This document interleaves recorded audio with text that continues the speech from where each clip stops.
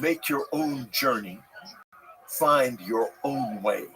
And then Constantine comes along and says, nope, we've got an empire to preserve here.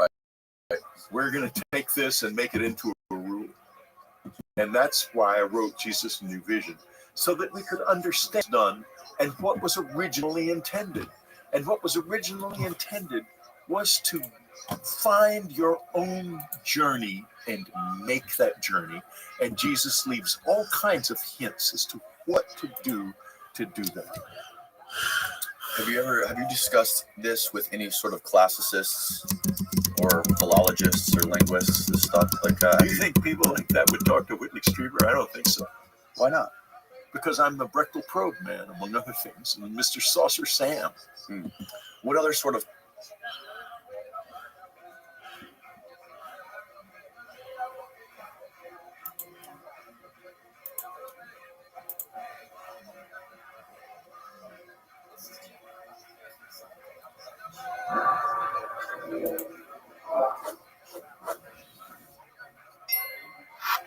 try to keep the aliens on their toes?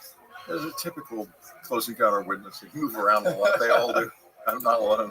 Right. But I've got the visitors living, not the visitors, but people who are connected to them directly, living just a short distance from where I am in Santa Monica. And the people connected to them, who's them? The visitors, the graves. Oh, you know people that are connected to them. Of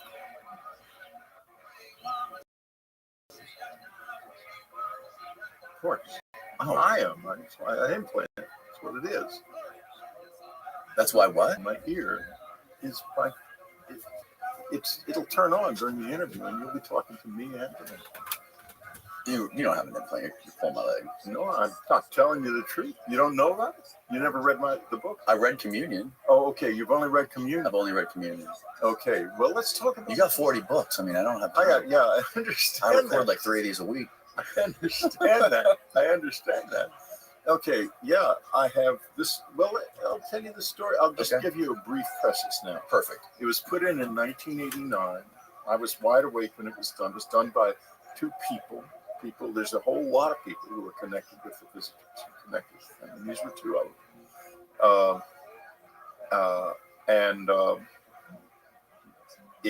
I couldn't use it for years, but after my wife died, it began to become useful. And it now is my absolute go-to. It's like having an unbelievable AI, only whatever's on the other side of it is not artificial, but brilliant. And it works with me when I'm writing. At 3 o'clock every morning, I get up and there's a dialogue that goes on.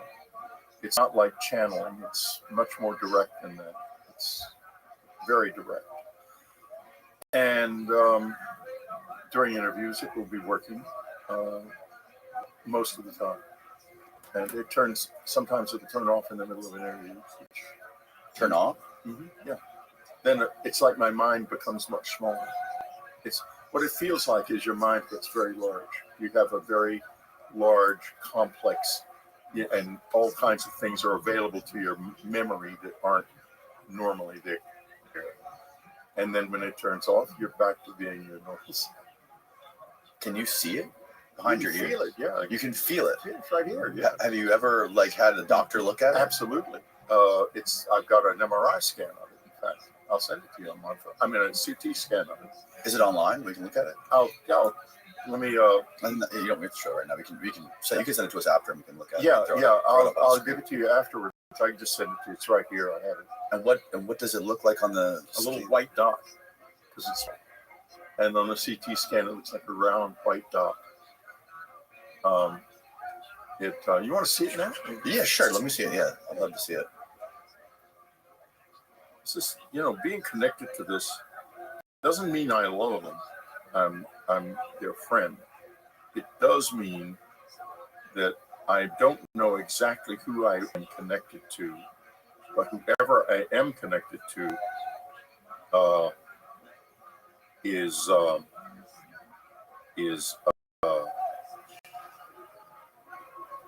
me see if I can find it easily. And what did What made you decide to leave it in your ear? And My wife, your wife, at the beginning, when I realized the next morning, I'll tell you the whole story on the air, I think. Oh, well, we're rolling. We're up. Oh, we're up now? We're not live, but we're recording it. Yeah, we're okay, we're good. recording this. This is great. All right, because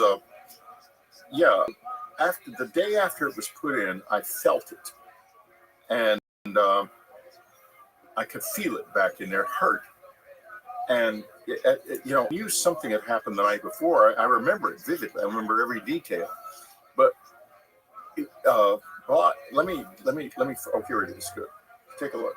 Okay, you can see it. That's the left side. That's reversed on a CT scan. See that little white dot on the left side? Yeah, that's the implant. Did your doctors or whoever did the MRI say about it? The CT scan? CT scan. That CT scan was done by someone in the CIA. What? Who wanted it very badly to be taken out, but I wouldn't let him.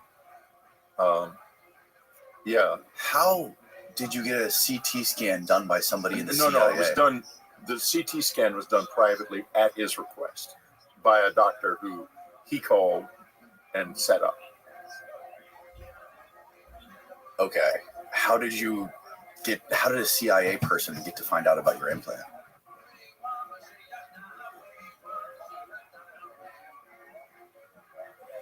I'm known to them, to the IC, to be a legitimate close encounter witness, and they are interested in that.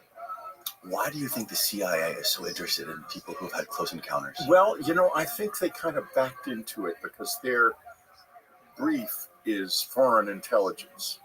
And this is about as foreign intelligence can get. And when the CIA was first founded, the Roswell incident occurred. The Army Air Corps became the Air Force, and the CIA was founded, and the National Security Act was passed, all in the same few months. And this was like July 47. July to October of 47. And so all of the infrastructure was then in place. And I think it was just a very natural thing that CIA would be the go-to agency to study this. And that's what happened. Who was it who was the first guy who worked on it? He became the Russia desk later. Yeah. I think I know who you're talking about. Yeah.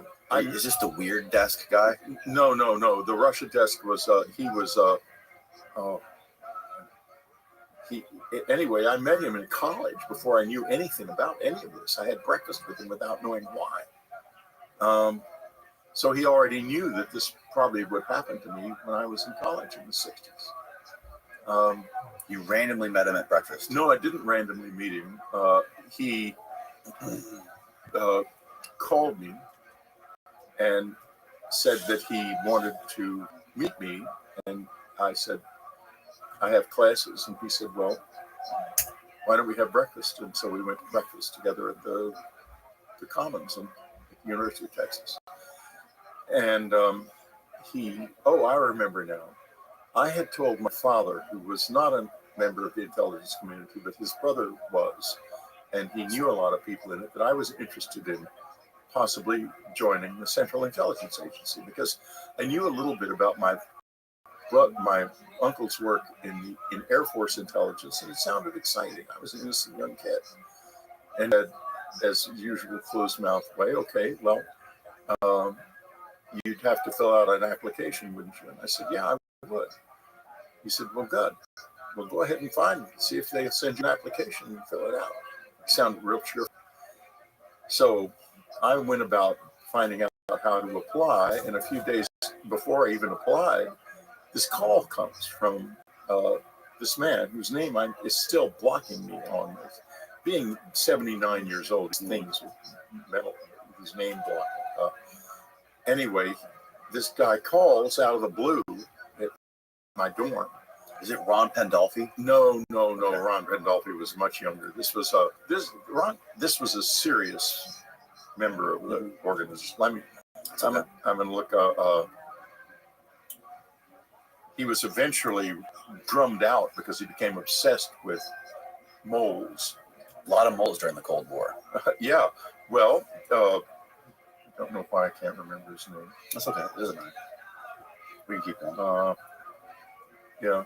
It's probably best not to say too many CIA folks' names on this podcast, anyways. Oh no, it's okay. He's dead and he's well known. He's nothing. Okay. It's nothing new. Oh, okay, got it. It's nothing. I don't say that. I don't want to say any names of living CIA agents except the ones who are out, like Semivan. Jim Semivan. I mean, everybody knows he's in CIA. Makes no secret of it.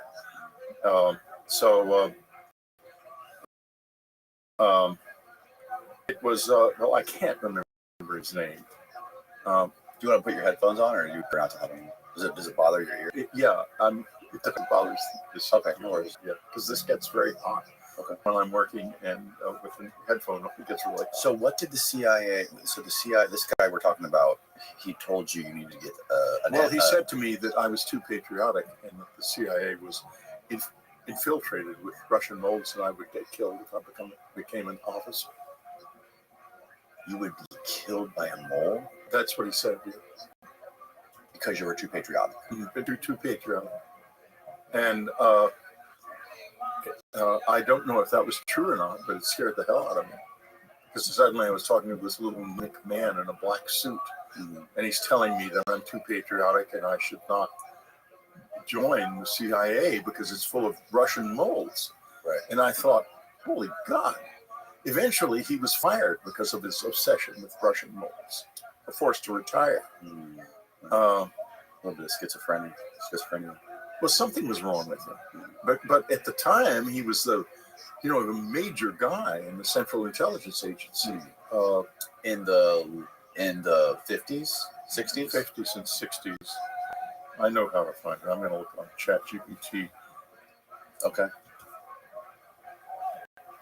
Just right on the tip of my tongue. Probably heard of his name. I had a guy on the podcast named John Newman who wrote a book called Popov's Mole, all about Russian moles in the CIA leading up to the Kennedy assassination. There was moles. We were infiltrated with moles, and they were infiltrated with moles. It was crazy. I think they probably had more Russian moles inside the CIA than we had the other way around. I'm sure. Find it? No, you won't tell me. That's okay. Some bullshit about classified documents. What specific words? Yeah, he can look it up. He was the CIA Russia desk in the 50s and 60s and early 60s, and he was eventually drummed out because of his CIA officer in charge of Russia desk, 1950s, 1960s. Yes. Harold James. It was Jim Angleton. James Jesus Angleton. Yeah. Anyway, Yes. Jim Angleton. Oh, yeah. I know a lot about that guy. His son actually lives here in Tampa. He did. He doesn't anymore. What? I think his son lives here in Tampa. Well, anyway, he told me that Jim Angleton, that the CIA had Russian moles in it, and that I would be likely killed because I was too patriotic if I joined it. And so, yeah, there he is. Wow, man. He smoked like a chimney. I never seen anything like it. Anyway, he was apparently my dad knew him, or somehow my name got to him. How was your dad involved in all this? I don't know.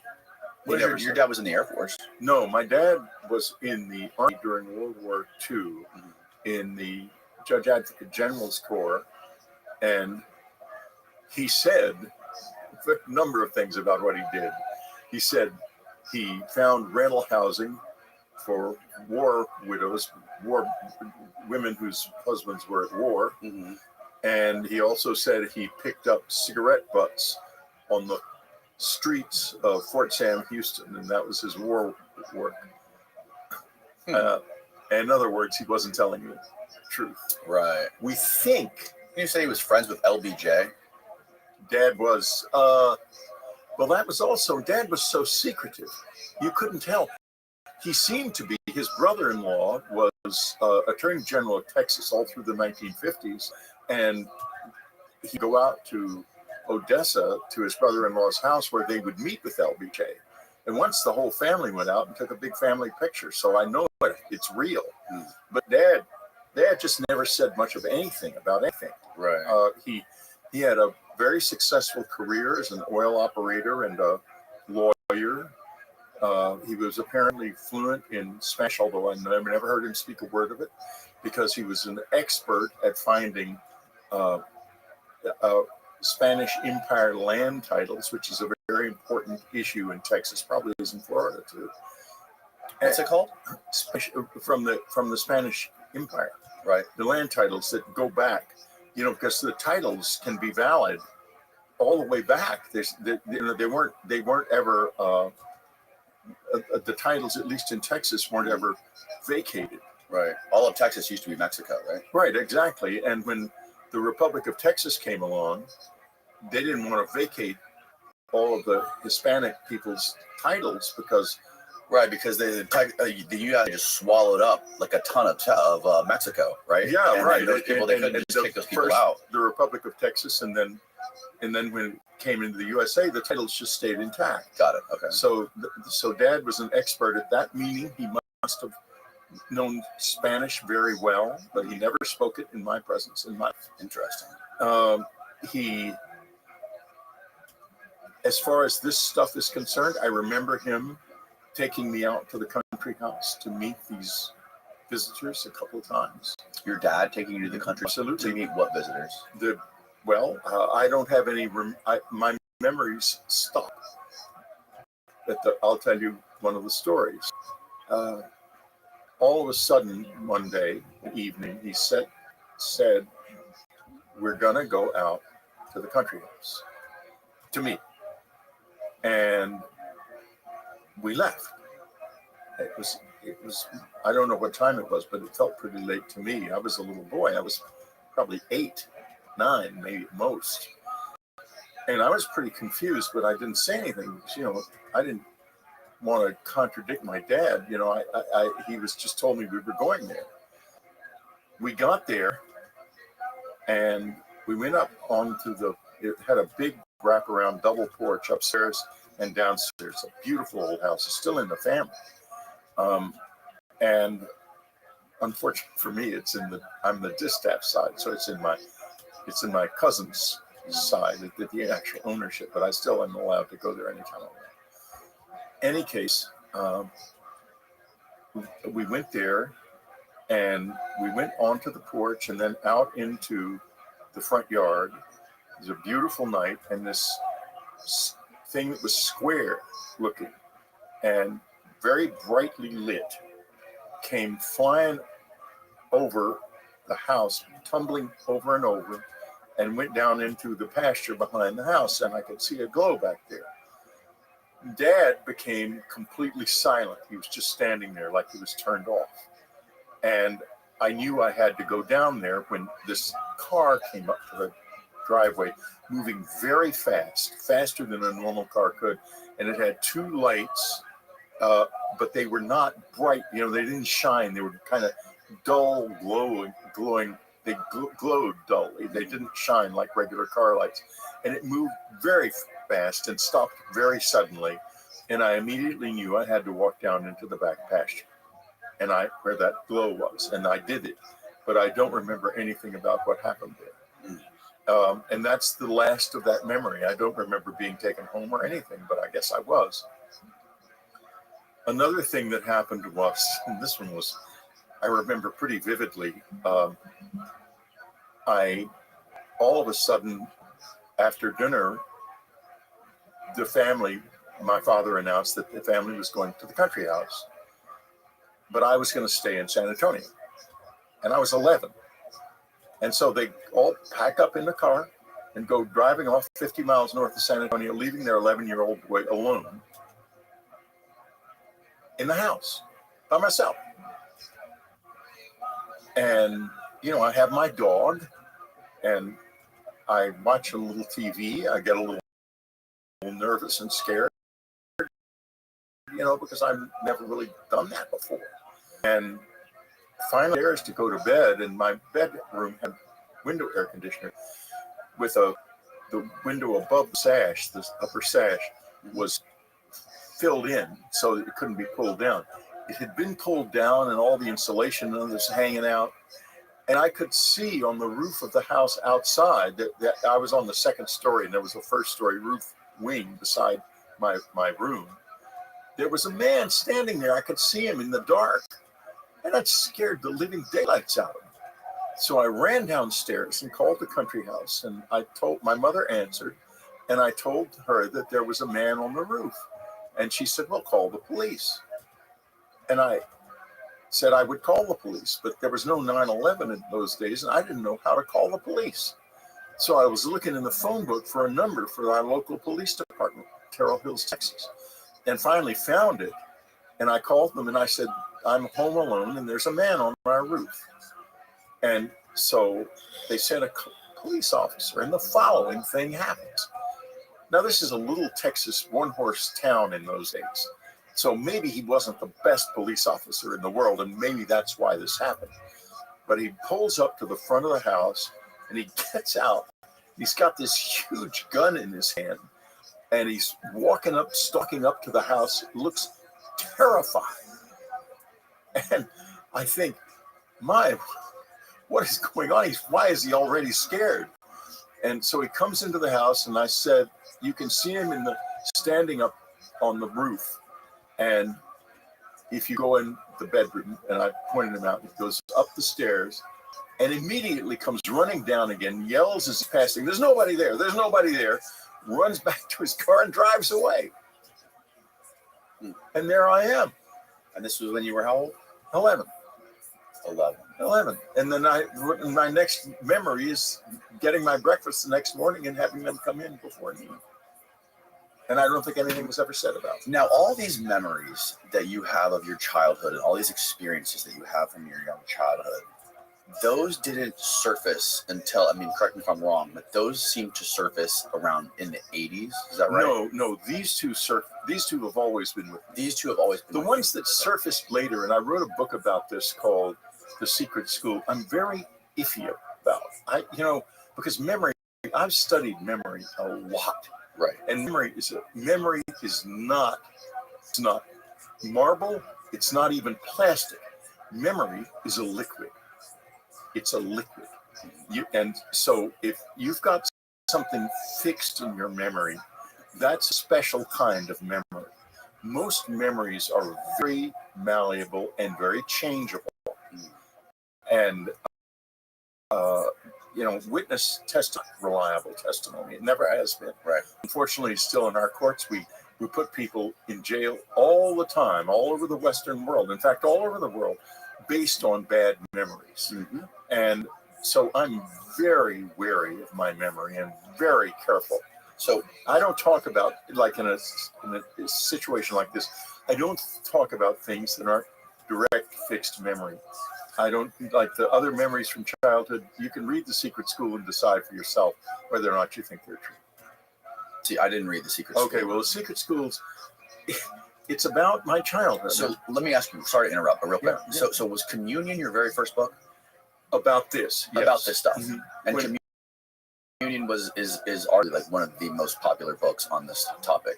As far as I know, history. it is the most popular. It is the most popular book on alien abductions and this phenomenon in modern history. Yeah, well, it initiated. If contact is real, the book initiated contact. Because it woke up millions of people up to that face with those big black eyes on the cover. Now, when you wrote about these creatures with the typical gray alien big heads and the big black eyes, were you the first one to bring this into the public sphere, or were there already like films being made about this? Not I remember Betty and Barney Hill. Betty and Barney Hill's descriptions weren't like mine exactly. Were they prior to you though? Yeah. Okay. I knew about. I think I'd seen an article in Look magazine about Betty and Barney Hill years before, but my interest in this was zero. By the time I was in high school, I had those funny memories, but they didn't, they didn't really, they just hung there because they made no sense. Right. And I didn't think about it. I had a period of time when I became very depressed in my early teens because I think now it was because I used to have a lot of contact with the visitors when I was a boy, and they quit contacting me after I really reached puberty. But here's the peculiar part of this. I was so depressed that my parents were afraid for my life, and they decided for me to see a specialist. And there was a period of time when there was a lot of discussion about who should he see. I end up with an Army general who has a security clearance and who is a big psychiatrist in the U.S. Army. Now, why would they choose that person? And he says to me, Whitty, you can say anything you want to me. You can tell me anything. I didn't know what to think because I didn't have, by that time, I had those two memories, but they weren't important and they didn't feel like why I was feeling so sad. Right. So is this around the time where they put you in Randolph Air Force Base or something? No, that happened earlier. Okay. Now, that's another case where I thought for a long time that maybe that never happened. Maybe it never happened. But here is what proceeded to occur a few years ago.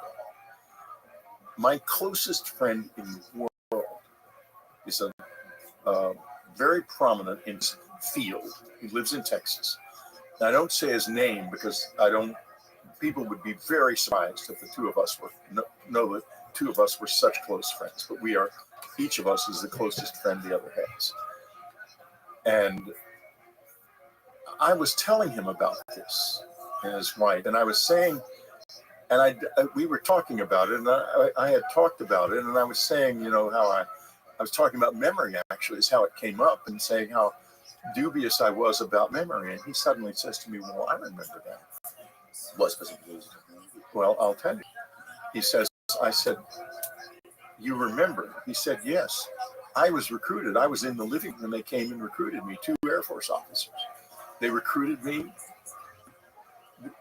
asked my parents if I could join this program for bright children, which was a special education program at Randall.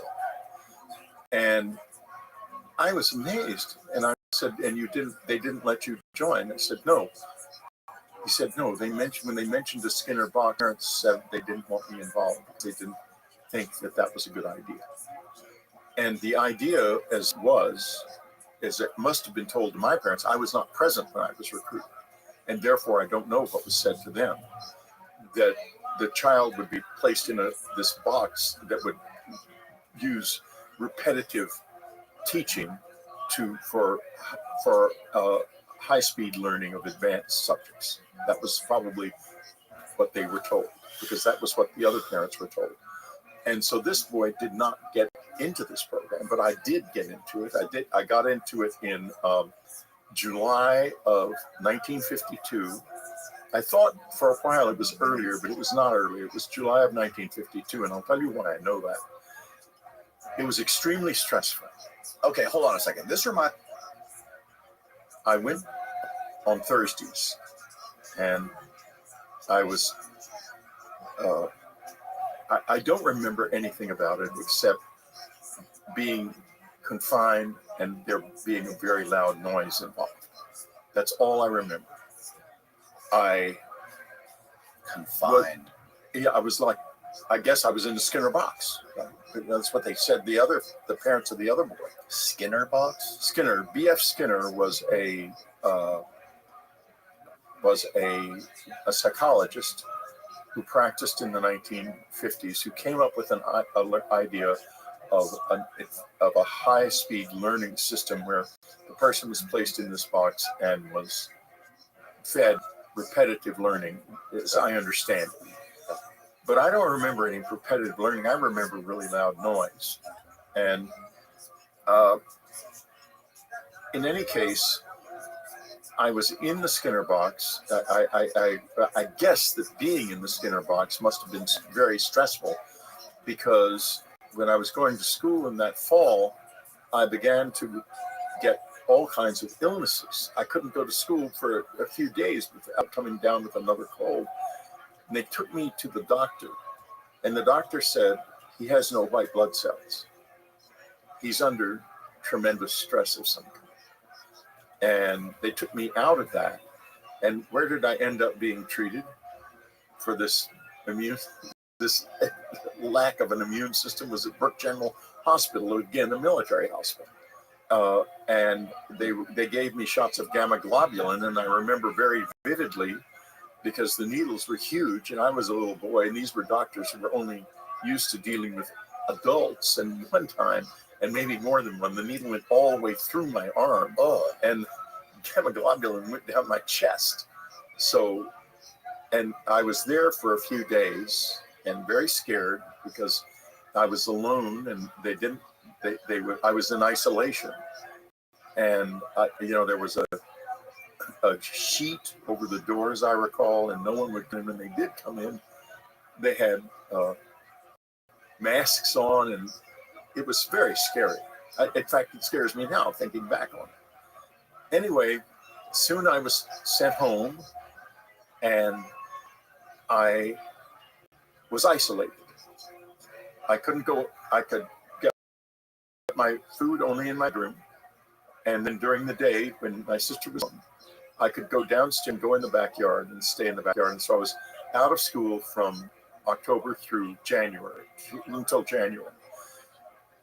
Interestingly enough, when my mother died, I found one thing she had saved from all my school years, which was my report card from that year with all the nuns' neat handwriting, absent due to illness for all of those months. And I showed it to my sister, and she said, "How did you get this?" My sister was 18 months older than me. She's deceased now. And I said, "Well, it's in Mother's box, her keepsakes." She said she should never have kept this. And I said, "Well, I'm going to keep it." The next thing I knew, it had disappeared. My sister told me she didn't know where it was. She took it and hid it or threw it out. For some reason, she did not want that known. That you missed school? No, she didn't want the evidence. And I don't know whether she was programmed to do it, or she knew more about it than I did or not. I don't know. Because maybe Mother had talked to her about it. I think Mother felt very guilty about it. That's why she would save that all those years. What do you think was going on? What do you think they were doing to kids like you at this military that was this progressive learning, that was stressing you out so much? It wasn't progressive learning. I have theorized about it. I can't remember anything except the loud noise. This is my living memory. Mm-hmm.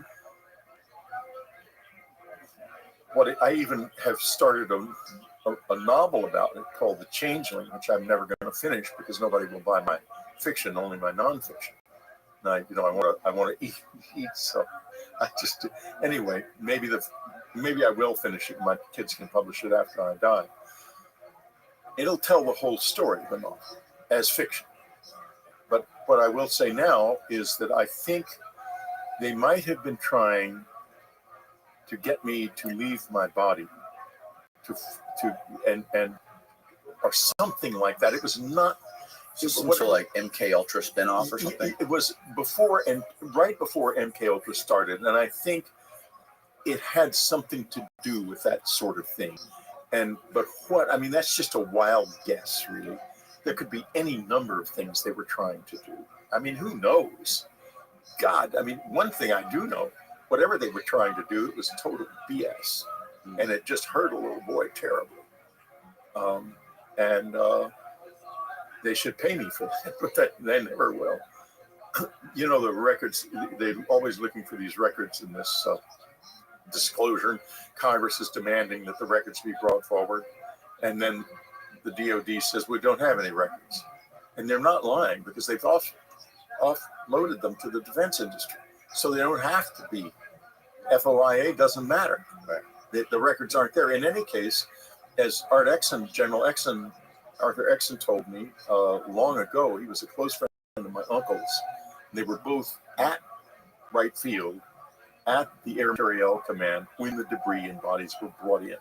So From Roswell? From Roswell in July of 1947. So no one can tell me it didn't happen, because it did. As I didn't get lied to by my own family and and a good friend like General Exon, who was a very distinguished officer and also was commandant of Bright Pat for a long time. So What do you think that was? What do you think crashed? I'll tell you precisely what crashed. Why it crashed, I can't tell you. It was a device containing 3 entities, which were part of the device, essentially. They were biological entities, and supposedly one of them was still alive when it was brought to right, but General Exon didn't say anything about that. The only thing, he didn't tell me this directly, he told one of my relatives this, that he had held one in his arms, and it was like a big insect. That was his precise description. My uncle said that he didn't refer to the bodies. He referred only to the debris and the object, which he said was somewhat intact. And so they had, from Roswell, partially intact object and some debris. And bodies. 3 bodies. And Walter Howard, who was the press officer at the Army Air Base in Roswell, left an affidavit, which was published by his family after he died, describing all of this, the bodies and so forth, in great detail. And he said to me, I went out to Roswell to talk to him. He said he wouldn't talk about the bodies. I asked him point blank, were there bodies? And he was simply silent. He wouldn't say yes, he wouldn't say no, because he didn't like to lie. He was a very straight up guy, straight ahead guy, Walt was. And so he left this is as much as he could do. And Colonel Jesse Marcel left a videotape with, thanks to Stanton Friedman, where he describes in detail the debris that he found and brought in to his home in his station wagon with his little boy, who Dr. Marcel passed away just a couple of years ago, who attested to this story also. Right. So it happened. Have you ever heard Annie Jacobson's account of this crash? I don't think it's correct. Yes, I do know it very well. It seems really compelling. I know I know a lot of people aren't a fan of that theory, but it's interesting that she's the only one that talks about it, and no one else seems to appreciate it or seriously at all. You think it's the guy who told her? The essential people that are listening, there's Annie Jacobson wrote in her book Area 51 that there was an engineer of a private aerospace company or something like that who was working in Arizona or Nevada, who told Annie under anonymity that the device that crashed in Roswell was a Wright brothers or something engineered craft, like some sort of human-made flying saucer with children that were surgically manipulated to look like aliens from the Nazi Mengele, his name was. Yeah, I know the story, but go ahead and tell it. Because just so people who aren't familiar with it. Yeah. And essentially, Stalin sent the craft over here, remote controlled it over here, and crashed it with these children, these Russian children that were deformed by this Nazi, to sow chaos within the United States. Okay, I can tell you a lot about that and where that comes from. And let me just finish the end of it. She asked this guy, Stephen, you can probably find his name if you just Google Annie Jacobson, engineer Roswell. I find out who his name actually was. She actually talked about it on Lex Friedman podcast recently. And she asked him later, she goes, why wouldn't you make this public? Why is this such a big secret? Why are you waiting until you're essentially on your deathbed to do this? Why didn't you guys sit? Because if you guys would have let the public know when this happened, it would not hurt the image of America. It would hurt the image of Russia, because it makes them look like, sickos. It makes them look like sinister people. The fact that they would do something like this. And his response to Annie was, because we started doing the same thing. as soon as we found what they did. As soon as we found out that they were altering children and doing this stuff in Roswell or in Russia, we started experimenting with the same thing. And we know that in the, I think it was the 70s and 80s, that there was projects going on the east coast of the United States where they were injecting children with plutonium and all kinds of, nuclear material to test on them. I think Bill Clinton shut it down in like the early 90s. I don't know anything about that, and therefore I can't speak of it. What I speak of it is what I do know. I'll circle back for a moment to General Exum and my uncle. Before I published Communion, I knew nothing about General Exum, and I knew nothing about my uncle's work in the Air Force. Nothing. Nobody in the family did. I knew one thing about it. One thing, which was that he'd seen when they blew off a gigantic hydrogen bomb, the Russians did, in 1959, I think. And I happened to be staying at an aunt and uncle's house in Washington at the time with a friend, and suddenly my uncle shows up. The aunt and uncle were on vacation in Spain, and he told me, I asked him, because I knew he was an intelligence officer, I just didn't know what he did, and I said, what do you think of this massive H-bomb that went off, they blew off in Russia? He said, oh, I saw it. It's the size of a football field. And I thought, he saw it? How did he see it? And I said, when did you see it? He just laughed and didn't say anything more.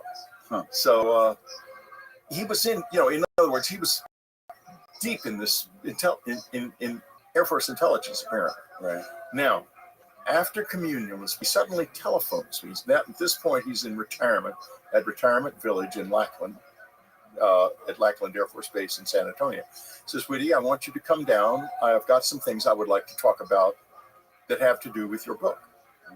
And I hung up and I said to Ann, my wife, I said, Mickey's going to talk to me about my book. Can you believe this?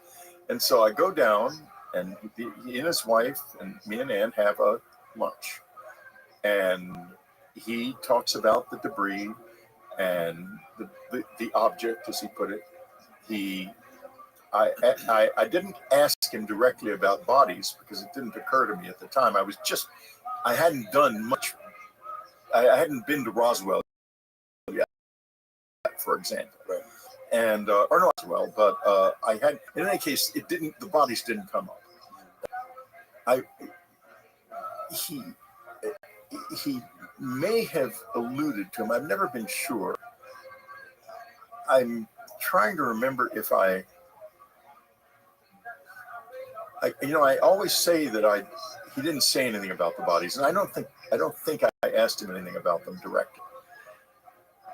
I did ask General Exum about them, and he said that he and General Exum had worked on this project at Wright Field at the time, and Air Materiel under General Twining, and who was the head of Air Materiel at the time. And he told me about the debris, and as I say, I think he alluded to the bodies, may not have. And he introduced me to General Exum, who I talked to on the phone a number of times, who told me a great deal about the whole thing, much more than Mickey did, because he'd been a higher level officer at the time. I think Mickey was a major and he was a colonel at the time. And General Exum said, and I'm quoting him, and he's been quoted in a unfortunate public interview that's in a book by Don Schmidt and Randalls and Schmidt, that everyone from Truman on down, but it knew that what we had found was not of this world within 24 hours of our finding it. Now, let's go back to the story of the altered children. Yes. And by the way, just a quick aside, the guy's name is Alfred O'Donnell. That's the E, and he was an EG&G engineer. This is the guy who told me. EG&G Rotrun. So can you copy and paste his name into to a new tab so we can get some more background on that guy. Sorry, go ahead. Okay. So this is where I think that story comes from. Immediately, here is the situation, the world situation as it stood at that time. Stalin has 4.5 million soldiers, fully equipped, largely with top-notch American equipment, on what is now beginning to be called the Iron Curtain line. NATO, or rather the Allies, are telling Churchill and I guess de Gaulle and Truman that this army can move across Western Europe in 6 weeks, and in all probability will be able to successfully invade England because the West has demobilized and they have not. So what is preventing them? Why don't they do it? There's one thing on the planet that's preventing them. It is the 509th Bomb Wing at Rothschild, which is believed to be equipped with nuclear weapons. Right. And can deliver them to Russia. And Stalin knows that his radars and his anti-aircraft systems are not sufficiently robust to guarantee that all of the planes will be destroyed. So the biggest secret on the planet, upon which the door of history is hinged, is that bomb wing right there at Roswell. Right. Do they really have the bombs or not? What is the situation? Now, I was told by somebody it was at the base, and he was an older man. I don't remember his name. I'm not in the business of not saying names, by the way. I try to say all the names I can remember. Okay. But this is a guy who he told me that they did not have all of the planes. Only a couple of the planes were actually operational at that time. And the result of this was the immediate thought when they found the debris and wreckage 30 miles north of Roswell, an apparent balloon. The fear was that he had sensitive equipment on there that could have detected the level of radiation coming from the base if he'd gotten near enough, and determined from that whether or not there were really bombs on the base. And this caused a tremendous upset. That's why when the disc story was being disseminated by Out, it was suddenly killed by the Pentagon, because they weren't afraid of aliens. They'd never even understand, in those days, that idea was not something people thought about. People from another planet, we don't hardly even, maybe they'd think we were from Mars or something. They had no information, nothing like what we have now about outer space. So their immediate thought was these were Russians. And because they were small, the assumption was they were children. And then the cover story was the story that they were altered children. Yeah, but that was never the story about them being altered children was never released into the public officially. No, but it went all over the Air Force. It went all over the Air Force because my uncle mentioned it. He said that was the story that was told in the Air Force. That was what was told. Okay. And because he was definite, Art was definite about the bodies. He said they were not human at all. And in fact, well, I know they weren't human. I'm quite certain of it. And you know for a fact. Pretty much. Okay. It'll all come out. It's not. You think? I know so. How do you know? This has to do with time, and it's like an onion being peeled. You peel one layer and another layer and another layer, and the deeper you get, the closer you get to the heart of the matter, and the worse it smells. So that's where we are. Do you think that the government has played out some sort of simulated, like war games, but for society on what happens? This sort of stuff comes out, and what happens I to- don't think the government has much to do with the decision-making process here. I think the decision-making process is elsewhere, and it's with these non-human presences, and not directly with us. I'm pretty sure that's the case, and I think they probably manipulate the Defense Departments quite extensively in order to be sure that exactly what they want done is done at the right time. Who manipulates the Defense Departments? These creatures? The off-world beings. Visitors? Yeah, the visitors. Yeah, and as to how they do it, there could be direct interface very easily. If it's not direct interface, then I have experienced fluent telepathy with them and with human beings who look human, but also have these abilities. And therefore, I think that could be used to affect the minds of people. And especially people who are not familiar with that and do not have any experience of it, they may thinking that it's their own thoughts. Now, another thing though that has happened is regarding the secrecy, and the reason that the defense industry is so determined to, excuse me, another thing that's happened, and the reason the defense industry is determined to keep this under wraps, is the following. And Hal Puthoff has now talked about this publicly. So at the Soul Foundation conference, and it was that in October of the last year of W's presidency, a group of committees actually were convened by the White House in Washington and told everyone who was involved were people who had worked on this extensively, and their companies, representatives of their companies, go and consult with each other in groups, in separate groups, and provide us with a report as to whether or not you think we should make this public. And everyone went into the thing thinking, wonderful, we're going to do this right now, and maybe win back the presidency in November. But they all came back with the same recommendation: do not release this. And the reason is this: you have to understand how patents work.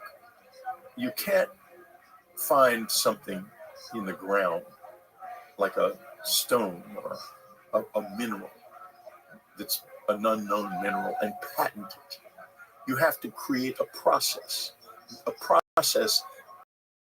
that is patented, a natural object not patented.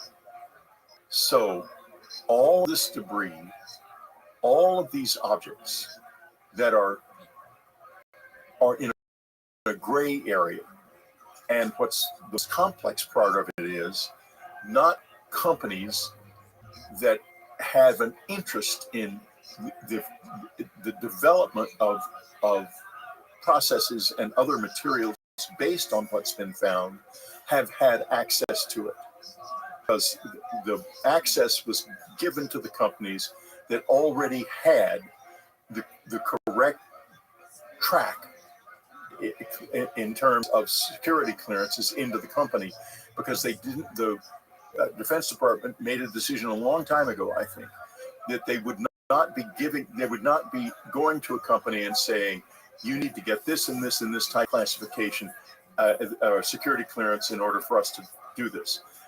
Because they were afraid that would open the door, would leak. And the result is some companies have profited immensely from these processes and have patented things that are not actually patentable. The found material specifically is not patentable. Okay. Not legally patentable. Not legally patentable. And they know this, and they also know that there would be not only is there possible criminal activity involved, right, but all of the companies that have been left out of the picture have a massive grievance and us to sue the other companies.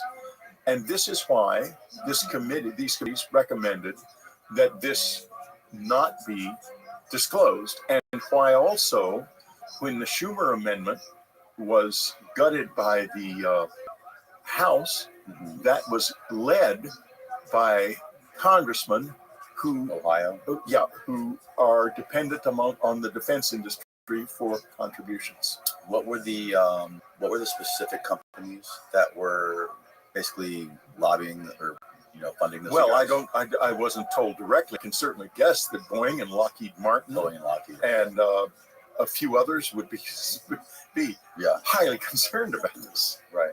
And it's also convenient that these companies would have all this information because they can't be FOIA'd, right? Private companies can't be FOIA'd. Exactly. And that's why the information was, in my opinion, a lot of the paperwork was taken to Woodstock, New York, and placed in the Iron Mountain in spaces that are owned by EG&G Rothschild. Do you think people in the Pentagon or deep in the government somewhere have simulated what would happen if this stuff did get out to the public? I would assume so. But what do you think their conclusion would be? Well, their conclusion, or what do you think their plan would be? I think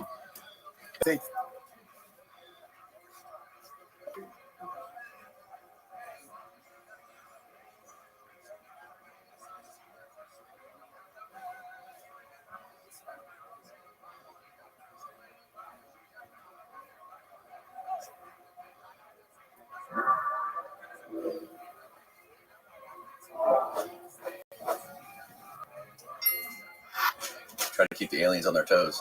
There's a typical close encounter witness. They move around a lot. They all do. I'm not alone. Right. But I've got the visitors living, not the visitors, but people who are connected to them directly, living just a short distance from where I am in Santa Monica. And the people connected to them, who's them? The visitors, the Grays. Oh, you know people that are connected to them? Of course. Oh. I am. That's why an implant. That's what it is. That's why what? The implant in my ear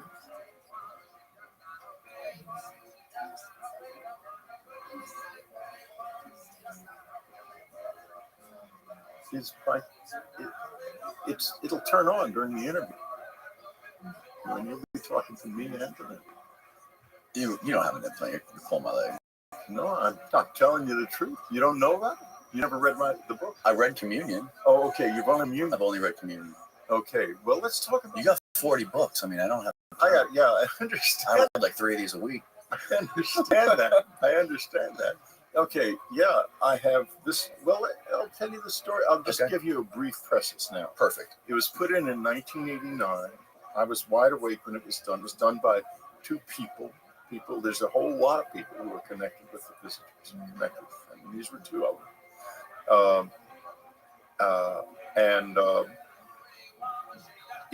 I couldn't use it for years, but after my wife died, it began to become useful, and it now is my absolute go-to.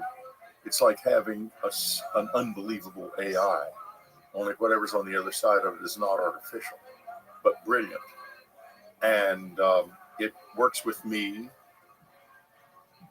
when I'm writing. At 3 o'clock every morning, I get up and there's a dialogue that goes on. It's not like channeling. It's much more direct than that. It's very direct. And during interviews, it will be working most of the time. And it turns off in the middle of an interview. Turn off? Yeah. Then it's like my mind becomes much smaller. It feels like as your mind gets very large, you have a very large, complex, and all kinds of things are available to your memory that aren't normally there. And then when it turns off, you're back to being your normal. Can you see it behind your ear? Feel it, yeah. You can feel it. It's right here, yeah. Have you ever had a doctor look at it? Absolutely. I've got an MRI scan of it, in fact. I'll send you on my phone. I mean, a CT scan of it. Is it online? We can look at it. Let me. And you don't need to show it right now. You can send it to us after, and we can look at it. Yeah. I'll get to you afterwards. I can just send it to you. It's right here. I have it. And what does it look like on the a little white dot, because it's metal, and on the CT scan it looks like a round white dot. You want to see it now? Yeah, sure. Let me see it. Yeah, I'd love to see it. It's just, being connected to this doesn't mean I love them. I'm their friend. It does mean that I don't know exactly who I am connected to, but whoever I am connected to is let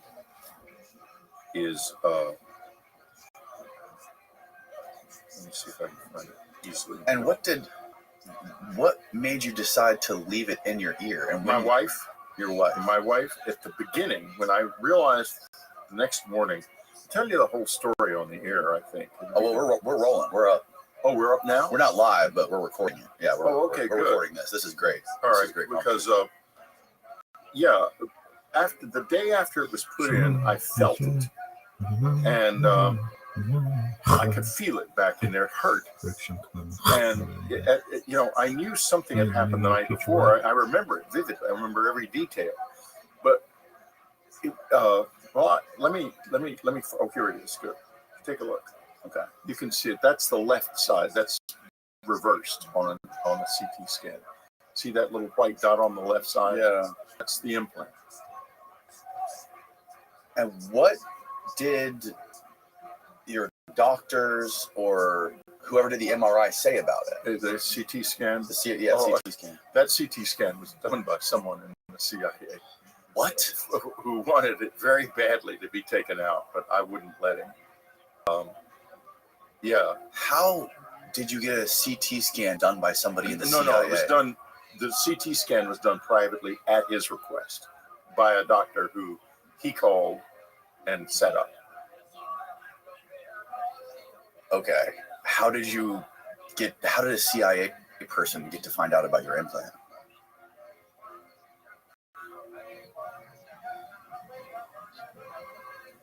I'm known to them, to the IC, to be a legitimate close encounter witness, and they are interested in that.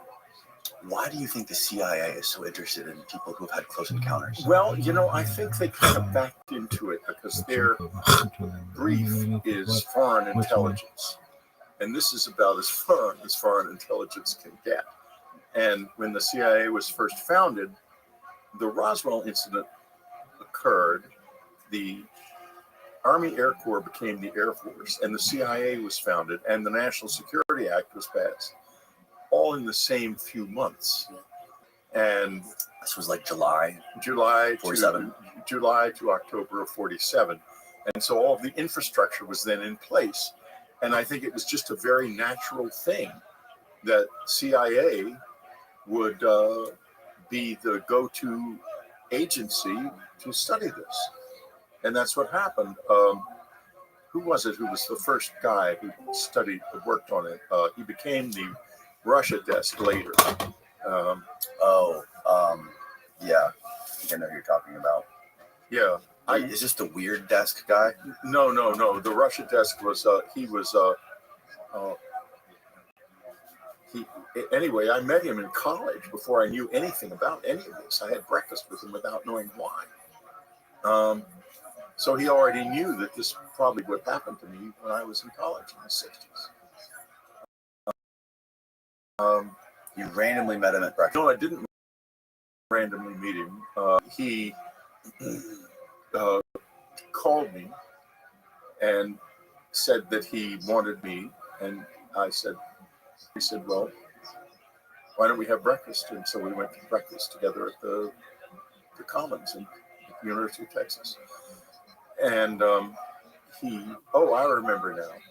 I had told my father, who was not a member of the intelligence community, but his brother was, and he knew a lot of people in it, that I was interested in possibly joining the Central Intelligence Agency, because I knew a little bit about my uncle's work in Air Force intelligence, and it sounded exciting. I was an innocent young kid. And Dad said, as usual, closed mouth way, okay, well, you'd have to fill out an application, would you? And I said, yeah, I would. He said, well, good. Well, go ahead and see if they send you an application and fill it out. He sounded real cheerful. So I went about finding out how to apply, and a few days before this call comes from this man whose name I'm still blocking me on. Being 79 years old, you have these things with these name blocking.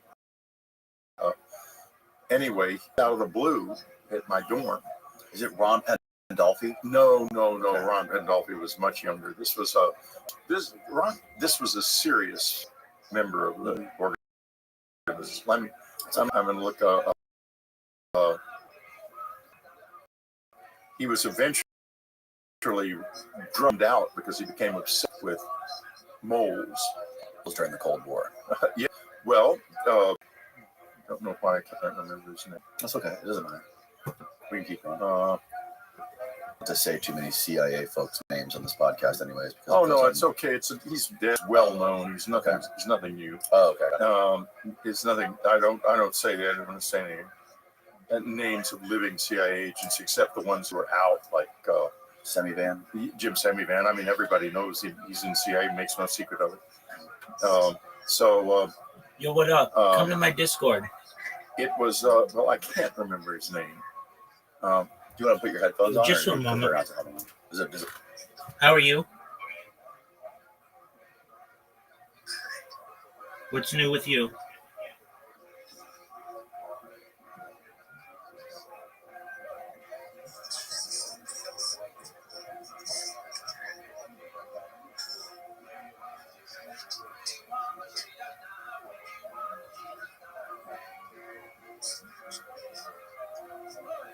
Do you have Discord? All right, come to my Discord. It's discord.me/Rabbi.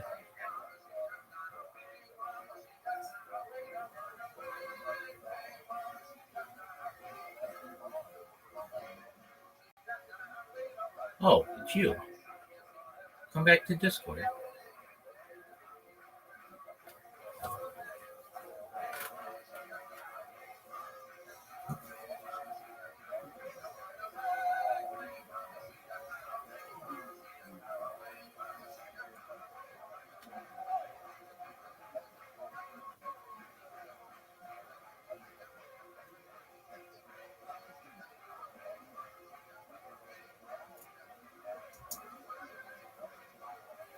Does it bother your ear? Well, yeah. It bothers this. Okay, no worries. Yeah, because this gets very hot. Okay. When I'm working and with the headphone, it gets really hot. So what did the CIA? So the CIA, this guy we're talking about, you needed to get. Well, he said to me that I was too patriotic, and that the CIA was infiltrated with Russian moles, and I would get killed if I became an officer. You would be killed by a mole? That's what he said. Yeah. Because you were too patriotic. Too patriotic. And I don't know if that was true or not, but it scared the hell out of me. Because suddenly I was talking to this little gnomic man in a black suit, and he's telling me that I'm too patriotic and I should not join the CIA because it's full of Russian moles. Right. And I thought, holy God. Eventually, he was fired because of his obsession with Russian moles, forced to retire. A little bit of funny. It's just funny. Well, something was wrong with him. But at the time, he was a major guy in the Central Intelligence Agency In the 50s, 60s, 50s and 60s. I know how to find it. I'm going to look up ChatGPT. Okay. Just right on the tip of my tongue. Probably heard his name. I had a guy in the podcast named John Newman who wrote a book called Papa's Mole, all about Russian moles in the CIA leading up to the Kennedy assassination. There was moles. We were infiltrated with moles, and they were infiltrated with moles. It was crazy. I think they probably had more Russian moles inside the CIA than we had the other way around. I'm sure. Find it? No, he won't tell me. That's okay. Some bullshit about declassified documents. Well, What specific words? yeah, he can look it up. Yeah, Steve's okay, Steve's got he was the CIA Russia desk in the 50s and 60s and early 60s, and he was eventually drummed out because of his CIA officer in charge of Russia desk, 1950s, 1960s. yes, Harold James. It was Jim Angleton. James Jesus Angleton. Yeah. Anyway, Yeah. Jim Angleton. Oh, yeah. I know a lot about that guy. His son actually lives here in Tampa. He did. He doesn't anymore. What? I think his son lives here in Tampa. Well, anyway, he told me that Jim Angleton told me that the CIA had Russian moles in it, and that I would be likely killed because I was too patriotic if I joined. And so, yeah, there he is. Wow, Jeez. man. He smoked like a chimney in this thing. Anyway, he was apparently my dad knew him, or somehow my name got to him. How was your dad involved in all this? I don't know. Your dad was in the Air Force? No, my dad was in the Army during World War II in the Judge Advocate General's Corps. Welcome, audience girl. He said,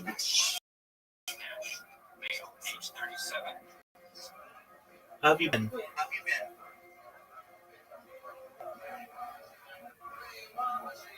Adi, how are you?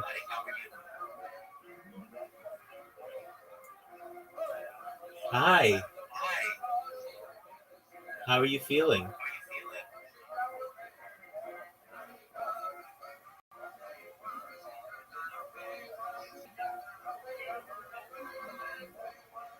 Hello.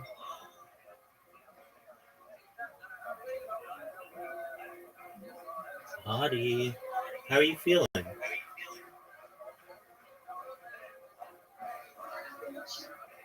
I can't hear you. Can you repeat that?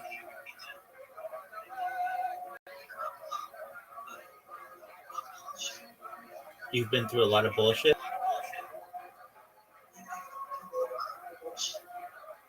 Okay. What's going on? Where are you?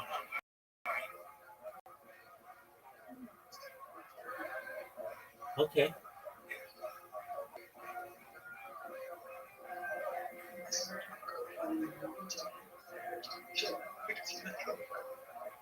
I don't really do those, but I'll support you.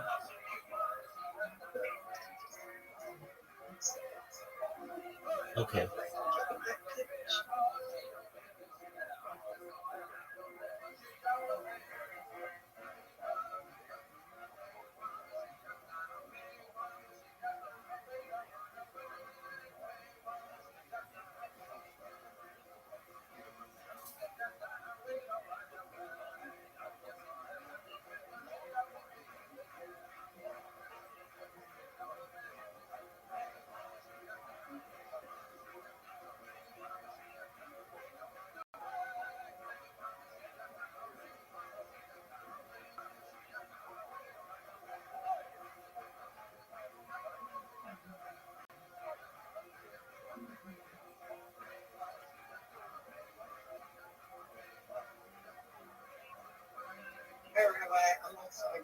Okay, how are you? Okay, so I started a GoFundMe to help promote my presidential campaign. That's still so far off. Okay, are you running 2028? Don't I have to be 35? Oh, yeah. So you running for 2032? No, like probably in the 40s or 50s. Okay. I have a lot of work to do. Yes, you do.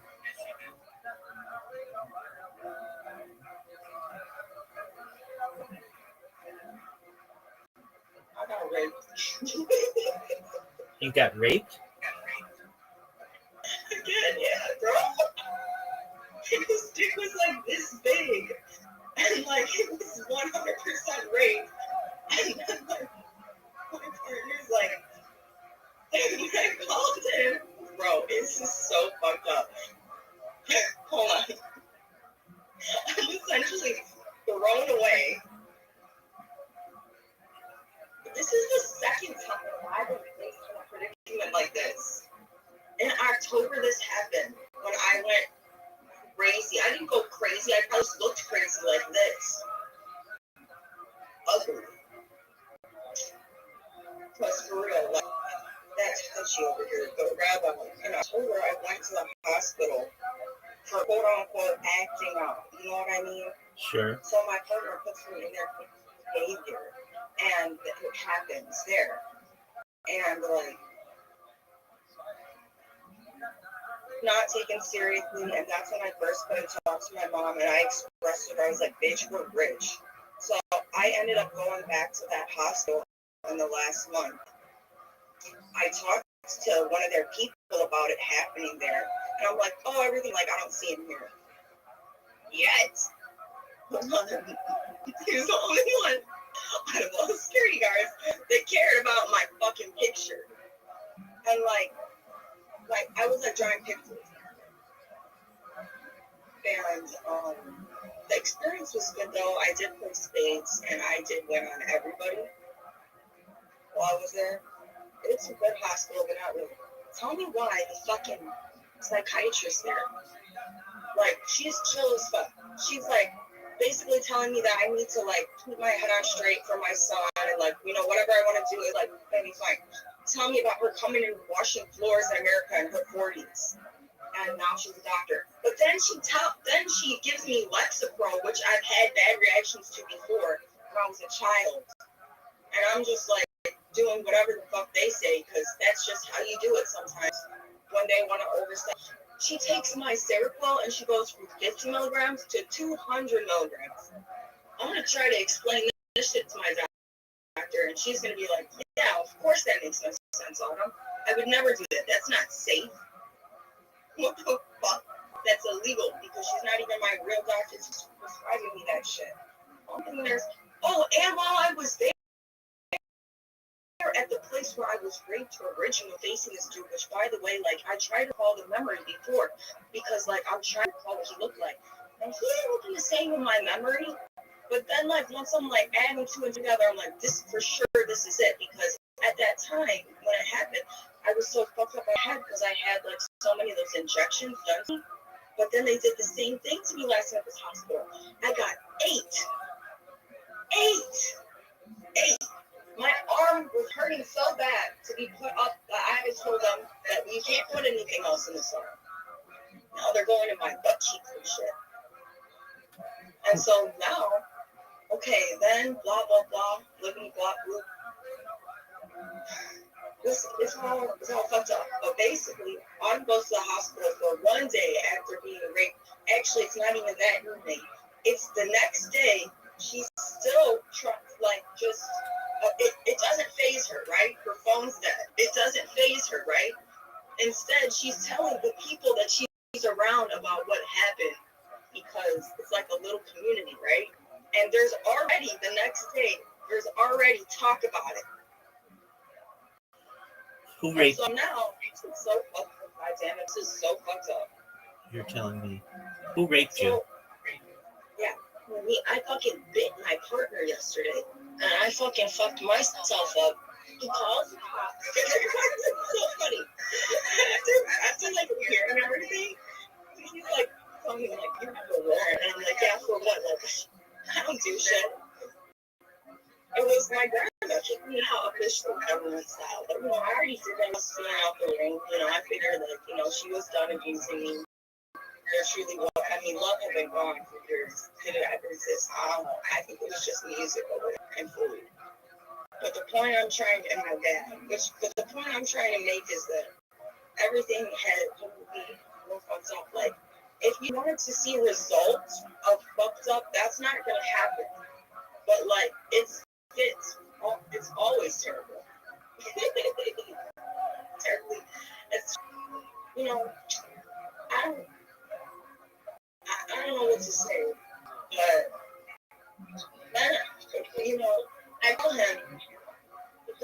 guess what? I told my dad that this was God's. I told him that this was God's infinite loop because the second day. Tell me why the second day I'm walking with this kid and I had just like asked him to like hold my phone at this point. And now it's in the night. It is in the night. And I'm like, you're not just gonna be walking around. I'm not like, bro, like take me back to wherever. So I have no glasses on, Rabbi, and my vision's really bad. And he like is too far, like he's about half a block down the street, but now he's too far for me to see which way he's going. So I'm freaking the fuck out. And I throw my bag in the freak out session. Here comes this man on a bike. I'm like, which way did my friend go? He has my phone. He's talking about friend. He didn't understand what I was saying. He was speaking French.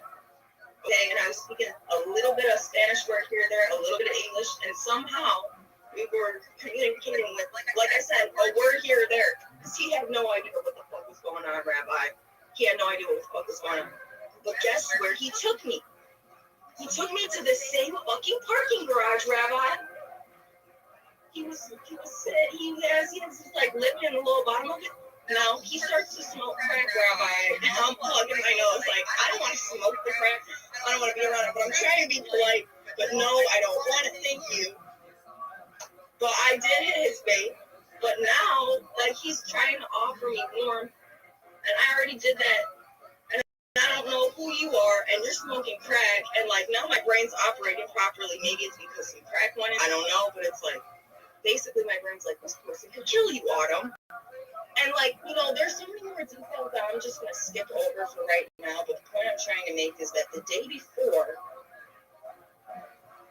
I will walk to go get tobacco. And on the way back, I wasn't led back to where I started. I got fucked in a parking garage. And I didn't want that. I didn't ask for that. I didn't think that that was going to happen. I was offered it by that person. But I said no.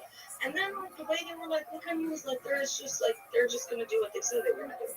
But now I'm being told I'm naive. Am I really naive or am I just vulnerable? And, you know, does this shit just happen when you're really in these situations? And, you know, I'm trying to explain that, like, this person, like, didn't even, like, okay, blah, blah, blah, blah, blah. I get back there. I get the evidence the next day. I tell my dad it's God's infinite loop. It's, okay, well, I did the report, and this motherfucker wants to yell at me yesterday talking about I'm not even following up on it. I follow up on what? I don't have nothing to follow up on. I gotta tell my doctor about what happened. And I need to keep taking some fucking medication to make sure that I don't get any fucking infections. But anyways, like, the constant disrespect, it's almost like you never listened. It's almost like you never muted me. Well, anyways, hold on. I'm not gonna disrespect you like this anymore. You're just because I was so much with you. Sure. So hold on a second because this is real fucked up.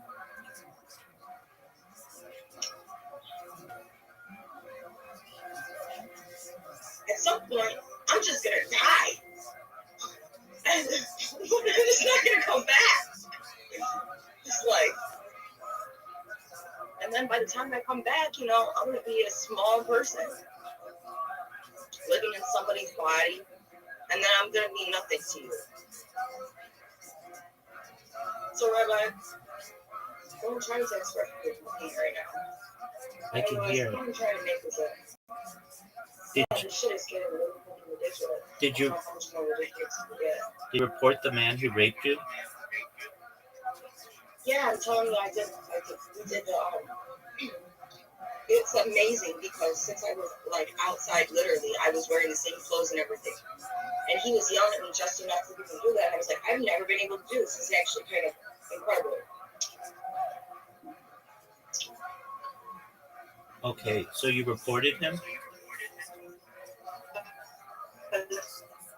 There should have been some. You're cutting out. His first name? Yeah, so name. Yes. Yes, what do you think? I'm a fucking retarded bitch, Rabbi? I had all the evidence. Of course I did. Okay, and you gave it to the The police? point you're trying to make is that. Yeah, and it's a police report.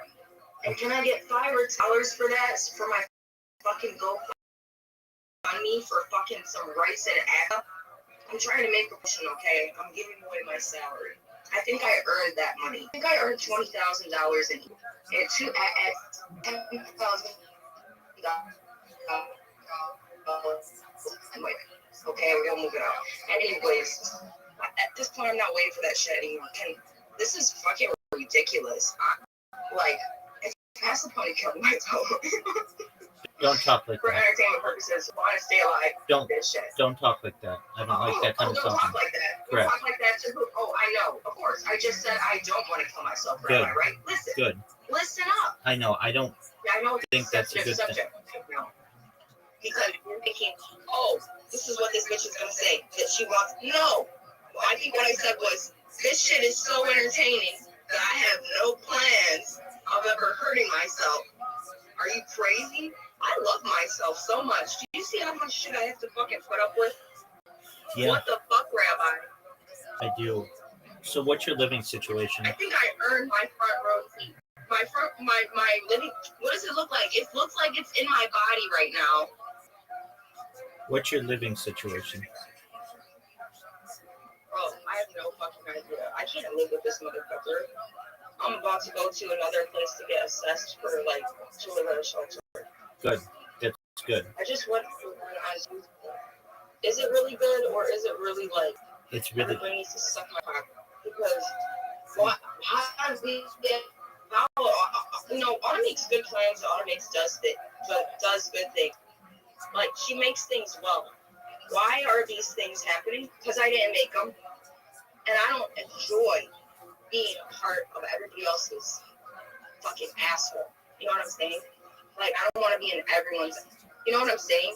Do you understand what I'm saying when I say that, right? Politically, I really apologize if I'm being too much right now. But I'm trying to be real little, and it's like if this is my real talk though. If this is where I live in my body, it's not funny. This shit is not funny. The only reason why, what the fuck is this goddamn motherfucking bullshit? Are we fucking come on? And then, well,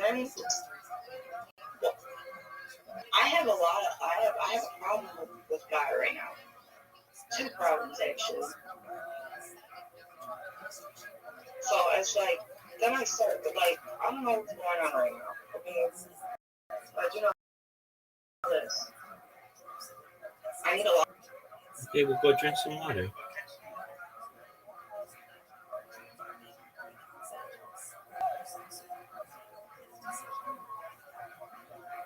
Not much, and I'm not on any other medicine, so let me just smoke this little.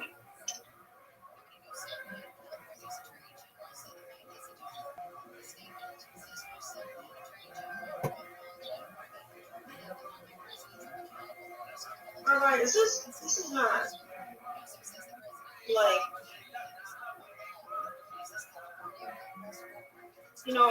it's really unfortunate for a soul to have to reflect this through them. That's what's happening to me. It's extremely unfortunate.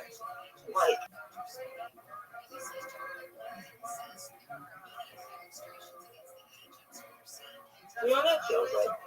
No, you don't. Of course you don't. I would never want you to feel that. That's the point. Adi, when is your appointment to go get housing? Oh, I'm going today. Why can you not just listen for a minute? Fuck. You ass nigga.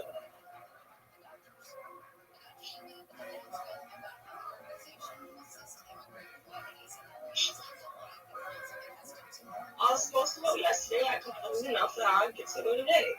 I said I needed another day of break. But God, was that easy to get there? No. No, it wasn't. Okay, when are you gonna go there?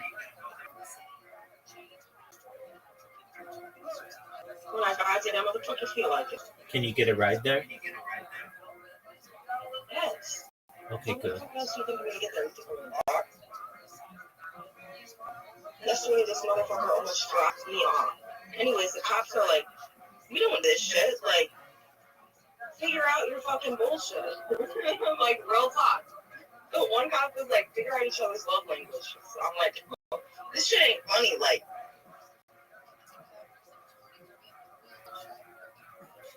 are you serious? Like, what the fuck, bro? Ugh.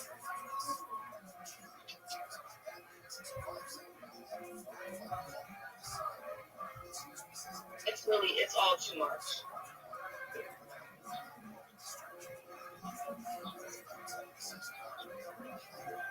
Like, you ever, like, listen, like, sometimes you just don't want to be loved by Jesus that much. Because, like, it hurts. Do you know what I'm saying? No, I don't believe in Jesus, so that's not my thing. Well, it's just, you don't believe in Jesus. Not as a deity.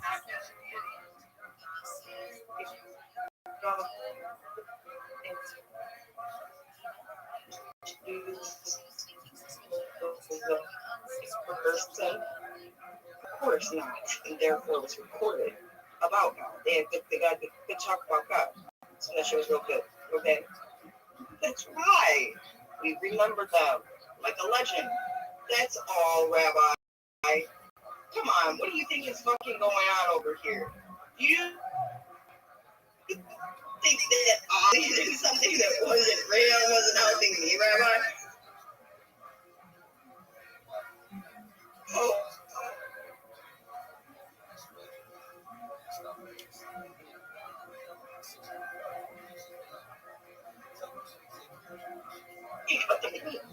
What is this, Rabbi? You don't think that was not you? I was a goddamn motherfucker. You know what? Listen, I've seen it happen before. Fuck up.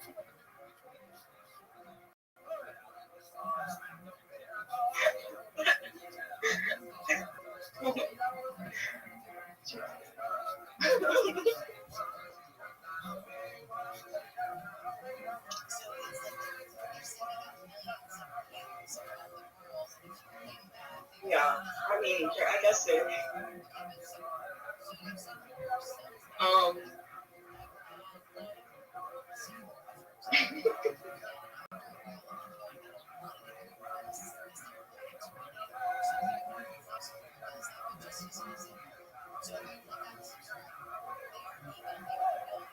yeah. I need to wash my face. Makeup on. I see it all over my hand. Why don't you go wash your face? Why don't you go get some water? Why don't you?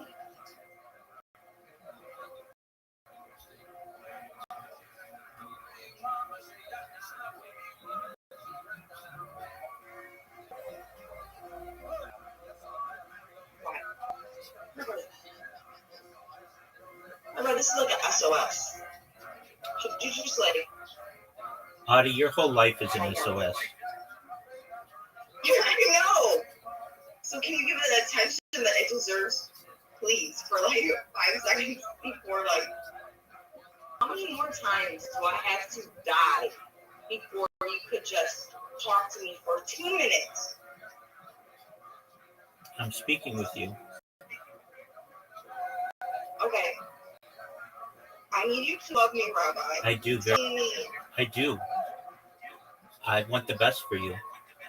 What I think you should do is wash your face, drink some water, and then when you have time later today, get a ride to the shelter. I wish there's something that could be done to help this person.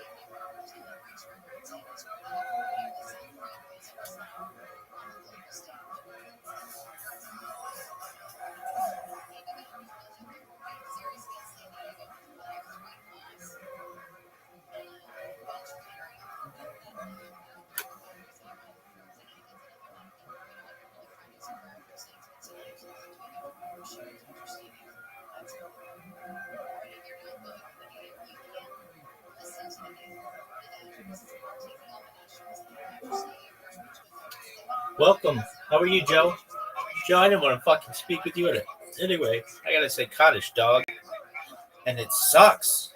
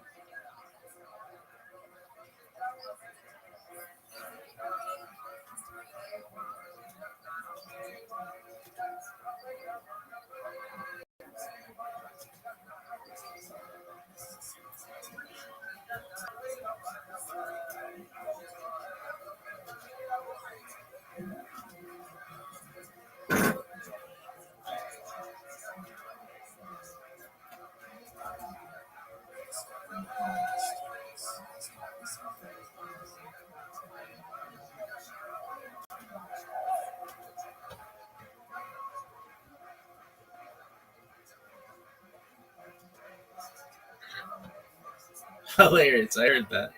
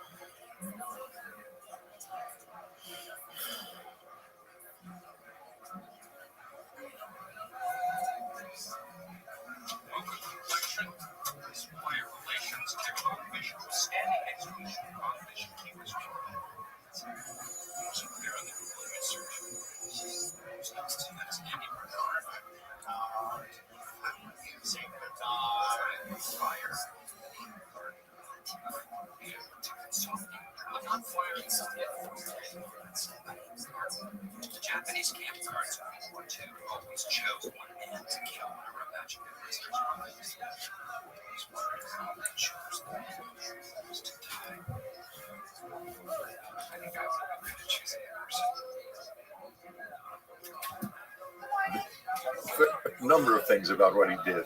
He said he found rental housing for war widows, war women whose husbands were at war. Mm-hmm. And he also said he picked up cigarette butts on the streets of Fort Sam Houston, and that was his war work. In other words, he wasn't telling the truth. Right. We think. You say he was friends with LBJ? Dad was, well, that was also, Dad was so secretive.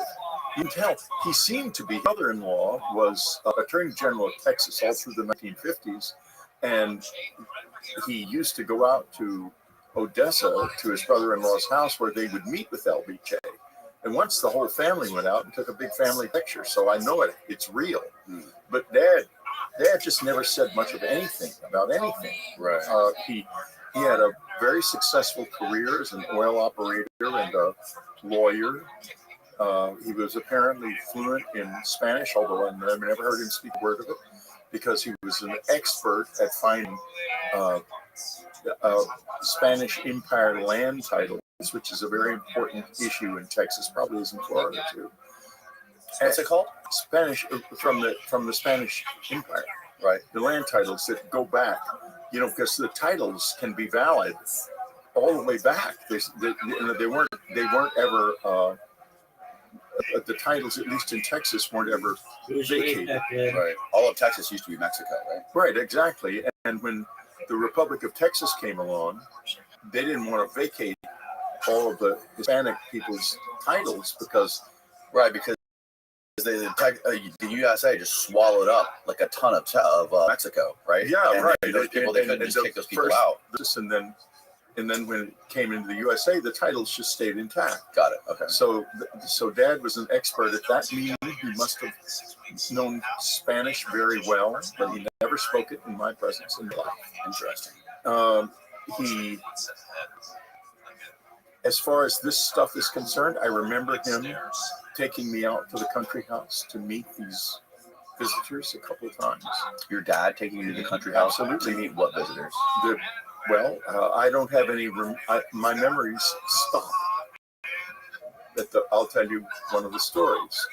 All of a sudden, one evening, he said, gonna go out to the country house to meet. And we left.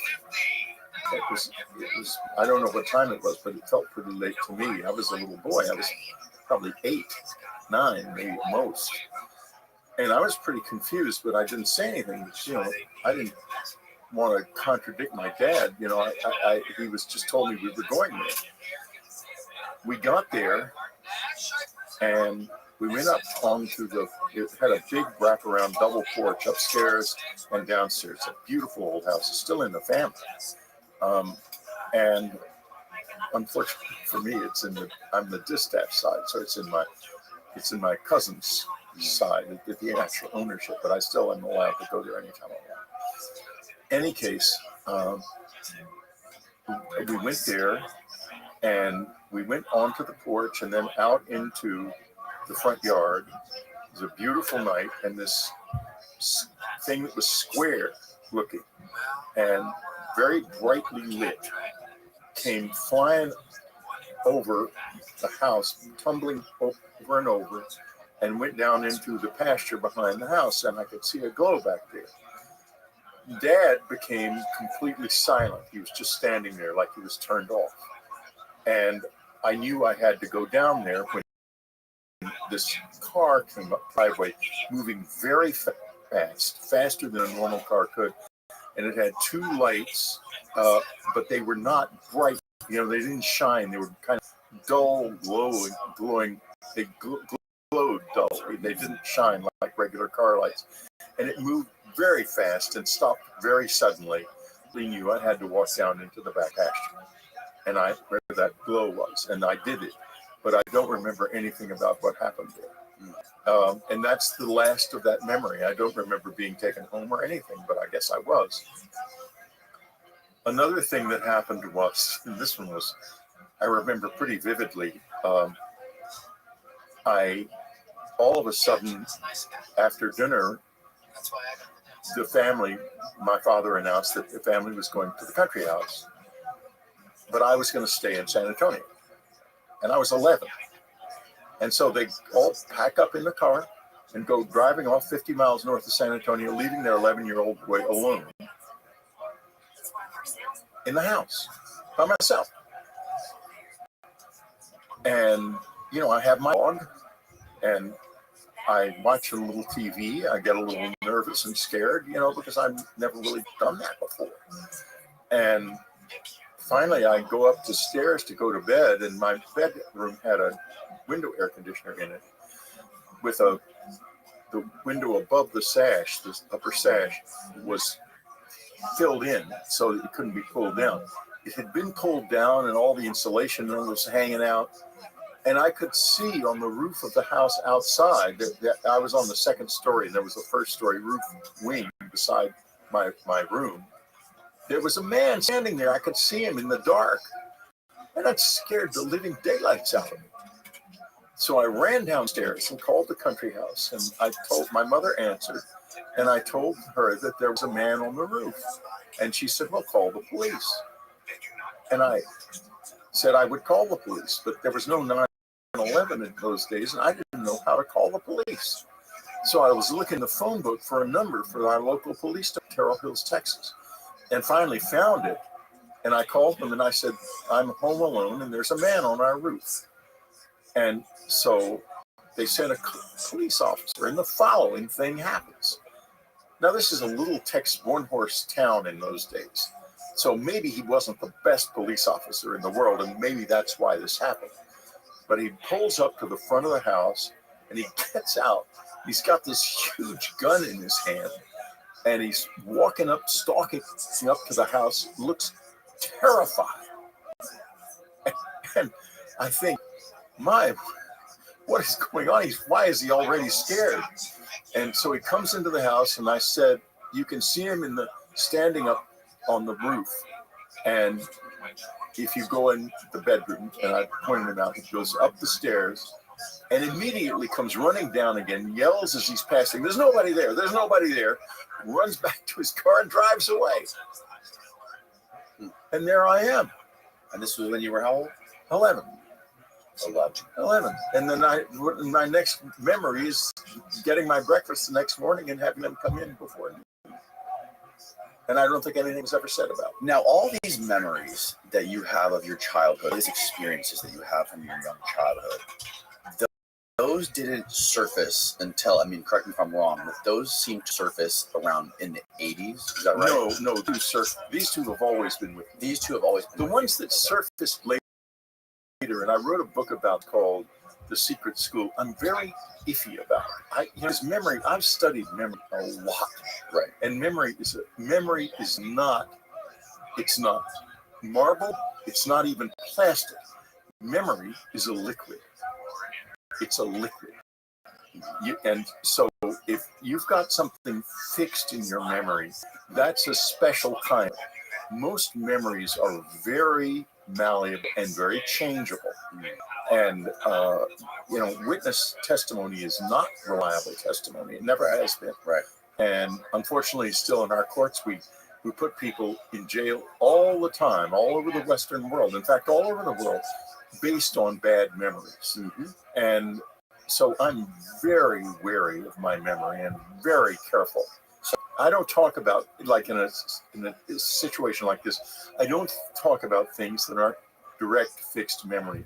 I don't, like the other memories from childhood, you can read The Secret School and decide for yourself whether or not you think they're true. I didn't read The Secret School. Okay, well, The Secret School's, it's about my childhood. So let me ask you, sorry to interrupt, but real quick. Yeah. So was Communion your very first book?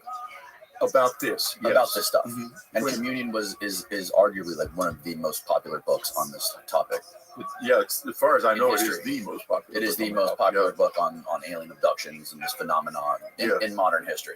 Yeah, well, it initiated.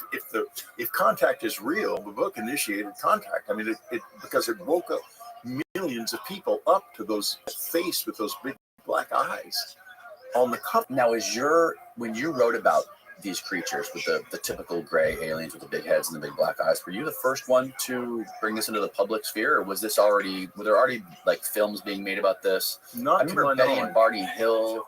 Betty and Barney Hill's descriptions weren't like mine exactly. Were they prior to you though? Yeah. Okay. I knew about. I had seen. I think I'd seen an article in Look magazine about Betty and Barney Hill years before, but my interest in this was zero.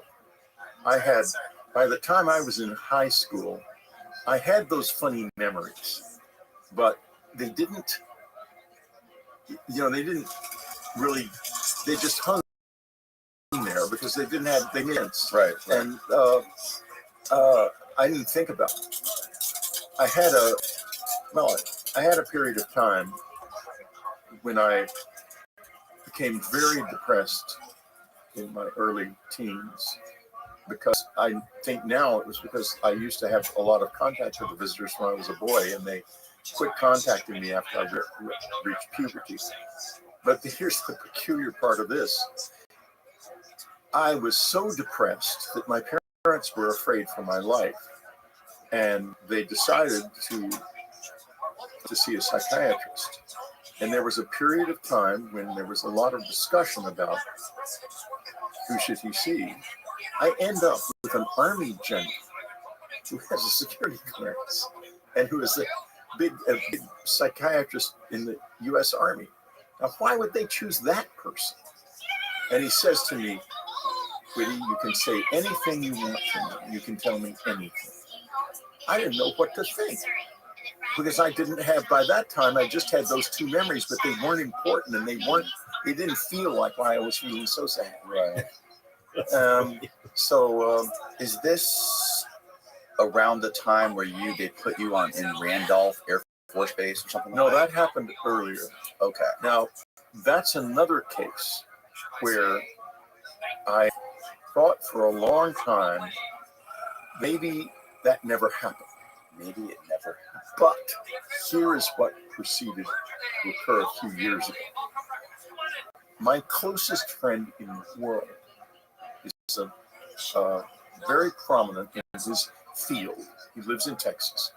Now, I don't say his name because people would be very surprised if the two of us were such close friends. But each of us is the closest friend the other has.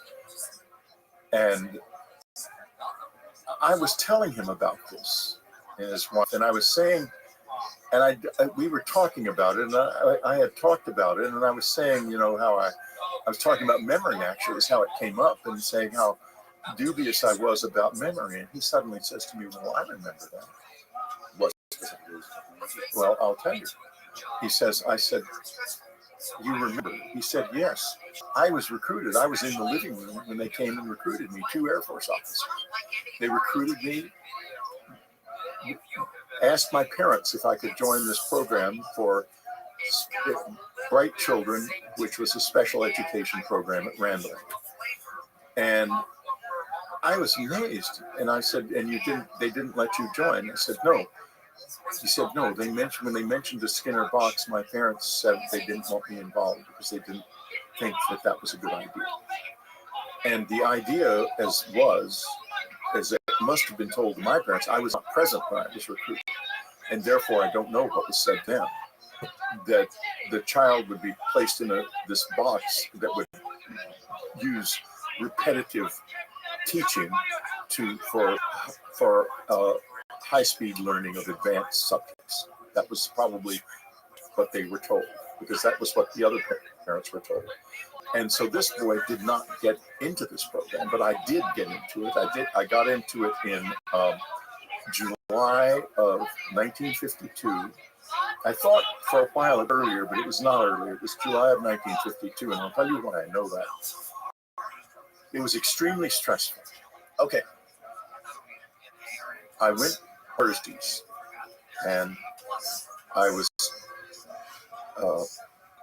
I don't remember anything about it except being confined and there being a very loud noise involved.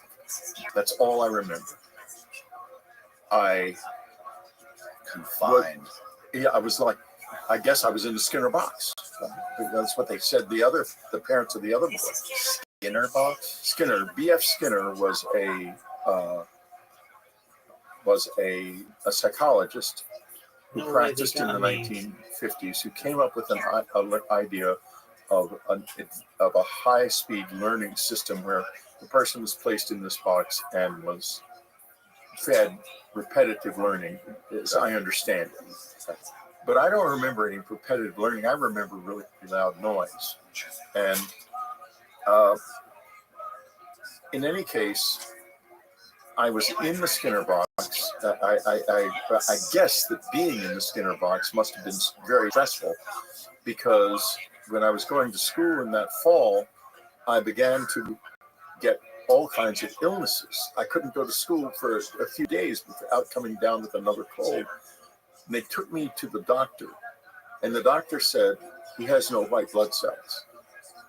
He's under tremendous stress of some kind. And they took me out of that. And where did I end up being treated for this lack of an immune system? Was at Brook General Hospital, again, a military hospital.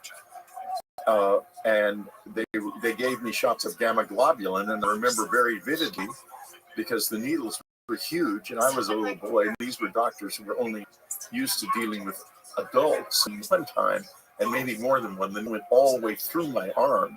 And gamma globulin went down my chest. So, and I was there for a few days and very scared because I was alone, and I was in isolation. And, there was a sheet over the doors, I recall, and no one would come in. And when they did come in, they had masks on, and it was very scary. It scares me now, thinking back on it. Anyway, soon I was sent home, and I was isolated. I couldn't go. I could get my food only in my bedroom. And then during the day, when my sister was gone, I could go downstairs and go in the backyard and stay in the backyard. And so I was out of school from October through January, until January. Interestingly enough, when my mother died, I found one thing she had saved from all of my school years, which was my report card from that year with all the nuns' neat handwriting, absent due to illness for all of those months. And I showed it to my sister, and she said, "How did you get this?" My sister was 18 months older than me. She's deceased now. And I said, "Well, it's in Mother's box, her keepsakes." She said she should never have kept this. And I said, "Well, I'm going to keep it." The next thing I knew, it had disappeared. My sister told me she didn't know where it was. She took it and hid it, or threw it out. For some reason, she did not want them. That you missed it. No, she didn't want these. And don't know whether she was programmed to do it or she knew more about it than I did or not. I don't know. Because maybe Mother had talked to her about it. I think Mother felt very guilty about it. That's why she would save that all those years. What do you think was going on? What do you think they were doing to kids like you at this military base that was progressive learning, that was stressful? What are you? How are you, Joyce? What's good? I have. Hello. Can you hear me? What's up, big? Hello. Can you hear me? Yo, dog. Dog, can you hear me? What's up? Do you want to talk? How's your day going? Yo.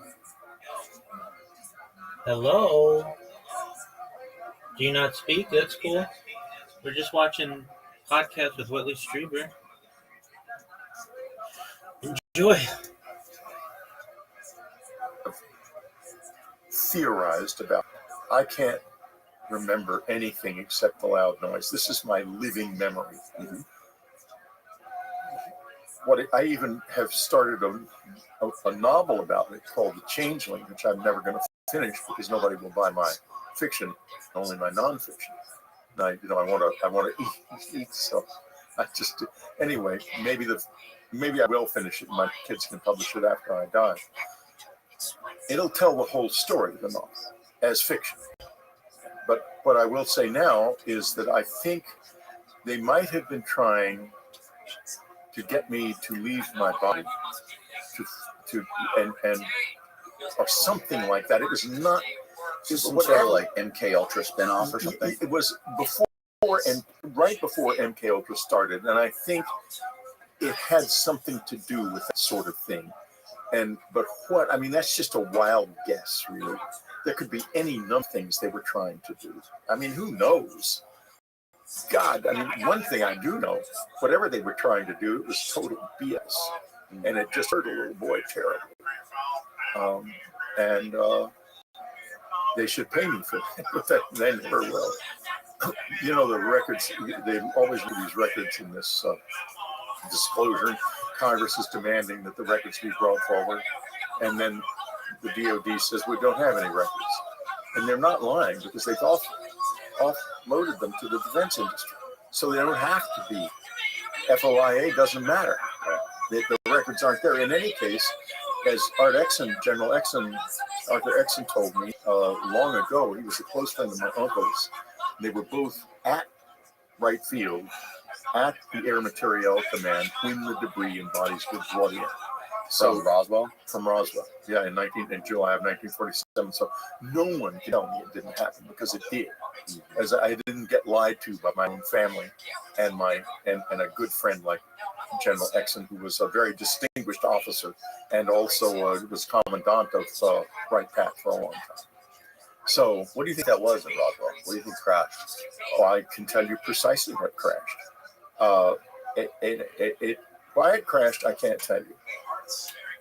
It was a device containing 3 entities, which were part of the device, essentially. They were biological entities. And supposedly one of them was still alive when it was brought to Wright, but General Exon didn't say anything about that. The only thing, he didn't tell me this directly, he told one of my relatives this, that he had held one in his arms and it was like a big insect. That was his precise description. My uncle said that he didn't refer to bodies. He referred only to the debris and the object, which he said was somewhat intact. And so they had, from Roswell, partially intact object and some debris and bodies. 3 bodies. And Walter Hout, who was the press officer at the Army Air Base in Roswell, left an affidavit which was published by his family after he died, describing all of this, the bodies and so forth, in great detail. And he said to me, I went out to Roswell to talk to him. He said he wouldn't talk about the bodies. I asked him point blank, were there bodies? And he was simply silent. He wouldn't say yes, he wouldn't say no, because he didn't like to lie. He was a very straight up guy, straight ahead guy, Paul was. And so he left this is as much as he could do. And Colonel Jesse Marcel left a videotape with, thanks to Stanton Friedman, where he describes in detail the debris that he found and brought in to his home, his station wagon, with his little boy, who Dr. Marcel passed away just a couple of years ago, who attested to this story also. Right. So it happened. Have you ever heard Annie Jacobson's account of this crash? I don't think it's correct. Yes, I do know it very well. It seems really compelling. I know I know a lot of people aren't a fan of that theory, but it's interesting that she's the only one that talks about it, and no one else seems to appreciate it or take it seriously at all. You think the guy who told her, they're listening, there's Annie Jacobson wrote in her book, Area 51, that there was an engineer of a private aerospace company or something like that who was working in Arizona or Nevada who told Annie under anonymity that the device that crashed in Roswell was a Wright brothers or something engineered craft, some sort of human-made flying saucer with children that were surgically manipulated to look like aliens from the Nazi Mengele, his name was. Yeah, I know the story, but go ahead and tell it. Just so people who aren't familiar with it. Yeah. And essentially, Stalin sent the craft over here, remote controlled it over here, and crashed it with these children, these Russian children that were deformed by this Nazi, to sow chaos within the United States. Okay, I can tell you a lot about that and where that comes from. And let me just finish the end of it. She asked this guy, Stephen, you can probably find his name if you just Google Annie Jacobson, engineer Roswell. I find out who his name actually was. She actually talked about it on Lex's podcast, Lex Friedman's podcast recently. And she asked him later, she goes, why wouldn't you make this public? Why is this such a big secret? Why are you waiting until you're essentially on your deathbed to tell me this? Why didn't you guys sit? Because if you guys would have let the public know when this happened, it would not hurt the image of America. It would hurt the image of Russia, because it makes them look like, sickos. It makes them look like sinister people. The fact that they would do something like this. And his response to Annie was, because we started doing this as soon as we found what they did. As soon as we found out that they were altering children and doing this stuff in Roswell, or in Russia, we started experimenting with the same thing. And we know that in I think it was the 70s and 80s, that there was projects going on the East Coast of the United States where they were injecting children with plutonium and all kinds of nuclear tests on them. I think Bill Clinton shut it down in the early 90s. I don't know anything about that, and therefore I can't speak of it. But what I can speak of it is what I do know. I'll circle back for a moment to General Exon and my uncle. Before I published Communion, I knew nothing about General Exon, and I knew nothing about my uncle's work in the Air Force. Nothing. Nobody in the family did. I knew one thing about it. One thing, which was that he had seen when they blew off a gigantic hydrogen bomb. The Russians did in 1959, I think. And I happened to be staying at an aunt and uncle's house in Washington at the time with friends, and suddenly my uncle shows up. The aunt and uncle were on vacation in Spain, and he told me, I asked him, because I knew he was an intelligence officer, I just didn't know what he did, and I said, what do you think of this massive H-bomb that went off, they blew off in Russia? He said, oh, I saw it. It's the size of a football field. And I thought, he saw it? How did he see it? And I said, when did you see it? He just laughed and didn't say anything more. So he was in other words, he was deep in this in Air Force intelligence, apparently. Right. Now, after Communion was published, he suddenly telephones. He's now at this point he's in retirement at Retirement Village in Lackland, at Lackland Air Force Base in San Antonio. He says, Woody, I want you to come down. I've got some things I would like to talk about that have to do with your book. And I thought, I hung up and I said to Ann, my wife, I said, Mickey's going to talk to me about my book. Can you believe this? And so I go down, and he and his wife and me and Ann have a lunch. And he talks about the debris and the object, as he put it. I didn't ask him directly about bodies because it didn't occur to me at the time. I hadn't done much. I hadn't been to Roswell yet, for example. Right?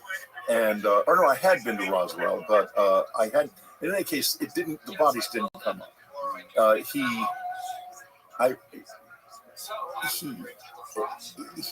may have alluded to him. I've never been sure. I'm trying to remember if I always say that he didn't say anything about the bodies, and I don't think I asked him anything about them directly. I did ask General Exon about them, and he said that he and General Exon had worked on this project at Wright Field at the time, and Air Materiel under General Twain, who was the head of Air Materiel at the time. And he told me about the debris, and as I say, I think he alluded to the bodies, may not have. And he introduced me to General Exon, who I talked to on the phone a number of times, who told me a great deal about the whole thing, much more than Mickey did, because he'd been a higher level officer at the time. I think Mickey was a major and he was a colonel at the time. And General Exon said, and quoting him, and he's been quoted in a unfortunate public interview that's in a book by Don Schmidt and Randalls and Schmidt, that everyone from Truman on down, as he put it, knew that what we had found was not this world within 24-hour finding. Now, let's go back to the story of the altered children. Yes.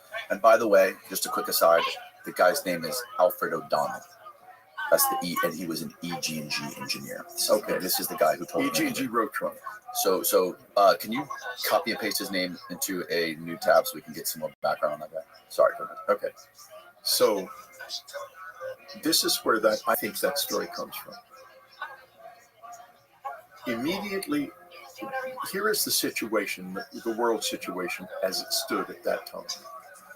Stalin has 4.5 million soldiers, fully equipped, largely with top-notch American equipment, on what is now beginning to be called the Iron Curtain line. NATO, or rather the Allies, are telling Churchill and I guess de Gaulle and Truman that this army can move across Western Europe in 6 weeks, and in all probability will be able to successfully invade England because the West has demobilized and they have not. So is preventing them. Why they do it? There's one thing on the planet that's preventing them. It is the 509th Bomb Wing at Roswell, which is believed to be equipped with nuclear weapons, right, and deliver them to Russia.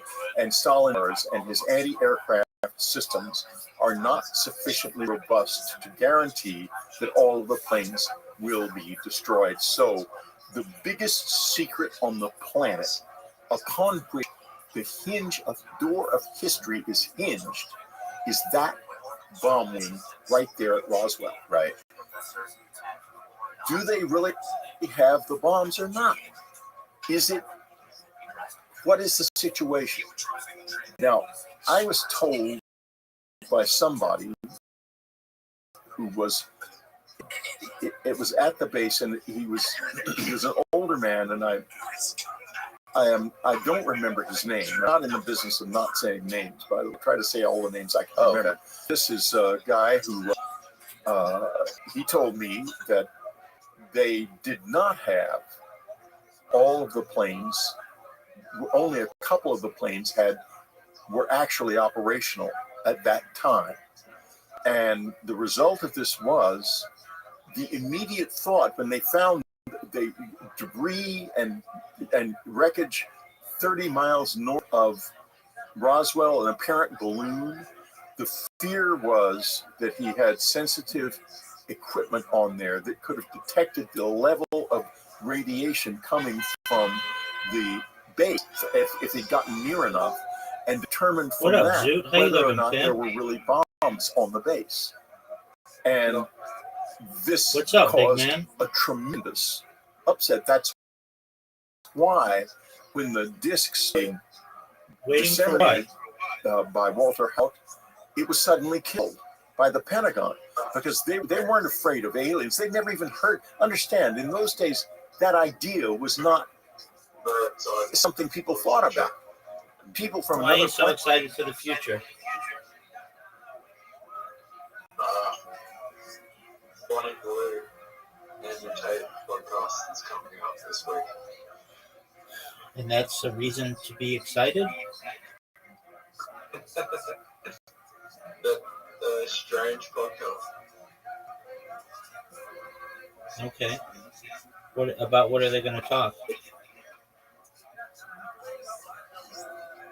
It's a big Bonnie Blue going to. Yep.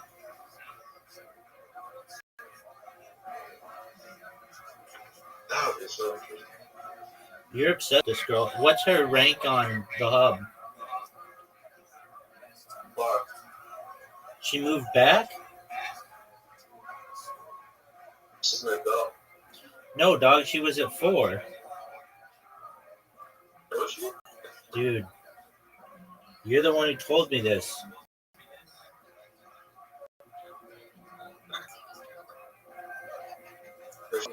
She'll be number 1 by the end of the year. Dog, she was number 4, and then you broke your phone, and she didn't get as many views, and now she's back to 5.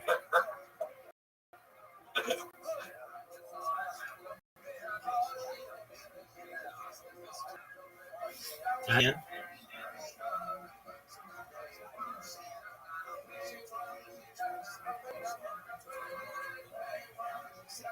Are you ready to play? Sure.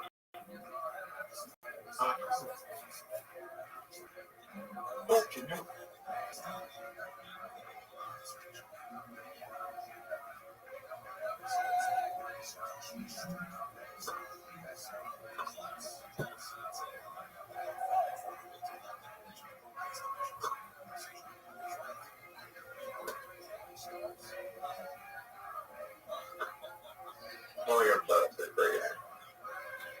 Oh, you're only going to play 2 or 3 games because you're going to get your ass kicked so badly? I'm better.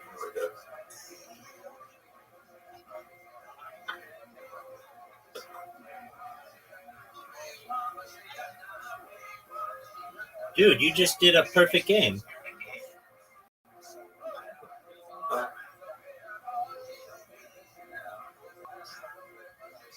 Dude, I was 1 throw away from double perfect games. Right.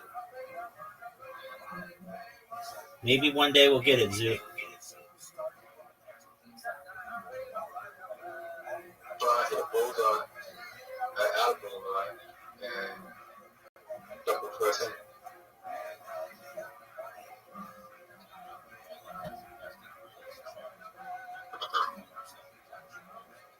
They don't understand that.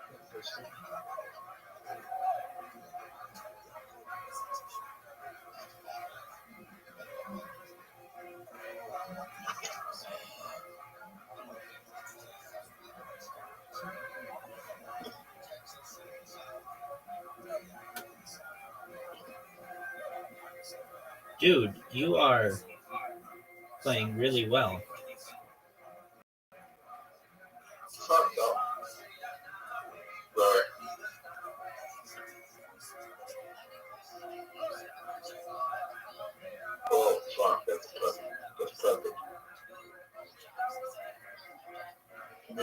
without agreeing. Oh, dude, I missed by 1 millimeter. Oh, do you use nail? Do you like use nail radiator? No. What do you use? Inches. All right, this one we're going to play 301 because I hit the wrong button, so enjoy yourself. Do you use centimeters? Do we use centimeters? No.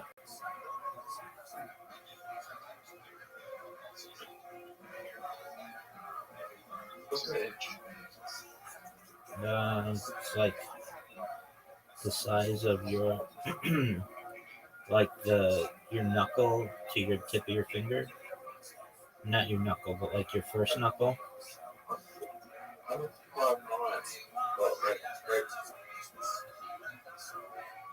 You're 5'9"? What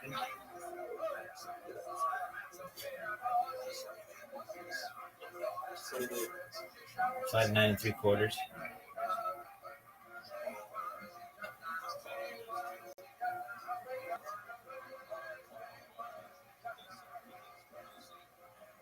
It's not so. 6.9 millimeters?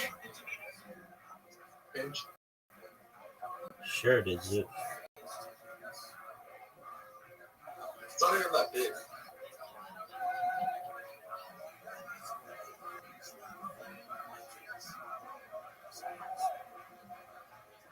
You want me? Sorry. I can hold that. Yep.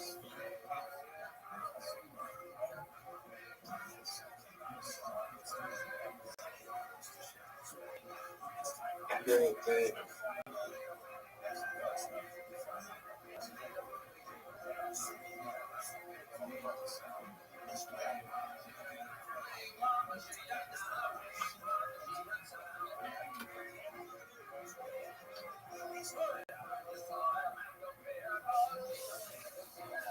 All right.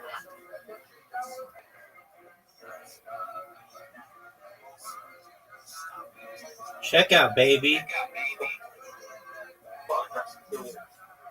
You cannot win. It's maybe you can. Barely. I don't know. I don't think so. Maybe. Yeah, Now you can't.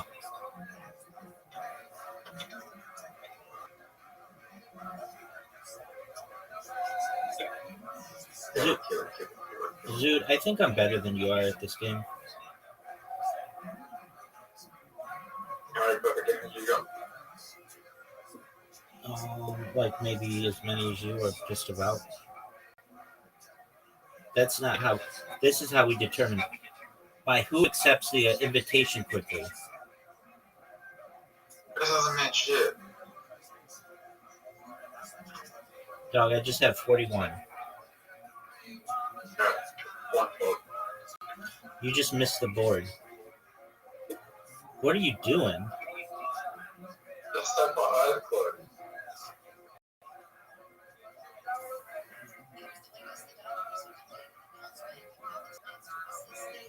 And he still comes back from the West. No, you didn't. You didn't come back from shit, dog. Fuck you, man.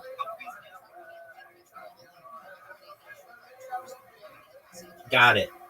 Zoot, you just need 16. 31. 8. Get another one. You busted, son. Fuck.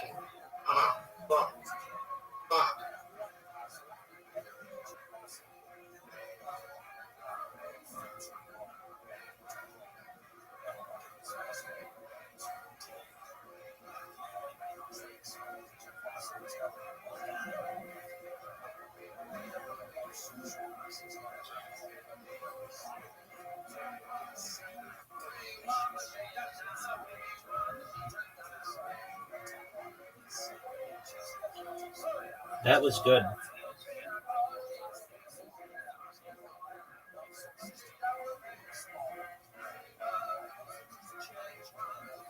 Zoot, don't bust here.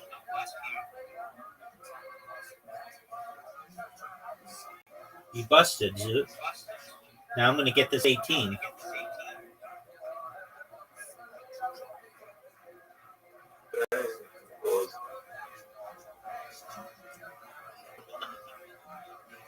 All right, here we go, Zoot.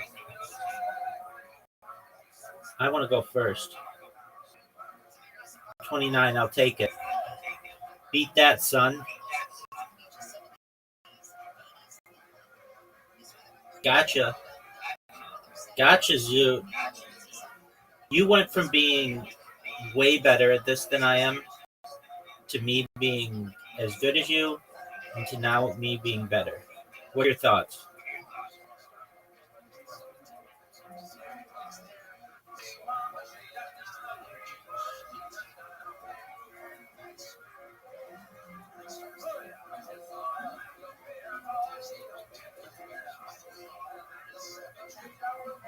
Zoot, go.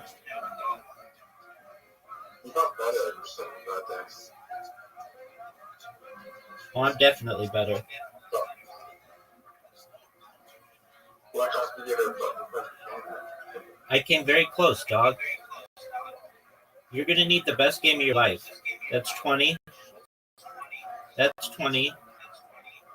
Not good enough. That's only 60. I'm going to get this right now for you. I'm dedicating it to you. Zoot, I dedicated that bitch to you. Zoot, I dedicated that bitch to you. Get it, Zoot. Get that one. Look at you, big dog.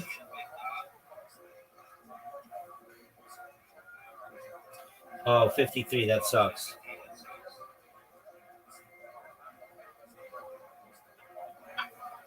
Oh, 84. Awful. That's 2 games in a row I've beaten you, Zoot.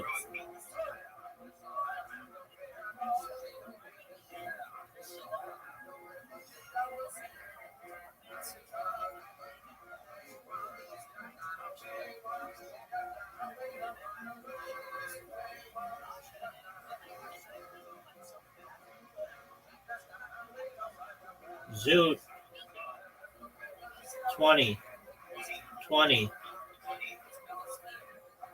20. That's not good enough, Zoot. I'm going to dedicate this 14 for you.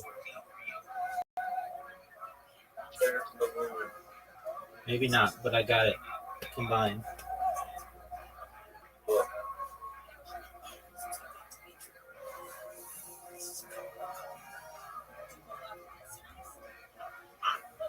sounds fun.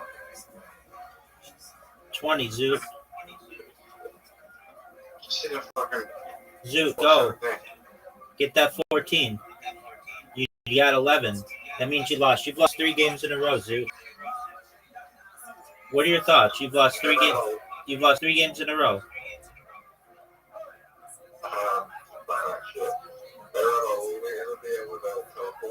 Yep. Really? Word, Mockingbird. When? Maybe next Wednesday. Defense teleport questions plus 1. Yes.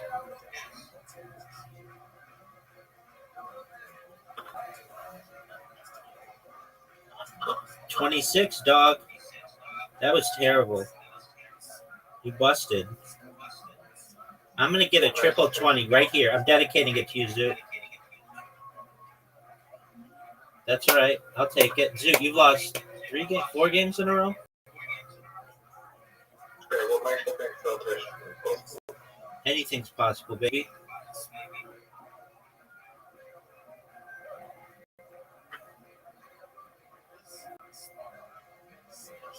Oh, I fucked up. Zoot, I fucked up. Now's your chance. End the streak, big dog. That's 20. That's 1. 26 points.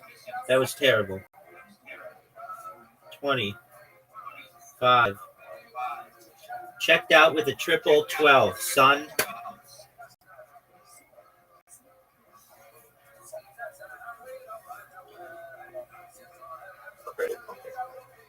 Zoot, go. Zoot, you're going to lose 5 games in a row? You're done. It's over. Zoot, you've lost 5 games in a row. Okay.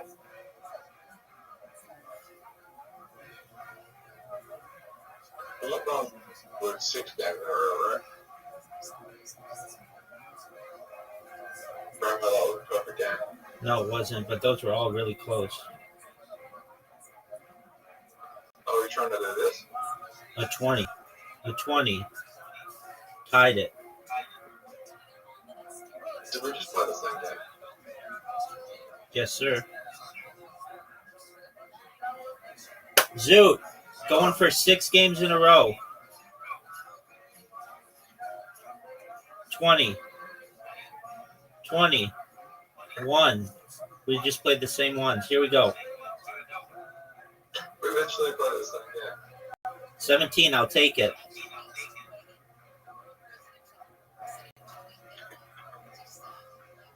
82. Zoot lost 6 games in a row. I think that's a record. I'm in your head, baby.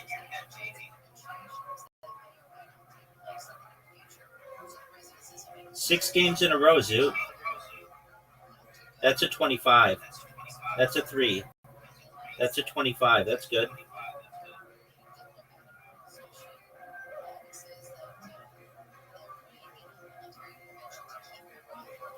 I hate this. Zoot, you've lost 6 games in a row, and I'm in your head now. I just beat you in a showdown, and you busted. A huge bust. You're not going to win. Fuck, I busted too.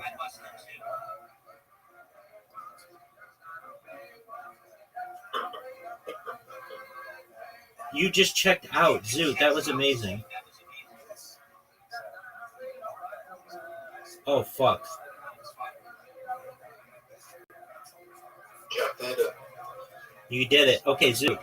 Last game, we're going to play 501 Pro. Double out. 501 Pro, double out. You ready, Zoot? And I'm just going to smash you. And the reason why I'm going to smash you is I'm going to start with a really big lead, and then it's going to take me a while, but I'll get it. Zoot, remember that time you had an invite 501? Zoot, that was terrible. 26 points. Now's your chance. You could take a giant lead. 24 points. You just won? Dude, I just got 1 point. That basically just gave you the game. 20. 3. 17.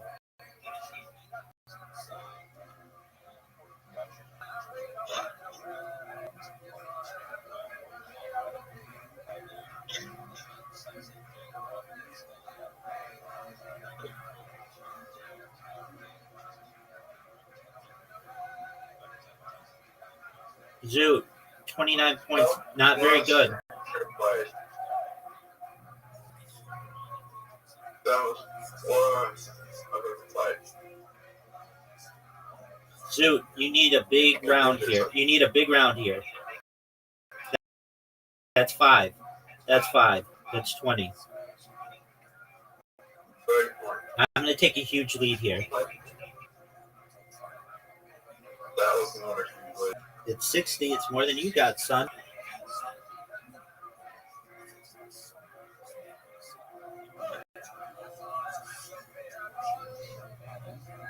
Okay, you're only seconds in front of me, so I need 3 triples. Dude, I did so badly. Okay, just badly. You still hit single digits, but I can just get 3 triples. 20. 20. 5. It's still in front of me. Yeah, because I'm sexy. But you're so bad at checking me out. That's the thing. But Yeah, because I have to hit the fucking doubles, and I don't do that well. 20. 20. 20. but they hit us in triples. I don't know about that, but they're hard. It's fair. Don't worry. Zoot. I'm in your head, son. Oh, triple. Double triple. Get a triple. Dude, you retook the lead. That was huge. But I didn't really put up, really. When you think about it. Let's see it. Do it again. Double 20. 20. Get it, Zoot. Get it, Zoot. You got a 1.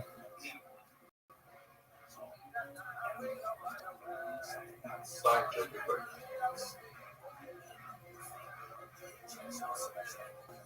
Oh, you can't check out. Oh, that's the best movie you can make. Yeah, and I'm amazing. Double. Get that 17, son. Nope, that was terrible. Now all I need is this 12.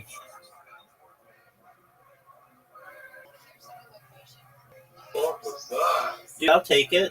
I didn't fuck up.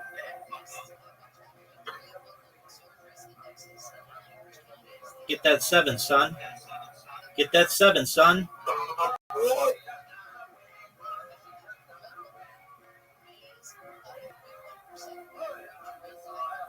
Oh, that's a 12? Oh, dude, you came so close. Get that 7, son. Zoo got me. All right, enjoy your sleep.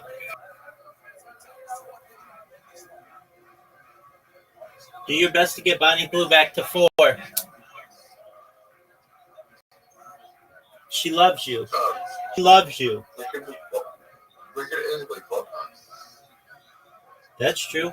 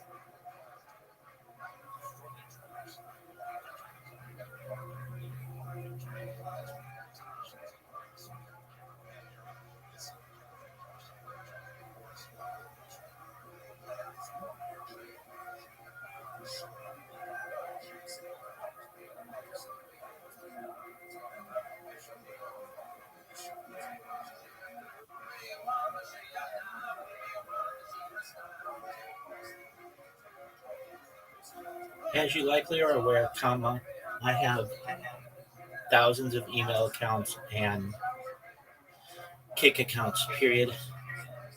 I don't know which one you consider to be my original, period. I know that my one for Rabbi Rothschild has a similar email address, comma. I just don't remember which one it was, period. If you tell me the email address, the password, then I can log in, period. Otherwise, I don't know exactly which one you consider to be the original one that broke the terms and conditions, period. I'm willing to do whatever it takes to be able to stream on Kick again, period. I will never spam again. The reason why I originally spammed was because you banned my accounts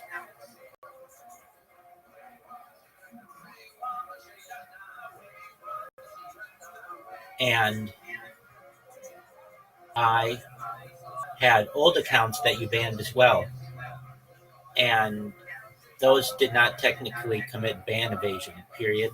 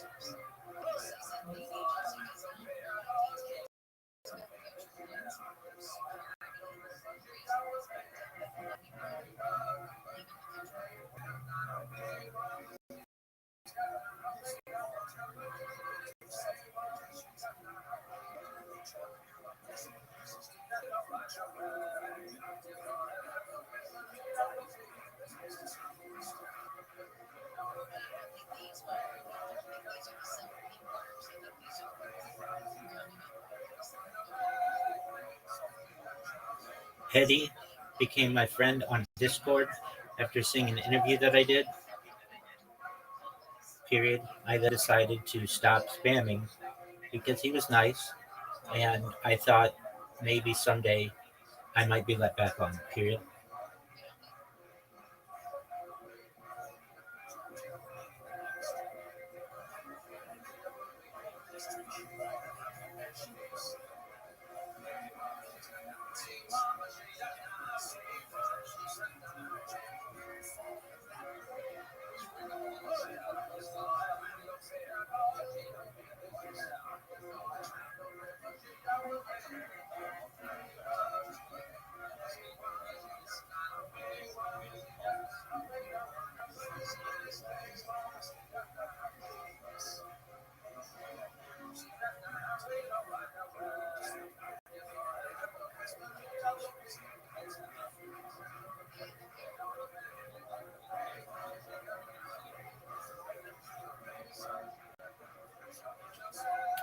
Please let me stream again. Period.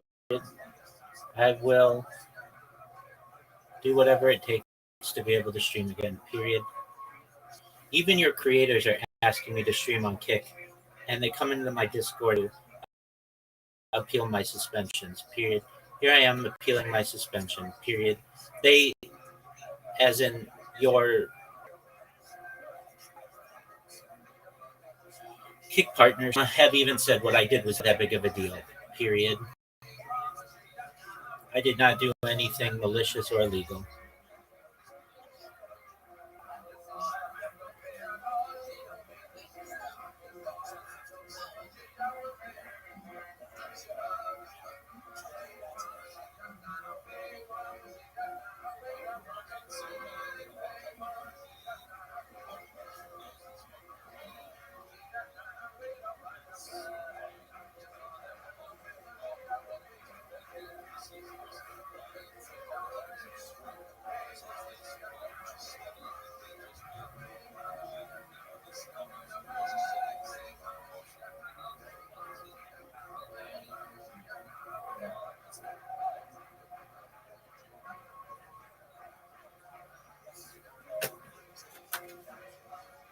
Look at this athleticism, folks.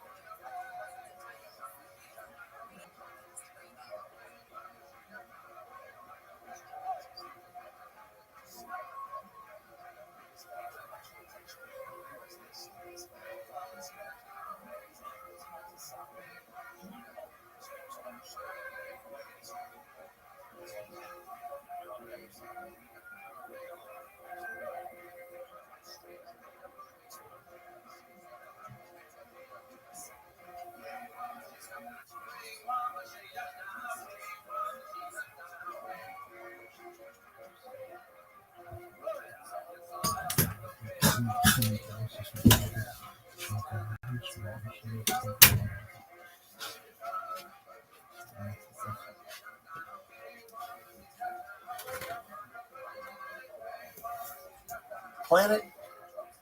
We don't hardly even, I mean, maybe they'd think we were from Mars or something. I mean, they had no information, nothing like what we have now about outer space. So their immediate thought was these were people, these were Russians. And because they were small, the assumption was they were children. And then the cover story was a story that they were altered children. Yeah, but that was never, the story about them being altered children was never released into the public officially. No, but it went all over the Air Force. It went all over the Air Force because my uncle mentioned it. He said that was the story that was told in the Air Force. That was what was told. Okay. And because he was definite, Art was definite about the bodies. He said they were not human at all. And in fact, well, I know they weren't human. I'm quite certain. And you know for a fact. Pretty much. Okay. It'll all come out. It's not. You think? I know so. How do you know? This has to do with time, and it is like an onion being peeled. You know, you peel one layer and another layer and another layer, and the deeper you get, the closer you get to the heart of the matter, and the worse it smells. So that's where we are.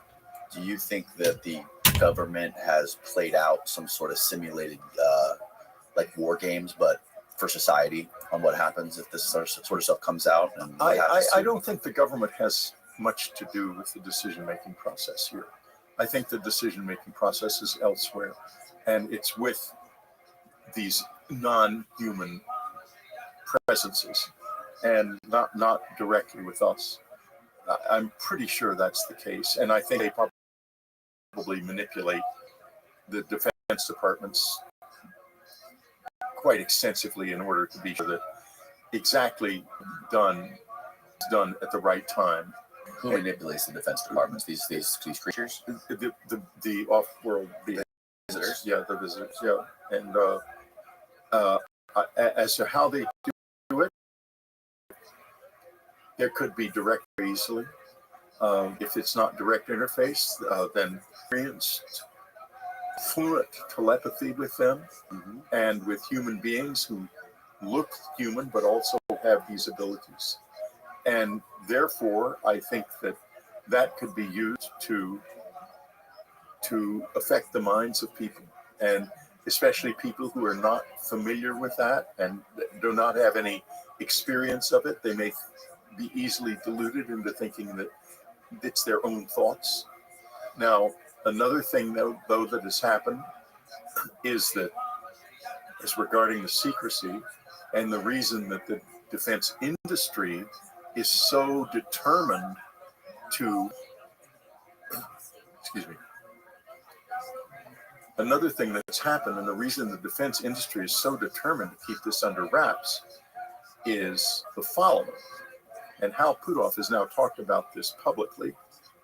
So at the Soul Foundation conference, and it was that in October of the last year of W's presidency, a group of committees actually were convened by the White House in Washington and told everyone who was involved were people who had worked on this extensively, and their companies, representatives of their companies, go out and consult with each other in groups, in separate groups, and provide us with a report as to whether or not you think we should make this public.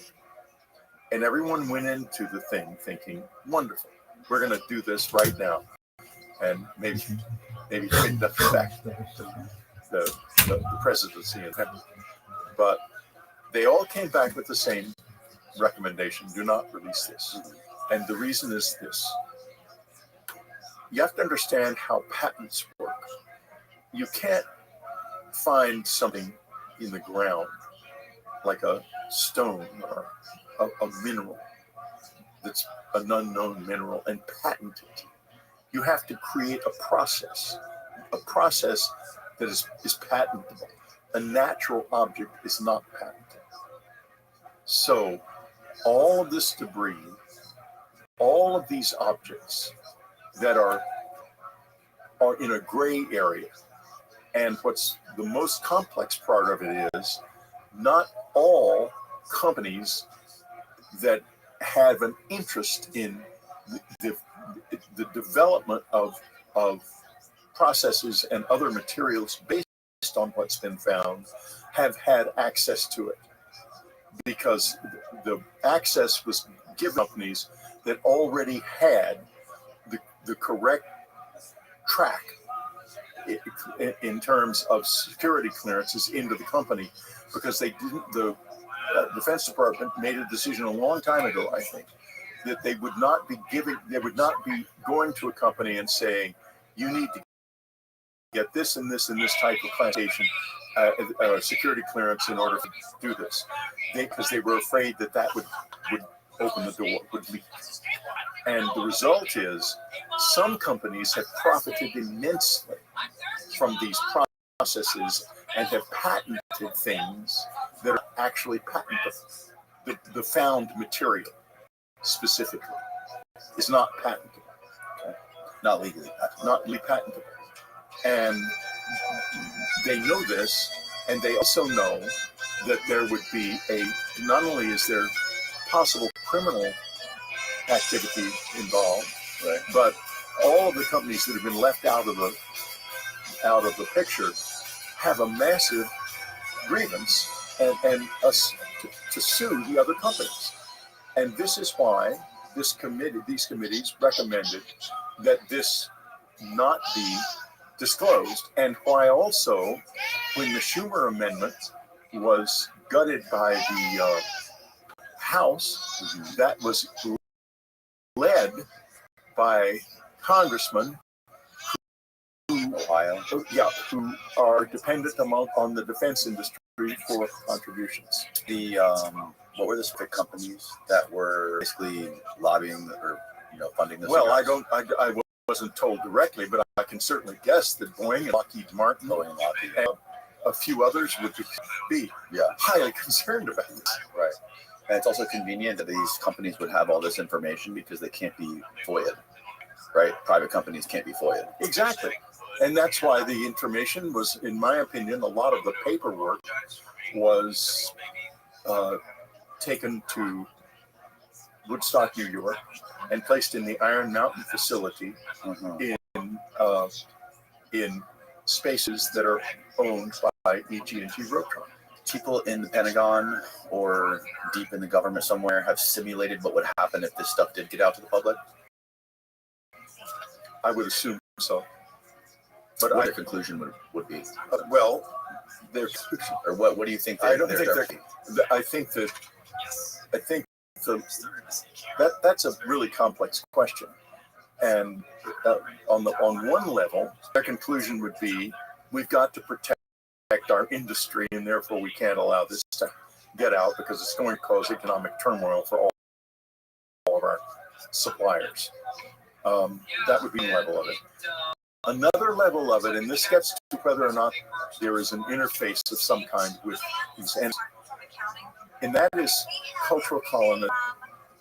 When Europeans moved out into the Americas and the Far East, they did so with superior technology, and this is a terribly critical point, so I'm going to hit it hard. Okay? Moved out with superior technologies and devastated these other cultures because the other cultures saw the ships, the cannons, the guns, the armor, the wonderful knives and metal pots and things, and they wanted that too. And their own cultural significance greatly diminished. And if you go to India, you see that kind of culture shock is still there everywhere. It's still part of the Indian soul. It was a real bruising they took by cultural colonization. And God, an even worse bruising in the Americas, where 90% of the people in Mexico were dead within 10 years of the arrival of the Spaniards. I mean, that's cultural colonization out the wazoo. Right. Now, someone who is aware of that and wishes to leave the society intact would be very careful about exposing the society to what would in fact be, I'm sure, an dramatic amount of new these capabilities and material that would seem to us almost to be magic. It would almost kick the legs out from under society. Right. And there's possibly another reason, and it's very interesting. In April of 1977, D.B.H. Kuiper and Mark Morris, two astrophysicists, one of them is an astronomer and the other an astrophysicist. The astronomer Kuiper discovered the Kuiper belt. They were very prestigious guys. Published an article in the magazine Science, which was about what if aliens came here, why they would remain hidden. And you understand, these are guys who might have known they were here. They could easily have known that. And their conclusion was that the only thing they would be interested in here would be what we had and had discovered that they had not, what was new to them. And as soon as they revealed themselves, the whole culture would reform itself and refocus itself toward them. And all of that potential innovation that they might be looking for would be disappeared. Would poison the well.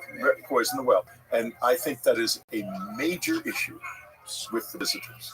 It seems, that makes perfect sense.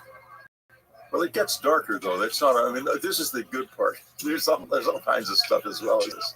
There's all kinds of other reasons for the secrecy. I think the secrecy, and I think it's important to understand this. When we are going after, it's the little dog biting the boot that's kicking it. It ain't the man the dog never sees the man. He's only worried about the boot. You got to look up, and there you see who's really behind it, and that's not us. That's them. Yeah. So you think somehow this advanced species, or whatever you want to call it, is controlling and manipulating our society in a way that benefits them, or benefits us too? I would assume so. I would assume that it must be, or things would not be like they are. Well, like, look at the Roswell incident.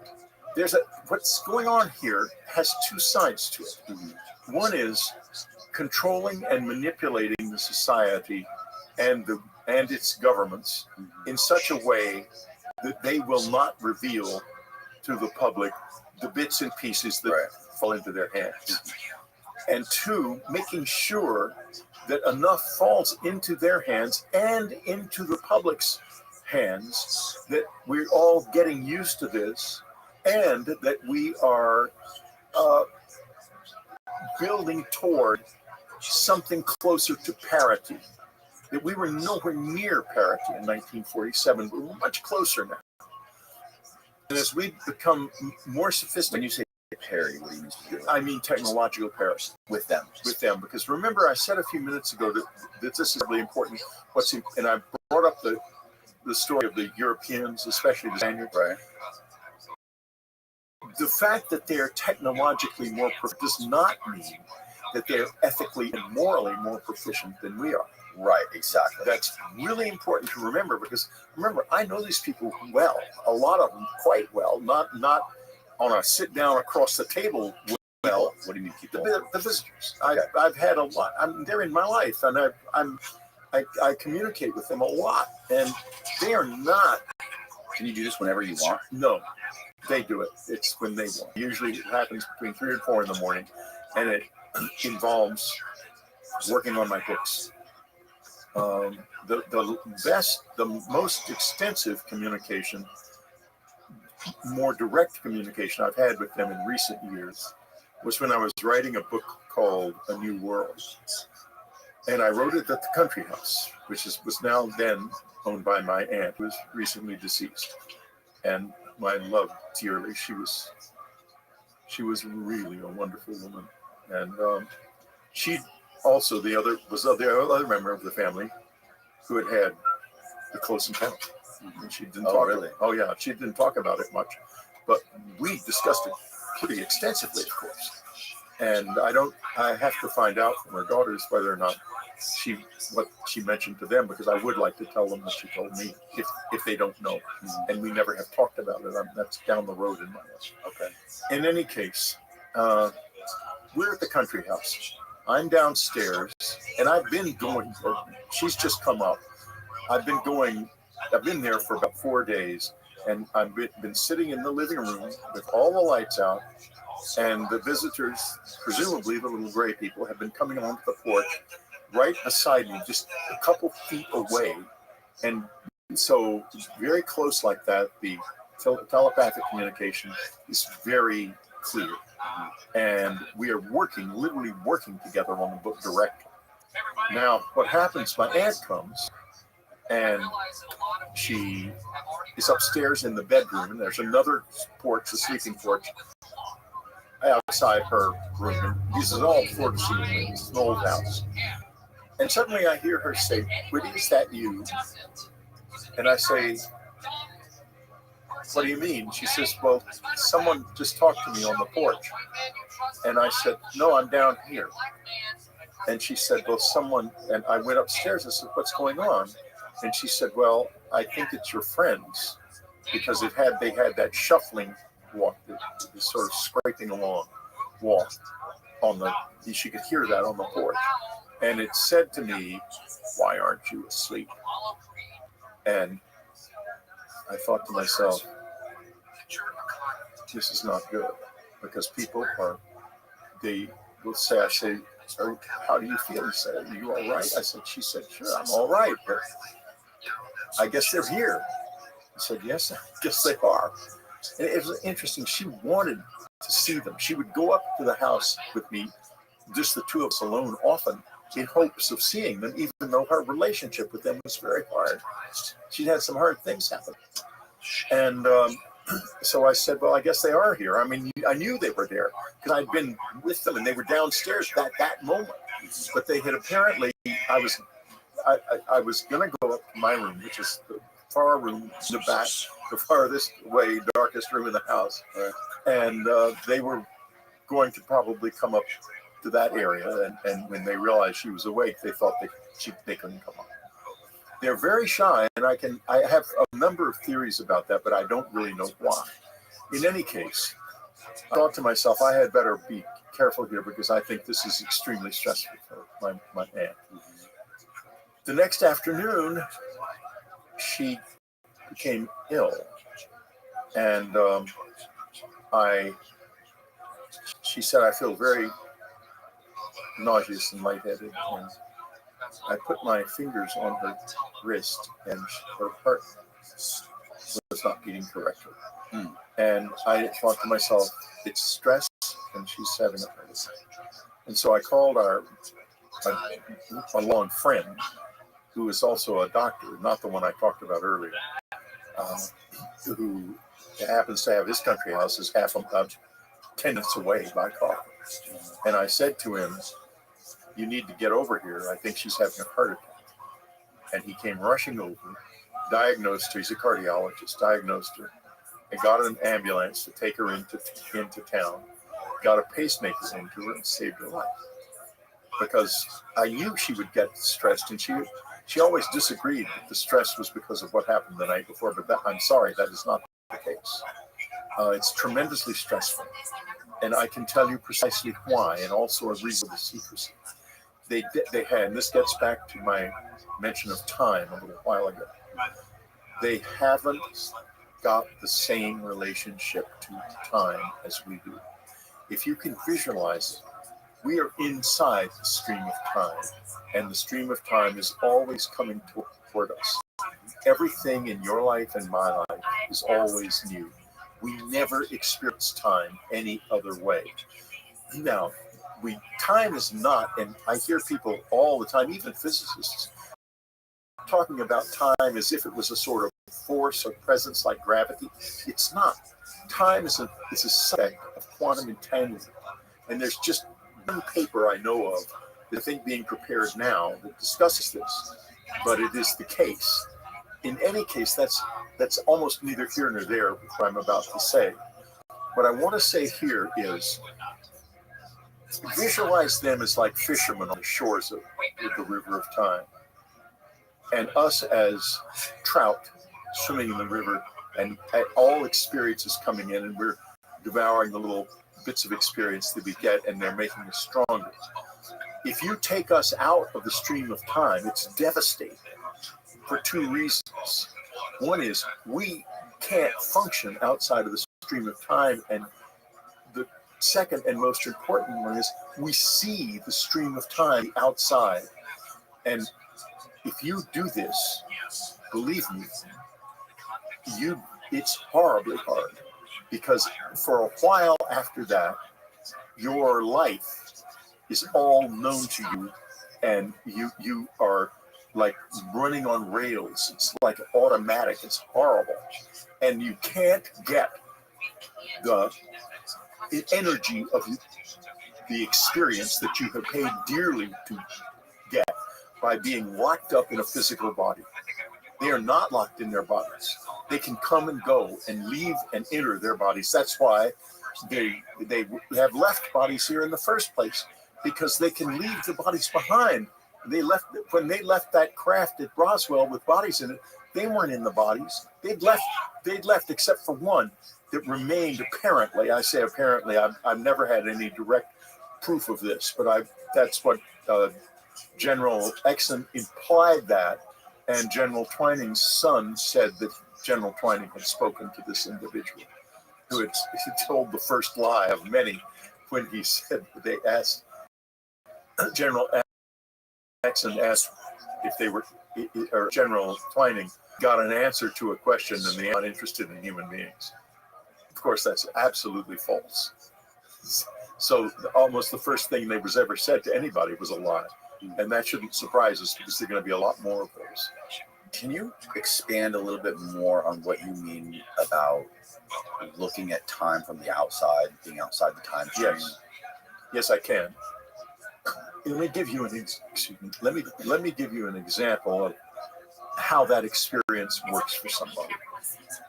Jeff Kripal, who is my dear friend and my co-author of Supernatural, has been on your show and so forth, had an experience with me at the Esalen Institute. When I'm up there, there's a house called the Murphy House. There's a certain room that looks right out over the Pacific, and it's an ideal room. It makes it very easy for them to come in. And when they're active in my life, in the physical life and coming, if I go and stay in that room, they will often show up there. And so Jeff wanted to stay in the room when that would, hopes that would happen to him, and it did. What? Oh, yes. And after reading your book, I don't know who in the right mind would want to have that experience. I was terrified reading your book. I was literally petrified in my bed at night when I was reading your book. Like I'm shaking. Yeah, I notice your hand's shaking now. It's not an experience I would wish upon my worst enemy. Well, let's put it this way. Human beings are here because we are more curious than afraid. And I am in that boat. Ultimately, after the experience, I became more curious. And I started going out in the woods in the middle of the night to indicate to the visitors that I was ready for more, in spite of the fact that this was clearly an insane act. But going over the next hill, which is how we conquered, we came to the whole planet, was always an act like that. We've been doing that. That's how we have grown and lived. Right. And fooling around with the atom, of course we did it. And now we can completely destroy ourselves at a moment's notice. Curiosity is the primary driving force. It's more powerful than fear. And I can assure you, if you found the chance to have a face-to-face with the visitor, you would say yes, Danny. No, I wouldn't. Yeah, you would. I would not. Would say yes. No. Okay. If they're listening right now, the answer is no. I would not, I promise you. But you got to watch out because sometimes they are listening. Wouldn't be the only podcaster who's had an experience with them or having a conversation like this. So has it that you were around end up having similar experiences? Oh, God, yes, all the time. Absolutely. Don't tell me that. Yeah, absolutely. Anyway, let's go back to Jeff because it's a wonderful story. And he's told it publicly. It's not a secret. Okay. Because I try and never, if I can't remember a name, that's one thing. But I try never to come in a podcast like this and say, well, I had on the authority of or with, I can't say his name. I don't like that. No, I don't either. I'm not a fan of that. I'm in the business of telling a story. I'm a storyteller, not a story hider. So anyway, Jeff stays in the room that night. And one of the visitors does show up. And very clever. Here's the situation. The room is the room is here. There's a little porch that you can step off and walk down to a cliff, and the Pacific is roaring away on that cliff. Right there. Okay. 70-foot drop. And I'm in the bed right beside that window. Jeff is across the room in a bed across the room. So you guys in the same room together? In the same room, yeah. So they show up. One of them shows up, and it's not a gray. It's one of these dark blue figures that actually I have more contact with physically than the gray. So the shorter, beefier ones? Yeah. And he wakes me up by tapping me on this shoulder, causing me to look this way. And then I look back and I see him. And then he disappears. And it's an indication that I'm supposed to get up and do the meditation I do with them at 3 o'clock every morning, or approximately 3. Every morning. It's supposed to be an hour and a half before dawn, so it varies a lot.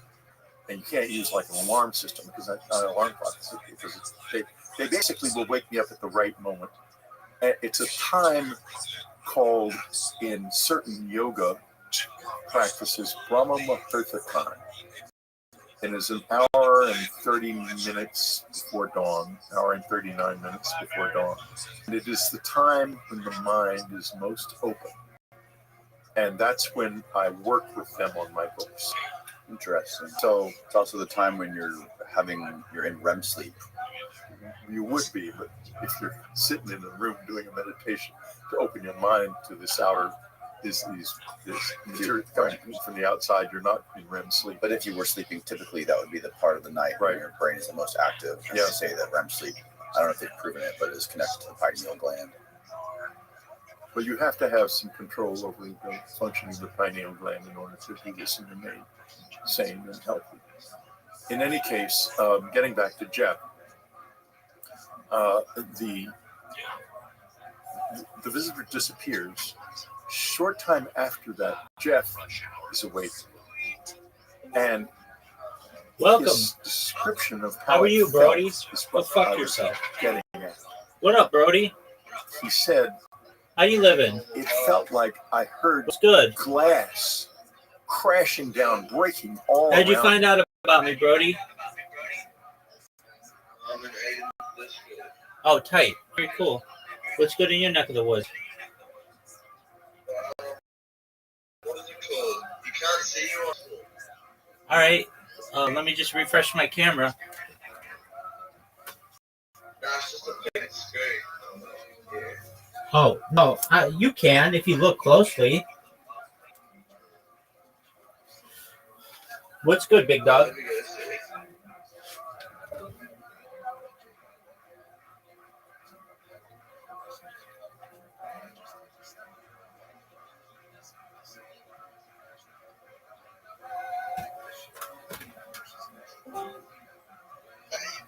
You probably just went in the screen. Okay. Can you see me now? Yeah, I can see you, bud. What's good, man? Yeah, it feels good. Do you mind if I tell you about myself?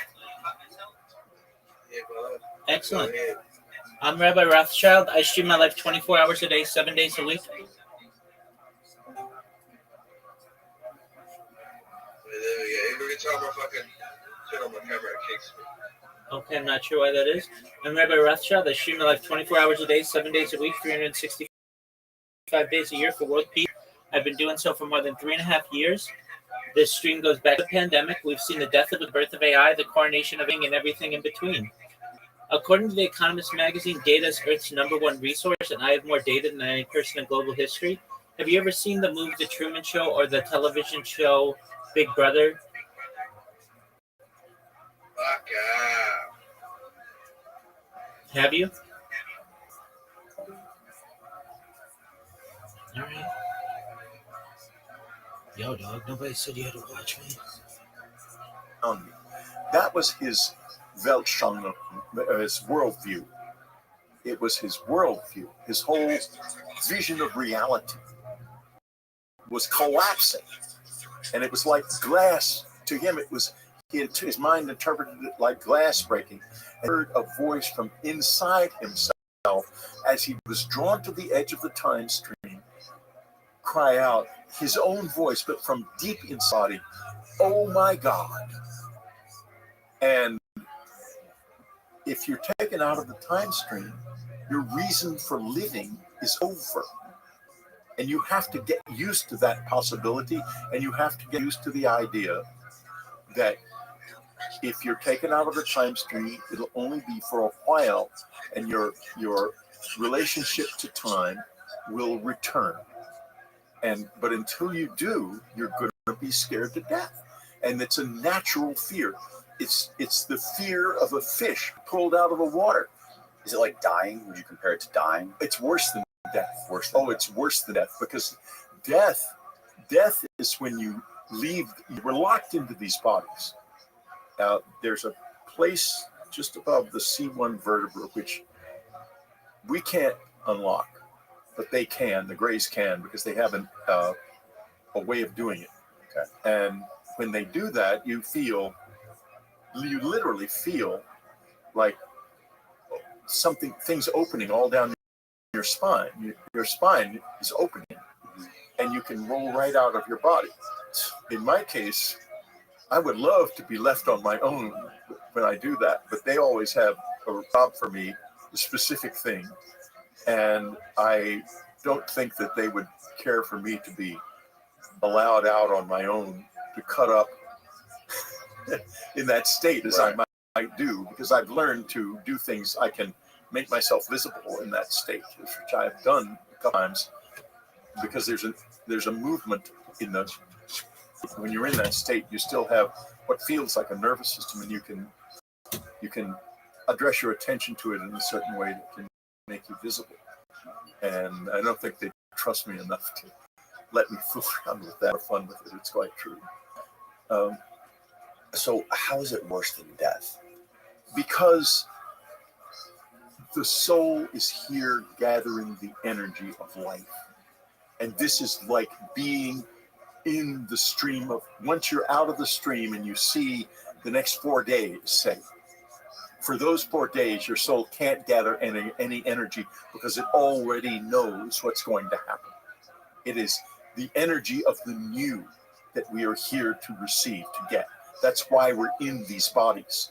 That's the fundamental reason we're in these bodies. Dying is a natural part of this. It comes to an end at a certain point. Right. And that's what makes it tick. A lot of people believe. Yeah, right. And we are here to be born, to live, and to die. Right. This is not dying. This is being in a living, breathing body with no reason to be in it. And it's horrible. The first time it happened to me, I just almost went mad, because I didn't know that it would end. It's almost like the death of the soul. It's not the death of the soul. The soul becomes, it's like being trapped. It's claustrophobic as hell. It's really claustrophobic, because you're suddenly very aware of the fact that you are in this body and you can't get out. It's like being locked in a closet. Believe me, it's hard. And Jeff wasn't prepared, and people aren't prepared, and that's why they know that every instinct in us says we must not do this. We must not get out of the time stream. This is why we're here. We paid for this in some way. We're here. This is our precious treasure. Is in this time stream, and being pulled out of it. No, that's not supposed to happen. They are outside of it, looking in. Why are they like that? This is a great question, because I am quite sure from my own experience, this is experiential. It is not observational, and there's a difference in the quality of something like that, because I'm saying what I believe to be true, not what I have seen. Okay? What I believe to be true is that they can enter us, and when they're in us, they can share this constant, unending sense of the new that they don't have anymore. They lost it, or gave it up, or it was taken from them. My wife, Anne, who knew, she was a little gal from Ann Arbor, Michigan, who grew up in a difficult situation, and there was just nothing mysterious about her. There was nothing mysterious in our life together until, once we met, things got weird, but we didn't know why. And you're really interested in bed, not in weird stuff. I mean, we didn't care about that. We were interested in each other. Right. So she knew. Once she knew, when I went through a period after I published Communion, thinking I was going crazy and trying to drive her out of my life, because I thought, I'm psychotic, and anything can happen. If I end up in this state that I was in that night and can't get out of it, I'm going to be in a mental institution maybe for the rest of my life, and she's going to be saddled with me because she's not going to be able to divorce me. And so I was trying to get her to divorce me, until finally, consciously, very consciously. And so we met, and I kept telling her, why don't you just leave? Why don't you you leave. Why don't you get a divorce? And it was killing me inside because I love her so dearly and deeply. But I just thought it was, she had to have a life, and she wouldn't have a life with me very much longer. I was afraid of that. When I finally realized that it had happened, physically happened, when the doctor said to me, you've been, or he didn't say that, he said, you have a lesion in your rectum. Because I had been entered in rectally and by a machine that caused an erection and expulsion of semen. This is the 1986 July or December? December of 1985. December 26, 1985, right? Yeah. Yeah. Okay. I want you to also keep a pin there because I want you to tell that story. Okay, surely I will. So, but she, once, I talked to my friend Timothy Greenfield Saunders, a photographer in New York. We're dear friends. I love friends, and I love to have friends in my life. So I keep my friends as long as I can. And Timothy and I have been friends, and she and our families have been friends for a long time. So we were.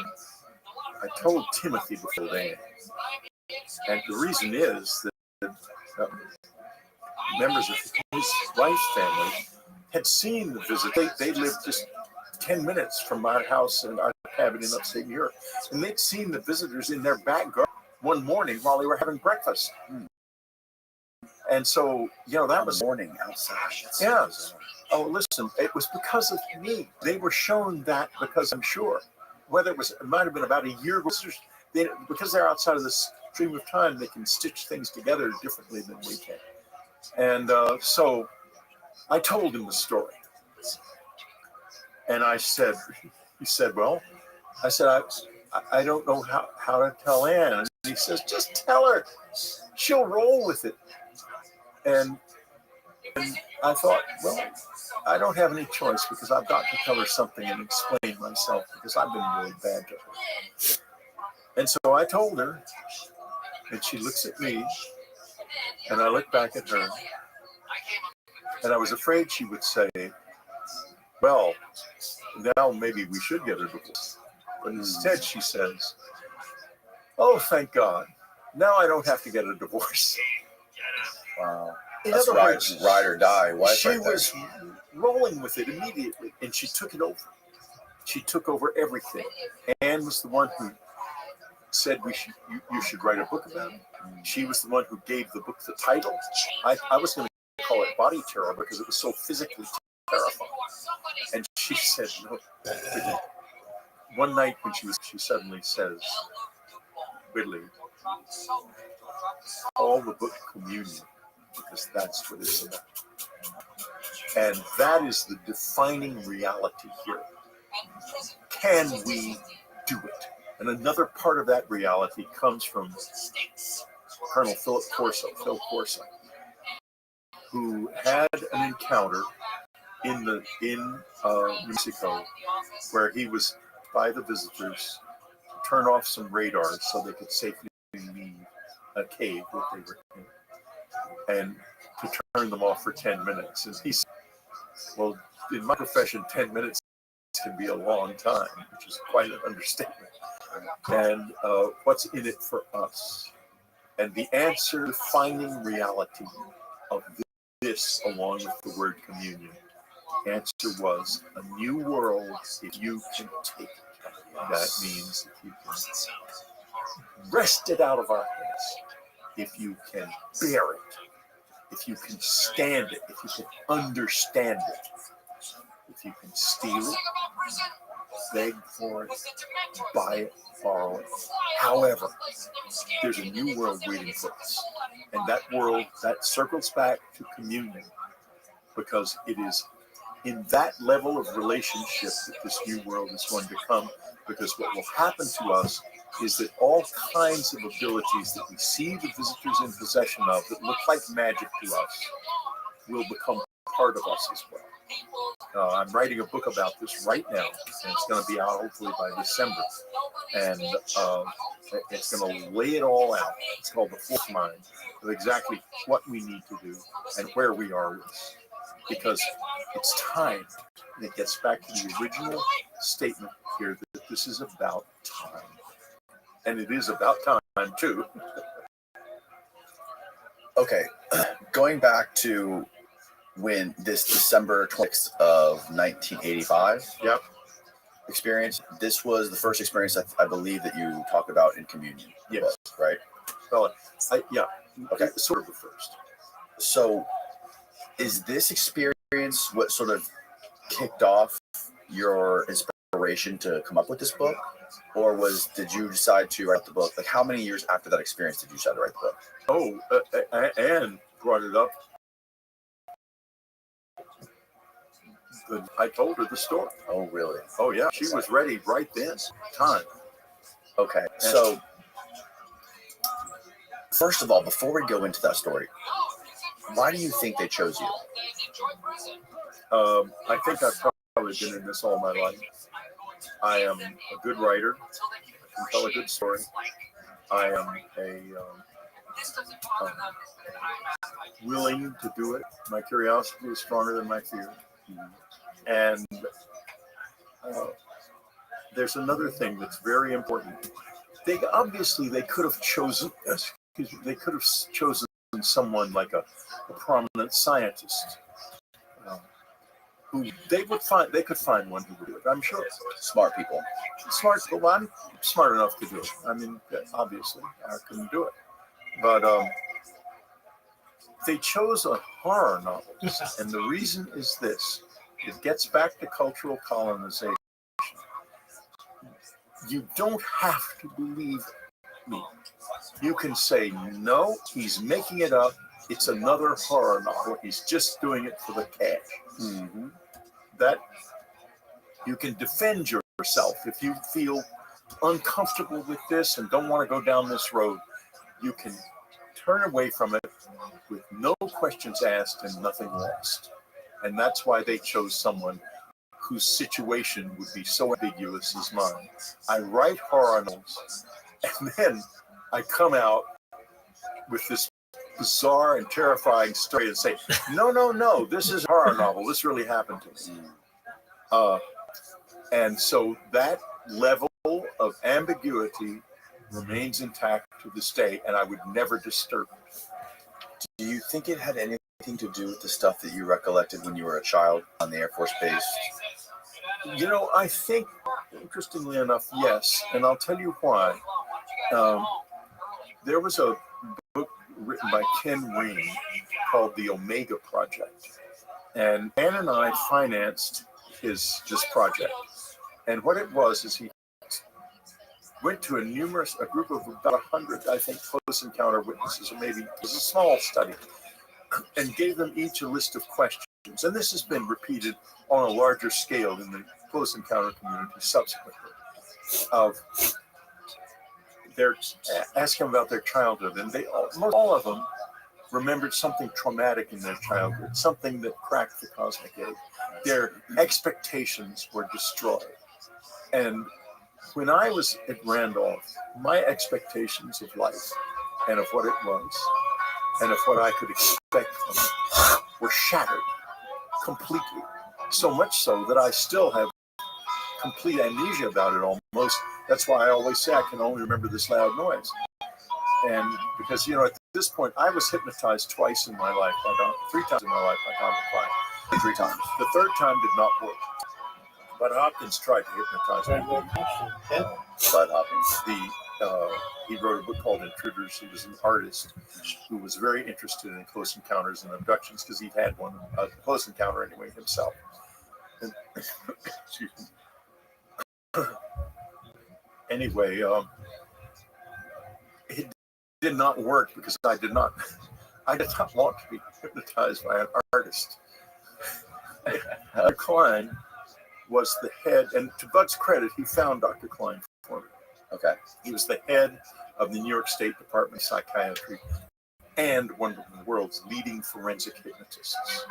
And never let it be said that, there's a lot of, I saw a lot of baloney about lie detectors not working and hypnosis not working. But it does, both of these things do work in the hands of experts. Okay. Not in the hands of someone who already believes everything, already has a belief system about UFOs and is going to transfer that belief system to the person being hypnotized. But a doctor like that at that level, no idea of any of this, and purposely didn't get into it before hypnotizing me. He had at that point solved 72 cases of hit and runs and other crimes using evidence gathered by helping people to remember things like license plate numbers. So it's real and tangible evidence. Right. I mean, it wasn't used as evidence in court, but they would go out and find the car and find the evidence on the car, that kind of thing. Okay. So, could you use it as evidence in court? Or no, absolutely not. You can't use lie detectors in court either. Right. Although Right. I have to say that what I've learned about memory suggests to me they might actually be more accurate than witnesses. In any case, that's the way we have it now. So, Dr. Klein, I didn't understand. I had no idea. Bud, I read a book that my brother sent me called Science and the UFOs by Jenny Randles. He sent it to me for Christmas, that Christmas. And I looked at it and stupid. Why would he send me this? We send each other joke presents a lot. And Christmas and birthdays. He once tried to give me a tarantula, but my wife wouldn't let him take it. They make nice pets, but Anne did not think so. In any case, so I figured it was a joke present and forgot about it. But then after this happened, and I began realizing that I had, in fact, been, and this needle that went in my head had gone in my head. And the needle mark was there. The doctor saw it. Anne saw it. There was no question about it. And the damage to my rectum actually took more than 20 years to heal. It was significant. So now, but there's a gap here between those crimes and the removal of my own life from my body. Those are crimes. Those are big time crimes. But was what did it these little funny looking creatures, or was it someone who did something to my head when you were a kid? No, I'm talking about the community experience. Something to my head, but that maybe went all the way back to 1952. In other words, maybe I was prepped to believe this. You see what I mean? Right. From the beginning. Right. Well, you made it clear that there was a significant amount of trauma you went through when you were a kid. Well, that's what I was. I'm sorry, I sort of went off the subject, and let me go to that. That was very traumatic when I was a child. Very. And Ken Ring, I sort of I got lost in the community experience, excuse me. Ken Ring, studies showed that this was not unusual, that people who had the close encounter experience had shattering experiences in their childhoods. The cosmic egg had been cracked. Their set of assumptions about what was real was shattered. And therefore, they were open to this experience, open to remembering it. And there are a whole lot of reasons why it might happen to people and might never remember. Yeah, when I asked Jeff Kreipel about consistencies between people who had these experiences, he said the number one consistency he believes is trauma. Yeah, I think that's correct. It's trauma. And also, when you were a child, how did you end up in Monterrey, Mexico? I don't know. I was taken there by plane. You were taken there by plane? By my father. By your father? Yeah. And was this after what happened at the Air Force Base? It was during the same period. Probably in all of 1952 would be my guess, because we would have been in school in September. Okay. And what was happening in Monterrey, Mexico? I don't want to talk about it. You don't want to talk about it? Okay. I don't want to talk about it. It was awful. It was awful. Here's the reason I don't want to talk about it. A, what I recall is awful. And B, I'm not absolutely sure I'm recalling something that really happened. I know the trip happened for sure, because I remember being in the plane. I remember being in the Grand Ancero Hotel in Mexico City, in Monterey. I remember going up into the hills to a house that was owned by a man who was somehow connected with a company, an American company that operated mines in Mexico. Operated mines. Mines, yeah, and that there were a lot of other children there, and it was not a good situation. But here's the problem. So you know for a fact you were right at this house in a specific location doing I something. looked and looked for that house, and I've never been able to find it. I remember what it looked like in the front, but when you go up into the hills above Monterey, where those nice houses are, they all look like that. You know, you just can't pick one out. I drove all in there with Ann in my 1 year, or I think with Ann, and I couldn't find it. So it was a little frustrating, but I also remember the name of the man who was supposedly doing this. His name was Antonio Kraus, K-A-R-U-S-E.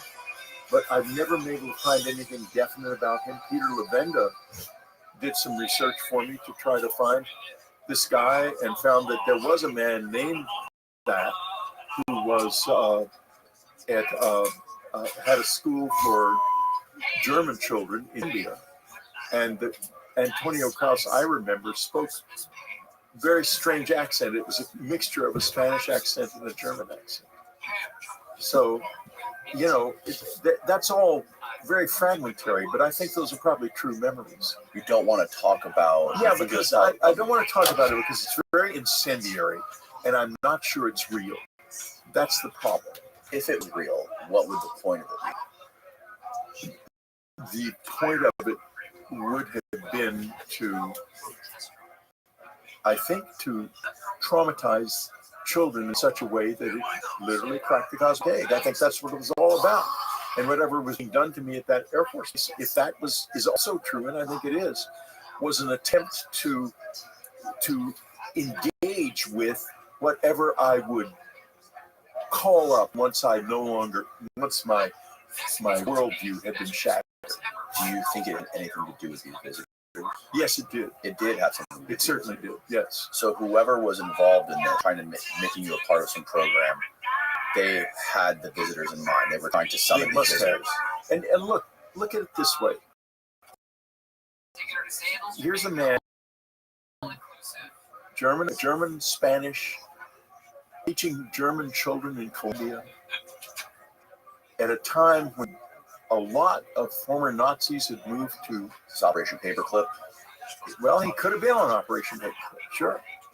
That may be why he was. Listen, a lot of the Operation Paperclip people lived on a street right next to ours. And we were on Elizabeth Road in San Antonio, and a number of them were on Tuttle Road. In Texas. In Texas. Yeah. And my father used to walk over there in those days, in the evenings. And I don't know if that's correct. It could have been there were not paperclip scientists, but I do know that they were something to do with the government and the military. And they were kind of hush-hush. Some of them. Other people were just normal people on that street. But that was all happening there. And it was, I wish I could be more clear about it, but it's not clear because you're talking to, and I was a 7-year-old boy, and, you know, was not prepared to have memories, real, true memories formed out of experiences that were so far beyond my expectations and understanding. Just anyone who says that they remember things like that clearly cannot be telling. Right. So I'm doing my best. Did these memories stick with you, or were these memories brought back with hypnosis? No. The only things that stuck with me were the memory of going to the country and the memory of the time they went to the country and left me behind. Now, when I was with Dr. Klein the second time, the first time I was just screaming, that on Unknown Country on my website, you can actually find these tapes. They're all there. And the first tape is just sounds of me screaming away. And I think the Travel Channel did a show that has the tapes as well. And Is that painful for you to listen to? oh yes, the screaming one is agonizing. I can hardly. I've listened to it a couple times since it happened, and it's hard. It's very hard to listen to. And then the Travel Channel show starts out with the screaming. Boy, that was hard to Keep the audience hooked, right? well, yeah, I guess it hooked the audience, but it certainly unhooked me. In any case, how did you know to bring up Monterey? Giorgiani. He gave me about a 1 hour debrief on your history. He's been listening to your interviews and reading your books for years. Yeah, I don't want to go too far down that road because that was the problem. Is what I remember is so bizarre and horrible that I suspect the memories, but they're also really incendiary. And what do you mean by what's incendiary? What do you mean by that? Well, they're in the sense that if I say them, people are going to really hook onto them, and I think that may be an intentional. In other words, they may have been planted in me in order to deceive people and take them on down a wrong Strategic path. deception. Yeah, exactly, and that's why I never refer to them because I don't believe they're. I think, He sent me an audio file I listened to where you were talking about it. what? There was an audio recording I listened to, which sounded like it was from a long time ago, where you were discussing Monterey. Yeah, I probably have a few times, and but I remember more. I just remember that it was children. It's very ugly, and And there was government involved or intelligence involved. well, I don't know, but there were people who were involved who were obviously. I had the impression they were military people, but they weren't in uniform, and but I don't know who they were. You see, when you're talking about my childhood, you're talking about a little boy in a very bizarre situation who had no way of understanding what was happening, and that's why the memories are so. Like one of the memories, I remember seeing my sister holding this hooked saw, and but why? I mean, and what was it? What was it about? And Like a surgical saw? Like no, a bone saw? it was like the kind of saw that you saw tree limbs off. Oh, gotcha. Yeah, and she looked terribly upset, and there were bits of red material on the saw, and that kind of thing. I mean, I'll tell that much, but I'm not going to go into the whole lurid memory because I just don't know whether it's a terrified little child being confused or if it's something entirely different, or I just don't know. And my dad and my sister are passed on, and my sister would never talk about it. I never got to ask my dad about it because I remember that part of it. And I remembered going to Monterey, and I remember there was something wrong. But I didn't remember details like that until after Don Klein.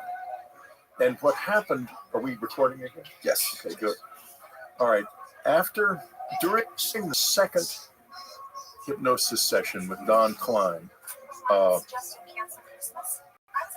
he suddenly asks me, "How old are you?"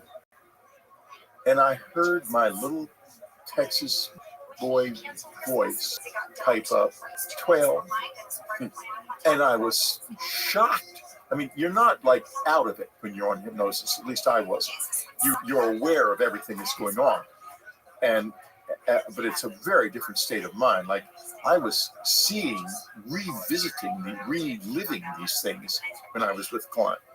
It was remarkable. The first and second hypnosis sessions were remarkable. After that, the third session we tried, he said it's over.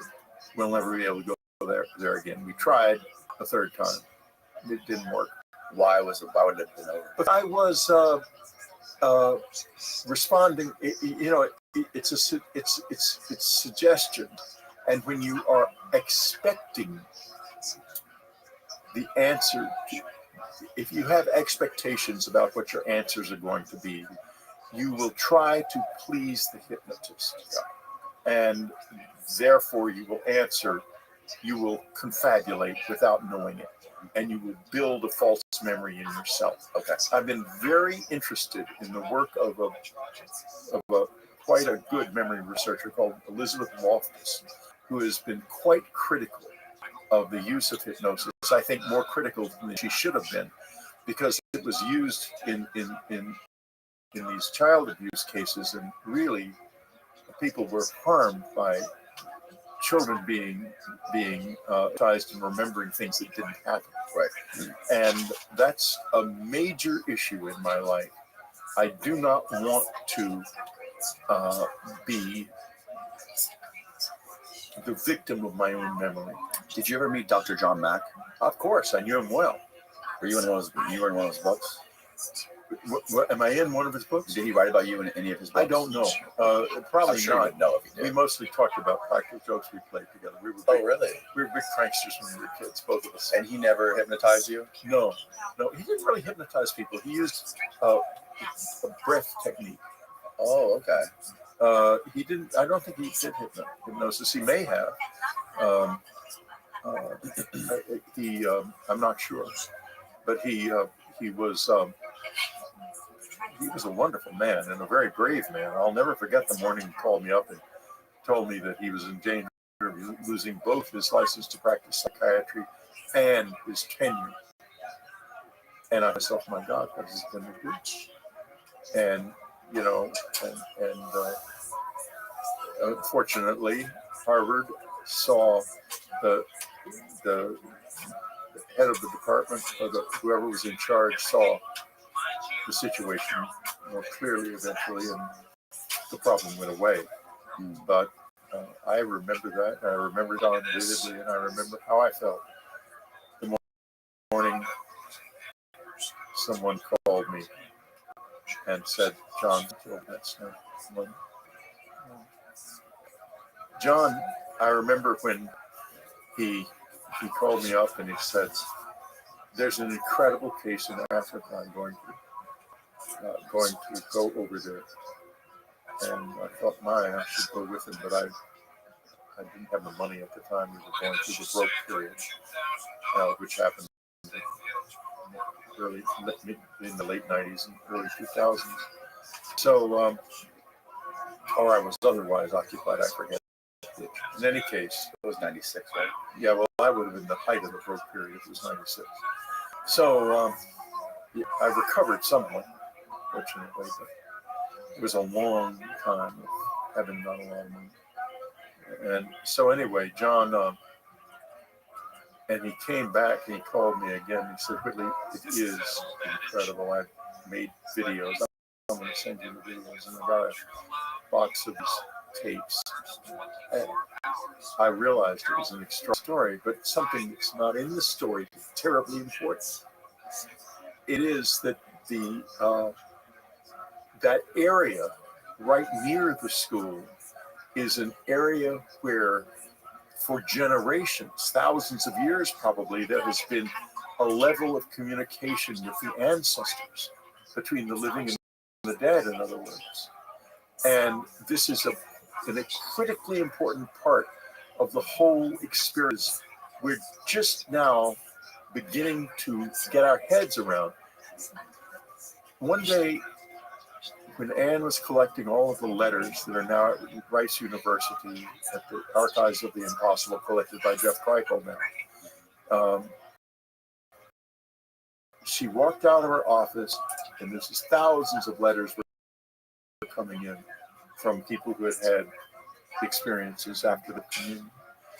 She said, "Whitley, this has something to do with what we call death, because so many people have the dead in their close encounter experiences, and that happened when we had groups of people having experiences with the Greys up at our cabin, which we had a number of times." How so? How are the dead involved? Well, that's an question, and let's leave that for the future to answer correctly. I could only theorize.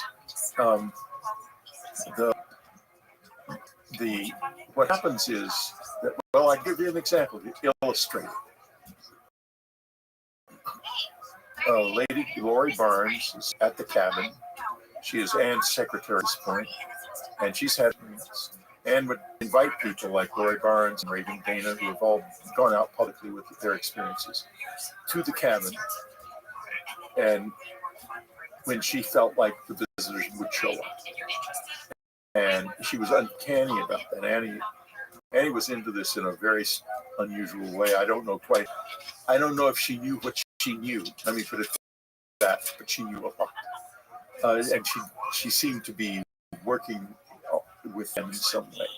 In any case, down the road in front of the house, in the afternoon, just before dinner, she's taking a walk. And suddenly her brother's standing there in the road. And she says, "My God, how wonderful. How did you know I was going to meet my friends?"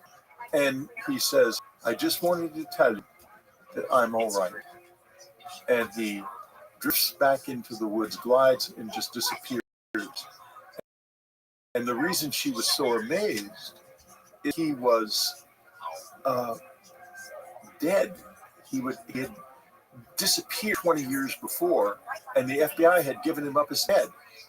And she thought he was dead, and then suddenly there he was. But then when he drifted off into the woods, she realized he wasn't physically there. He only looked real. And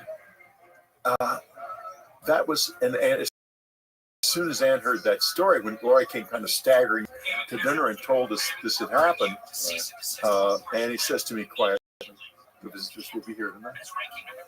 And they were there. They came in and they went to Reagan Dana. They went to a filmmaker, Drew Cummings, who was in the living room sleeping on the foldable convertible couches. And they went into the room where Lori Burns was, one of them, and a different one in the living room. So she was absolutely right. And there's a connection. I'll give you another story that illustrates this connection for Blake.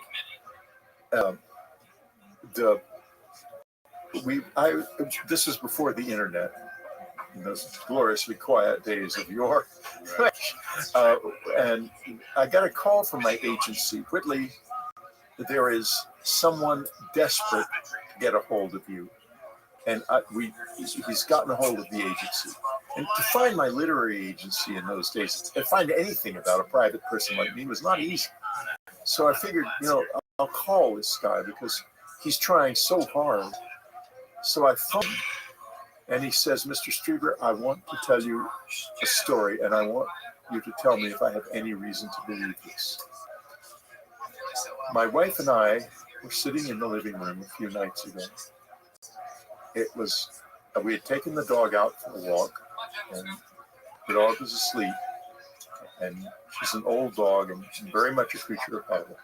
And suddenly she became extremely nervous and got up and wanted to go out again.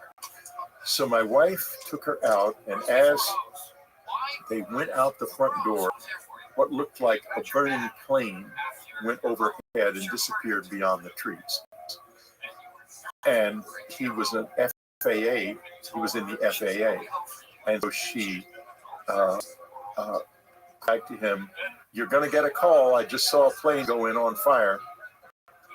And at that moment, their little 7-year-old boy comes downstairs saying, "Mommy, Daddy, Mommy, Daddy."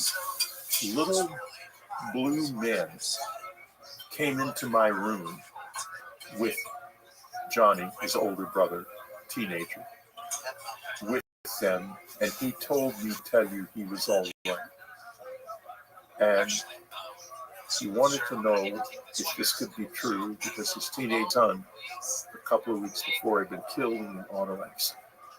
These are the same people I saw with Jeff, with my aunt. I've lived with for years. They're connected to the Grays in some way. And they are connected to our day. They said Lori Barnes had had an experience with them where when she was a young woman, was pregnant with her first child. She was asleep, lying in bed reading, actually, at about 11 o'clock at night. They were performers, and her husband was out on a gig. She was obviously at home. She was pregnant, and she noticed movement in the room. she looked up, and there was this terrible, frightening-looking little blue man, dark blue troll-like figure that I've now lived by often. Little short, stocky ones. Yeah, exactly. And what do their faces look like? yeah, Has there ever been any If you- demonstrations that? yeah, the ones in the communion movie are pretty close. Okay. They're pretty close. They sort of look like they have almost. They're hard to look at. They're very crushed up faces. They have uniforms that have got a lot of pockets and straps and things on them. See if you can keep going. So That's the big, tall. That's the woman. the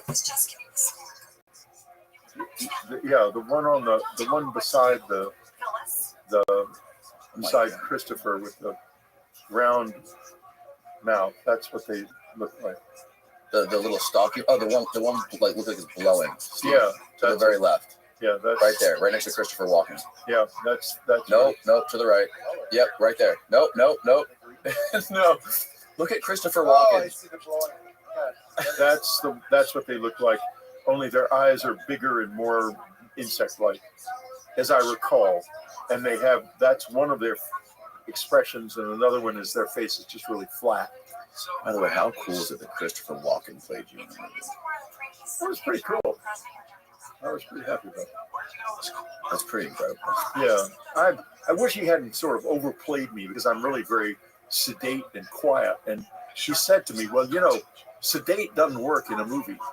What was it like when you met him and he was getting ready to like gear up for the movie? What was it like when I met Christopher Walken? Yeah. Well, it was quite interesting. He was into it. He was definitely into it. He'd read the book and he was very. He'd read my script, which he thought was no good. He said no uncertain terms, and he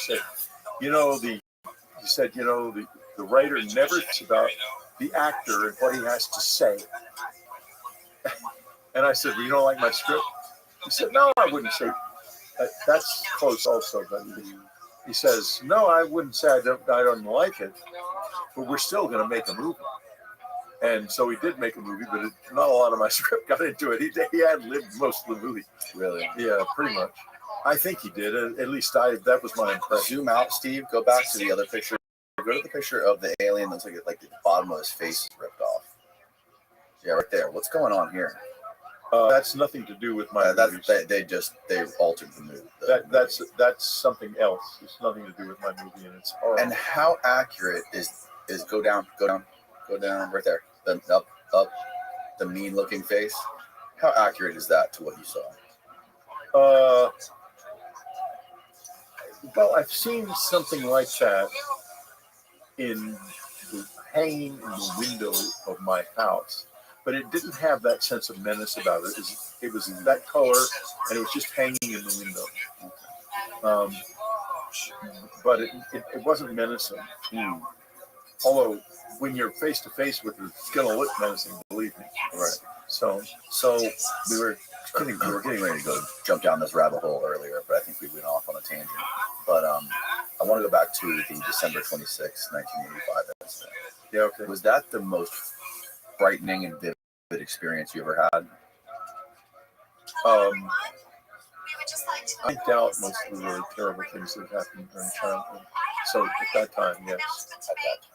Right. And you were in your 40s? I was 45. 45. No, was I 40? Okay. Can you walk me through that? 40. I was 40. Can you, to your best of your recollection, can you walk me through at least what you experienced during the hypnosis, where you got more details on this? Well, yeah, by the time I went into hypnosis, I had pretty much the whole thing in my head. Only my problem was I didn't believe it could be real. And neither did Dr. Klein, by the way. We both thought. We didn't talk about this with Bud because he was convinced it was real. We were sort of laughing up our sleeves at it, to be honest with you. Because neither of us thought in a minute this was anything to do with aliens. I had forgotten pretty much everything about my childhood. I remembered the two experiences I talked about earlier, but it's strange experiences There's a third one I haven't mentioned, by the way, but that I also remembered always, which I will just. I'll go back. We can go back to it. It's not an important experience. Okay. But in any case, I had certainly not thought about flying saucers in years. I thought about them a lot in the 50s because there was a big UFO incident called the Levelland, Texas UFO incident, where the father of one of my closest friends in those days had been a part of it. He had seen the UFO, and it caused cars to stop, and his car had stopped on the highway and everything. So we boys we were eating this stuff up in those days. But you get older, you grow up, you become a teenager, you cease to be interested in aliens and become interested in girls. And I was intensely interested in girls. I couldn't have cared less about aliens, especially ugly aliens. So by the time I went to there, by the time I went to Don Klein, Right. I was sure something had happened. I was sure I had been eaten. And I was also pretty sure that I had been attacked criminally, and that these faces and so forth had something more to do with some kind of drugs or something than they did with the real drug. Right. So I was, but when the hypnosis session occurred, the first hypnosis occurred, I hadn't consciously remembered what I remembered in the hypnosis. The conscious memory was of two friends, Jacques Sandalescu and Annie Gottlieb, were at the cabin in October of 1985. And we were asleep in the middle of the night, all of us. We were upstairs in our bedroom. They were downstairs in their bed in the guest room. And our son was in his room, beside their room downstairs. And suddenly this huge light came to the house, and just the windows were light was pouring in every window. And it just scared the living daylights out of me because I thought the roof was on fire because the wood stove had been burning. And I jumped out of bed. Then there was this, before I jumped out of bed, there was this big bang.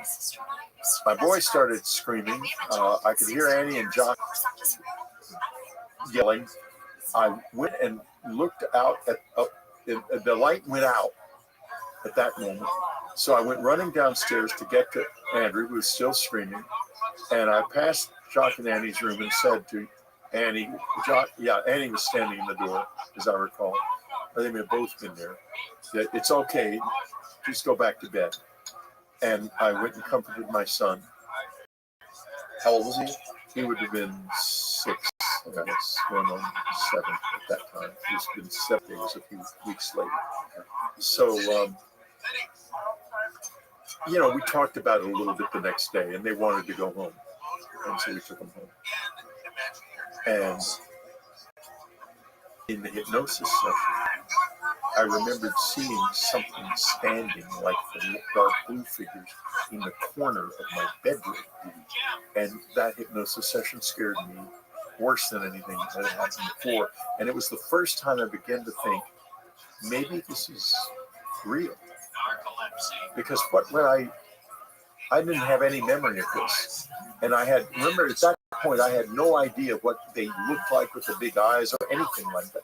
But had been very careful to not let me get in near anything that had any pictures or anything like that. That all came about after the first hypnosis, the images of them. The images of them came about during the second hypnosis. Yeah. In the first hypnosis, all I got was the image of that dark blue figure standing in the corner of the room. And it was just terrifying. Absolutely terrifying. Then the second hypnosis comes.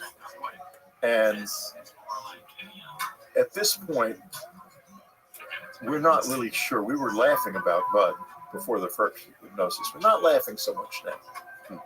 But Dr. Klein is still fairly sure that this is some kind of a crime that's been committed. It was. I mean, I don't think it was committed by human beings anymore, but I did then. I'm not absolutely sure about that, though, to this day. Believe me. I'm never going to say that this is alien contact until I have proof, physical proof. And if people say it's imaginal or whatever, or dimensional and so forth, and we can never get proof, then I'm I'm going to stay where I am now. In any case, mid through the second hypnosis, he suddenly says, Dr. Klein says, how old are you? And that's when my voice goes 12, and I suddenly remember things from my childhood. And it was quite amazing. Quite amazing. And afterwards, I said to Dr. Klein, how did you know to ask me my age? He said, Whitley's voice had changed. And my experience of working with people who have been abused is that they will go back to the period of abuse, and their voice will return to the cadence and tone of that it was when they were being abused. And then if I ask them questions about the abuse, I will get detailed, accurate answers. Be done not how it was done to the poor people who Elizabeth Loftus saved from the Cusco. That's the real way to do it, and he did it right. But that was when we became rather sure that it was not human, because it had happened in my childhood.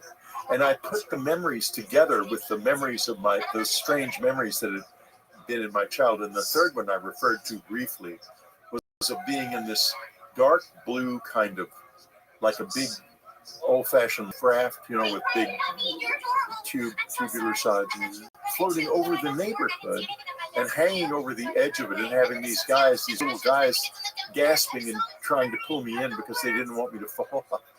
And it's just a fragmentary memory, and it meant nothing. I thought it was probably a dream, and I never thought about it. But then after all this happened, I thought maybe it wasn't a dream. And so that's where that kind of sits in my mind. It's one of the little memories that's always been in my mind. Now, a situation then where it had apparently been in my life. My dad had already passed away. Said she didn't remember anything about this. But my brother said two things he told her about communion. The first time he told me that she had told her, I said, what did she say? And she said, oh my God, what is written about the little men? Yeah, because I never said, she just said he's written about little men. So which is true? I don't remember. I don't know. So there is one moment when you explain how these things carried you out to the forest and a little depression. You felt yourself being elevated above the trees. Yeah, the next thing you know, you're sitting on a bench with this fetus that you believed it was female, but you didn't know for sure. It felt female. And later I found out it definitely was. And this is the image of the being that's on the front of your book. The right. The classical you, the typical alien. What happened was, now we're moving to December of 1985 from October.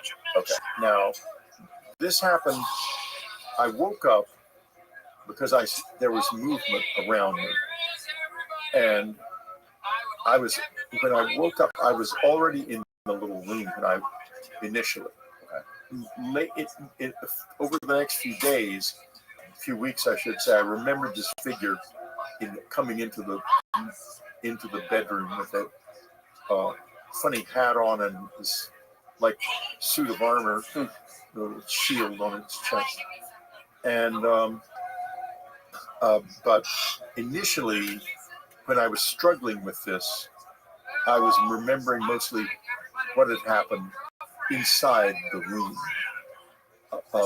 Under hypnosis, there was added to it the memory of sitting in the woods with these other creatures, and they were like, I perceived them as young people, and they were in these uniforms that were completely body suits, and they had on helmets that had round eye holes and round thing at the mouth. Mm-hmm. And they did not, in other words, look at grays. They looked like grays might look if they were wearing some kind of a mask.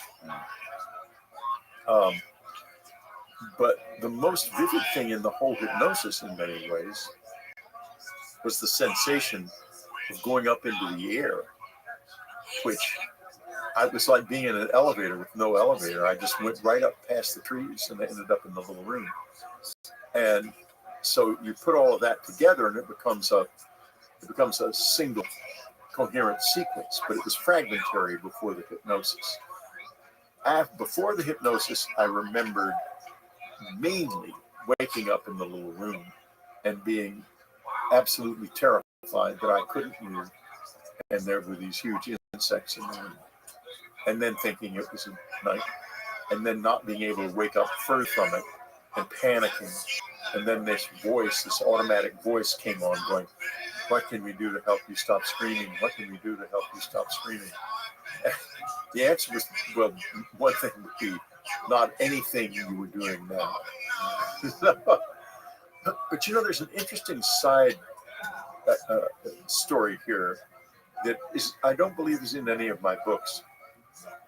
About a year later, a friend who lived in the same area as we did came over to the cabin after he had read communion, about 2 years later, I guess, a year and a half later.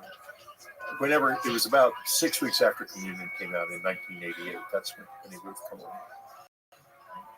And he said, "Whitley, I have something I want to talk to you about,"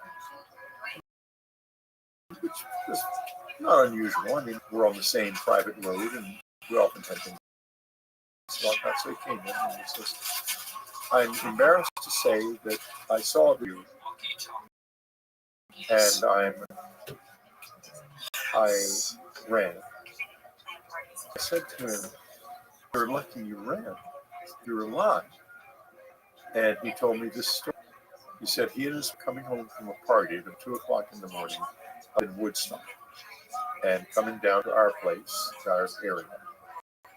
And he was passing down a road, and there's a number of fields, very rural, on that road.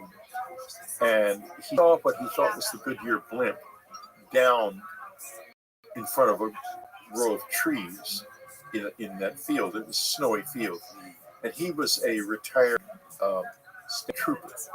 And so he felt an immediate need to stop and render aid if he could, because obviously 2 o'clock in the morning, the night after Christmas, the Goodyear blimp does not belong in that field in any way whatsoever. So he stops, he gets a car, climbs the fence, and starts trudging into the field in snow. And he hears screaming inside the thing, and he starts to run toward it then. And lights turn on all over it. It starts to make a growling noise and comes toward him. Behind him in the car, his wife panics, and he panics. He jumps back in the car and comes home, and he says, "Whitley, I think it was probably you in there, because it was the same night and everything." How far from the ground did you say it was?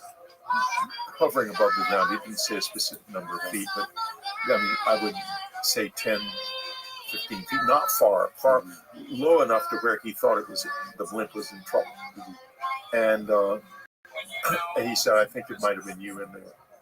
And I'm so sorry that I didn't try to help you." And I said, "You're here because you didn't try to help me," would be my best. You would have been killed if you I have no what would have happened to him. But whatever it was, it wouldn't have been good, because they were doing this. When they get their mind to do something, they're going to do it.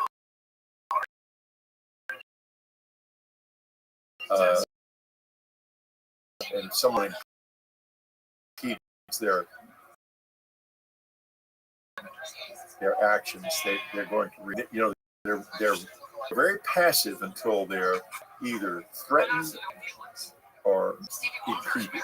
And how I mean, like, well, if did you you ever shoot them, they're going to shoot back at you. Who has shot at them? I think the Air Force has shot it. In my book, I go into that, and I go into a discussion of MRI scan that was briefly up YouTube on Twitter, and it shows a brain with bad demyelinization in the area of the caudate and the putamen and that part of the brain, the executive area of the brain, basal ganglia. Which is what you would harm if you wanted to make a person unable to light control an airplane. And this man apparently died a few days later, and this MRI was taken of an Air Force officer who had been ordered on combat air patrol to fire missiles at one of these UFOs.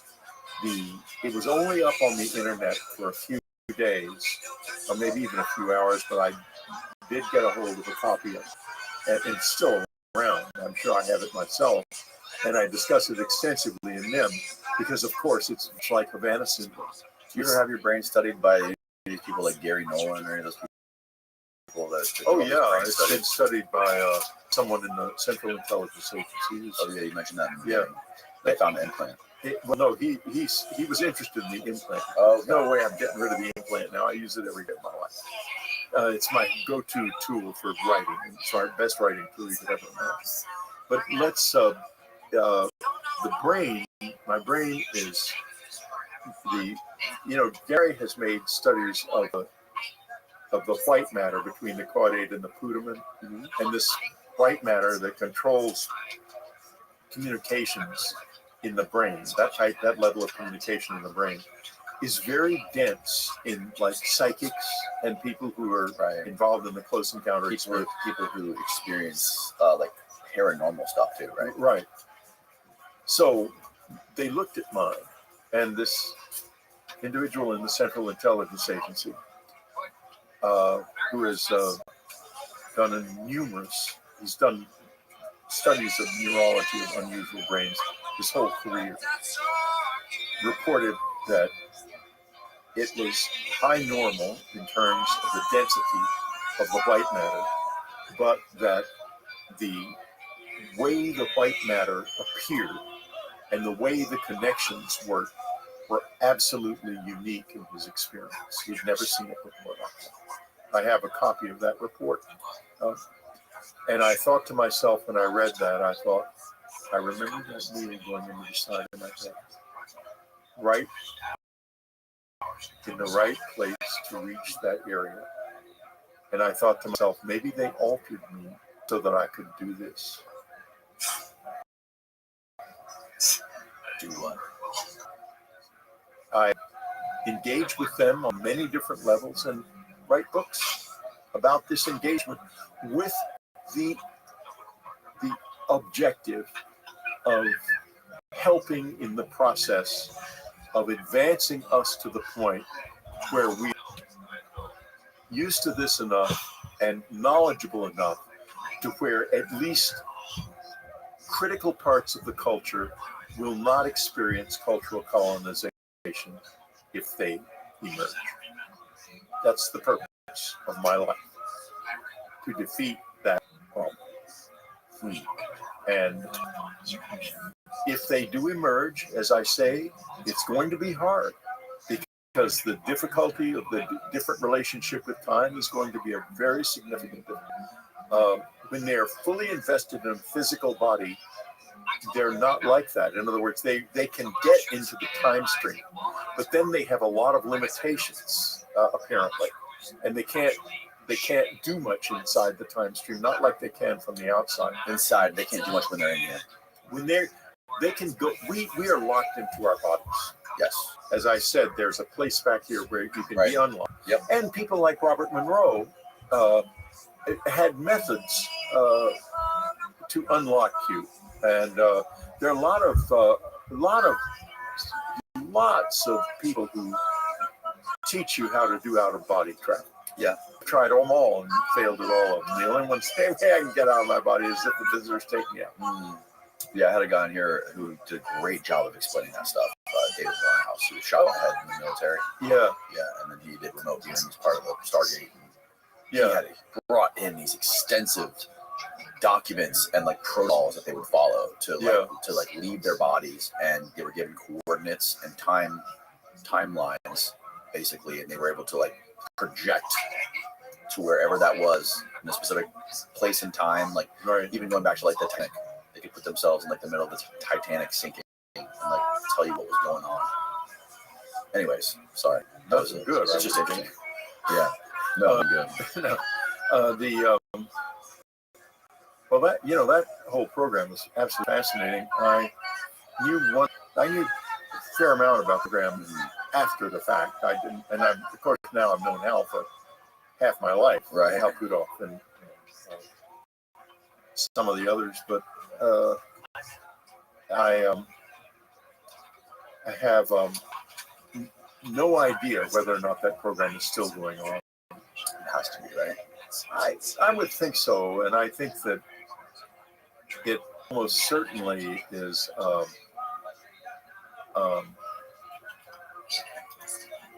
Is effective, and I know that people have talked here on this show about an incident well known on the inside of where a remote viewer identified an incident in the future involving an attempt by terrorists to spread bacteria or viruses or something on the east coast, on the southeastern coast of the United States, that were intercepted by the Coast Guard, and apparently that happened. So if they're not doing it anymore, if the program's really been closed down, somebody needs to go to jail. Right. Yeah, no, that's definitely worth the money and investment to be able to do that kind of stuff. No, because the investment is negligible. Right, exactly. Okay, going back to the October incident when you were in this, you imagined yourself being lifted up above the trees. No, this is December. This is December, and you're in there, and then you're sitting on a bench, and you see these insect things going around, like moving around fast in the background, and then this one main being that you feel is female, its legs up, staring at you. Yeah. And is it communicating? It's asking you, how can I help you stop screaming? No, there was an automatic voice. A machine was saying that. Oh, so this wasn't inside you. This was no, it was outside me. Okay. It was a voice. I was not in any way prepared to do telepathy at that time. Too excited and upset to even think about that. I couldn't have done it. I can do it now fairly easily, but no, not at that moment. I didn't even know it existed. And this is when they're trying to prepare you they have this tool and they essentially surprise you with it. Yeah, well, what they do is, and it's a known thing. It's not a mysterious thing from the beyond.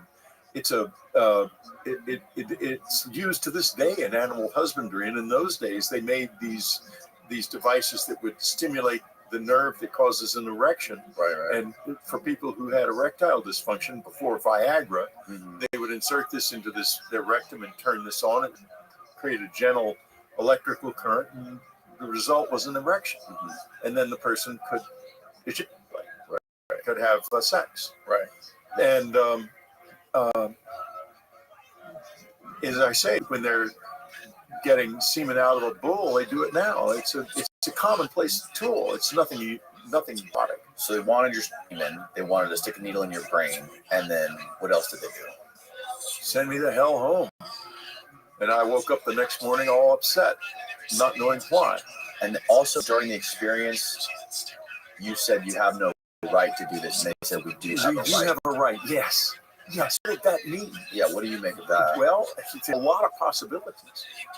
Maybe it's on some soul level. I don't know. Higher level. If so, they would have been nice if they'd explained themselves at any level, but in any case, they didn't. Well, the other possibility is, what if we did have contact with them back in the past? What if the Eisenhower meeting actually did take place? What if there was an agreement and they did agree to let a certain number of people be dealt with in this way, and I think hybridized?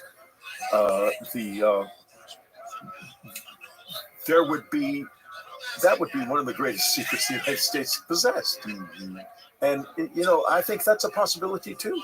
That they are crossbreeding humans and their own. Oh, I know they are, because they did to me, and I met the child in the woods behind my house. Your own child. I guess he was my child at the time. I didn't know what he was, but I'll tell you the story. I was out walking in the woods one afternoon in August. It was hot, and we would leave. We were losing the house, in the process of losing the house, and because unfortunately for me, the cabin, a writer who's controversial, people will buy. But as soon as he becomes a laughing stock for you, they're not going to buy that anymore. They're not going. This is before the internet. They're not going to go to a bookstore and put down money on a clerk's going to snicker at that.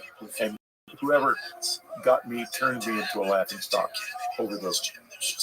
Basically, turned it into the little probe. It shows up on the first episode of South Park as and after that it's spread. That was the genesis of the anal probe, your story? Yeah. No one ever talked about that before you? No. And so I've ended up in the situation for 30 years of being laughed at for being, which is an interesting position to be in, believe me, especially because my publishers felt like that story, as it spread, was destroying my sales because my sales just absolutely dried up. And I wasn't even writing about this anymore. And I was having good sales with some of my books. And then the next thing you know, they just start to die out. And ended up with no money, no publisher, and nowhere to turn. We had to give up the cabin. It was sold out of bankruptcy. We were just destroyed, absolutely. And I had to borrow money from friends to eat it. It was horrible. And so in any case, where were we? You were saying that you were walking through the woods and you had a reason to believe that you saw like a hybrid child of yours. Oh, yeah. Okay. So I'm walking in the woods, and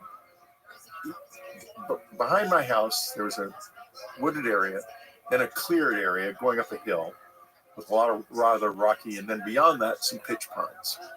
And there's this boy sitting under a tree, right, 50 feet from the pitch pines, smoking cigarettes. A boy. He looked like a boy from a distance anyway. And he was a boy, I found out later, but I'll get to that. So I think to myself, in the world, what's a kid doing out here? And I figured, well, I understand he's out here, so he wants to smoke, and he's not going to be smoking at home. It's like a 10-year-old or 12-year-old maybe. So I understood. Yeah. So I thought to myself, but too close to those pitch pines, if those things catch fire, this whole area is going to go up like a torch, because pitch pines are full of pitch. That's why they're called pitch pines. Okay. And you light one on fire and whoosh! Oh wow! It just explodes. So I walk over to him and I start to say, "I'd like you to move," or words to that effect. And I realize as I'm looking down at him, he's like a weathered child. I know that now because he didn't have adequate hydration and he smoked all the time. And I got to know more about him over the next few weeks, you may be sure. And he makes this, he's looking straight ahead. He doesn't look at me and he goes, and I think to myself, it's more menacing than that. I think to myself, I'm significantly far back in these woods. And I didn't like that sound. And I don't like this kid at all. I'm getting out of here. And I turn around and go back to the house. And I tell Ann that there's this kid out there. And she says, we should call the sheriff. And I think about that. And then I think, I don't want to call the sheriff because people around here are very sensitive. And if I call the sheriff on one of their children, they're not going to like it, whether the child is doing right or wrong, because I've already got a horrible reputation in the area. Some people who have been doing clearing some poison ivy out of our trees had one of the Greys walk across the road in front of them, and then they had these snakes come up around their feet and stuff. And the foreman came up to me and said, "Mr. Cheever, we're leaving.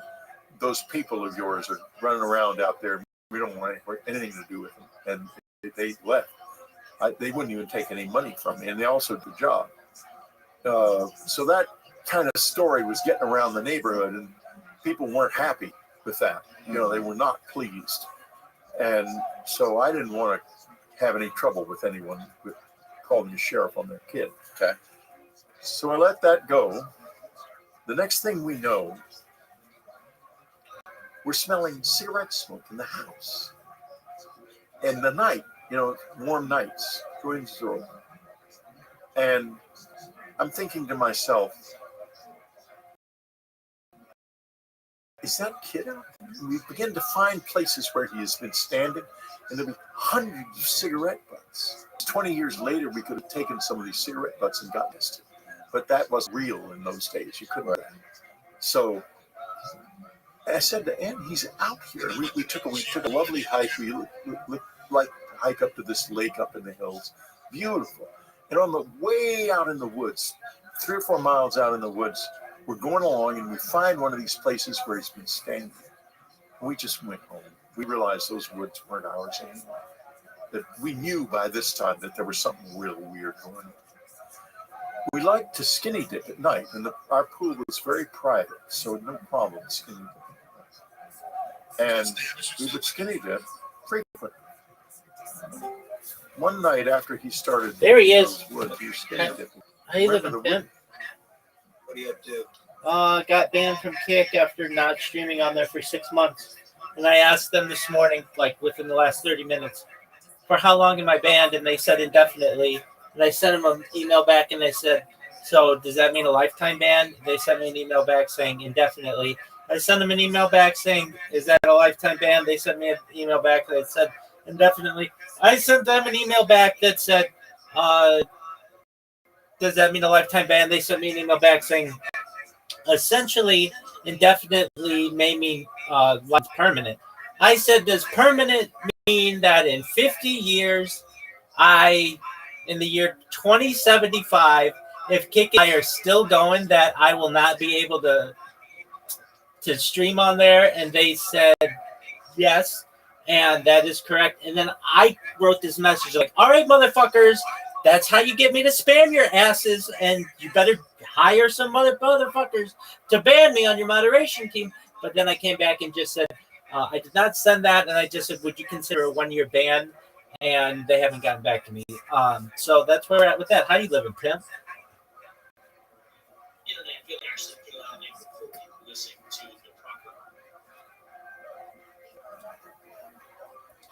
What is good with you? Sorry, the volume just skipped around as I was setting up the new display. Oh, not much going on here. I can't believe we got kicked from K. Yeah, it's fine. I mean, it's not like I was streaming on there anyway. Figuring out life as always. Okay, very well. Yeah, it doesn't really seem like a whole lot here. All right, well, what have you been doing? Hello? Yo, dog. I don't know. Might be my connection. I don't know what's going on. Okay, so what have you been doing?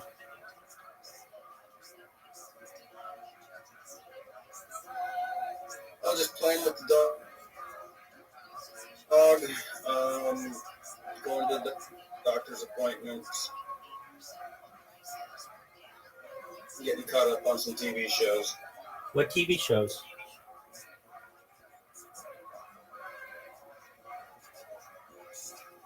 What was that? What TV shows? Oh, let's see. Yeah, it was an anime show I was watching yesterday. On Netflix, Devil May Cry. Rewatching some Star Wars movies, some Marvel movies, just whatever's out. Stuff I haven't seen. Nothing all that memorable, I guess. Just stuff to have on. All right. Your connection is not that good. Is that new? Yeah, let me try to do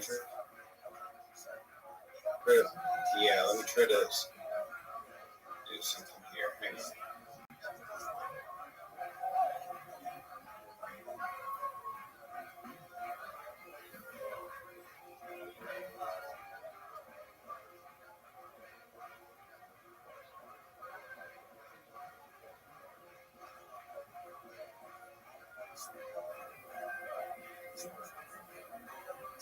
Hopefully that'll help some. Seemingly, you sound better. All right, so you've been watching Devil May Cry, Star Wars. Anything else? Yeah, not a whole lot of.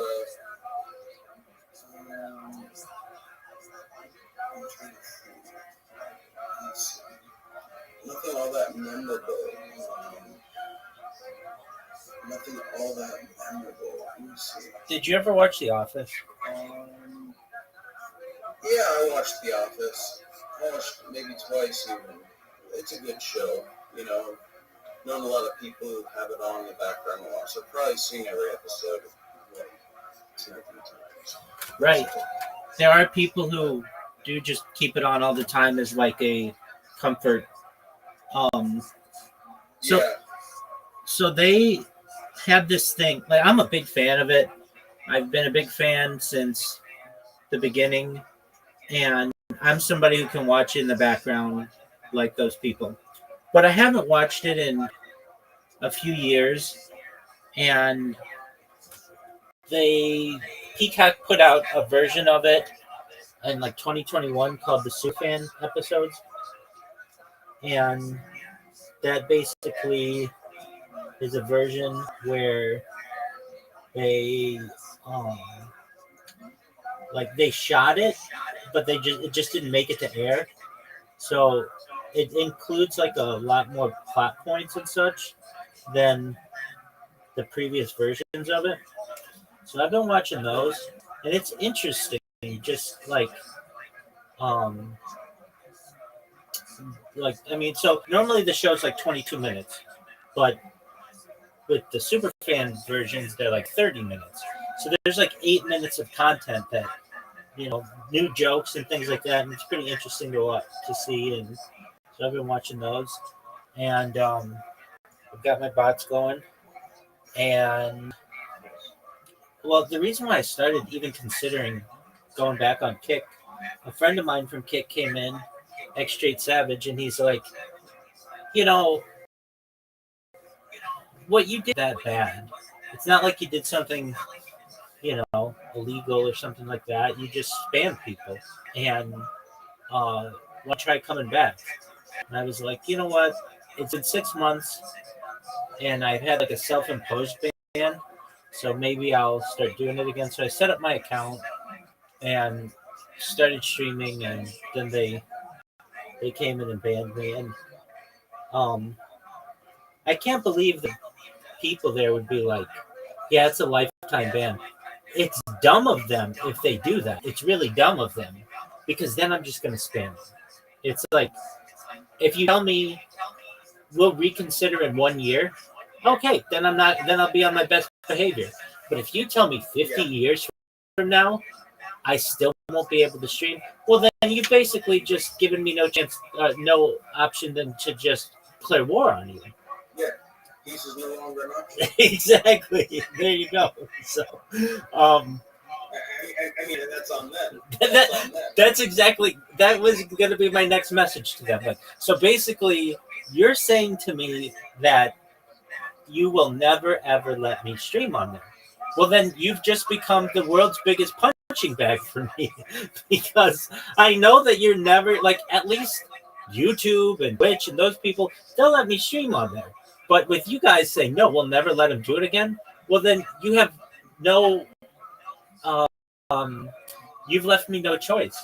So, like, before their messages, their emails back to me were really quick. But now when I said, well, you consider a 1-year ban, they are thinking about that one. And it's their best option. If they don't want to hire more moderators, it just have me drive crazy. And so, yeah, there's that. And I even said, like, your own creators are coming to me asking me to come back. So, it's not like I'm the one who was just like, one day I'm going to go do this. No, I mean, they were like, you should come back. And, we'll see how it goes with that.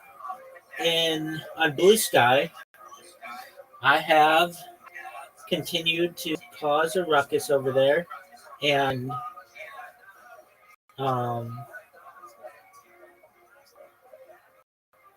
people are really sick of me, and that's really great. I just become more and more like a meme there. That's what I want to do. I want to transition from just troll to meme, and Yeah. that's like somebody said, like people are like, who's this random rabbi? And then people will respond like, "Oh, you must be new here." like, like this is like this must be one of your first days on this platform. Or people will be like, someone wrote, it was really nice of that. I just thought it was really nice that they wrote. They said something like, Rabbi Rothschild is a part of like the Blue Sky lore. Like he's just like something along those lines, which I thought was cool. And if I just type in my name and search it, like the first thing that shows up is really funny. It's a map of the Middle East that somebody had for like tracking flights, and then it's a drop down of my incoming message that comes in. It says, "Please join Rabbi Rothschild's Discord for World Peace. Rabbi's live 24/7 on YouTube." The next person wrote, "I'm so sick of streamer Rabbi Rothschild spamming all over my Blue Sky. Before angry at him on one of his streams, is it really him spamming all of these annoying accounts, or is it someone else? Fuck is this guy?" Next person wrote, "Can the racists at bluesky.mod.com please IP ban the Rabbi Rothschild Discord server guy?" The next person wrote, next question, "Knowing I'm dealing with a bot that spams people across social media, can anyone recommend a Blue Sky moderation list to block spammers? I found 400 plus spammer mod lists. Rabbi Rothschild frequently creates new accounts, so a list constantly updated to block his new accounts would be great." Next person wrote, "Yes, Rabbi Rothschild, I joined your Discord as fast as I could." Next person wrote, "I really wish we had edit buttons here. Update draft number 3. Rabbi Rothschild and variations thereof is a bot harassing me to speak with him on Discord and hounding people on Kick to watch his YouTube." They also, like, I saw another message, they deleted it, but they said they got one of my accounts banned and they did not. And, one of my YouTube accounts banned. Next person wrote, "I've been dealing with these dumb ass trolls all day to block them and flag them, and all y'all should do it too.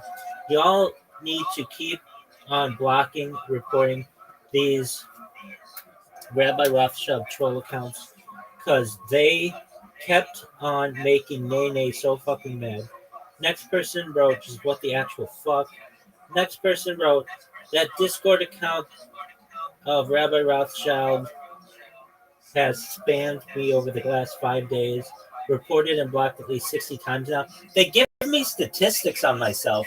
Like, I'll get people who are like, "That person spammed me 3 times, like 3," and that gives me like an idea of like on edge, like how annoying I am. The next person wrote, "Bro, what the fuck is a child account? And why do they keep bots on Earth?" Next person wrote, "I'll believe Blue Sky cares about anything other than fluffing tech lords and hating people when they IP ban this guy like they do everybody else." This person wrote, "I have a very golden mean Blue Sky motion position that will please get rid of that Rabbi Rothschild that keeps creating new accounts and spam reposting to promote their Discord. I wanted to say such or moderate, but those are not welcome here." Next person said, "Did Rabbi Rothschild change colors? Wasn't he always red or orange? Motherfucker was blue just now." They even know the colors that I use. And right. That's approaching. I would say that at that point you've got a fandom. yeah, exactly. But you know what I mean? I mean, if people are, whoa, is this the real one? Because you're paying attention. Yes, exactly. Don't fucking lie as if you're not paying the fuck attention to this man. Exactly. And I like, when I started, it would just be this big wall of text, and they like make it so that if you use any of the terms that I have in there, then it bans out automatically. So I've then like changed it to emojis, and then it's just like emojis that work, and then eventually it's just like a common symbol that I use, and people still know it's me.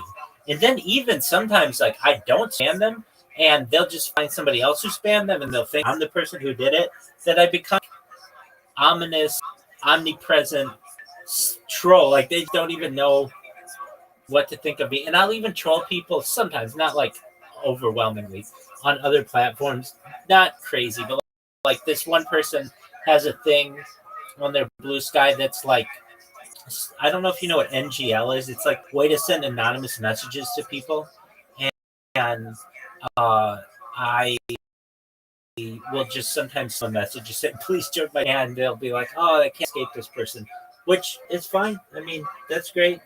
I just know I just have to keep doing this for as long as I can, and eventually enough people will know who I am, and bing, bang, boom.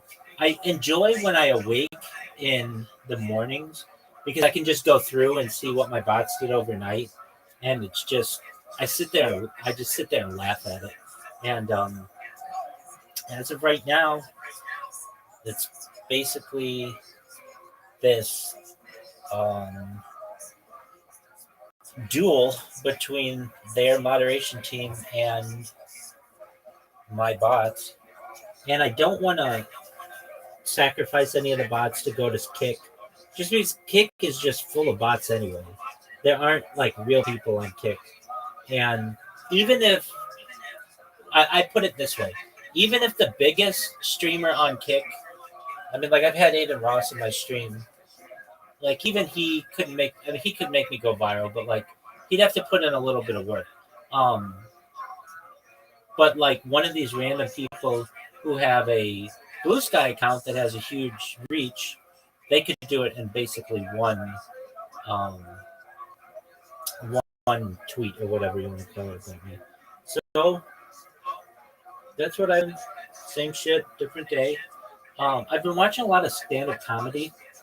Not Kill Tony, but like, do you remember when Comedy Central used to have comedy? Yeah, I bet. Back in the day. Exactly. It's like when MTV used to have music, which is really interesting that like these television channels used to have different um, purposes. Like TLC used to be like to teach people things, and the History Channel was like documentaries and stuff. The worst example of a name going the wrong way. I'm in agreement with you. The History Channel is mostly aliens and Bigfoot. Dude, it's not even that. It's not even that. It's Pawn Stars. What if Pawn Stars is history? Yeah, exactly. That's not history in the slightest. Exactly. But I know what you mean. Yeah. And they've got that, and then they've got TLC's like My 600-Pound Life or whatever, that kind of, like Jack and Kate plus 8 or whatever those stupid shows are. And like they're not about learning anything. And I really wish like we could go back to those original board meetings when they're like, okay, we're going to come up with a new channel and it's going to be called TLC. What is it going to be? Well, we'll have stuff on there where people can learn. And they just quickly realize, not even that quickly, but eventually realize, I should say, that they make more money selling crap than they can by actually going with what their original mission statement was. And MTV was kind of, in my opinion, one of the earlier ones to move away from the format, just go to reality TV. And I get it because it's very expensive to show music videos in particular. I get that. I get it. But Comedy Central, it's like you're supposed to do stand up. Like really what Kill Tony is should be what Comedy Central does. They should have a show that's just, and they had the opportunity to buy Kill Tony back in the day, and they did not. Yes, they did, and for cheap too. And they chose not to. And it's kind of one of those things where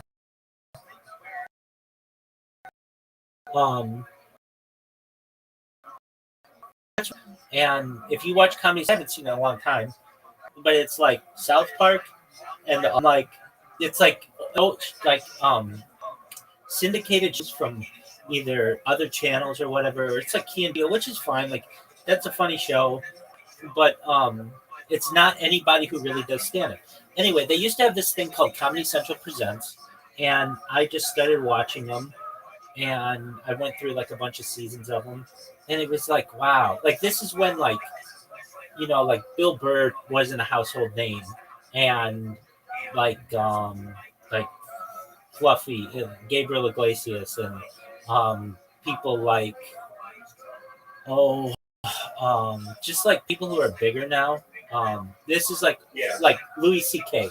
Like he wasn't a household name, and but he got a 30-minute stand-up special. Basically, Comedy Central used to offer people $15,000 to do a stand-up special in like New York or LA, and then they had a special under their belt. And this happened like from like 1998 to like 2008 or something like that. And they just don't do that anymore. And just watching the old ones, they're quite fun, quite entertaining, and just interesting to see what the channel used to be like. I mean, I remember it, but if you were like born, let's say you were born in 2010, so you're 15, or just to make it so you're 18, 2007. If you watched any Comedy Central, you would never know that they used to have stand-up comedians, or you would never know that MTV used to play music videos. It was founded on music videos, or VH1 was like on classic music videos, or TLC was educational, or the other ones are okay. So did you know this, that Turner Movie Classics used to not show any ads? It would just be movie after movie after movie, and eventually they started to. I remember those days. It was like, they would have. I remember those days. Yes, I do. And in the earliest days of cable, they did not show advertisements. Like basically, it went. It was like an It HBO. always scales up the way it's scaling with like Amazon right now. No matter what, they show you commercials. Exactly. But bring it close to me. If you want me to throw it, you bring it close. YouTube as well. I mean, like back in the day, YouTube didn't have any ads. And yeah, so I was watching those, and then I just started watching people's like stand-up specials that were just like classic comedians, just to watch them kill, like Andrew Dice Clay, just absolutely destroying arenas, and people going crazy for him. You know who I miss, who died way too young? Richard Jenny. Richard Jenny was a great comic. His HBO specials are phenomenal. JNNI. Oh, I know who he is. Richard Jenny. I watched one of his specials, at least his Comedy Central special, like maybe within the last week. I know exactly what you're talking about. And people don't talk about him anymore because of how he died. But that's a thing with comedians. It just seems to be so prevalent that if you're a comedian, there's like a very high statistic that you will end it all. And that's really sad. Yeah. But and I get it. It's a really tough career. You don't make a lot of money. It's really hard to be successful. Very hard to be successful. Yeah. And even if you are successful, there's a lot of cost to it. Meaning, you have to like pay for your own hotel room and your own travel. And if there's if they cancel the very much the definition of independent contracting. Exactly. And then on top of all of that, then they have taxes, and the taxes get to people. In fact, what is his name? This British comedian just got in trouble with that, who was on Kill Tony. Just for a moment. He's really famous. You'll know who he is. British comedian Kill Tony.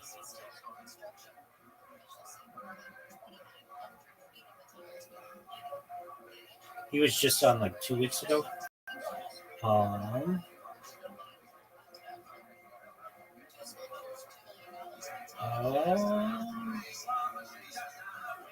Kill Tony.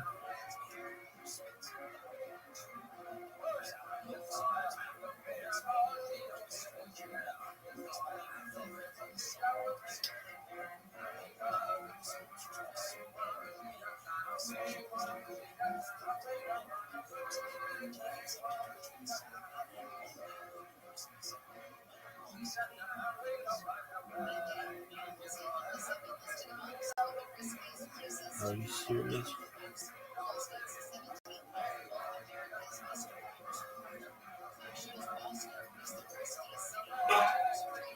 You bring it close to me, or don't bark at me.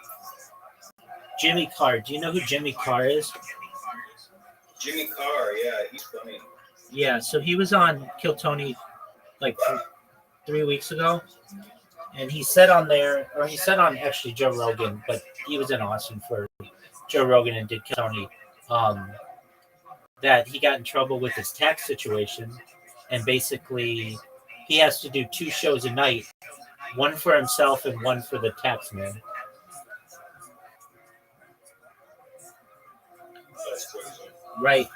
Well, and Joe Rogan was saying, that's all cool that they're doing that to you in England, but if that happens to you here, not only you have to pay that back, but you go to jail.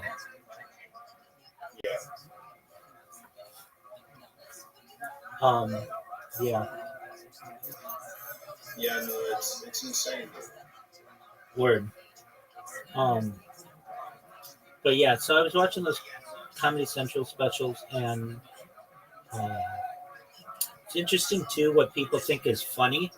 And that's a thing I think that maybe there was a definite, everybody said that the world was going to end on December 22nd, 2012. You remember that, the Mayan calendar and all that shit.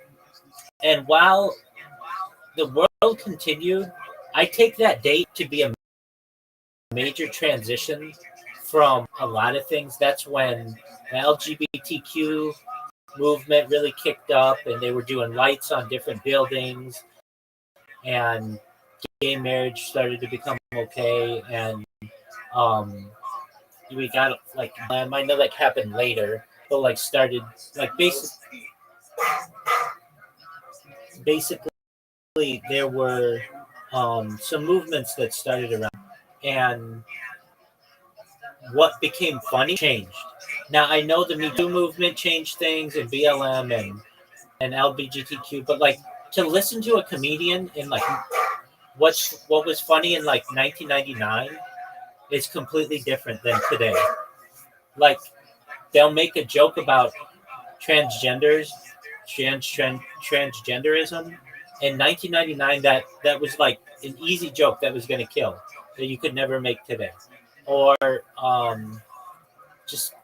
but on top of that, they weren't as dirty, or a lot of, I know they were on Comedy Central versus what's today, but like I don't know, like the audiences seemed more mature, and you didn't have to just get like cheap jokes, cheap laughs, that kind of stuff. It was just interesting to see. And then how 9/11 changed jokes. That was a really interesting thing. So just checking those out. Yeah. I've been watching your boy. What's this guy's name? Danny Jones. Oh, yeah. So since you recommended him or just even mentioned him, I've been watching him nonstop. And okay, Good.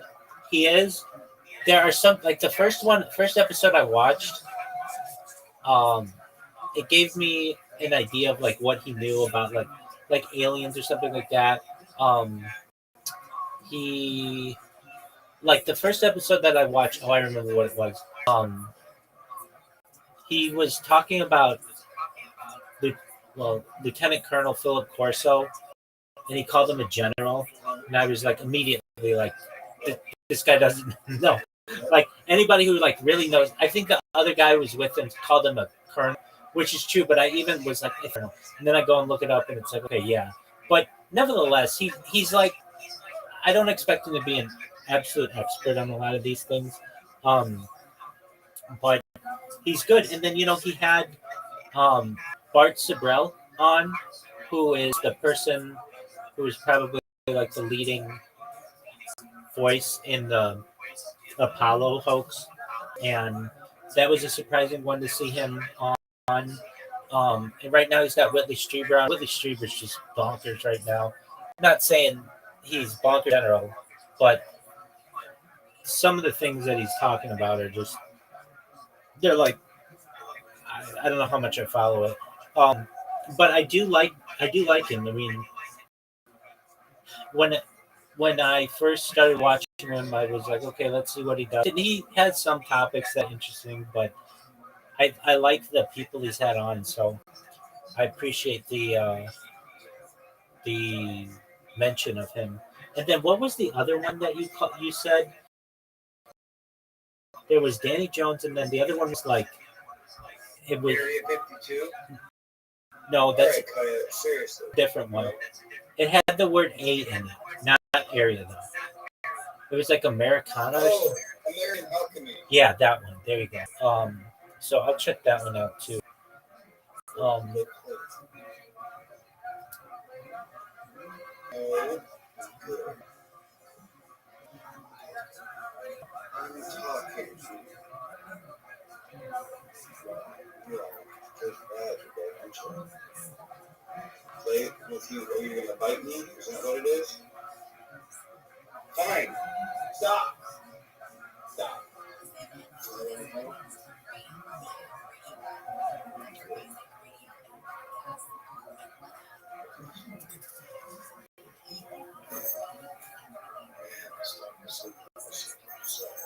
Super Mario Fan 64 XP 2 minutes ago said, because of that, if the replies become infested by the Rabbi bot, I'm disabling replies. That's for sure.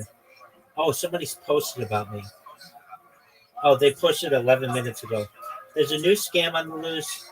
Yeah, I did report it with Blue Sky Moderation Team, and I did report it for spam. That's tight. So a lot of these people, if they just say there's a new scam on the loose, yeah, I reported it to Blue Sky Moderation Team, by the way, and I did report that for spam, but they don't say my name, I don't always know that they're talking about me. So imagine, Caspian Sea, all the people I was just talking, all the shit that I spam, there's still a whole nother world out there that I don't even know people are talking about me. They're just taking a screenshot or they're complaining or whatever. So that's great. And that was 11 minutes ago and then 2 minutes ago. Stop it. Stop it. Wow.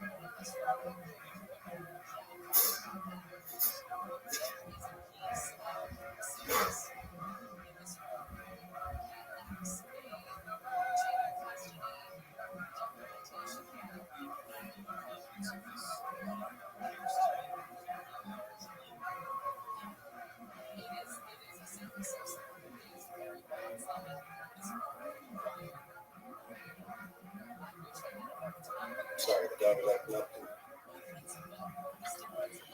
You're good. She's got to be a handful. She is. She really is. Tough to figure out how to train her. Sometimes she just doesn't give a fuck. Right. Is she smart? Yeah, and that's what makes her even more disobedient sometimes. Yeah, that's what I was thinking.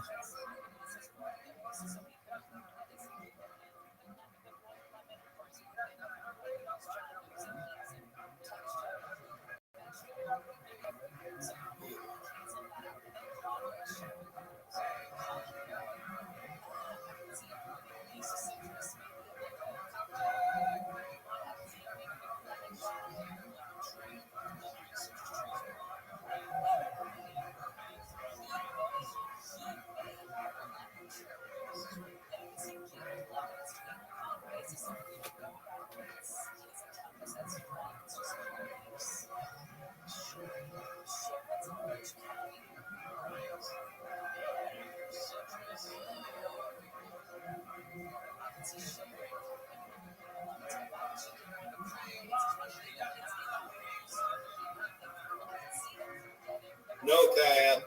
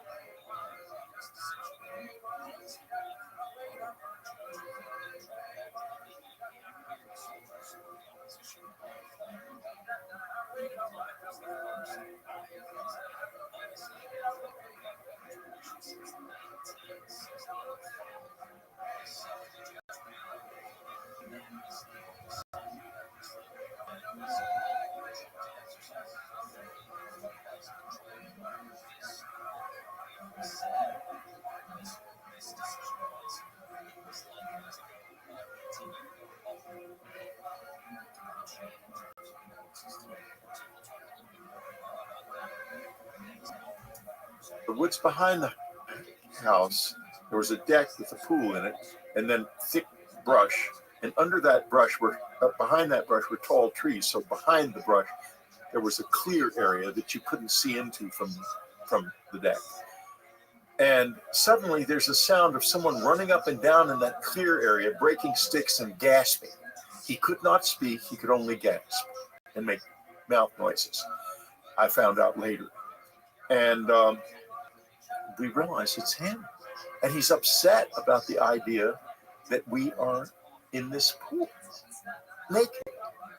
And so we went back in the house. We didn't feel comfortable anymore outside because we obviously weren't alone. And this kid was upset, and it was very weird. And we both knew by this time we were not, this is no normal child.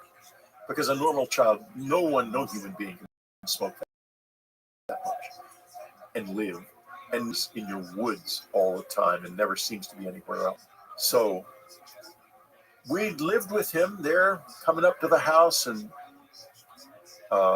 it was not pleasant. And he came into the house a few times, and he slept a few nights in one of the bedrooms, and we would find the bed unmade, like someone had slept in the cigarette smoke everywhere. It was not pleasant. So You're smoking in your house. he smoked in the bedroom, but apparently with the door closed. because we didn't notice it while it was happening. So who is this kid? Well, I get to that. Give me some time. We got some time. Yeah. Okay. All right. We lose the house. October that year, I guess it was 96 or 97. It was so awful. I can't even, it's hard to remember exactly the year. And we leave for the last time. I'm thinking I will never go back again. It turns out, by the way, there's a sort of semi-happy ending. The house is now owned by a couple who love my work and love me, and I get to go back a lot. Oh wow. And I get to go back, and I am able to connect with the visitors at the cabin, and I can explain why later if you want me to. Better than I can other places, more physically. So we leave. On the way down to Texas, we're going to stay in a condo in Texas that was the last thing we owned. My mother lived in it. It's a little condo on a street. It has a screened porch, and it's a little tiny two-bedroom condo, and a little garden, and then there's the street. That'll be important in a minute. Okay. I noticed this car, this old ratty car, driving this a number of times. And the thing about it that made me notice it was it had those lights that glowed without shining. And I thought, geez, could they be following me in a car? Because I know those lights. I've seen them before. I'd seen them as a child, and I knew they were that kind of light indicated the presence of the visitors, that was no ordinary car. So we get to the house. I don't say anything about it to Anne because she's rather happy to be leaving all this behind, as you may imagine. We get to the condo, move in. A couple nights later, I smell cigarettes. The situation with the condo is there's a screened-in porch that the living room looks out onto, and there's also a French door from the bedroom. It ends, and then there's a cul-de-sac, and the cul-de-sac is right where the head of the bed is, on the other side of that wall. Then there's a small alley, and immediately across the alley is another condo. That's the situation. So I go out on the screened-in porch and notice immediately movement. Someone goes around the corner. It's him. He's followed us. And I find cigarette butts. What kind of cigarettes? What brand? Yeah, what brand? I have no idea. I don't like cigarettes. I never touched them. They're disgusting. I'm curious. Well, I don't blame you. Probably menthol the way he smoked. Newports. I don't have any idea. I didn't. I was too fixated on the fact that he was there to think about things like that. Yeah. And then people in the condo can complain about him doing things to them. And he's a feral child, and they call social services, and social service people come looking for him. And then I become aware of the fact that he seems to be living in the condo immediately behind ours. I installed a motion-sensitive light in the cul-de-sac. And one night he's there, and every time he moves, the motion-sensitive light comes on. He's gasping and going on. And he's pretty pissed off, obviously. At the same time, what's happening is I've noticed that these men were not of this world. I'll tell you why I know that. I was going down to the drugstore one morning to get some stuff. It's right on the street corner. Yeah. And I walked into the drugstore, and it was very quiet.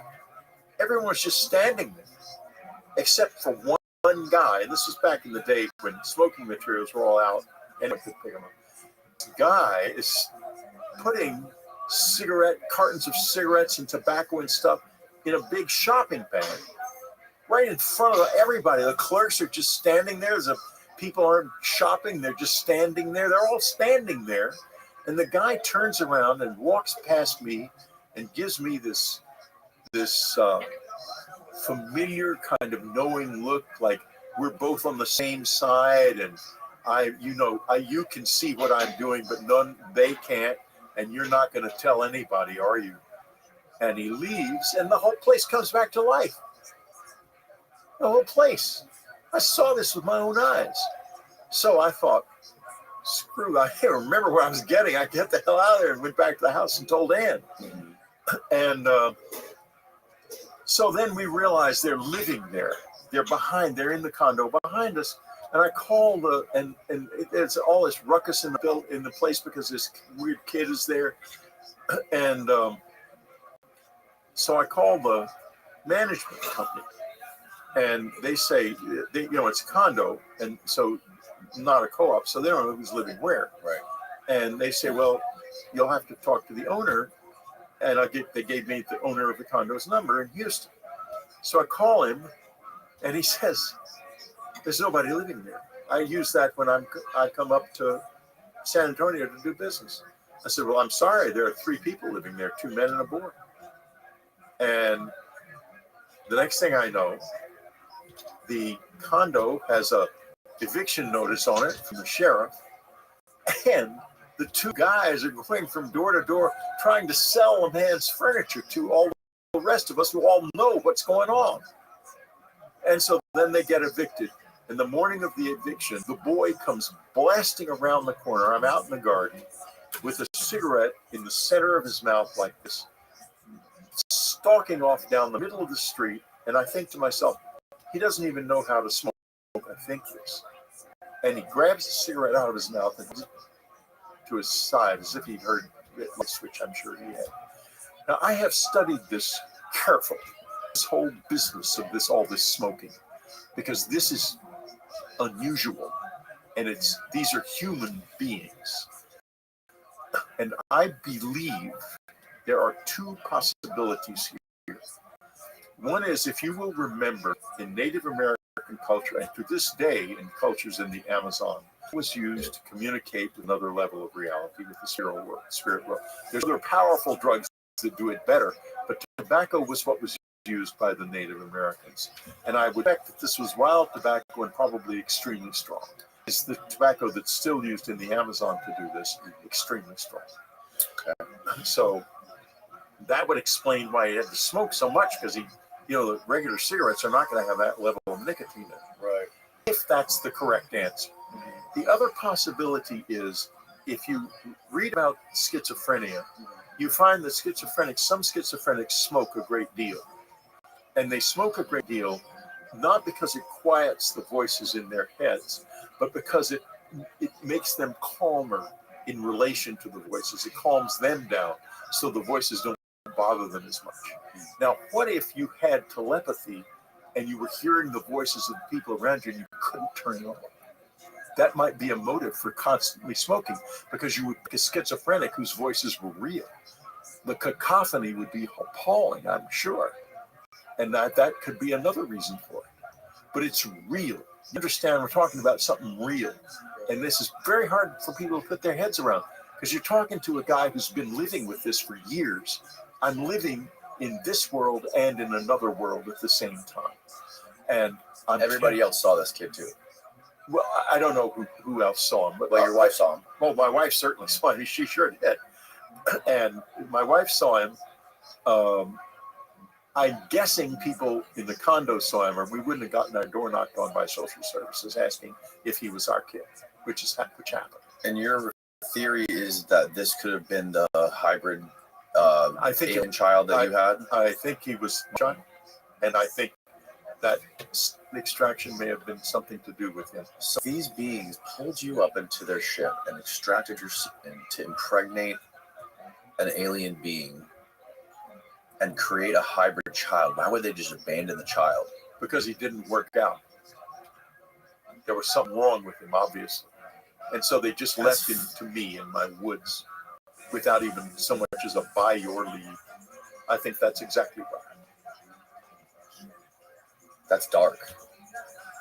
Well, that's very dark. December of 1985, then 1996, 97, he shows up.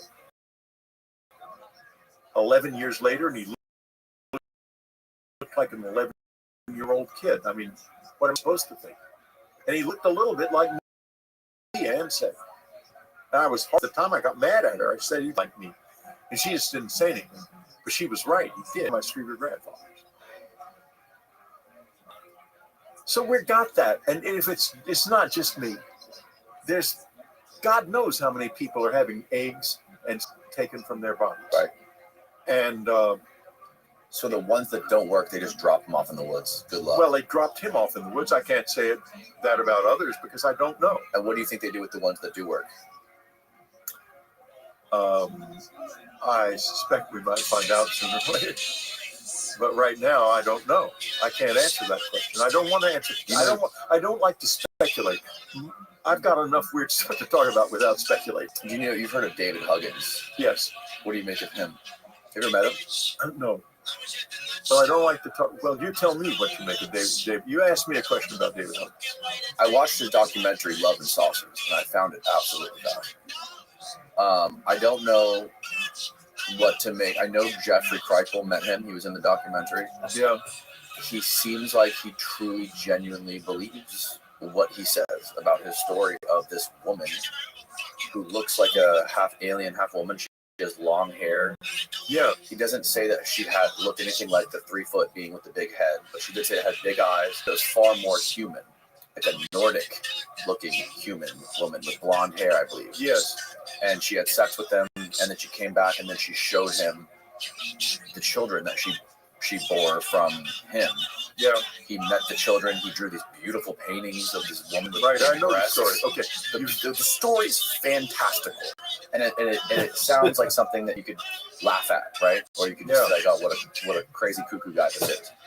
Well, it seems to be very similar to a lot of the things you're saying. Well, the mind becomes. It gets a need to connect the dots. In other words, there may be less to the actual story than he's telling. But I will say this, I know David believes every word of it. And I also would think that the part of the encounter is true. And at least some children are true. And the reason I think that is I turned one of those women down and they tried to have sex with me. So did you never had any like physical intercourse as Oh no, humans that's would not with women's true. beings? I did have. Oh, you did? I certainly did. I'll When tell was you, this? It was must have been in 88, 89 maybe. And how did this happen? Okay, I'll tell you the whole story. I woke up in a state of full erection, on my back, with a female who we got to know quite well. She never sat down in the living room and chatted with me. She's in the house a lot. I'll tell you more stories about it. Is this the main female entity you normally see? I don't know if it's the same. Okay, I can't it looks tell. similar or not? Yeah, it Okay. looks only she was somewhat human. For one thing, she had sexual organs, and the little ones that you usually see don't have They sexual don't have organs. No, they're not. Because they're grown. They're not born. At least that's what I would assume. Because if they don't have sexual organs, obviously you're not having sex and not having babies. Right. But they're there. Therefore, they must be grown. So anyway, this is what happened. I wake up and I'm engaged in sex already with this individual. She's well along. I look up and I cannot see the face. The face is blacked out. But the body is a female body, breasts with very small but existent breasts, thin arms, and legs that were human. Like it's a half human, half alien, half a gray human. Okay. The room is filled with people,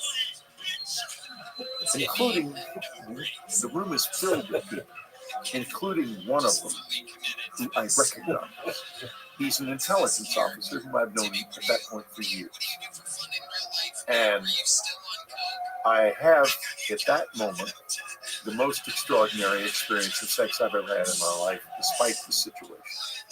It was brain bending and terribly upsetting to me because I was a married man and I'm very chaste.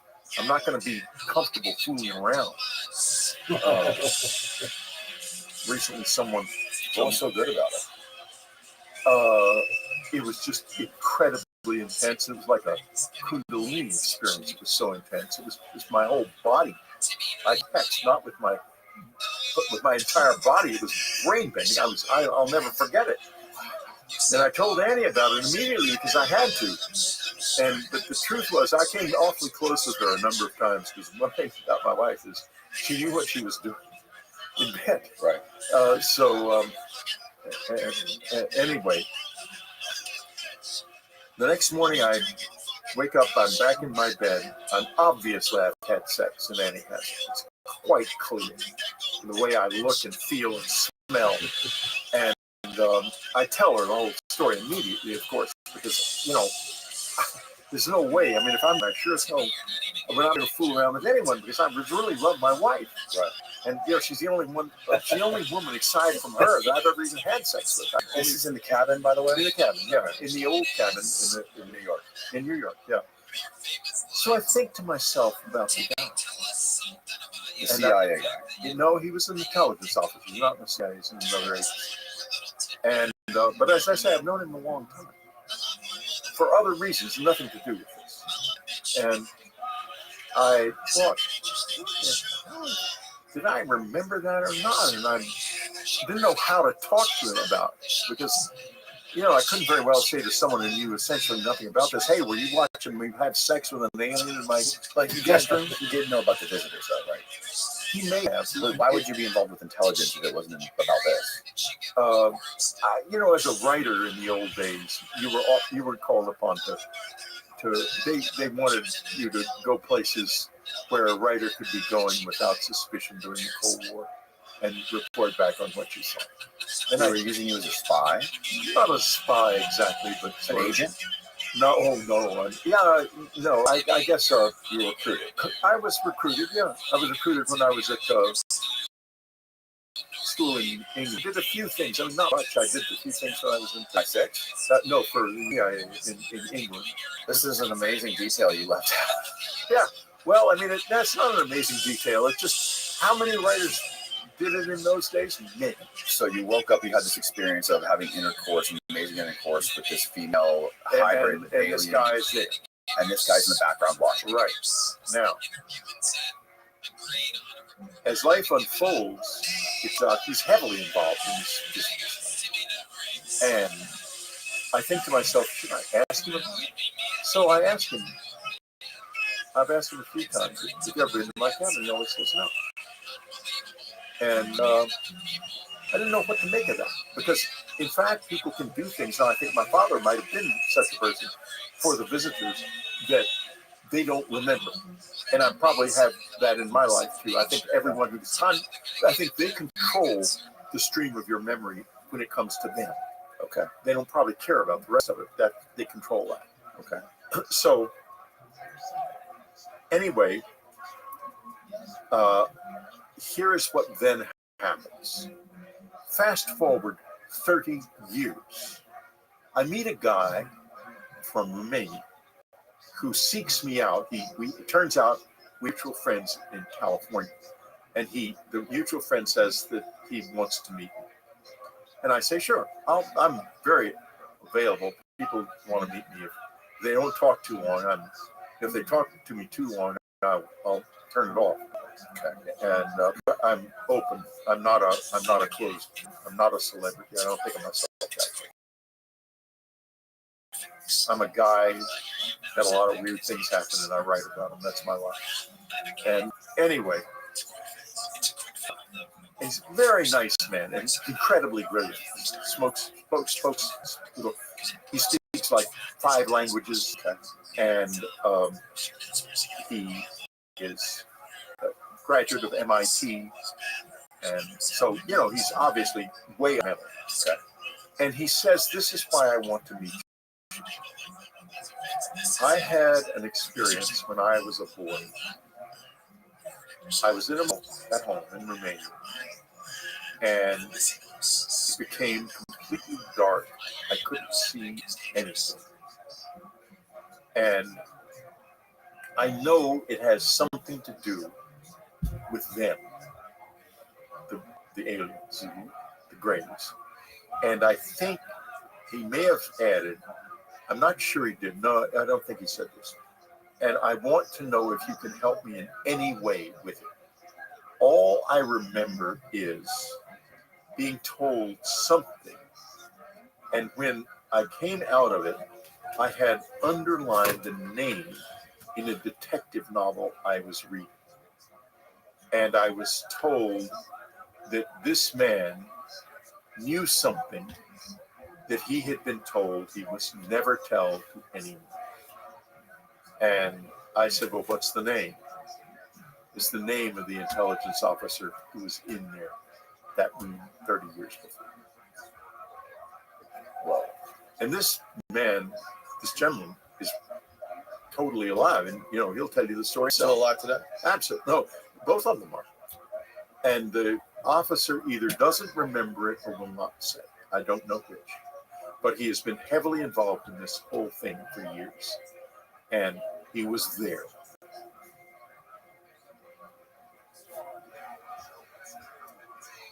That's kind of bizarre. That's kind of hard to process. Like, what do you make? What is your? I know you don't want to speculate on things, but no. What do you make of it? What do you make? What do you think? Do you think he is involved with somehow, or do you think he's a hybrid? Or no, he's not a hybrid. They got work to do. No, he's a wonderful guy. I think he's a marvelous man, and very much. We've been friends a long now. And the young man, the Romanian guy, is also a wonderful man, and Brit, they both are. So, these are all good people. People like to hate. And, intelligence officer, Billy Strieber, involved CIA, hate him forever. Forget it. This is a more complex world than that. It's a bigger world and a more complex world. And we have to do better. We have to get away from the believe it or don't believe it, hate, love, all of that, and look at the whole thing in a much more objective way. Yes, I've had entanglement with the intelligence community for a lot of my life. I come from a family that did, so that's quite natural. I have never done anything that I would be ashamed of. There was another experience you explained in communion about being in Europe. I believe you were in a hotel with a woman, and you guys. Yeah. There was that was. What was that? Oh God! But you left a part out of communion. There was something you wrote about in a different story where you guys ended up in the Vatican. Yes, we did. You want that story? Yeah. What's this one about? Oh, it's wild. Okay. I'm traveling in Europe. I'm a young guy.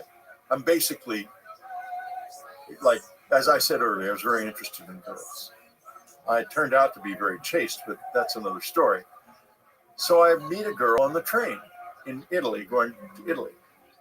And we chat. We both decide to get off in Florence. She's going to meet friends in Florence. She's in the arts world.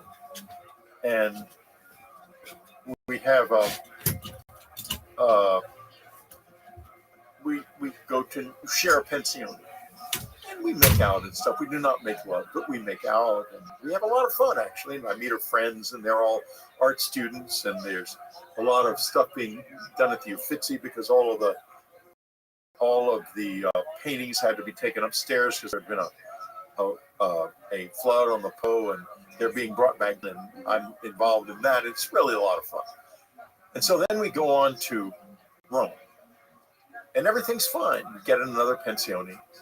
We have no money on it, so we're really living very rough, but having loads of fun. And we go to the Vatican. I have no idea who this girl is, basically. I know her name, her first name. I don't even know her last name. Actually, I do. I remember her last name. And so, but I know nothing about her except that she's from Ireland. She's English-Irish. In other words, she's an English person who lives in Ireland. Few, I guess, from Northern Ireland. Okay. And go to the we go to the Vatican, and typical of me, I might get myself lost in the catacombs under the Vatican. Uh, yeah, I'm the only person I know who could make it. And finally, I get out of there, and I'm walking around trying to find her. There's no cell phones or anything in those things. And she's stalking along in the nave of the Vatican, and she's totally crazy. She looks like a vampire. She's just furious about something and won't talk, and she's glaring straight ahead. Scares the hell out of me, and I think perhaps I don't want to sleep another night with this woman because she's beneath the surface. There's obviously a fantastically crazy person going on, and I'm not up to this. I haven't had any weird experiences yet at all. So, I mean, except my childhood, but I don't remember much of that at that time. So, I go pension, and I decide I'm gonna skedaddle. Her suitcase is lying there, and I think to myself, maybe I should just look inside that suitcase. I'm curious. I wonder who I'm with. And I do open the suitcase. It's not locked. And here is what I remember seeing.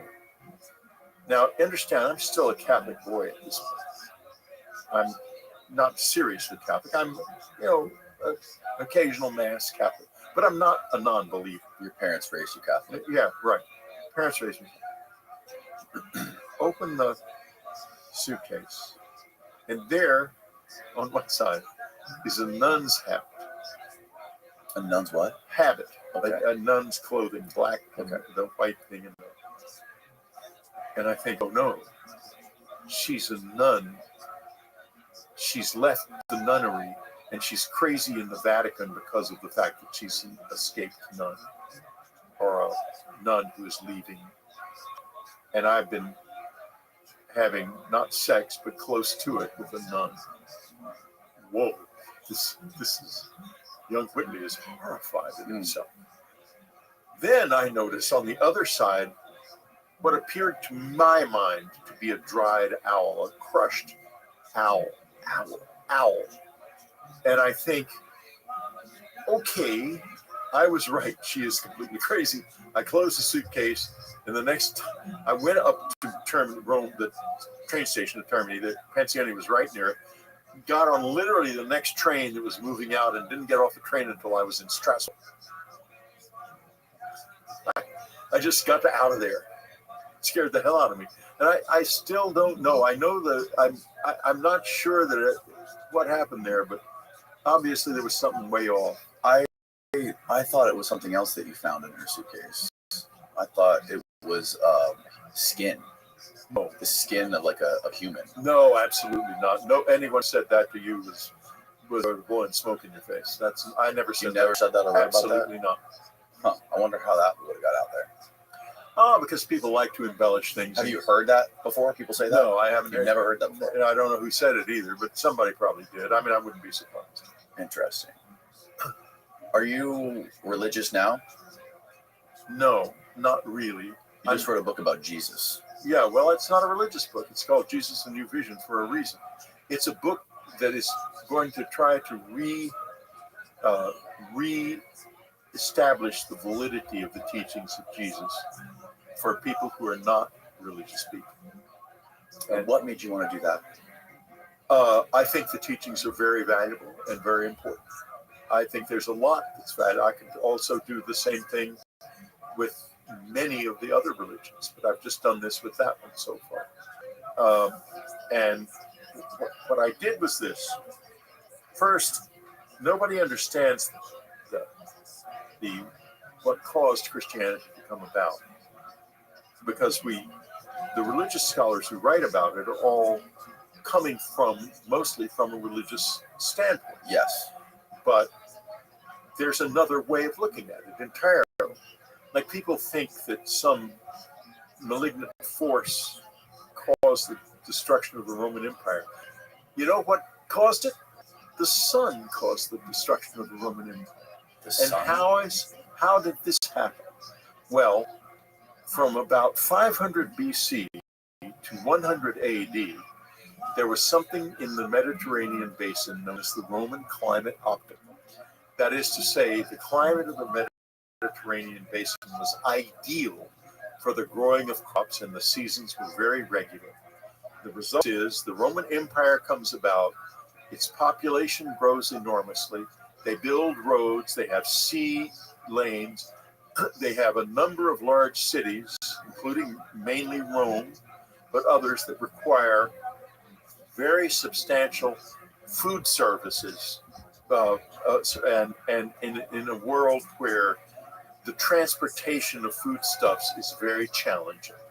So this is where we are in 100 AD, when, as we know from stalagmites that have been measured in a cave in Scotland, the solar output increased slightly. And it does that every once in a while. Right. It increases some and decreases some. Right.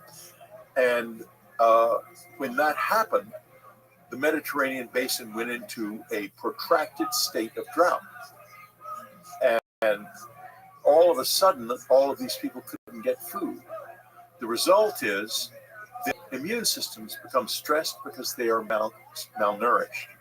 We then have the first great Roman plague, because these people, they have no germ theory, they have compromised immune systems because they're malnourished because of the solar activity, the change in solar output. They're moving around the area as they did not certainly before even 1 AD. I mean, it's really a going concern at that point. Mm-hmm.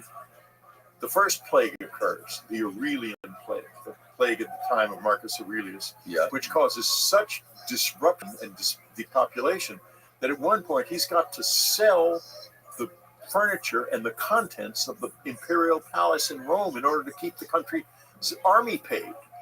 So it's a big upset. Now, this is a world in which the religion and the state are it's not just church and state, they're the same thing.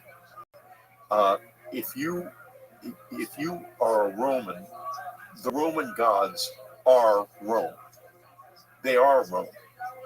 Jupiter and Venus and all of the different Roman gods, Mars, they are Rome. They are the personification of your state. And your state and your gods are essentially the same.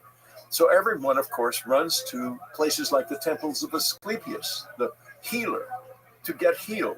Now, in those days, you did not, when you did the sacrifice, it had to hurt.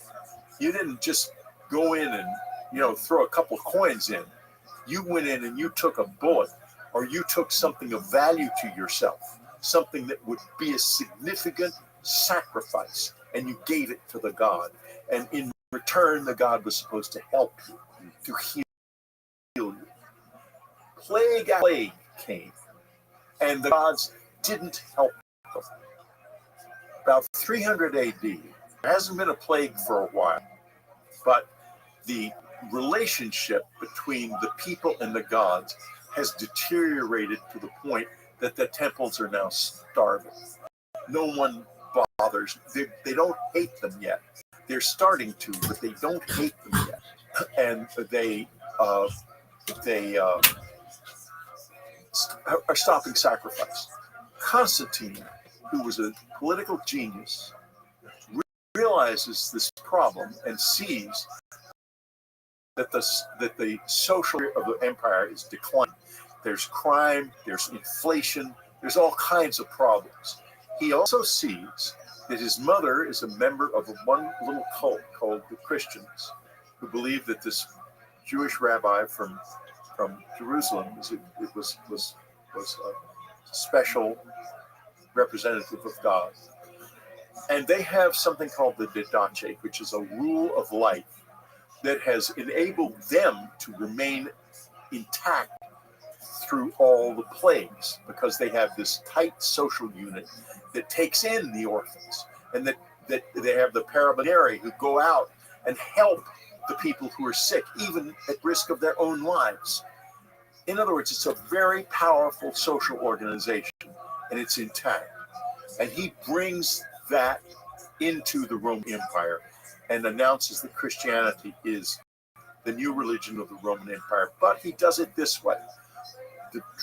He moves the birthplace of Jesus, which was probably Nazareth, to Bethlehem, and places him in a cave, the birthplace in a cave that was traditionally where Venus gave birth to Adonis. In other words, he replaces the Venus and Adonis story with the story of the Holy Family. And Jesus takes on the trappings of a Roman god, essentially a sun god. He replaces Adonis as I am the way, the truth, and the light, and becomes Christianity. Now, this is good and it's bad. It's good because it preserves the teachings of Jesus, at least some of them. It's bad because the plagues continue, and because of the plagues continuing, the Christian parts of the empire become venomously angry at the gods. Because in those days the gods were the statues. The statue of Apollo in the temple of Apollo was the god, and they were specially treated so that the spirit of the god could come into the statue. It was all very now. So the people start to destroy the gods. They tear down the temples. They break the statues. That's why all those statues from there have broken noses and no arms broken off, because they were being with hammers, because the people were trying to kill the gods, because they had decided these plagues were so bad that, for example, at one point, Constantinople was so depopulated, the emperor had to send the army out into the hinterlands to force people to repopulate the city. I mean, it was horrendous. It was unimaginable. It makes COVID look like a picnic. And through all of this, gradually, the entire old religion is destroyed. There are a number of libraries that are destroyed. The one that we always think about, of course, which bit slowly over a period of time. The killing of Hypatia was that's what we should remember is the worst thing that happened there, because the destruction of the library was not an intentional burning in one go. It was a gradual decline in interest and activity, and a series of fires, some of which were probably set. And so we lost a lot. The fact that the Antikythera device is so sophisticated, and we have no idea, we have no record, no one wrote anything about it. We didn't even know what it was built for until recently. That's because those records were all destroyed, I'm sure, in the destruction of the knowledge of the classical world. But the knowledge of the classical world was destroyed because people thought that those gods had turned against them, and they demonized their own gods, and they were left with a God, Jesus, and they proceeded. I'll tell you, the Sayings Gospel of Thomas, which I finally translated myself, because so many of the translations. What was the original language? In Greek. Oh wow! Yeah. Oh, so you know Greek? No. I knew Greek, and I knew Greek when I was working on the book. I knew Greek and Latin when I was young, pretty well, and I regenerated the Greek and learned a little Aramaic when I was working on Jesus' New Vision, because I wanted to see the original language as best I could. Okay. But I would not say I was I would love to say, oh yes, I know classical Greek, but unfortunately I don't. I know enough of it. I know enough classical Greek to certainly do a translation, and then to look at dictionaries and historical dictionaries to try to understand if the words are meaningful in different ways, because those translations have mostly been done by scholars with agendas. That's why I did it, and it turned out that. And they're also coming from the canons too. They're coming from these gospels. They're not coming from classical sources. No, but the Sayings Gospel of Thomas is a different story. It's probably the oldest gospel. Sayings Gospels and sayings where it's just a group of sayings. That's a much older form than the narrative story gospels. The narrative gospels are among the first real stories that they were like the early novels, basically. And there are contradictions between them because these men weren't in communication with each other, and they're all trying to tell the story as they had known it from their friends. When was the Gospel of Thomas authored? 150? It was the earliest, so it was probably around the time of Mark, 50 AD, I believe, and probably before that, because there are things in Mark that would have come from it. But here's the difference between the sayings gospel of Thomas and all of the canonical gospels. The canonical gospels are laying it out, telling you what to do. This is that, and then Paul comes along and adds to that rules. But the sayings gospel is very different. At one point, Jesus takes a disciple aside and tells him the secret. And he goes back to the others and they want to know the secret. He says, if I told you the secret, you would have to stone me to death.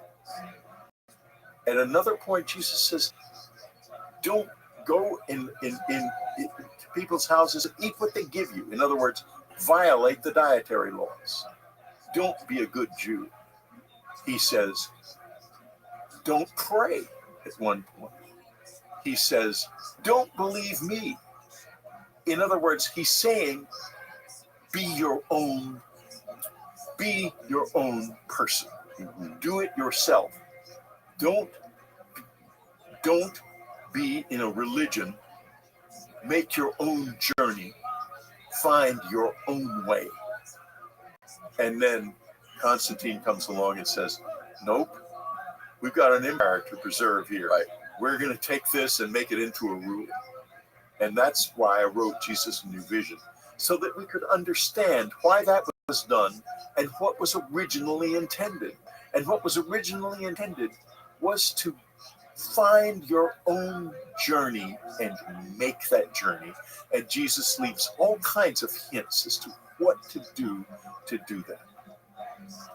Have you discussed this with any sort of classicists or philologists or linguists, this stuff? Do you think people like that would talk to Whitley Strieber? I don't think so. Why not?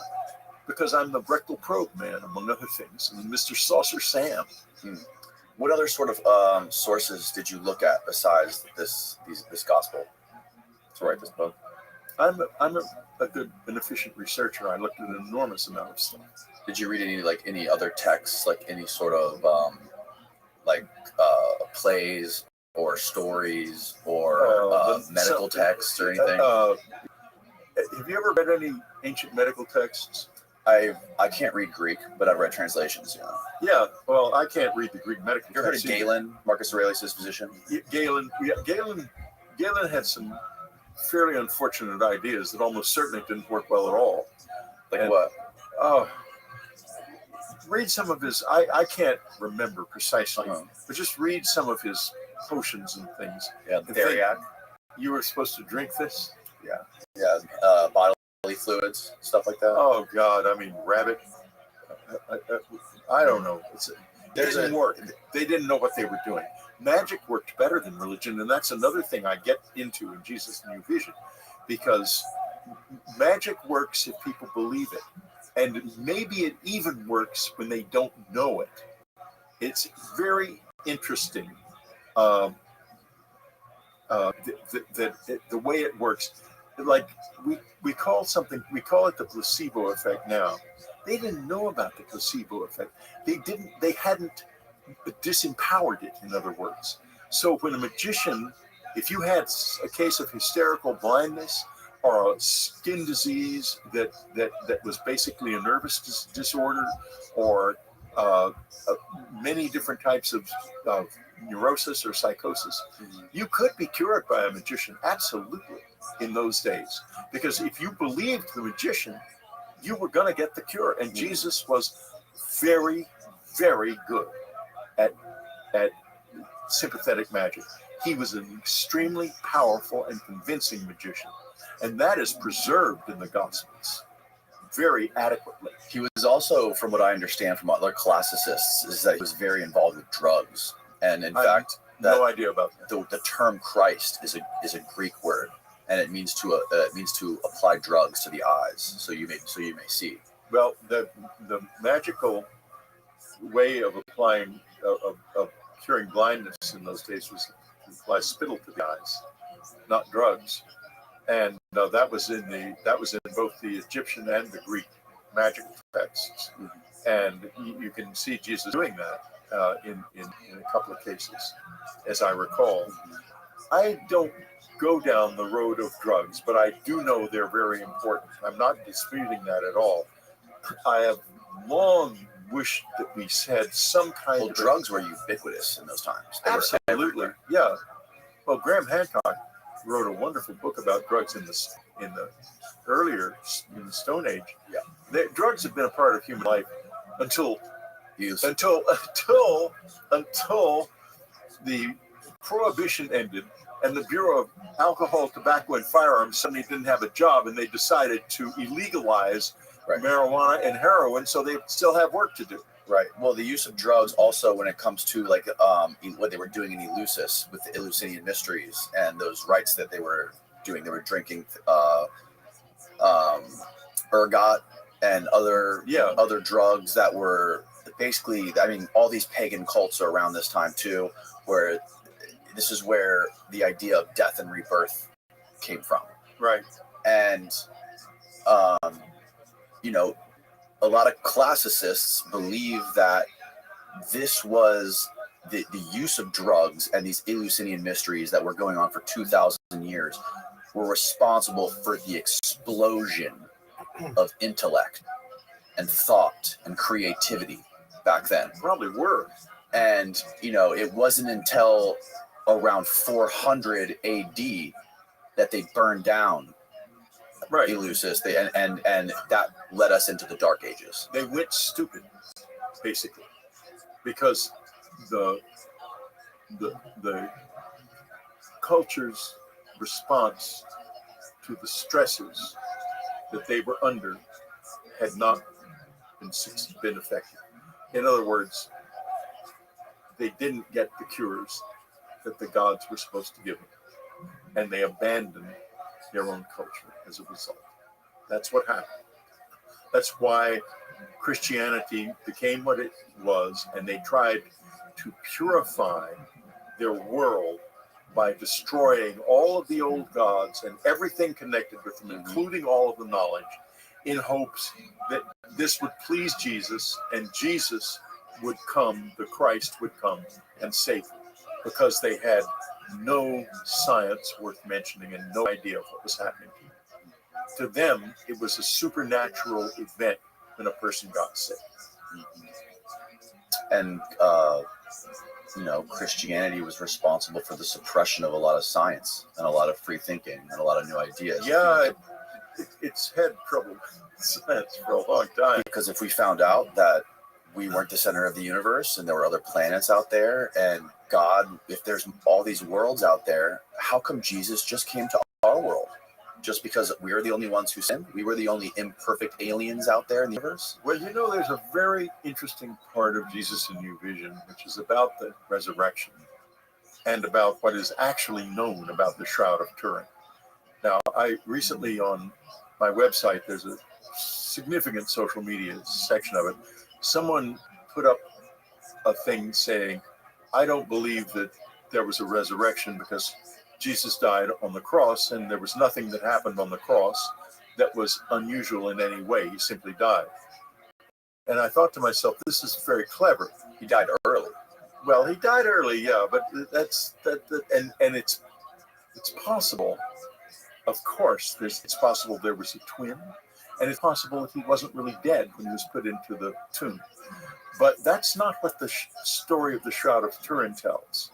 The Shroud of Turin tells a very strange story. And no matter how hard the conventional scientific community has worked to debunk that story, it's still there. The mystery still exists. Back in, the 70s, Ann and I were introduced to two Air Force officers, Jackson and Jumper, who wanted to test the Shroud of Turin. But it was Father Peter Rinaldi who introduced us to this project. And we contributed a little money to it. We would have contributed more, but we didn't have more. And so we were very involved in the Shroud of Turin project. And as soon as I heard that the testing was going to be done at Oxford, I knew it would be false. And I wrote, I believe, Father Rinaldi saying, do not do this. They cannot afford to have their paradigm destroyed, and they will tell lies. And not even intentionally, they will do it in all good faith, but they will still be false. And indeed, if you look carefully, you will find that the parts of the shroud that were taken were too close to the burn marks from the 15th century fire to give accurate carbon dating. They were going to give carbon dating later than the shroud actually it was. And so that carbon dating is not correct. And they stand by it because they did it very carefully and very correctly, but they did area, and they may not even consciously be aware of that. That's what happened. There has been extensive research done into the shroud since then.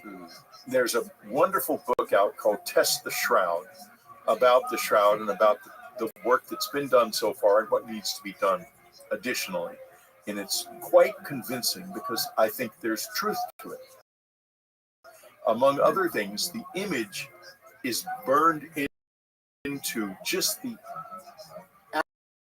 absolutely top micro, just the top edges of the linen, and that can only happen with a high intensity, very sudden flash, very high intensity, very sudden. There was, remember, quake, and the temple the drape in the temple was torn. Probably something happened in the tomb at that moment. And this is where we get into the area that the Western mind does not want to accept yet. It's this.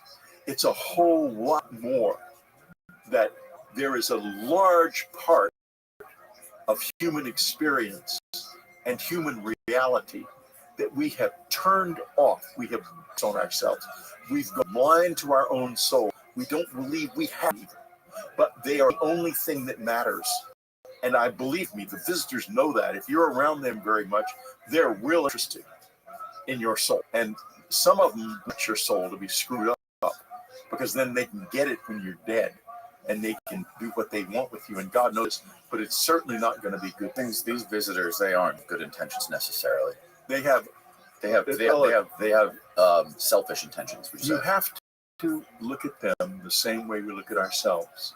And when we look at ourselves, we see a huge, complicated mass of different beliefs, different intentions, different desires, different levels of intelligence, all of that. They're the same.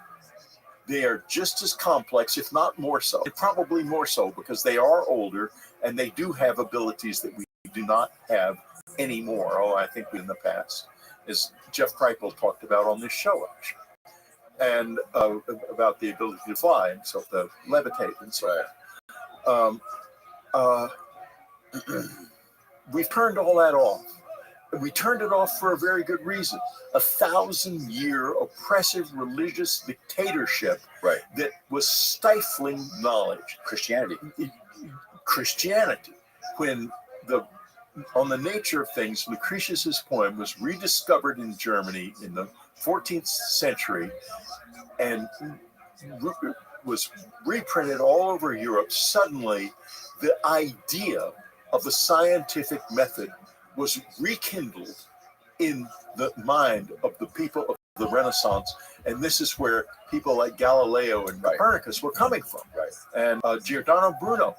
They were trying to become scientists in a world that would definitely burn you to death if you weren't careful, which happened to Bruno.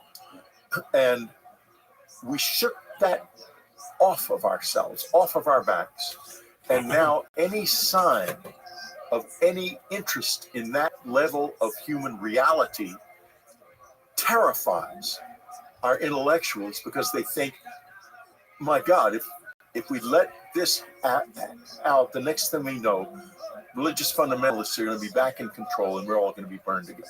Our lives will be destroyed. And if you look at Project 25, you can see it written right there. Project 25, is that the thing that that's that thing that's sort of in the that like extreme right-wing agenda thing that came out? Yeah, whether it's would ever be adopted by anyone, I don't know, but it's there. No, I don't think, I saw that. And I've read, it's 900 pages long, and I have to admit that I read an outline of it, and I paged through it. And basically, it's a return to the medieval world. Yes, I agree. Basically, it's what it is. Yeah, I tend to think when things like that come out that they're just like intentional things to divide society and to maintain control and things to.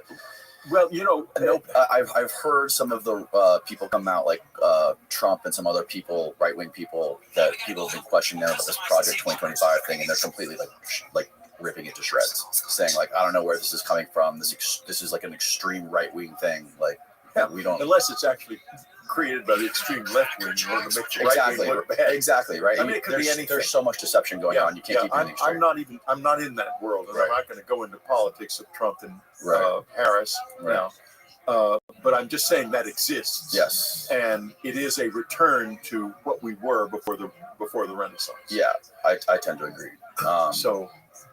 And I don't think, I don't think real people take that kind of stuff seriously. We're not going to go there. No, definitely. No, they have to face the fact that we're free now, and ultimately we're going to stay that way. Yes. Also, there was a guy. I had another guy on here about a year ago named Chris Bledsoe. I know Chris. You know? Yeah. He's going to be on my show, Greenland, in a couple of weeks. Oh, cool. Yeah. Super sweet guy. I loved him. Yeah, he's a lovely man. He mentioned there was a person who I don't want to mention his name because I think that's what got his episode banned off my channel, or unsearchable now on YouTube if you search for our podcast we did together. There was a guy he mentioned on there who was very shadowy, who approached him and like became friends with him and his family, who was involved in many different agencies. No, I know who you mean. Yeah, have you ever talked to this guy? Yes. What do you make of him? I don't want to go there except to say that he's very sincere. Very sincere. Very sincere, and I'm not sure he knows whether or not he's telling the truth. You know that he knows whether he's telling the truth. I think a lot of them don't. I think a lot of them are unintentional disinformation agents. Yeah. I think the visitors are heavily involved in all of those people, and they are controlling what they say. I don't think mine's are their own. You have to be very disciplined, and you have to experience telepathy consciously in order to not fall victim to it. And it's very easy for these people to be parroting something the visitors are wanting them to say, when in fact they think it's their own mind. And and I don't think the intelligence community is at all proficient in dealing with that. I wouldn't say I was proficient, but I do know when it's happening to me. I think I do, but I always tell myself, Whitley, be careful, because if you think you know, maybe that's when you don't know, right? So you have to be very careful. That's why when I talk, I try to only talk about things that have a definite memory. I don't like to speculate, because I think that opens my mind up to control. So I don't speculate, and I wish to be controlled, even by people who want me to say things I would like to say. I want to say it myself, right? And so no speculation from me, or very little as I can get away with. Well, Whitley, we almost just did 4 hours. Are you kidding? This has been a fascinating conversation, a real brain bender, as you would say. Yes. Thank you so much. Well, I have to tell you, A, it's a wonderful show. B, this was a very cool interview. You're brilliant. I appreciate that very much. Thank you.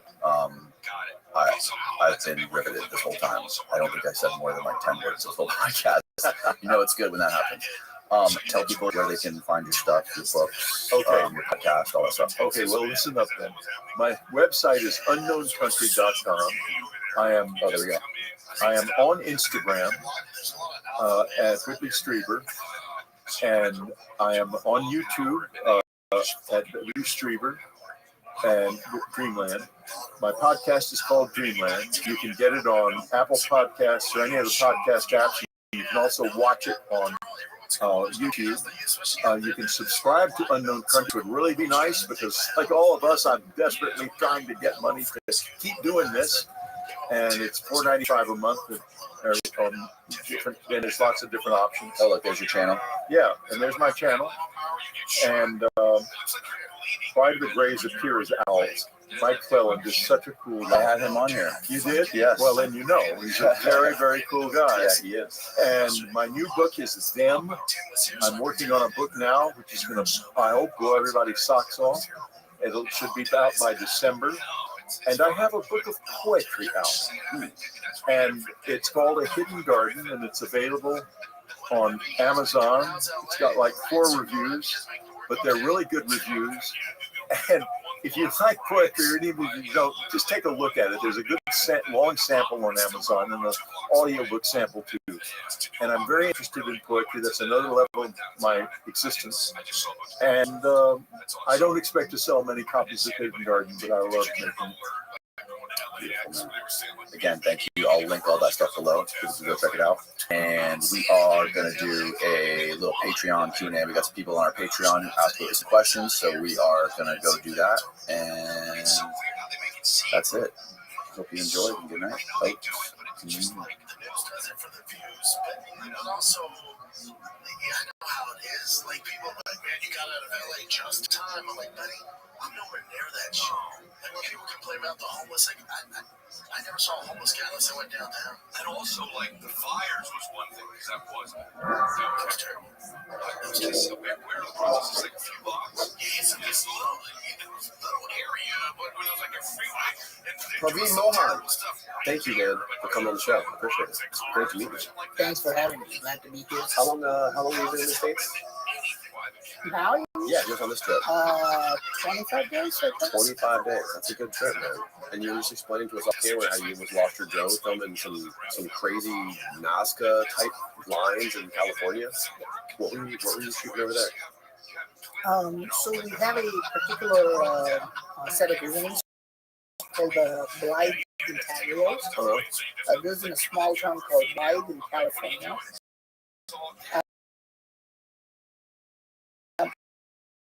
I'm sure viewers know about NASCAR lines, right?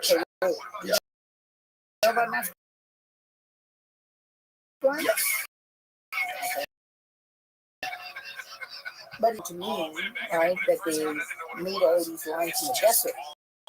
And when I went there, I've also visited NASCAR lines in Peru. Yeah, I have. Yeah.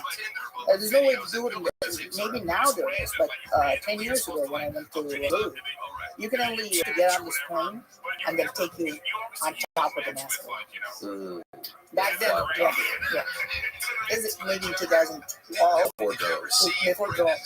2012. And then I think I had my drone at that first, I think it's called DJI Hero or something like that. Very old. And then they wouldn't let us take them. Yeah. So you have to go into this plane and they'll take it's like a nice little plane where it can only take like maybe 10 people. Yeah. And they fly on top of the desert and the guide will show you, okay, this is the ancient astronaut pointing to the sky, the hummingbird.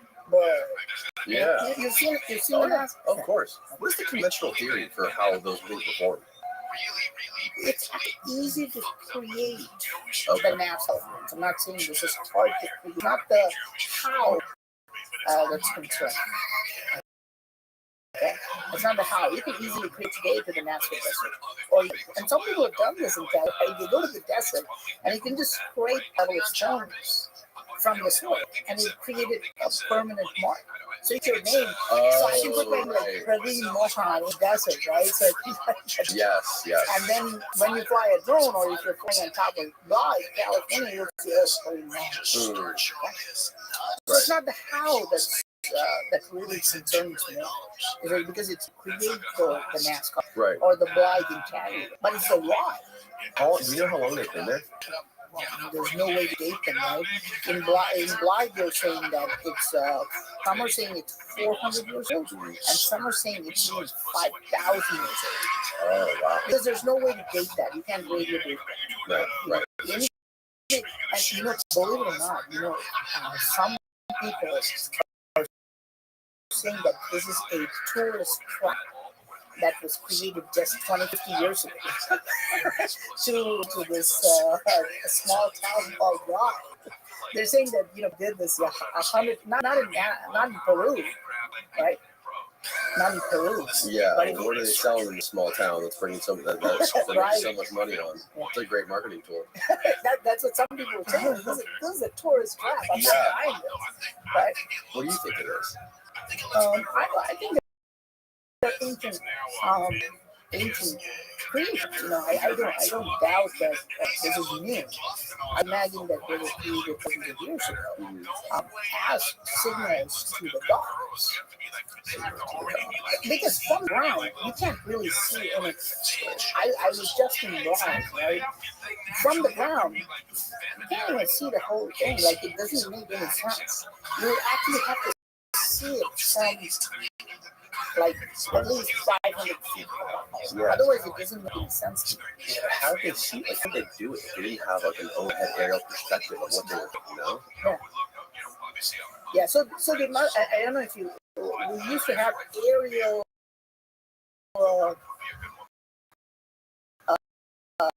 signals even 100 years ago. I don't know.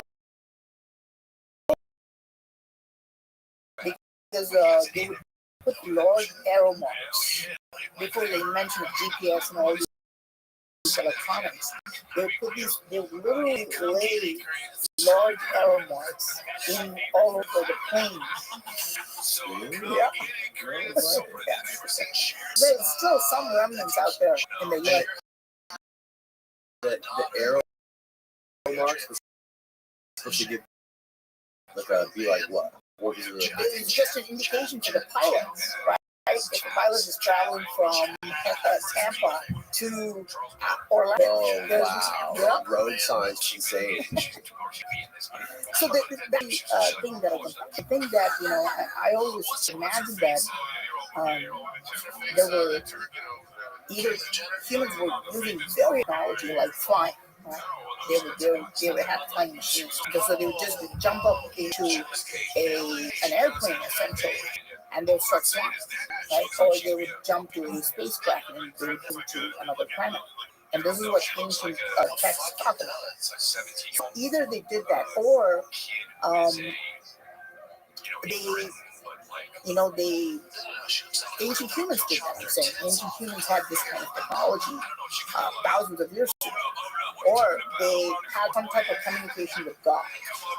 What text specifically talk about that? Mahabharata talks about it. Ramayana talks about it. But both are the big epics of ancient India. They both talk about flying machines. This is Sanskrit. It's in Sanskrit. Right. More than 2 years old. Do you know how to read Sanskrit? Really? Yeah. Well, the text is similar to modern Hindi, and it's called Devanagari. Yeah. So, what are there images of these lines that you photographed in California online that you can look at? Yeah, if you just Google Bly Intaglios, Intaglios. BLYTHE. Okay. Intaglios. It's called INTAGL IOS. Well, we can't see it. Yeah, there we go.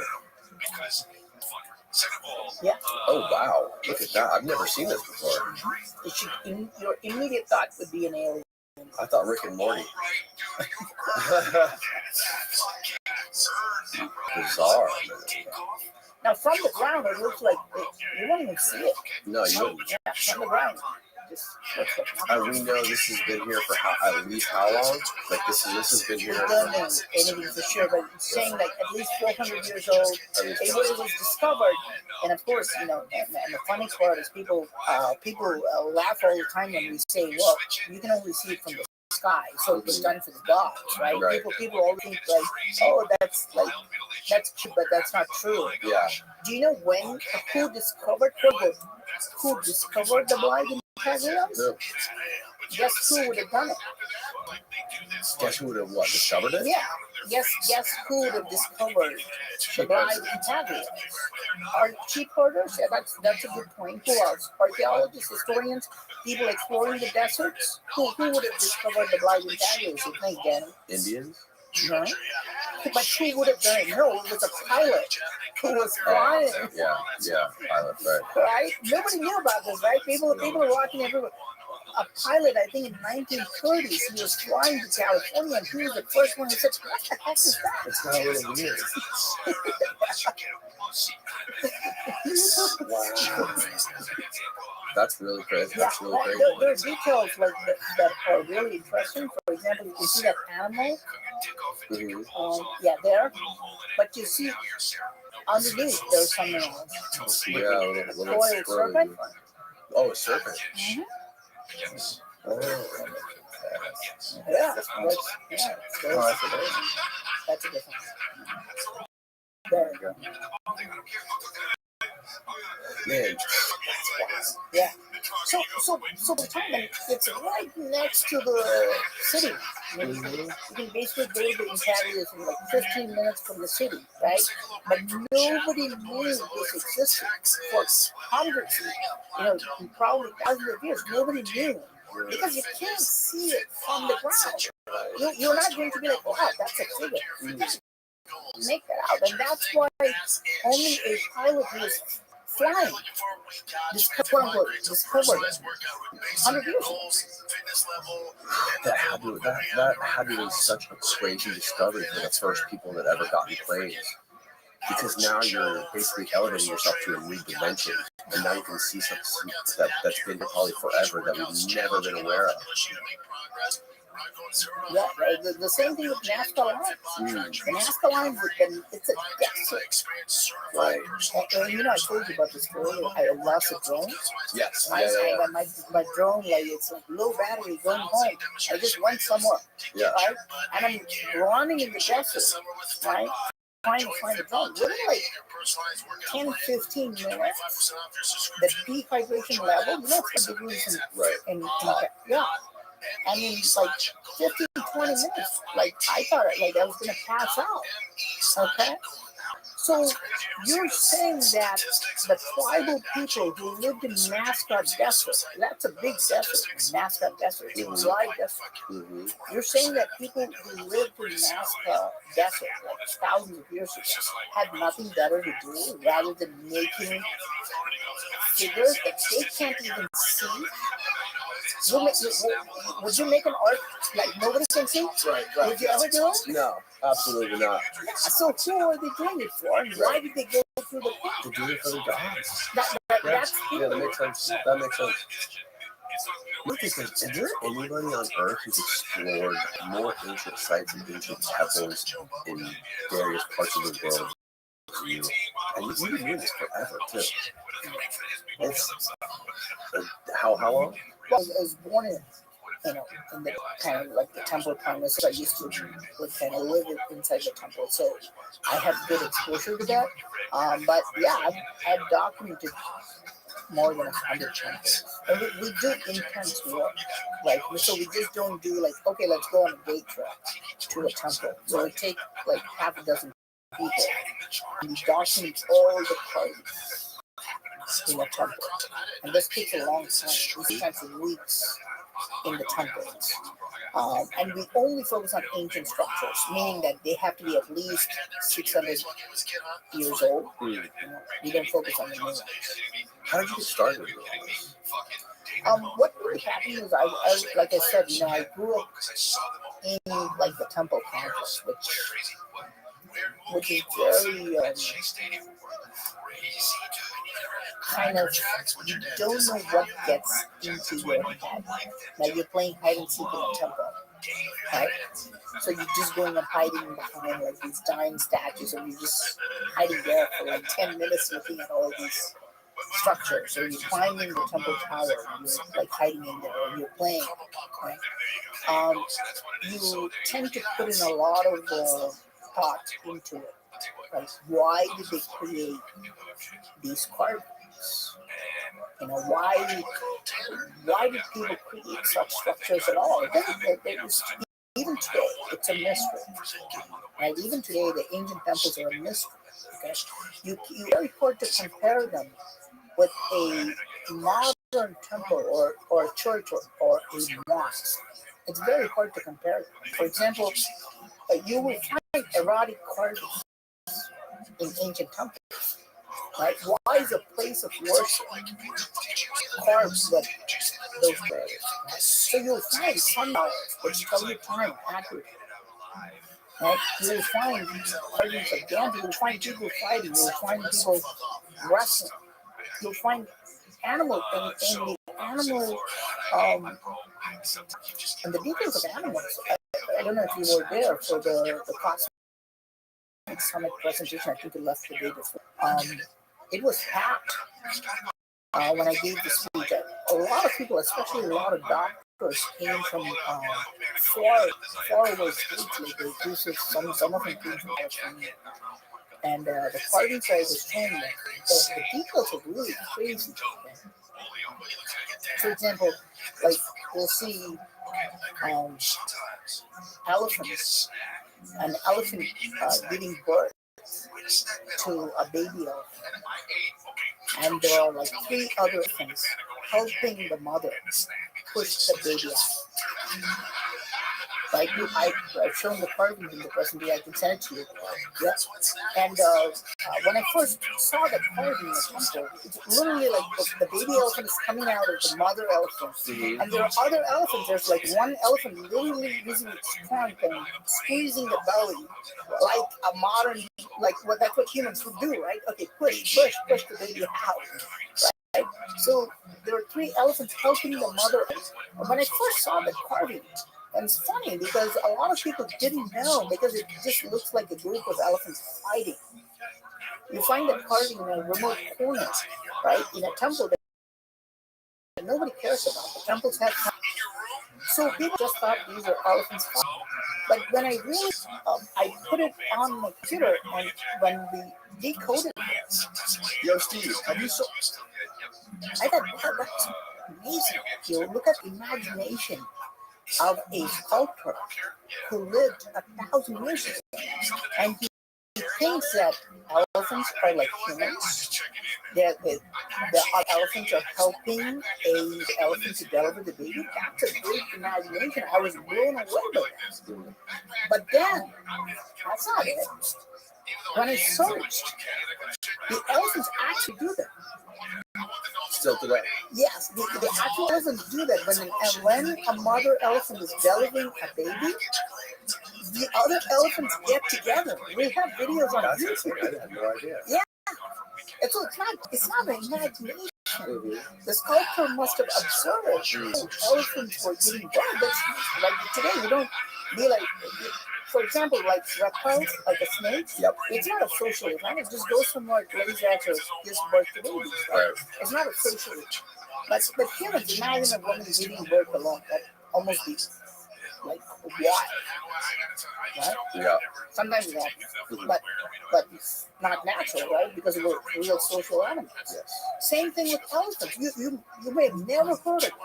I did not know that until I saw the carvings. Right? So ancient builders recorded all these weird, like the stuff that's trending today, right? You'll see something like a dog riding a cow, right? That'd be trending today on TikTok, right? Oh, the dog is riding, like he's just on, like standing on top of the cow, right? Like almost like a human doing riding a horse. But that's hard. Thousands of years they've observed these animals and they carved that in the temples. That's what they did. So, so what?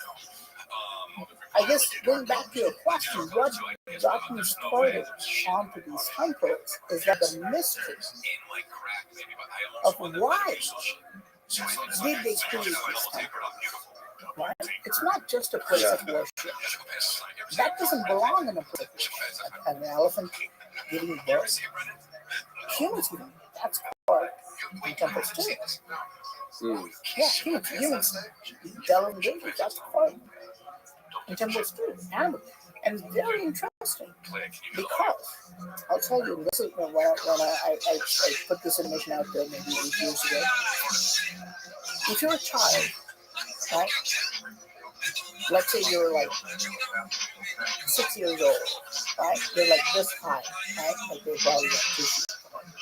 And if you go to a temple, you only look at this level, right? You only see like a 6 foot, like maybe 4, right? 2 to 3 feet height.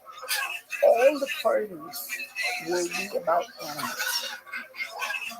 It's and I mean, like if you had a child that's like 3 years old or 5 years old, all day he watches either cartoons or Animal Planet. He's very fascinated by right? He's just gonna love all the animals, and that's how ancient builders created the temples. So if you are, let's say, 6 years old, all you're gonna see is animals. That's your Animal Planet. Yeah. Also, when you're young, I feel like when you have new experiences, or when you're in places like temples or places of worship that older people are used to, and they understand it's built into the culture and it's sort of just like the norm. Children, they're not hardwired yet. Their structural, cultural hardwiring hasn't solidified itself yet. Everything is so new, and their imaginations are so much run wild, so much than adults do. So, do you think that maybe had part of it? Maybe like you being so young and you were still developing, your imagination was still running wild, you were still learning about the world, yet you were in these incredible ancient structures with these crazy details carved into them. Yes, I think this is why I got interested in temples very early. Right? And of course, I moved to the U.S. and I thought that's fine. And I just make a lot of money and then live a good life in the U.S. Yeah. But I came out of India, but India didn't come out of me. Why did you move to the U.S.? Right. I went to college here. Okay. So I thought I'd just get a good job. This was back in 2000. And you were around roughly 20 years old, something like that, you said? Yeah. Roughly 20. Yeah. And then you stayed here in the U.S. for how long? 15. 15 years. Mm-hmm. Yep. What's the biggest difference between U.S. and India? One thing I still do, right? I still love about the U.S. is that everything is perfectly ordered. Perfectly ordered. Yep. There's like a stop sign. You don't have to do a thing, right? If you see a stop sign, you stop. If it's red, you stop. If it's green, you go. You don't have to look left or right. That's what I love about this. Right? Take all the thinking out of it. Yeah, exactly. So then they put a lot of thought into it, so you don't have to worry about all the little details, right? In India, you still don't have that. Whether you have a stop sign or not, you have to look.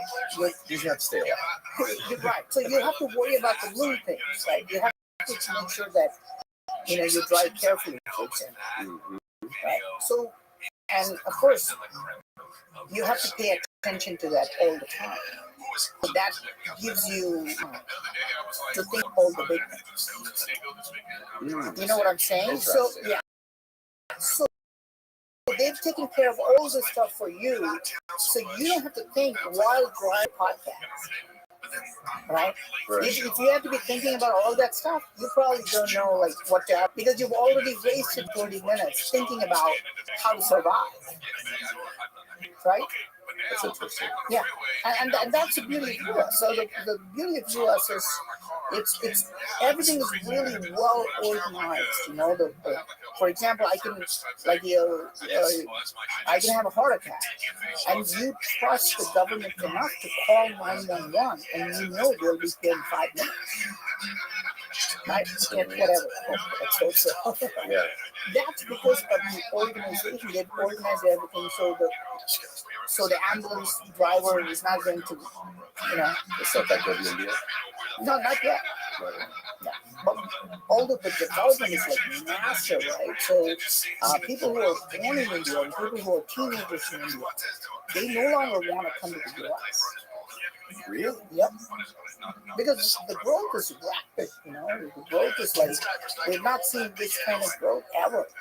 How big is India compared to the US? 1/3. A third of the US? Mm-hmm. And you were saying earlier, you said you could have stayed here and got rich, or just going back to India. I mean, it's easier to get rich here, get make money here. Yeah. Well, the culture here is all about money, right? Everyone's focused on money and the economy here. That's probably like the one of the fundamental moral values or fundamental values of America. Yeah. It's different in Japan. Yeah, I mean, the thing is, it is to get rich in industry now, but not 15 years ago, right? But in the US, it's very capitalist country that you believe in capitalist holding. Yes. So you can make money. And of course, the lifestyle, right? So for example, what happened when I went to college, like in 6 months I had a car. Right, I bought a car, lived in there. I had all the stuff because there's no minimum wage in India. So there's going to be a lot of difference. Yeah. So the US is really good. Surface level, if all you want to do is just make money and have a good life, US is a great country to have, right?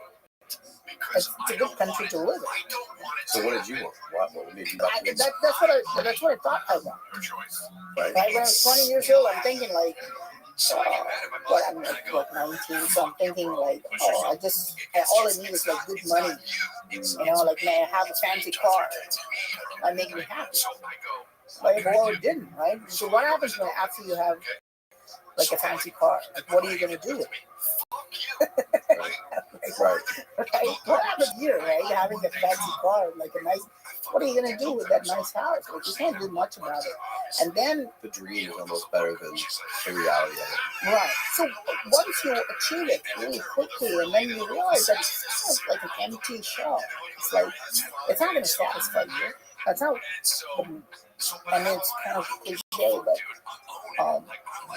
the money is not going to really make you happy. Right? It's a source of power. There's no doubt. It's like health.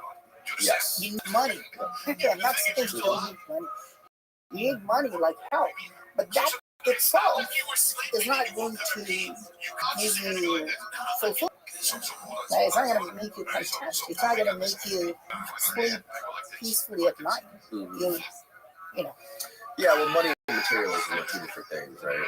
Like, you can have a lot of money and not be materialistic. You want to buy stupid shit. Yeah.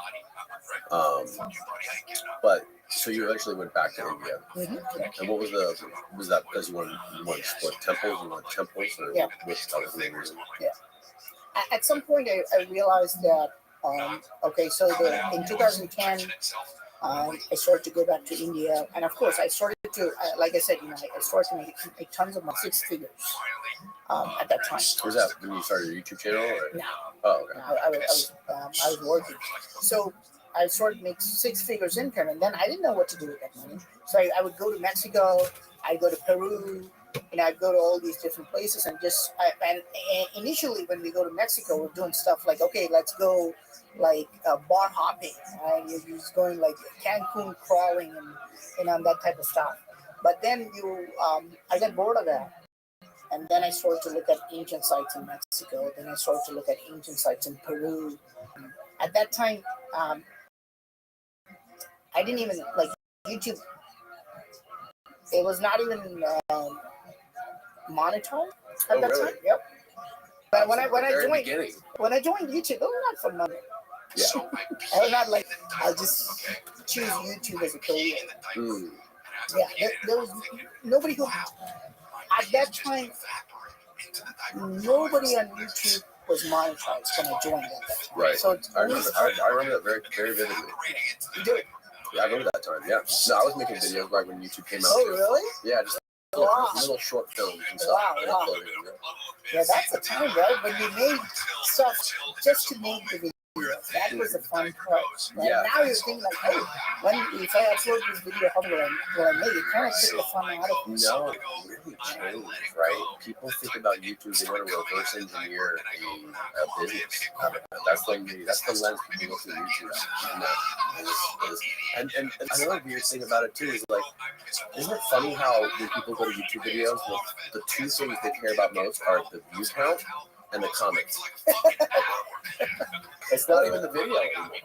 What's called the social proof, right? This is how things function.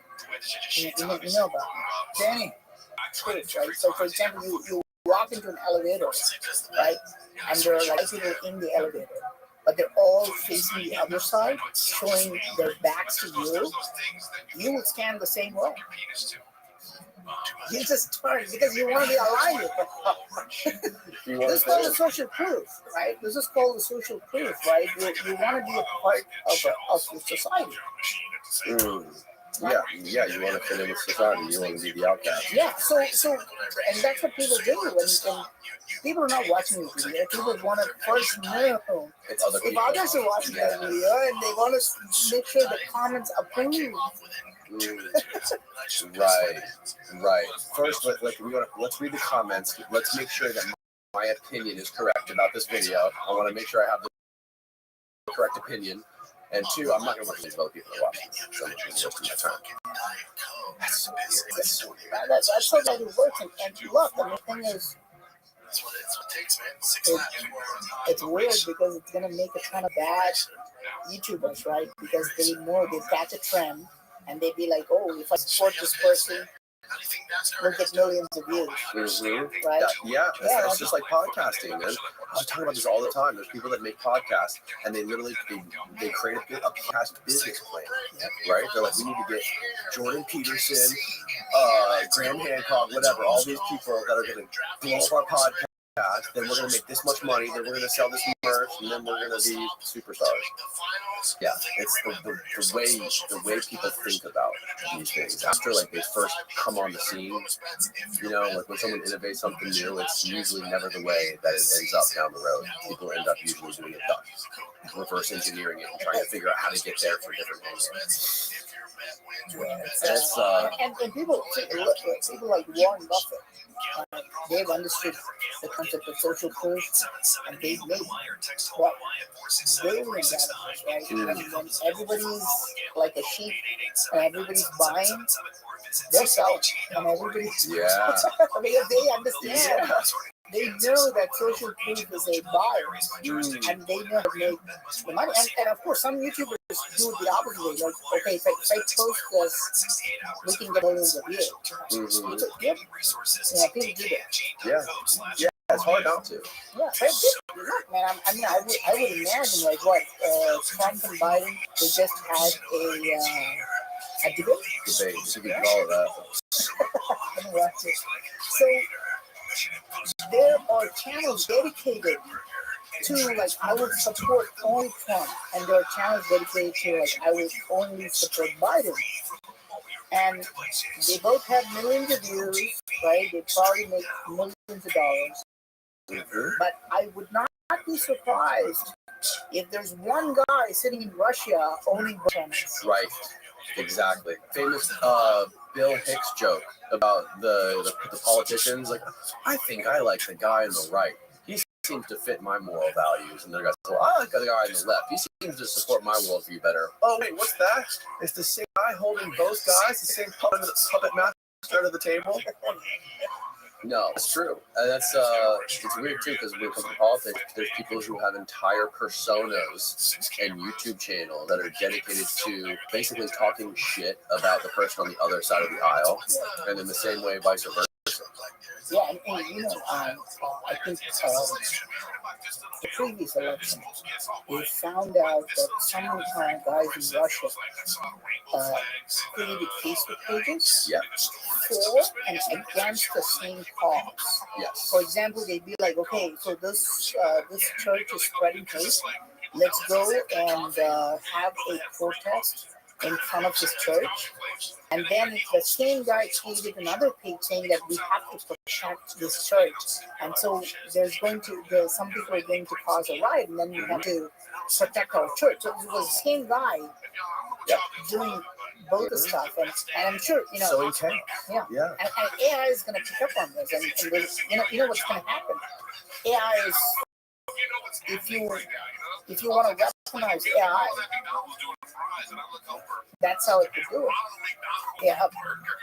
Well, the enemy of the U.S., let's say some country, right? So they're going to create this kind of politics, right? They just have AI do all these pages and all these YouTube channels for and against the same cause. Like, that's how I would do it. Right? So let's say I want to destroy Tampa, right? I would be like, okay, guys, like I'm against LGBTQ. We're going to have a protest right here. This is destroying their culture. I would have a page like that. And it could easily get thousands of followers for that. And then I would create another page saying that no, LGBTQ rocks, right? We need our rights. And I'll say, let's do the protest at the same time. Right across the street. And I can easily create a riot. I could do it, actually. Right? Yeah. And this is how AI is gonna do it. I don't know if you saw it. This was like maybe a month ago. There was like a brawl in the streets where the LGBT pride parade clashed with the Free Palestine parade, and they were literally like curb stomping each other. It was like a full-on war on the streets. I think it was in Philadelphia. Can you find that? Israel-Hamas war protests have disrupted pride marches. Like, what?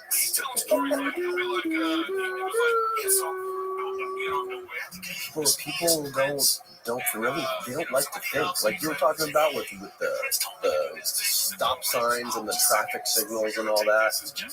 It's the same thing with media. They just want to be told what to think. If you start to compete with somebody, for example, right? So let's say you start to compete with a podcaster who does videos every day, then you no longer worry about the right information. You start about all the news media, so only about like get the news first. They don't care if the news is right or wrong, right? They have to give it first. And people follow that too. And this is a situation because if you're late and if you're just waiting for the right news to come, right? Let's say somebody's like serious, right? Somebody's in the hospital. Some news channel is going to say, oh, this guy's dead, and he's going to get all the news, even though he's right. Yeah. So all the news channels are like, what do you do? Yeah, purposely deceitful, just to get views, clicks, and advertising dollars. Yeah, man, it's a rough world out there. The media is getting more and more treacherous to navigate every day. Do you know any media in the U.S. that's not considered propaganda? Any media in the U.S. that's not considered propaganda. This podcast is not propaganda. This is probably the only one. No, I'm just kidding. No, I mean, we're not like a news channel, right? There's a difference between propaganda that's purposely misinforming, or just like purposely being biased for a political, religious, monetary reasons, right? Or just people getting stuff wrong, on an accident. So, can you think of it? Because you know. You mean any like television news?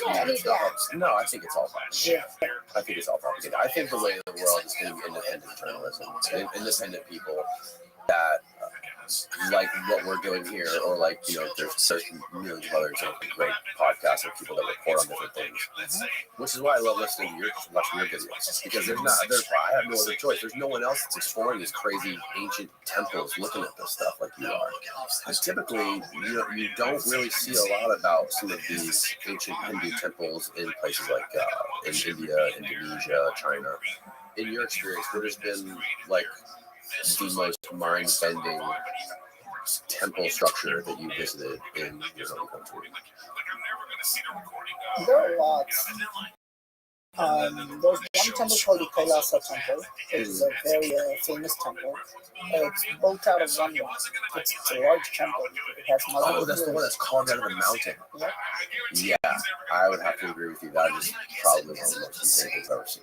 So explain to people what it's like. So there's a giant stone. Was it granite? Was it granite mountain? Yeah, maybe. And people basically, it's like a negative relief temple. Like people just carved out the negative space out of this temple. Yeah. And there's something like 200,000 tons of stone that was removed. Yeah, originally, when I first, and this is, I think I visited this temple in 2013. I was still in the US at that time. I would go back to India for a month. I was looking at all the temples now, right? When I first saw this temple, I said, "There's no way a temple could be built this way. This is just real." Right? So I started to study the temple more and more, and I realized how crazy it is. It's not humanly possible to build a thing like that. They should have used advanced technology because it is carved out of a single pillar. Like it's just a giant. It's not a real. I wouldn't say it's a mountain. How do you pronounce the Kailasa? Can you pull that up, Steve? Oh, there you go. Yeah, that is nuts. It is. Yeah, so if you see the way you carve it, it's not like you have to carve the. You had it. That was it. Yeah. So you have to carve. You have to scoop out the rocks. Like for example, you see that kind of like they carve the pillar, but it should remind you of an obelisk. Mm-hmm. Right. So you don't carve an obelisk. Like normally, if I tell you let's make an obelisk, like they have an obelisk in Washington D.C. Yeah. They put rocks, they put bricks or rocks from the ground level to keep going up. Right? This is the normal construction technique. But to create an obelisk like this, you have to carve everything around it. Okay, that's. I wonder why.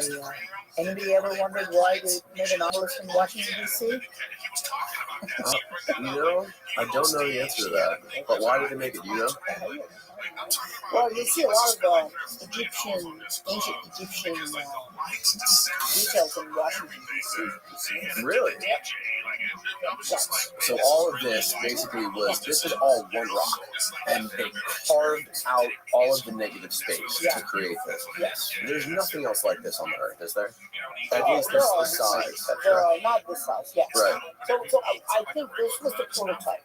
Mm-hmm. And that created, there are structures like this in India, but I think this was the first one that was created with this kind of negative, like top-down approach. I don't think, yeah. And then there are temples, smaller temples, modeled after this. Right? You know what I mean? Mm-hmm. There are smaller temples modeled after this. So conventional archaeologists, when you ask them about this, what is the understanding of how long it took them to build it, when they think it was carved out, and what were the tools that they say were used to create this? If you talk to mainstream historians and archaeologists, they're going to say what the dates vary, but they say it's about 1,200 to 1,400 years old, and they were carved using chisels, hammers, pickaxes, simple metal tools. Would that have been possible? I don't think so. Well, you could do it. Like, for example, you could make the Empire Studio. Just use it. But the question is, yeah, it would be practical. Yeah. And how long would it take? Yeah. So there's a thing that people fail to question. Like, just because I can, right? Just because you can make this table, what simple tools did you? Mm-hmm. No, you probably use all sorts of like cutting power tools, etc. we don't know. The question is it possible to build it with chisels and hammers and maybe millions of people and then like a century? Yeah, it's possible. But how do we know if that's how they did it? You know, that's a question. How long do they say that they took to build this? We don't know that for sure. Some people, if there's an official clock that looks like because when I made the video, it became, and this is one of the first videos which kind of became viral from my channel at that time. When I posted it, I think I posted it, I was the first one who documented this temple. I was in 2013 or 14, and at that time it got like 25,000, 30,000 views in like a week or something. It was like big at that time. Remember those times when you get like 10,000 views, that's like a miracle. So at that time, and in my video, I actually show a screenshot. Luckily for me, right? I show a screenshot from Wikipedia that says 400,000 tons of rock were removed, or 800,000 tons of rocks were removed to create the Kailasa temple. And since then, people have modified that Wikipedia page so many times because I got lucky. I guess I posted the screenshot because it says the time and everything from Wikipedia, right? But since then, now they're saying that oh no, only 200,000 tons. But remember, these are all like destinations, right? So the kind of now they're like, oh, this is a big controversy. So how do we minimize this to prove that it was easy to create the primitive tool? Right. Like rather than really looking at it. Yeah, I mean, I'm sure in another country they'd be like, wow, this is amazing. Let's announce it as a world wonder, right? But in India, they're like, oh, let's kind of minimize that. So it seems simpler to me. It's kind of weird. Yeah. So who in India is in charge of declaring when they were made, who made them, and how they were made? Is it similar to Egypt? How like the Department of Antiquities, the Zahi Hawass, and all this stuff, they're controlling this narrative that clearly everyone is against. How does that work in India? Well, we have an archaeological survey of India. This is the archaeological department of India, and probably there's some head there. And then we have a historical department and all that stuff. They're now looking at it. It's not as bad as Egypt. Oh, really? Yeah, it's not as bad as Egypt. And we got to give them credit for trying. But I have to say that it's impossible to date a megalithic structure. Right. It's just impossible. There's no way to date them. So, how do we actually date a temple like this? What would you do? If an archaeologist, how would you start? I mean, you have to find the organic material or remains inside it and try to use that. Maybe take carving, like there were hieroglyphs in there, like that depicted any sort of kings or gods, maybe. Yeah. So what happened was, in a typical temple, right? They would find some organic material. They would find some like burnt bones or something like that, and then they would date that, and they'd be like, "Oh, this is like 500 years ago." Right. But we don't know if somebody was cooking something 500 years ago inside the temple. Same thing with the pyramids, right? Wow, look at this crazy big structure. I'm gonna put my dead grandma. Yeah. Hey, look, and the paintings, right? So sometimes in India they're like, oh, look, we are able to look at the paintings are made of vegetables in India. They take all like different kind of vegetables, put them together, create them, and they paint on the carvings. Right. So we can date that organic material. So they look at the vegetable style, and we're like, oh, this is like 600 years old. Well, I can. Yeah, like I'll paint my house now. Right, yeah. Paint it 100,000 times. Yeah. So it's very hard to the dates on it. Right? And fortunately, like I said before, most of the temples don't have any that say, I built it, this is when I built it, this is why I built it. They don't say that. This is the hard part of this, right? It almost, it's like me, right? You don't know anything about it. Mostly you don't know anything about it. Right? And they kind of bring that, of course, I tried to learn that from them because they never talked about themselves. Instead, they let their work. Like you're looking at the Kailasa Temple, like, wow, the Kailasa Temple is an amazing house. You don't think once about the guy who built it, right? Mm-hmm. Right. Because your attention is all on his creation. Right. Yeah. So how big is that whole cavity on the side of that mountain, roughly?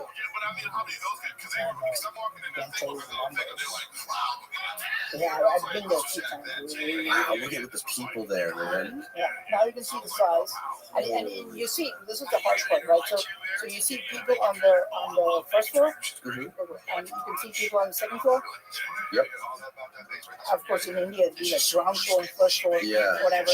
Now, but remember this, and you can literally walk up, and to the left, if you go to the left, you can see a bridge. This is a bridge that goes to the balcony out in the front, right? You have to plan everything before you even start carving. Anything, even before you start carving a little bit, you have to plan everything. You can't be like, okay, now we've created this, now let me put a bridge between these structures. You can't do that, right? Because it's not, nothing's added to it. Right. No, yeah, when you start, you have to have the final plans, just like the final blueprints before you even start. Yeah. Holy smokes! My brain cannot even fathom how to even think about going about something like this. Yeah, and you know what? If you zoom in to the carvings on the right, there are like weird animals on the right. There's like weird animals and stuff like that. Yeah, there you can see a lot of destruction. You can see a lot of damage. Mm-hmm. Those damages were the guns who came from the Middle East, and they tried to destroy the temple. They'd be like, oh, this is like infidel stuff, right? Islam. Yeah. So they tried to destroy it. And how do you destroy a temple like this? You know? Radical religion, man. Wow. Yeah. But you can't, like you can't. Is there any that they were able to destroy? Some temples, some temples are destroyed. But a temple like this, how do you even begin to destroy? You would have to kind of nuke it. You know, you'd have to throw a bomb onto it because it's impossible to destroy. It's made out of one rock. The entire structure is made out of one rock, and you have to build multiple floors. You have to build bridges. You have to build these pillars, and you have to do all these flowers, right? And this is the macro stuff, man. But you go there, and if you go into the second level floors, you can walk inside, and you'll see micro carvings like this 1 or 2 inch carvings there. So it's not only the size, like the macro.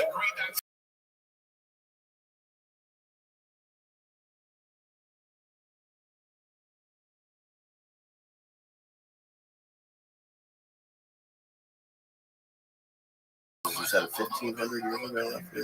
1,000? 1,500 years. That would be the estimate of this. So you typically be like, oh, this is a century. It's weird comparing this to some of the Renaissance era cathedrals. They're like, those weren't created like this. Yeah, there's one in Africa. Do you know about this? There's a monolithic church in Africa carved using very similar technique. You didn't know about it? Really? No, I have no idea. What's it called? Church Africa. There you go. From the top.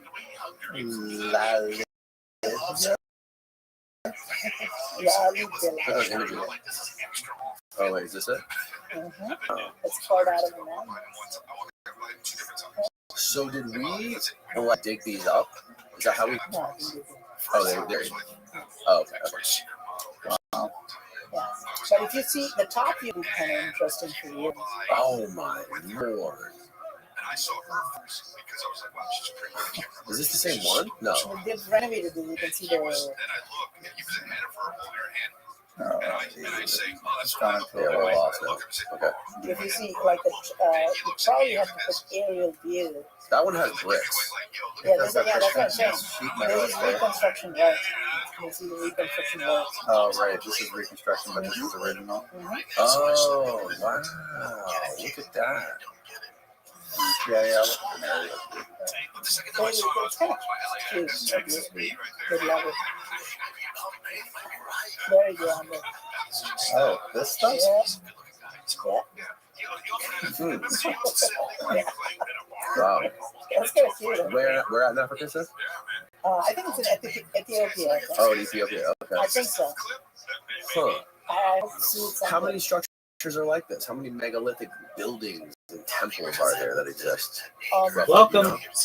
How are you? Well, almost all the ancient structures in India are megalithic, but you're talking about a monolithic. I mean, monolith out of one rock. Probably a dozen or two in India. They have some. This is really 16 architecture. This is what we use in archaeology. It's called in situ, meaning that we did not remove the existing stuff. Nothing is added. Right. So it's already there. Yes. And this is the structure. I know only about this one in Christianity. I don't know how old it is. I think it's old, something like that. But very counterintuitive. Like you don't want to. If I had to start a project like even this is simple, right? The church is simpler than the Kailasa temple. But I would not be able to do it. And why would you want to do it? Yeah, there's no reason to. There's no reason to, right? Why do all the hard stuff? Right? Why go through all the pain? It's so much harder. It just seems like a way more difficult way to do it. And it's below, like it's down, like if there's a flood, you're fucked. And the hole's just going to fill with water and everyone's going to drown. Right? Well, in Kailasa temple, they have like complex drainage systems. Oh, really? Yeah. The water's not going to stagnate there. Below it? Oh, yeah. But the groundwater, they carve the drain and then they even pull like water tanks outside to collect the rainwater. No way. That is incredible. Yeah, I don't think they have. Yeah, this is also carved out of the same thing. And what is that? So, what type of rock is this thing made of? Welcome. It's some kind of How are you? volcanic rock. Oh, Tell us, I don't think slut. this is the granite. I forgot the name of it. Basalt, maybe? No. No. Type in Maybe Kailasa. volcanic basalt. That's a good point. Kailasa temple stone type. Maybe we'll find this one. What type of rock is it? Volcanic Oh, basalt. Volcanic basalt. volcanic basalt. You're right. Which is pretty soft, right? Mhm. That's a lot of damn work for some hammers and some chisels. Am I the first Hindu that you've had? You might be the first Hindu, yeah. You know that, Or no, actually you're not. We had a couple months ago. We had a guy who practices Hindu. He's actually from Texas, though. He's a white Texan, but he's a biblical scholar. But He practices. I think he practices Hindu. But he's studying religion his whole life. Yeah. But other than that, no. So you were raised Hindu, though? yeah, it's really cool. Like, we do like strange things, man. We worship cows. You worship cows, the sacred cow. Mm-hmm. Huh. And Hinduism kind of like branched off of Buddhism, is that right? No. Hinduism is older. Oh, it's older than maybe it's the reverse. I have it. Yeah. Buddhism came from Hinduism. You could say that. So Buddha, he basically he got tired of too many rituals in Hinduism, and Buddha says, no, this is much. We gotta to have an enlightened life. We want to kind of deviate from that. We want to have a simple lifestyle, and that's how Buddhism started. Yeah. Because there's lots of rituals in Hinduism. Yeah. What kind of rituals? What kind of rituals did you practice when you were growing up? Was your life like very, very religious? No, you guys didn't have like days and stuff where you go to the temples. I didn't. You did. Yeah, they did. They still do. Oh, really? Yeah, I never took part in any social. No, yeah, I could do it. I just wanted to make sense of it. Yeah. You know, I wanted to make sense of why they did that. Why would you worship a cow? Right? Itself, kind of at face value, it sounds really. I'm sure you ate my God today for lunch. No, not today. But last night I did for dinner. That's what I'm saying. Right? So you're eating cows, but I'm worshiping. So, but why? How could like humans kind of think of cows as gods? Like, what is the relationship? Mm-hmm. You know? What is it? It's very complex. It's probably wouldn't believe it if I told you. So humans are here because of cows. That's kind of the pyramid, right? Without the cows, humans probably wouldn't exist, right? And this is a very odd. I know this doesn't make any sense, but I know you love crazy stories, so I'm telling you.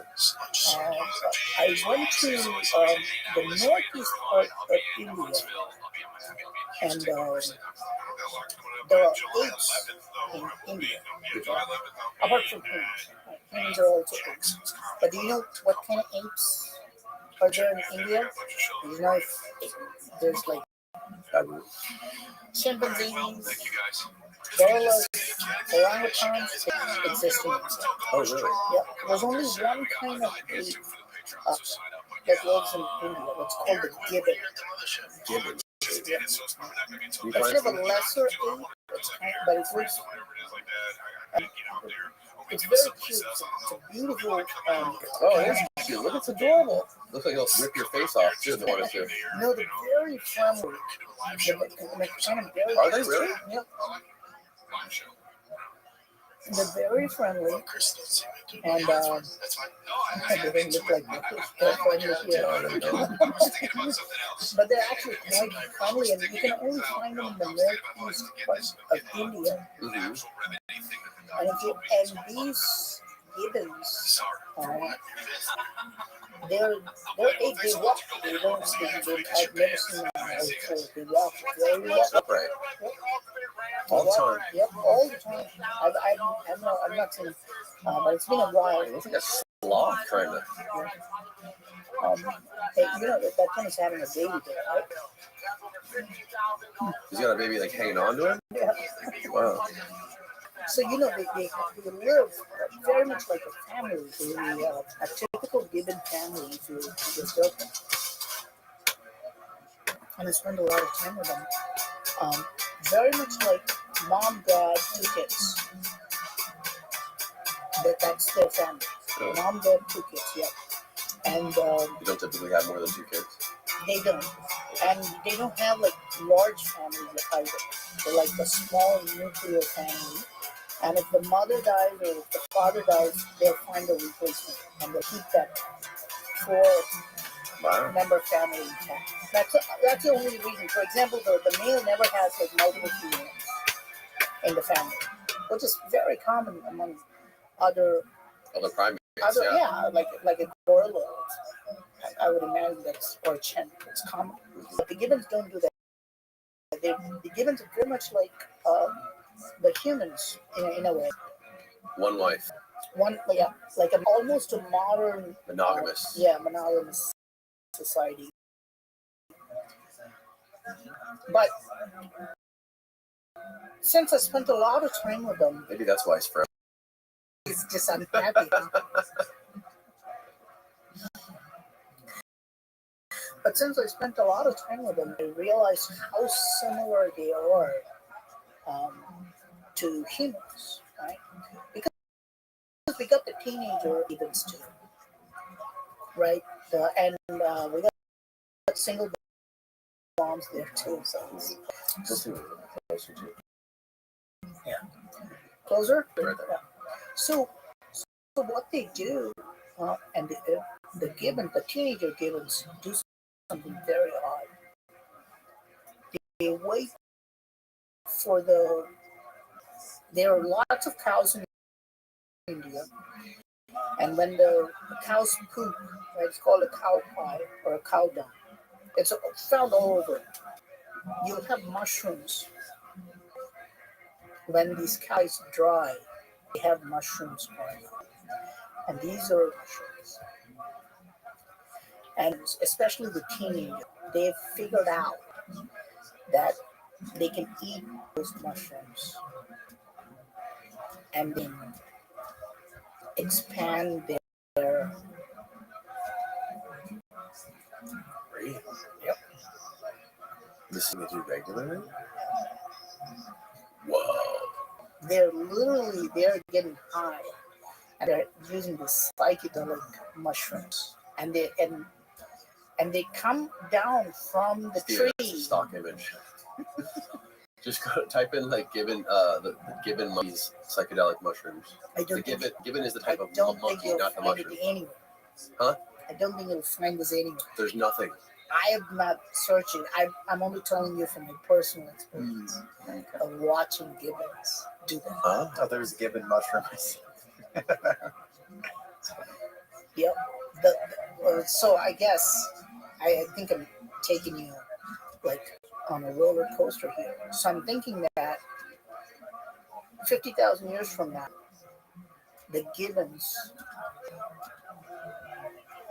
or the group of gibbons that are eating the mushrooms, they're going to be on another level than the other apes that are not eating the mushrooms. Do you understand that? Yeah.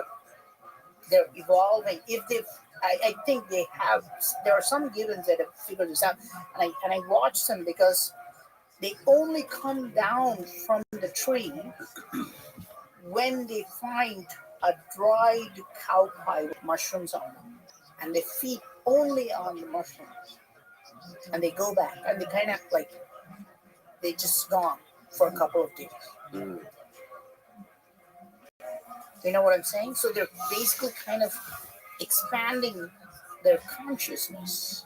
Do you think the gibbons are already more evolved than other primates? Like, do they seem? I mean, you said they walk on two legs. They walk upright, right? Mm-hmm. So, do you think it's possible they already are more along the evolutionary scale than other primates? No, but similar to like a gorilla or a chimp. So this is like the stoned ape hypothesis happening in real time. Mm-hmm. So the gibbons do this, and I look. I mean, is this what we did? Is this how we evolved? Mm. Like, is it like what was the catalyst, right? Right. What Yeah, that's the big question, right? Yeah, that propelled us. Was it the magic mushrooms that grew on the cow pies? Is that is that the relationship between like humans and cows? Mm. Look, I mean, think about it, right? Oh. You see what I'm getting at? Mm-hmm. How did you follow? How did you create a religion like Hinduism? What would happen if you took a magic mushroom? Would you see the gods?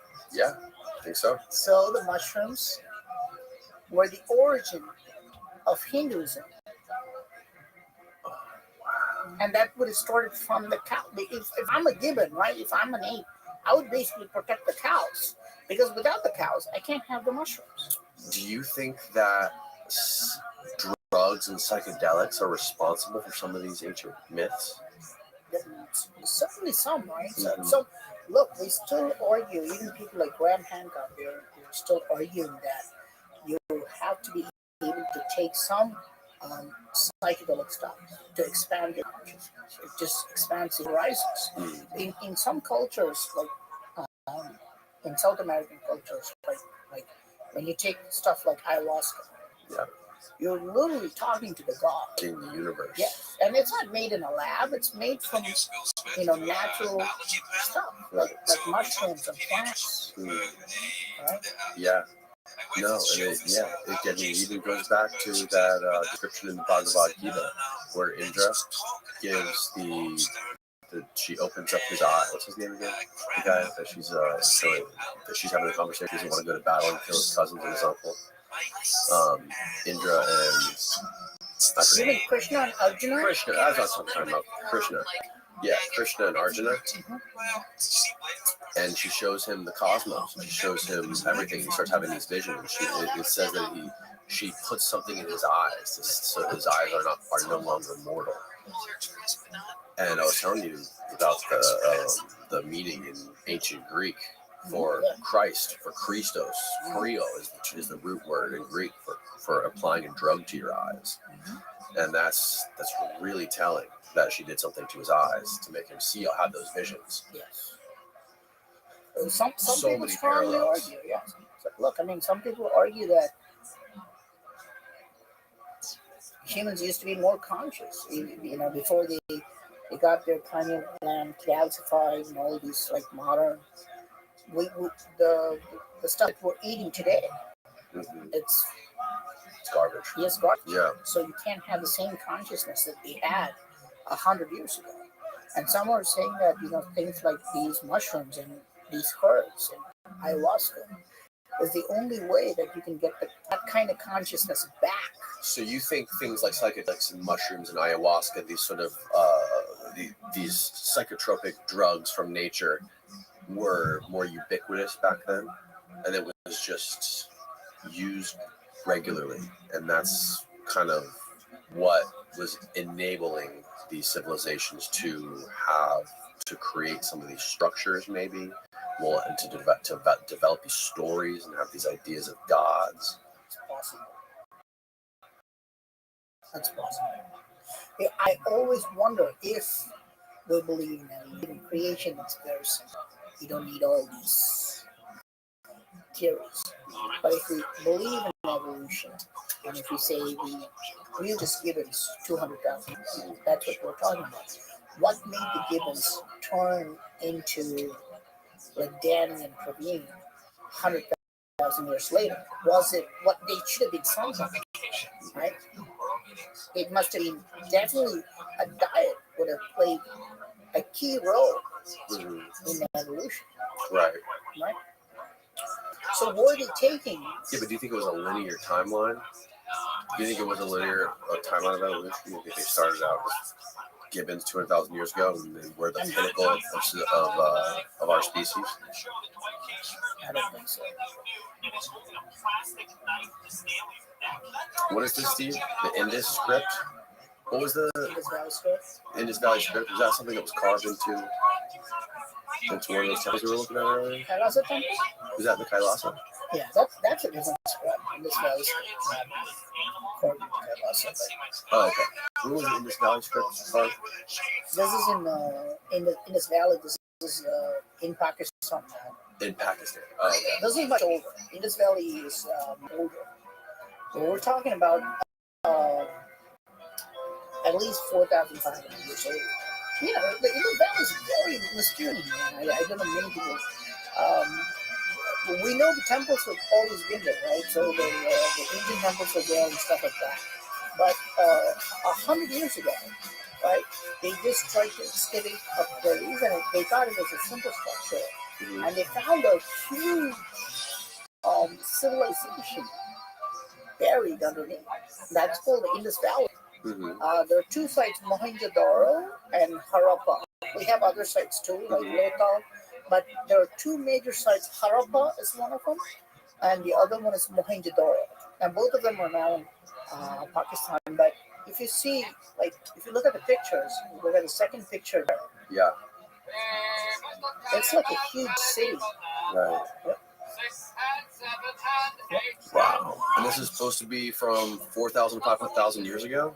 Like, yeah, at least 4,500 years. And some say it's much, much older.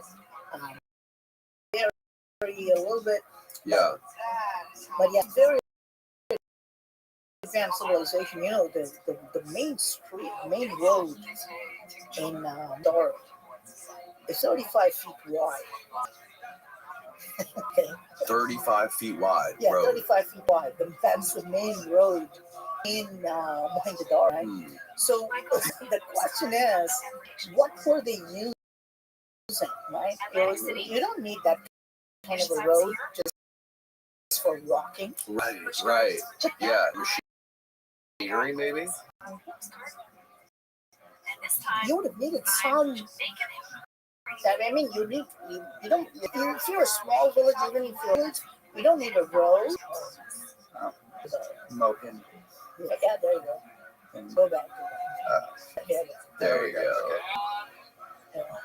You see that? You see, Well, look at that view, yeah, man. yeah. You see that structure and the streets, man. The streets looked like a grid system, right? Going from Down below, Steve. Below that. north to south, east to west. Very, very advanced. Right there on the right. Oh, wow. Okay. Oh, That's enormous.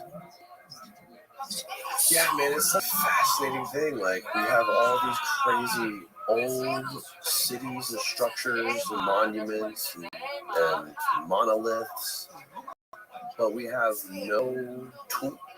There's no saw blades, there's no coasters in the desert, there's no metal. It's just a giant mystery that we're drawn to. The Indus Valley civilization. You know, the funny part is this is a big site, right? You can see how complex it is. Yeah. They had no historical evidence of that. There's no text. It was not mentioned in any books. It was Really? Yep. It was found as an accident. They found it by accident, right? They were not searching for this. Nobody knew this existed, right? So they found it. They thought the you see that big structure over there on the top? It looks like a dome. Yeah. They thought it was a Buddhist stupa, and they tried to excavate it, and they realized it's a big city. No, so that's where it started. They Yeah, kept yeah. digging, they found all that. Yeah, a Buddhist monk took I think it was a Buddhist guy, and they said, "Look, here's an old Buddhist stupa." And then they found a flint scraper. Do you know what that is? Like a small little flintstone Yeah. to scrape the skin of animals. It's called a flint scraper. Yeah. You know, okay? So he found a flint scraper, and then he said, "Oh, wow, this must be a very ancient site." So he excavated this, and then they don't even know the real name of that place. Okay, this is called Mohenjo-daro. There's no text to corroborate this place. Not from outside. We found the script inside. Inside. But if you had like, how do we know like Rome was great? Because everybody wrote about it. Yeah. Right? Everybody wrote about Rome. Others wrote about it. We have Greeks talking about Egypt, right? But so when a great civilization like this existed, others should have written about this, but there's no evidence from outside. So people were not searching for the Indus Valley, and they found it by accident, actually. And what was a funny story? And you know what? They don't know the name of this place either, right? They don't know the original name Mohenjo-daro. So you know what Mohenjo-daro means? That's just a name given by the locals. No. That's me. It means the. Oh. Yeah. All of that. They thought it was tombs.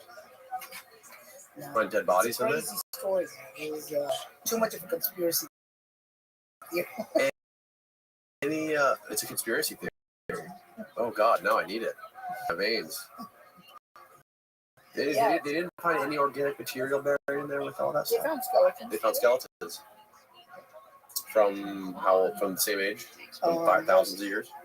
The dating is very hard because now the Pakistani government has to date it. Yeah. Tell me that conspiracy about the what'd you call it? Mounded. Mounded. Yeah.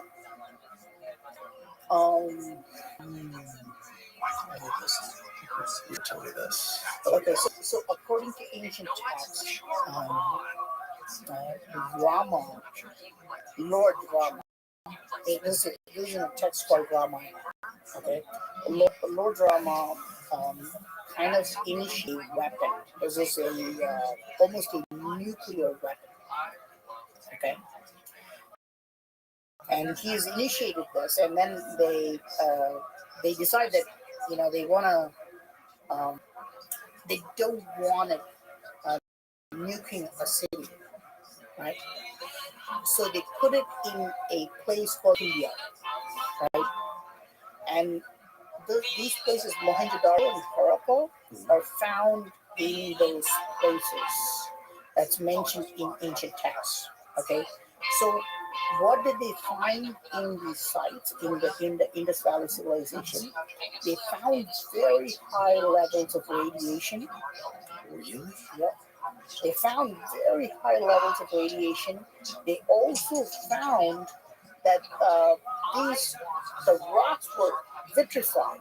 They thought they found glass at first, but the rocks had turned into almost like glass. It's called vitrification of rock. Right. Okay, and that only happens when you put it through extremely high temperatures at a very rapid pace. You have to push it to very high temperatures in a very quick time span. If you do that, then the rocks will turn into glass. Okay, it's called vitrification of stone. And they found skeletons in a weird situation or something like that. So some are saying, I think there was one guy who wrote Here. Yeah, here in Indus Valley, in Mohenjo-daro specifically. I've heard of this. I think I saw something about this recently. Yes. So they're saying that there was an ancient nuclear bomb that went off in Mohenjo-daro. Type in skeletons after Mohenjo-daro.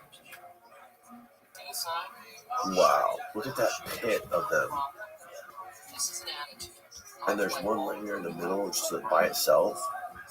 So the theory is, oh my God, it's fucking crazy. It looks like a parent with kids. Yeah. Yeah, they're taking. Well, I think this book details that these are not burials, right? You're not going to bury 3 people like this. It was like a This massacre. happened. Yes, this happened instantly, like when a bomb exploded. In this. Type in massacre instead of skeletons.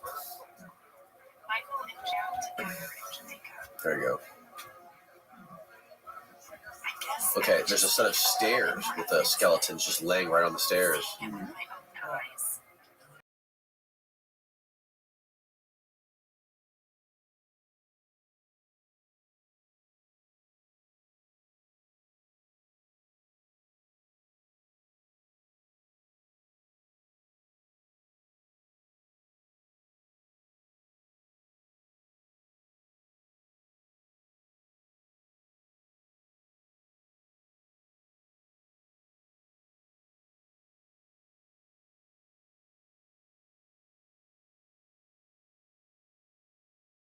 Radiation, and they found vitrification of stone. And you can also find this evidence in ancient Indian texts. So they're saying that there was an atom bomb that went off thousands of years ago in Mohenjo-daro. And they're saying that explains why we never hear about the Valley civilization. Why it was just not there. Couldn't it have been something else, like a cosmic impact or something, or a solar flare or something that came and just like... Could be. I'm not saying this is exactly what happened, but Right. I'm saying is this what it is? Mm-hmm. Something definitely happened. I mean, it's clear something happened. But I mean, what are the chances of them having an atomic bomb? What, for 4,000 years ago? Yeah, they're talking about 5,000 years ago. There's no writings. Mahabharata. There's no writings about ancient atom bombs. There is. There is. So it's called the Brahmastra. That's the most common weapon that most people in India know about. Is called the Brahmastra. Brahmastra. Brahmastra. Brahmastra. Yeah. Okay. So you typically deploy the Brahmastra. It just destroys the entire city. It just completely destroys the whole city. There's and they explain how the devastation looks, right? They talk about how high the temperature goes, how it looked like a sun when the explosion happened, how all the vegetation was completely wiped off, and there were no plants or trees growing for the next 12 to 25 years. They talked about how the people were all killed immediately. They talk about how the future generations had diseases. It's very similar. Oh my God. And then I just remembered that Oppenheimer's quote came from the Bhagavad Gita, right? Destroyer, I am become death. He said that. So he knew about this. Well, some people say that. But we don't. It would be quite a coincidence if Oppenheimer It would just be randomly quoted. Right. Bhagavad Gita is a part of that text, Mahabharata. Right. Out of all the sites that you've explored, have you found anything that is quite as precise as something like these granite vases that are perfectly symmetrical and that are made out of a stone that hard, whether it be, I don't know if it's an artifact or if it's a stone or a pillar or anything like that, that looks like it was created on a lathe?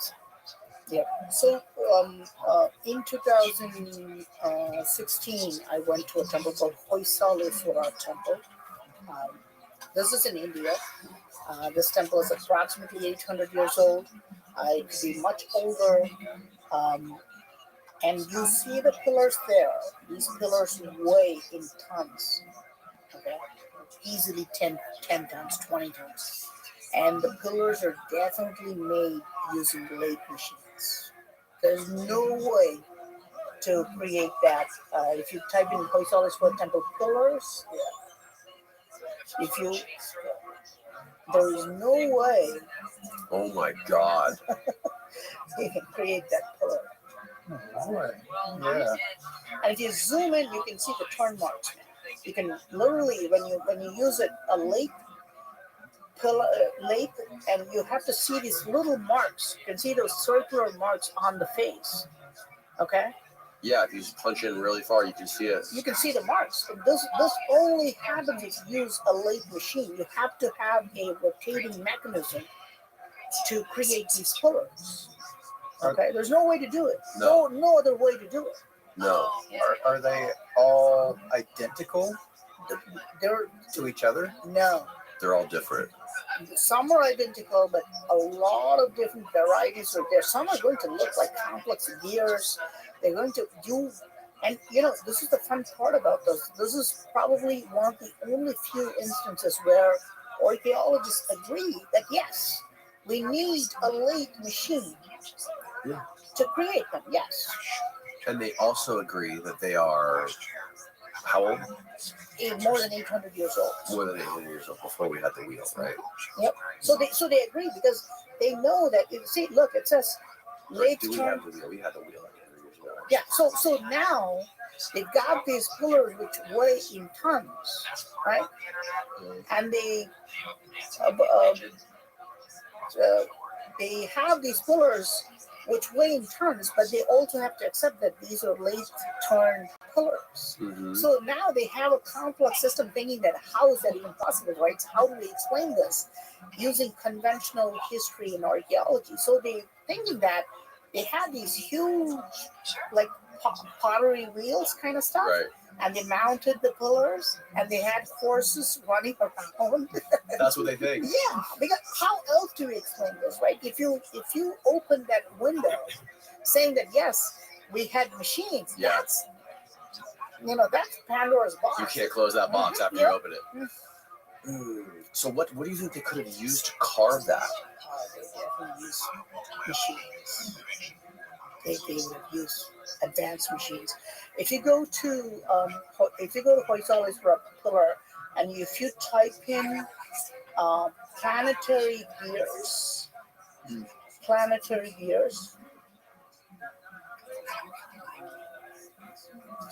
that might be okay. One below. Right there, yeah. Yeah. You can see that's the type of device they were using. They were using planetary gears. If you Google planetary gears, you can have multiple gears. Right. It's like a transmission. Yep. Without this technology, I mean, We'll take a small. So where each one has half the number of teeth that the bigger one has. yeah, this is a very similar technology was used to create the Coral Castle in Florida. Have you been there? I have not, but I've always wanted to go there. Yeah, I wrote a book about this, man. I wrote a book about Coral Castle. Did you really? It's very well received.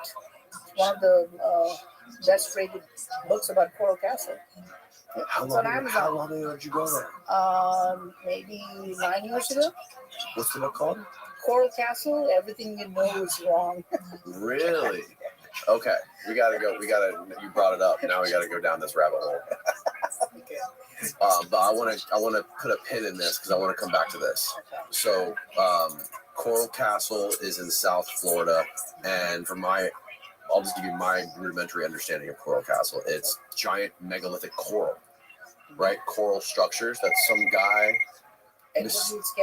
Edward Lee Scallon, magically used some kind of technology to lift these pillars and stack them on top of each other and create this castle structure. And what is the conventional understanding of how he did this? Does he explain how he did it? Well, he kept it a secret. He kept it a secret. Yeah. Did you ever meet him? No, he died. How old are a you long now? time ago. Oh, really? Yeah. The important point about this is that he built it just by himself. He took no help. That's what he says. Do we have? Could he I be full believe of shit? No, I believe. You believe him? He never allowed anybody to touch anything in the castle. He built it by himself. Okay. And what is your theory on how he You did can it? build it. You can build it by yourself if you understand a little bit of mechanical engineering and civil engineering. You can build it. It would be hard to do, right? But you can build it. But there is, if you Google Edward Lee Scallon chains, you'll find pictures of how he used these gear systems. This is called reduction gear. Mm-hmm. You can lift any heavy weight using reduction gears. You have to just keep putting these gears in, and then you can. Yeah, there you go. And you can see the third picture there. He's literally he used a structure like this to raise the stone blocks. With chains. Yeah, with chains. Oh, interesting. Yeah. There's a video on, we've brought it up before. There's a video of some guy moving like giant granite stones by himself. Yes. He's using like balancing. I forget exactly how he's doing it. Yeah. If you understand fulcrum, if you understand balancing, if you understand reduction gears, you can do it. Again, I'm not saying, look, I mean, here's the thing that I'm saying. I'm not saying that it's impossible to create even those pillars in Rothschild's workshop. But that doesn't mean that's how they created it. You know what I'm saying? You still don't think that's how they did it? I don't know. Yeah, look at this. That's crazy. Yeah. This isn't the video I was thinking of though, but this is also pretty cool. It's the guy. It's the same guy. It's the same guy. Look at that. This giant concrete block just rolls across this thing. Yeah, It's fantastic. he will take this column and stuff it in the ground. In one of the videos, he's got a whole bunch of them. Look at that, man. That's how they did it. I think maybe that's how they built the pyramids. Yeah, if you really understand all, and the funny part is things like Easter Island statues. Yeah. Have you seen the Easter statues walking? Walking? So if you type in Easter Island statue walking. Oh, yes. Have you Oh, watched yeah, this? yeah. Yes, Have you I've watched seen this? Yeah, I watched this. It's one of the theories that, look, I mean, it's not that hard to move. Right. No, yeah, you can figure it out, man. It's physics. Yeah, it's not hard to move a 5-ton statue. This is one of the things. But now, look, I mean, here's the thing, right? Just because you can move a statue like this, we don't know if this is the technique they use. Right. It's one thing to argue that that's possible. Right, and it's a classic case, right? So it's a classic case that, I ran over this guy by accident. You could run over this guy, right? Using a car, you could hit him with a car by accident. But we want to make sure that that's what really happened. Right. Right? We don't know that. It's just one of the techniques. Yes. Right. We have to keep that in mind, right? So, because we can jump to conclusions really easily, right? So when I put a theory saying that, we can build there was a complex machine, like high-tech CNC computerized machine, that's an opinion, right? Was it built with horses and elephants, and they were just running around creating these lake killers? That's also an opinion. I think we have to understand that. Yeah. Right? But we don't exactly know how they did it unless we find real evidence of that. And then to kind of walk on that tightrope is very hard. Right? To have an open mind about this, saying that we know something happened there. Right? But we don't know. But to me, look, how many pillars are there? A ton. Yeah. Dozens, right? Yeah. And this is not the. You'll easily find 100 pillars in the temple, and this is not the only temple that has these pillars either. There are lots of temples in that area, which are all lathe machine pillars. Lots. We're talking about more than like a few thousand lathe turned pillars. Yeah. Okay, so what does it tell you? That means it must have been like mass manufacturing facility. Right. Right? It must have been like factories, like megalithic factories where people were just carrying stones, put it in a lathe machine, create a pillar, out the door. Why don't you think we have any evidence of any lathes though? Because reason would tell you that there would have to be a lathe somewhere, right? Maybe. We haven't found it yet. There are a few theories.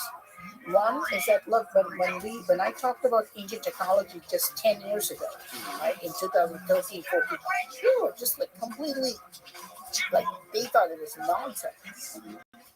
They wouldn't even consider that there was such a thing called ancient technology in India. They just dismissed it. They're like, this is nonsense. But when I started to put out, like, okay, this is a lathe machine pillar. The other gear that I showed you, again, that is also from my videos. The planetary gears, sundials, which are accurate. When we start to, I can't be the only guy who found all this stuff, right? That must have existed a long time ago. But we're not documenting these things, right? And I think these lathe machines will be there somewhere, and they'd like. I think I probably found one. Put lathe machine Humpy. Humpy? Humpy, yeah. Humpy? He's thinking of some other Humpy man. Humpty Dumpty. H-A-H-A-H-A. Chumpy. No. Hampi. HAMPI. Okay. There you go. If you see that, That thingy. you can look at the pictures. Tell me what you see.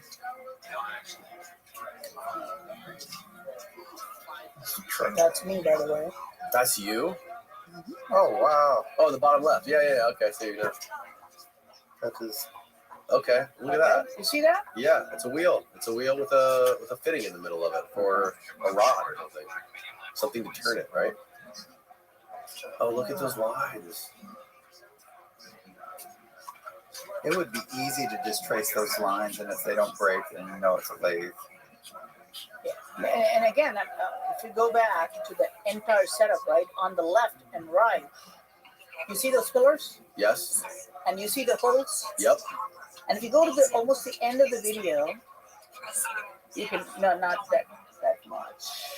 I kind of tried to recreate that. Maybe the one which has the no. Go back where you can see that recreated model. Oh, is it this? Yeah. I tried to recreate this. Oh wow! Look at that, man. This is a what do you call it? It's a vertical. It's like it's a lake machine. So this is okay. This would be how they would have done it. Yeah. So you just rotate the block underneath. Right. And you put a thing on top, and then you can create the same thing. Wow. Yeah. So we do have some evidence. Right? Yeah. But yeah. look, I mean, I found the entire setup, right, just lying in the dirt. That is hilarious. Oh my gosh. So this thing would have been like a. It's like an ancient a late drill. setup. Yeah, it's like an ancient kind of late setup, right? It's still there. You can still go to Hampi and you Right. can still see it. So when you're asking like where's all the late machine? Yeah, there's some remnants of it. Right. Because the metal would not have survived that long, right? Yeah. The stone definitely would have, and they use it. That's incredible, man. Yeah, so we can see some of this, right? I'm showing you like what happened when I recreated this a long time ago. Mhm. But yeah, we do have evidences of these. You know, we do have evidences of these late machines as well. It's not like the tools are like magically gone, right? They you know, so we still have evidence of the late machine itself. Yeah. No, that's the first time I've ever seen anything like that. I didn't know that it existed. Is there anything else that exists like that anywhere else in the world that you're aware of, or is that the only one? I can't think off the top of my head. Yeah. What do you make about? I don't know if you've heard. There's some theories out there about using chemicals to soften stones and to carve them better. I actually had a guy on here a couple weeks ago. Guy Jeffrey Drum. He has a channel called Land of Chem, and he has a theory on how the ancient pyramids were basically chemical manufacturing plants, and they could have used acids and chemicals, for example, to create some of those granite boxes and the serapeum and stuff, and use these acids to be able to create scoop marks in stones. What do you make of that idea? Have you ever thought about uses of chemicals and stuff? It's popular theory in India. Right. That's what I'm saying. I think it translates very well to some of the things that you've discovered and some of the things you made videos about. In India, many people believe that they used herbs to soften stones, and sometimes they used sounds to soften stones. So, So, one theory is that you know about this oxalic acid. It's an acid found in all plants. Okay. How do you say it? Oxalic acid. OXALIC. Oxalic acid is found in all plants, and a lot of times we think that granite is very hard, right? These rocks are very hard. These temples, how they cut these rocks, it would be very tough. But you know what breaks these temples? A simple seed. A simple seed dropped by a bird, and that seed will completely break a 10-ton stone block. How so? It just grows. If you so in temples, I went to a temple called Top Pong. This is a Hindu temple in Cambodia, and if you search that temple, that entire temple is destroyed by plants. No shit. They've got giant trees growing on top of these rocks, right? These rocks are everywhere. Oh wow! I mean, Look at that, man. right? Yeah, nature's just taking it over. Yeah, and you'll be surprised. People think that like these rocks are indestructible, right? Or the humans try to destroy them, but they can't. But it's a simple like the plants completely take over, Mm-hmm. right? Yeah. Yeah. Yeah. So why, right? Because there is a substance called oxalic acid in these plants. In these trees that are growing, you're saying. Yeah. And But what is the oxalic acid doing though? Like, like the trees are growing and breaking it. But how does the acid? Yeah. Well, so you can see that the trees can destroy the rocks, right? It's even the simple plants, a very small seed can go through and start to put the roots inside, right? Mm-hmm.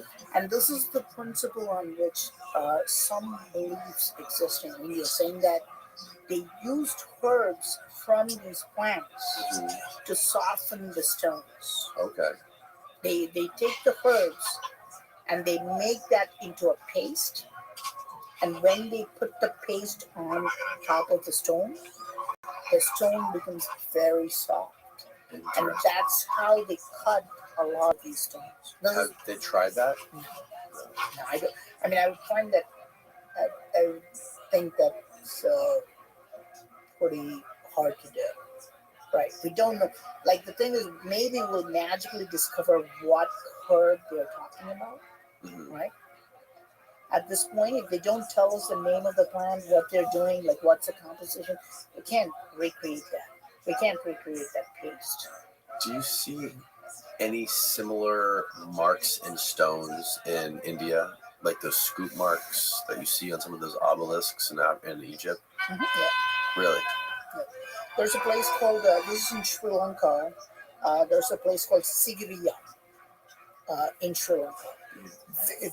If you ever go to Sri Lanka, don't miss that place because it's like it's unexplainable. Sigiriya is an unexplainable. Yeah. Holy shit! That's cool, man. What? Okay. You gotta go here. Okay, how do you explain this one? Holy smoke! How do you even get up there? You gotta get in a helicopter? No, they have stairs now. Okay. Or an elevator or something? You have stairs now, but we don't know how they did it back. Is that your phone, Steve? Yeah. I bet you're on silent. But yeah, this is the. I mean, I was there in 2017 or 18. I was researching the site and I found scoop marks there. It's really. Yep. You have a whole video on this place. I have multiple videos about Sigiriya. And if you put Sigiriya scoop mark, I'm sure probably somebody took a screenshot and posted it on their website or something. From your video? Yeah. Probably not. That's good. Type it on YouTube. Find this video. Yeah. I need to see the footage of this. So does it say scoop mark in the video? Yeah. Cool. Sigiriya scoop mark. Sigiriya scoop. Both. No, second one. Yeah, that one. There we go. Yeah. And if you see, probably the chapters would say scoop mark. It's got so many mysteries, man. There. Yeah, Wow, that one. man. You see that scoop mark, man? It's like somebody, it's like an ice cream scoop. Right. So wait, so what is the conventional understanding of this place? Oh, saying that there you go. Look at you. So they're saying that there was a king who wanted to he was put on exile and he wanted to create a safe fortress. Oh, it was like a prison for him. Yeah, he built it so he wanted to protect himself and stuff like that. According to mythology and other Hindus, they say this was created by a demon king, Ravana. You'll find lots. I mean, obviously, the first look itself tells you that this place is insane. Yeah. It's on top of a giant rock surrounded by a jungle. Right. And you find a lot of evidence of very advanced tech. Like, there's a lot of stone cutting technology. It's very good. And even today, if you're walking up, it's very hard to get there. Mm. Yeah. Even today, with all the modern stairs, all that stuff, it's very, very sort of really inexplicable stuff there. What do they hang from ropes to carve that? This is nuts. Look, little ladders. So this big structure, this was just natural. Well, some of them are saying it's natural, but maybe it was artificially created as like a landing pad or something like that, or like a launching space, something like that. This whole place is very odd. Mm-hmm. How do you think they were able to get up there? Technology. What did you say? Flying machines. Flying machines. Oh, you're full on. You're full on buying into it. You think the aliens were underground? Where are the stairs? That's my question. How would you get up Well, there? if there were stairs, like look at our stairs. Our stairs are metal. Mm-hmm. The metal wouldn't survive for thousands of years. Yeah. Maybe they had some sort of wooden stairs back then. Maybe. Yeah, but is the whole side of this thing look like it was worked, or does the side of it look natural? It looks like this, just like what you see. There are holes there. They're like little ladders. They're like almost like for squirrels. It looks like this. Okay.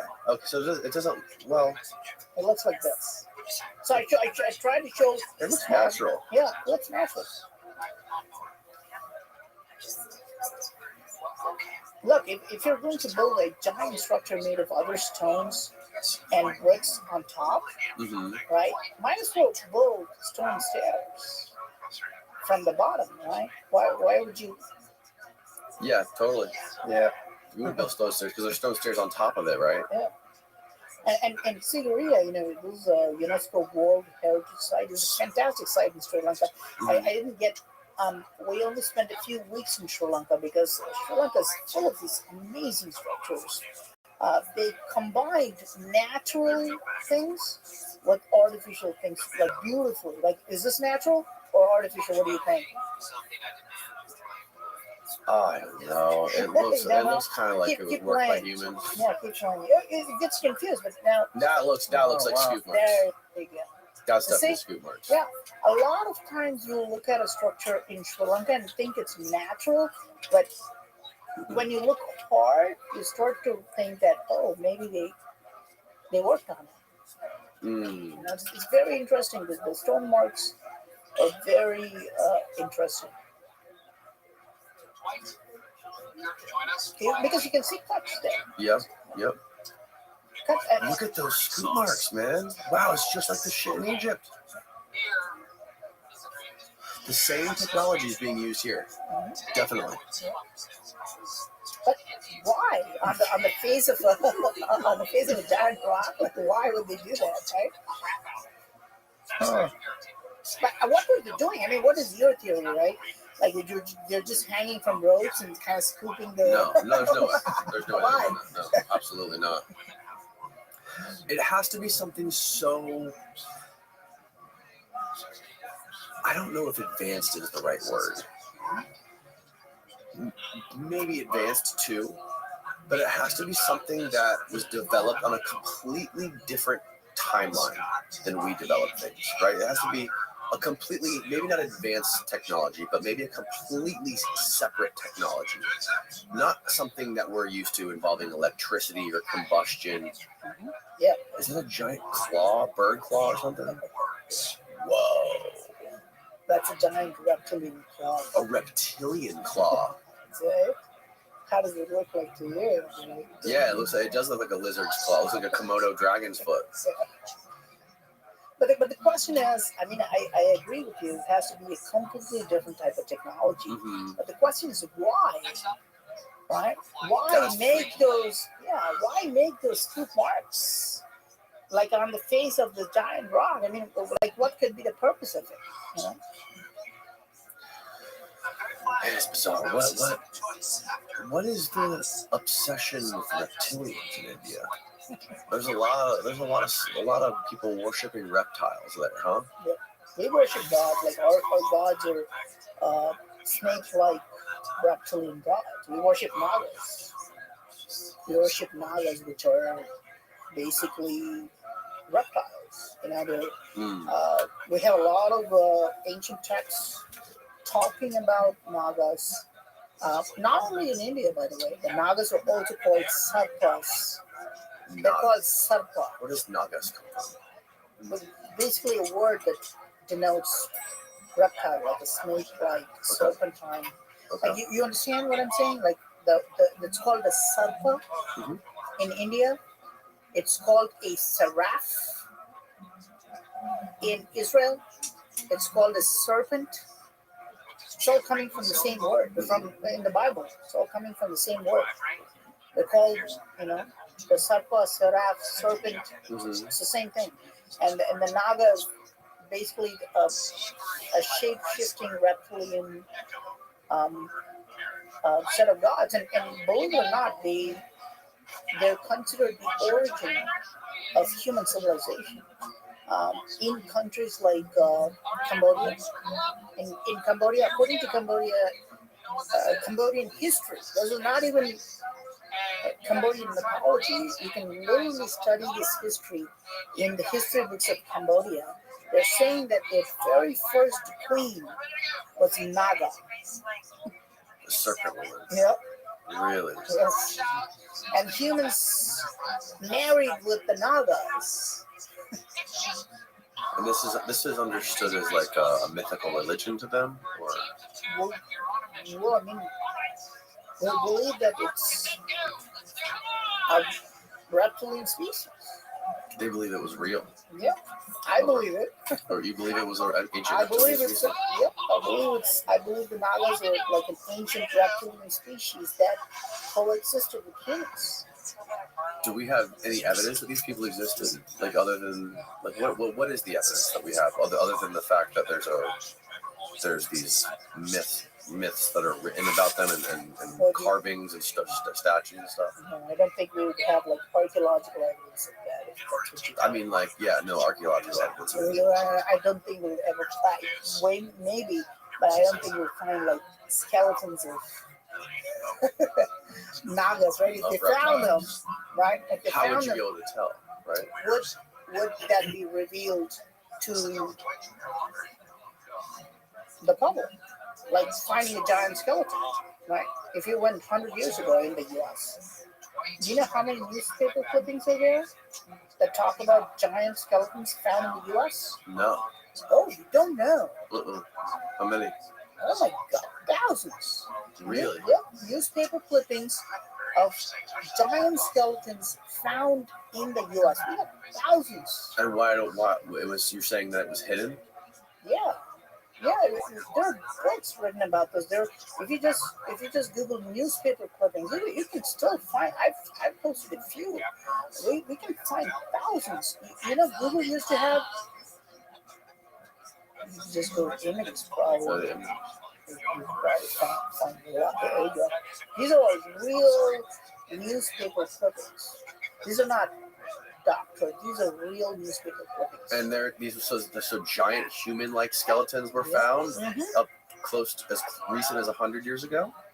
When giants wrote it, okay. Yeah, the newspaper clippings are like 100 years old. Oh, okay. Okay, so you could, if you typically look at like newspapers published 100 years ago, they're always publishing, oh, we found giant skeletons when they excavated this mound, right? All over. We're not talking about one state. We're not talking about one newspaper company. We're saying this is found. Yeah, look at that. 1919, 18 feet tall, Austin, Texas. You'll June find 14th. them. You'll find them in Florida. You'll find them in California. You'll find them everywhere. Right? But where are they now? Why are they not found? Right. Yeah. Why? Why do you think? Why do you think it's not talked about now? What do you think will happen if they do talk about it? Yeah, that's a good question. Why? Why? What If you're an archaeologist and you do find a giant skeleton, right, 10 feet tall, would you tell this to the world? Hell yeah, I would. You wouldn't. You would be out of that archaeology degree and your position in a week. if you do, If I came out and I made the they world would kick you out. aware of a 16-foot tall skeleton, You would become the next Edward Snowden. You'd have to run out. You'd become the next Julian Assange. At least you'd become the next Graham Hancock, right? They would ostracize you if you come out like that. If you find the evidence of a 10-foot tall giant, and if you do tell the public, you are going to be kicked out of your archaeological job and your degree, and you would be called a pseudoscientist and a conspiracy theorist, and you'd be ostracized. That's what's going to happen to you if you do that, right?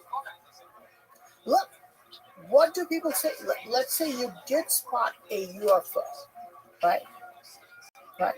And if you do, let's say you even took a video of this, and if you come out and say, I spotted a UFO, this is the evidence, 50% of the people are going to call you a liar. right? But 50% are also going to believe. I think probably maybe a little bit more nowadays. Yes, but that's only because you're a regular guy. But what happens if you're a pilot flying an airplane? You'll be kicked out of your job.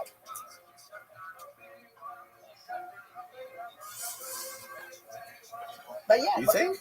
I would think. Even the pilots that came out and talked about the UFOs, they didn't get fired. Maybe.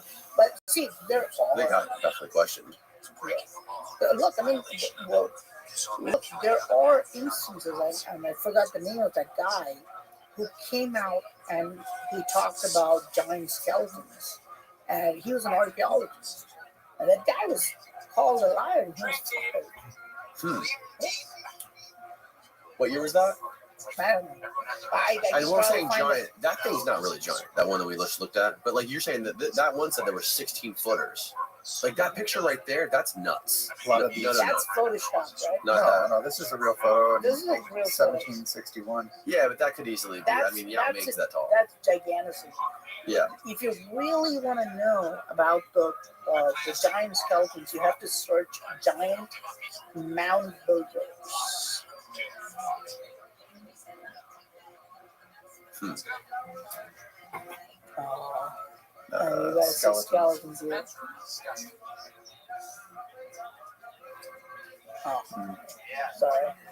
Giant mound. Look at that. That's fake, right? With modern AI. that was there even before that. This is the same photo. That's in the medical museum, I think. Yeah.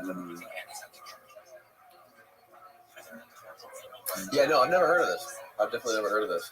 There's an entire book written by Jim Vieira and Hugh Newman. They talk about giant mound builders of America.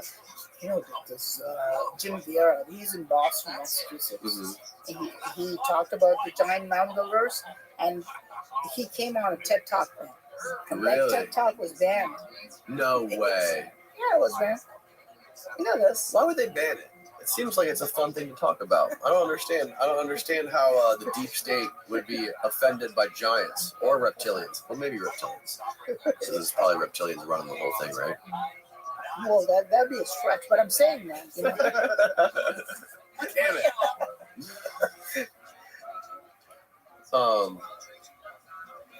Yeah. The giants thing is weird. What? Like, why? Like, what? Yeah, look at that. That's really interesting. What is it? If you go to Wikipedia, Uh-huh. right, giant human skeletons sa- reported in the U.S. right are a combination of hoaxes, scams, And fabrication. fabrications, and the misidentifications of extinct megafauna. Right. But now, if you go and if you say Pittsburgh's giant skeletons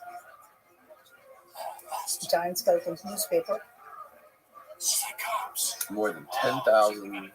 Oh, Probably deleted even off of YouTube. If you go to Amy, yeah, there you go. Yeah. All right. Let's see what we got here. relief parlay, not yet fixed. Not bad one. That's the wrong one. Not bad one. Skeletons, yeah, there you go. Pittsburgh. Pittsburgh, PA, 2 petrified skeletons, one of a man of giant stature and other of a woman somewhat smaller, were found in a cavern blasted out. Click on that 2 giant skeletons. That's probably me. Yeah, there you go. Click on that. That result is even deleted from YouTube now. That's me, by the way. And look at that. Wow. And you know, 10,000 years ago? Look below. 49 skeletons found. Yeah, and look at the text below. That's a real newspaper clipping that I took from Google newspapers. There used to be Google used to archive all the newspapers. I think it's gone now. But that's a real newspaper clipping that says 49 skeletons found. And you know who did the excavation? It was done by an archaeologist. Really? Yep, that's a real newspaper, man. If people say, "Oh, this is a hoax or it's fabricated," they can go because I mentioned the date, I mentioned the newspaper. They can go there. And you can find this. Yep. They sure are good at covering stuff up, man. Well, I mean, this is a theory, right? Unless you want to say, "Oh, Is this video suppressed on YouTube? I mean, usually my videos won't come up unless you search for them. But you can see this is like 49 skeletons.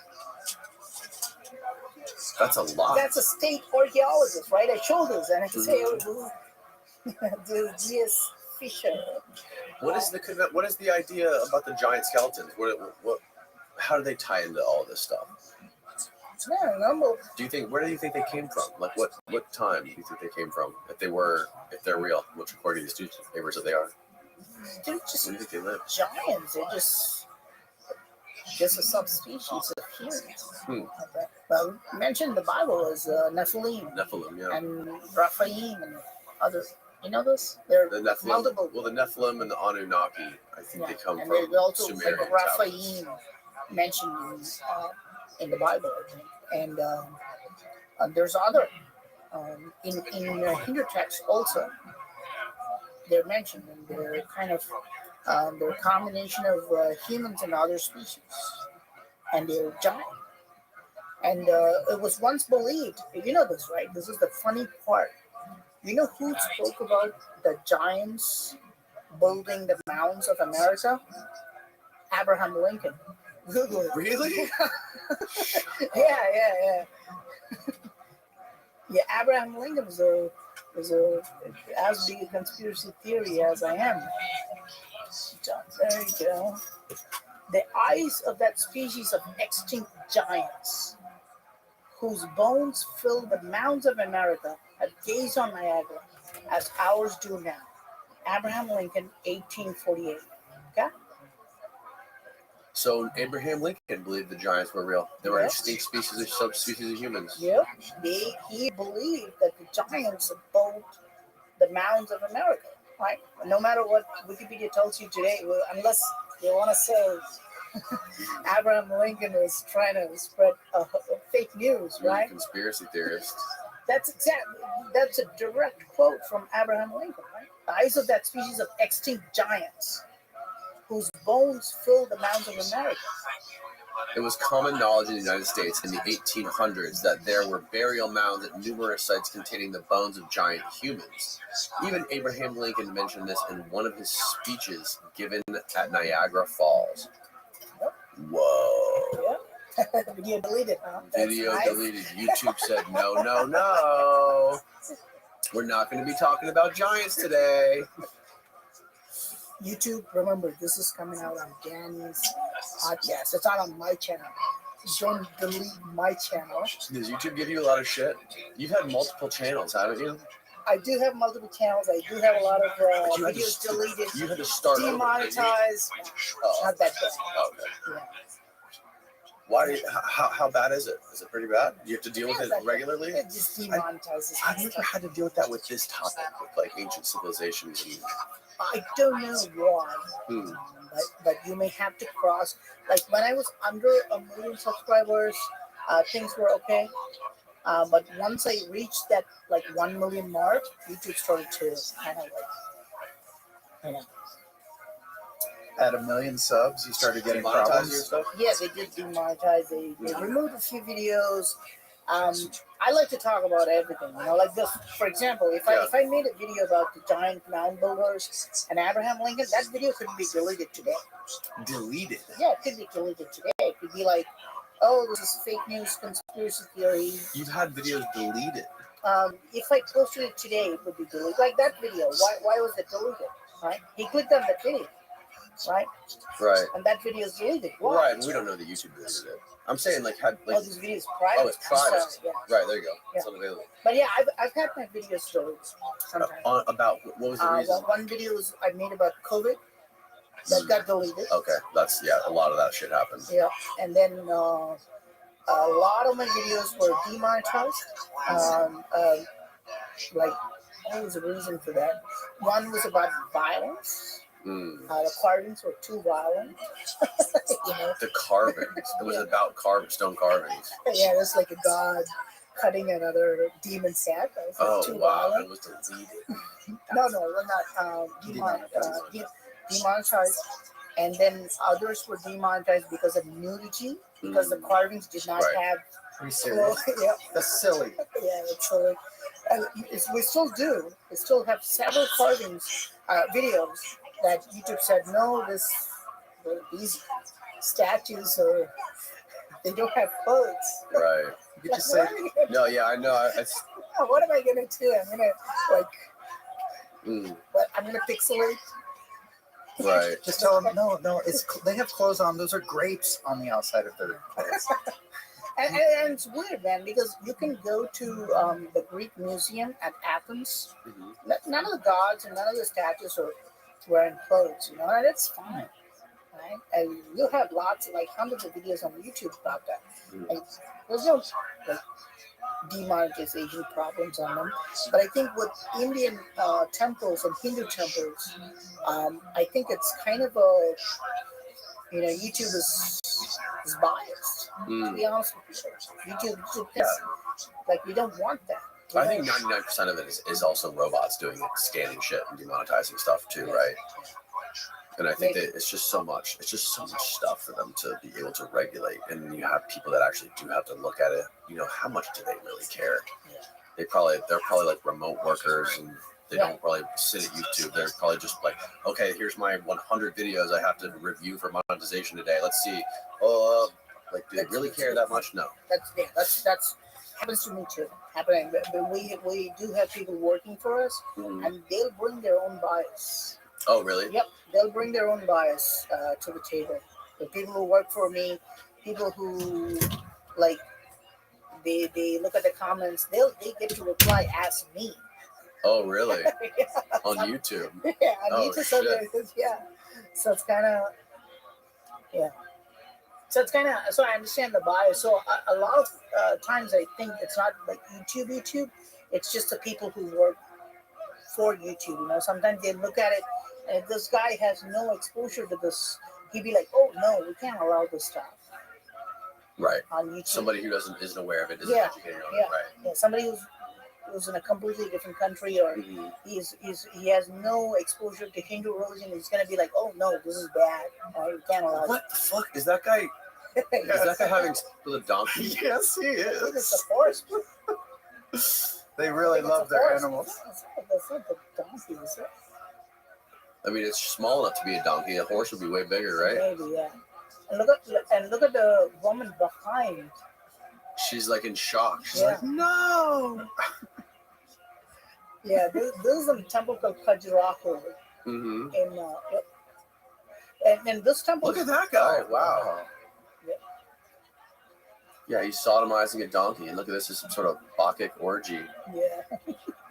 That's like a modern because this is like India's Caligula, huh? When were these created? Ancient times. Like what time? Like are we talking like 300, 400 BC? No. We're probably talking about 800 to 1200 years ago. Mm. Goodness, that's pretty graphic. Wow. Mm-hmm. I think that's understandable. Yeah, Steve. Now you're gonna have to go and censor all this out of the show so we don't get demonetized. Yep. Never happened to you, right? Oh yeah, it's happened to us a lot. We've learned it. No, we recently had to do a podcast with the guy I was telling you about. The guy who was the Greek guy, the guy who's a Greek classicist, Okay. and he wrote all about ancient drug use in the classical era, and in with the Romans and the Greeks using drugs for everything from because they didn't die from old age or heart disease. They died from hand-to-hand combat, plague, and famine, and they needed drugs to get through the day, essentially, and to deal with everything. It was all about drugs. And he was also, he was talking about this stuff, and he was talking about like all the human trafficking that was happening back then, and all that videos. all of the orgies. No, it's not gone. It's good. We had to censor the living shit out of it though, because when that was the nature of the episode. It was all about this stuff. Right. So we had to literally make sure that they had no excuse to demonetize it. So we censored every bad word. We censored the word prostitution. We censored shit, piss, damn, like everything you can classify as bad. Even the medical descriptions like penis and Priapus. We censored priapism. Yeah. Just so they didn't have an excuse to how do you monetize fix it. that, man? There's got to be a way around this. I don't think there is, man. Unless you got blackmail on somebody high up at YouTube. I don't think there's a way to get around it, man. It's difficult. You just got to be aware of it. You got to be smart, and because that shit's it's real history, man. The stuff they're talking about, and the stuff these other people are talking about, these like showing images of these things that were created hundreds and hundreds of years ago. That's real. And censoring it's not doing anybody any good. When you're demonetizing these videos, you're stifling their reach. Yeah. They're not being seen by as many people anymore. And So, see, our idea is to basically like try to understand what's going on, right? In ancient times, whether we talk about giants or whether we talk about erotica or whether we talk about like mushrooms or anything like that, we're just discussing, trying to understand this. I mean, there should be no censorship. We're not, right. I totally agree. Yeah, it's like a doctor looking at a patient's body. Mm-hmm. They're just trying to understand what's going on, right? Where it's not, it can be thought of as pornography, right? We're just trying to analyze the situation. Right. Their primary concern is their advertisers, right? Right. Their primary concern is at least this is what they say, is their advertisers not wanting to spend money on things that aren't brand friendly for them. Yeah. But understandable. It's also, then you have the Twitter files, right? Where you have evidence of the FBI, the CIA toiling Twitter's regulation policies and their content moderation people, sending them emails, having meetings weekly. So if that's happening at Twitter, imagine what the hell's happening at YouTube. Oh, and some people, man. I mean, did you see what happened to Alex Jones? With the lawsuit? Yeah, he's declaring bankruptcy. Yeah. He's getting wiped out of everything. Oh yeah, man, that's brutal. And there was what was it? There was a recording of an FBI agent, undercover recording of the FBI agent talking about Alex Jones and basically talking about how they took down Alex Jones. Oh yeah. This person went in like it was like a date. This guy, I guess they were gay, but he went on a date with an FBI agent, and he was recording. Or maybe it was just a meeting. Maybe I'm wrong. Maybe I'm getting a little too crazy. But they had a secret camera, and he was talking to him, the FBI agent, talking about basically how they handle people. And he was talking about Alex Jones and how they're basically going to get rid of him with the lawsuit, and they're helping with the case somehow. I forget the exact details, but dude, it's scary, man. It's scary how much control and how much influence they have in the media, for sure.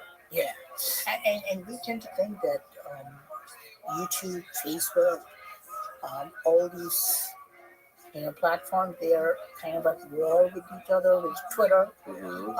But what we see is Alex Jones. I think he was just removed from all the platforms on a particular day. It was just gone. Yep. And then this guy David Icke. Yeah, I know him. Same thing. It was just like one day. There's no David Icke on YouTube. You go to Facebook, he's not there. Go to Twitter, he's not there. It's just like wiped off of the internet. Yeah. Like it has an effect where, like, when you do it, people just want to know why they did it.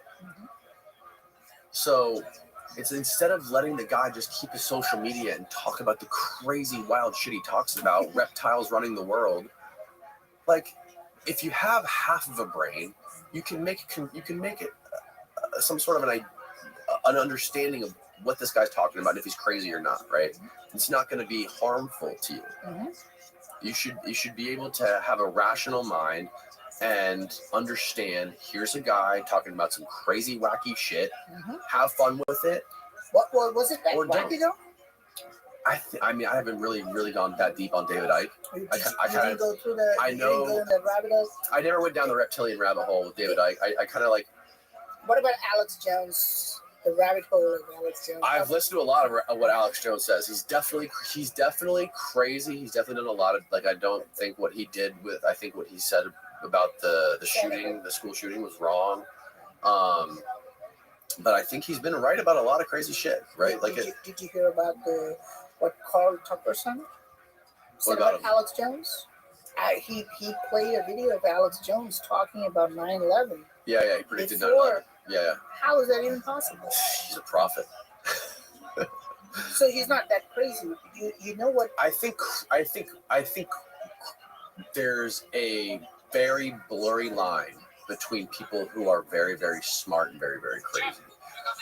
I think both can exist, right? The guy clearly is he's very intelligent. He knows a lot. He's obsessed and passionate about this stuff. Yeah. And at the same time, he's crazy. He's still fucking crazy. Doesn't mean he's wrong. Just because he's crazy doesn't mean he's wrong. He's definitely right about a lot of shit. There's been there's a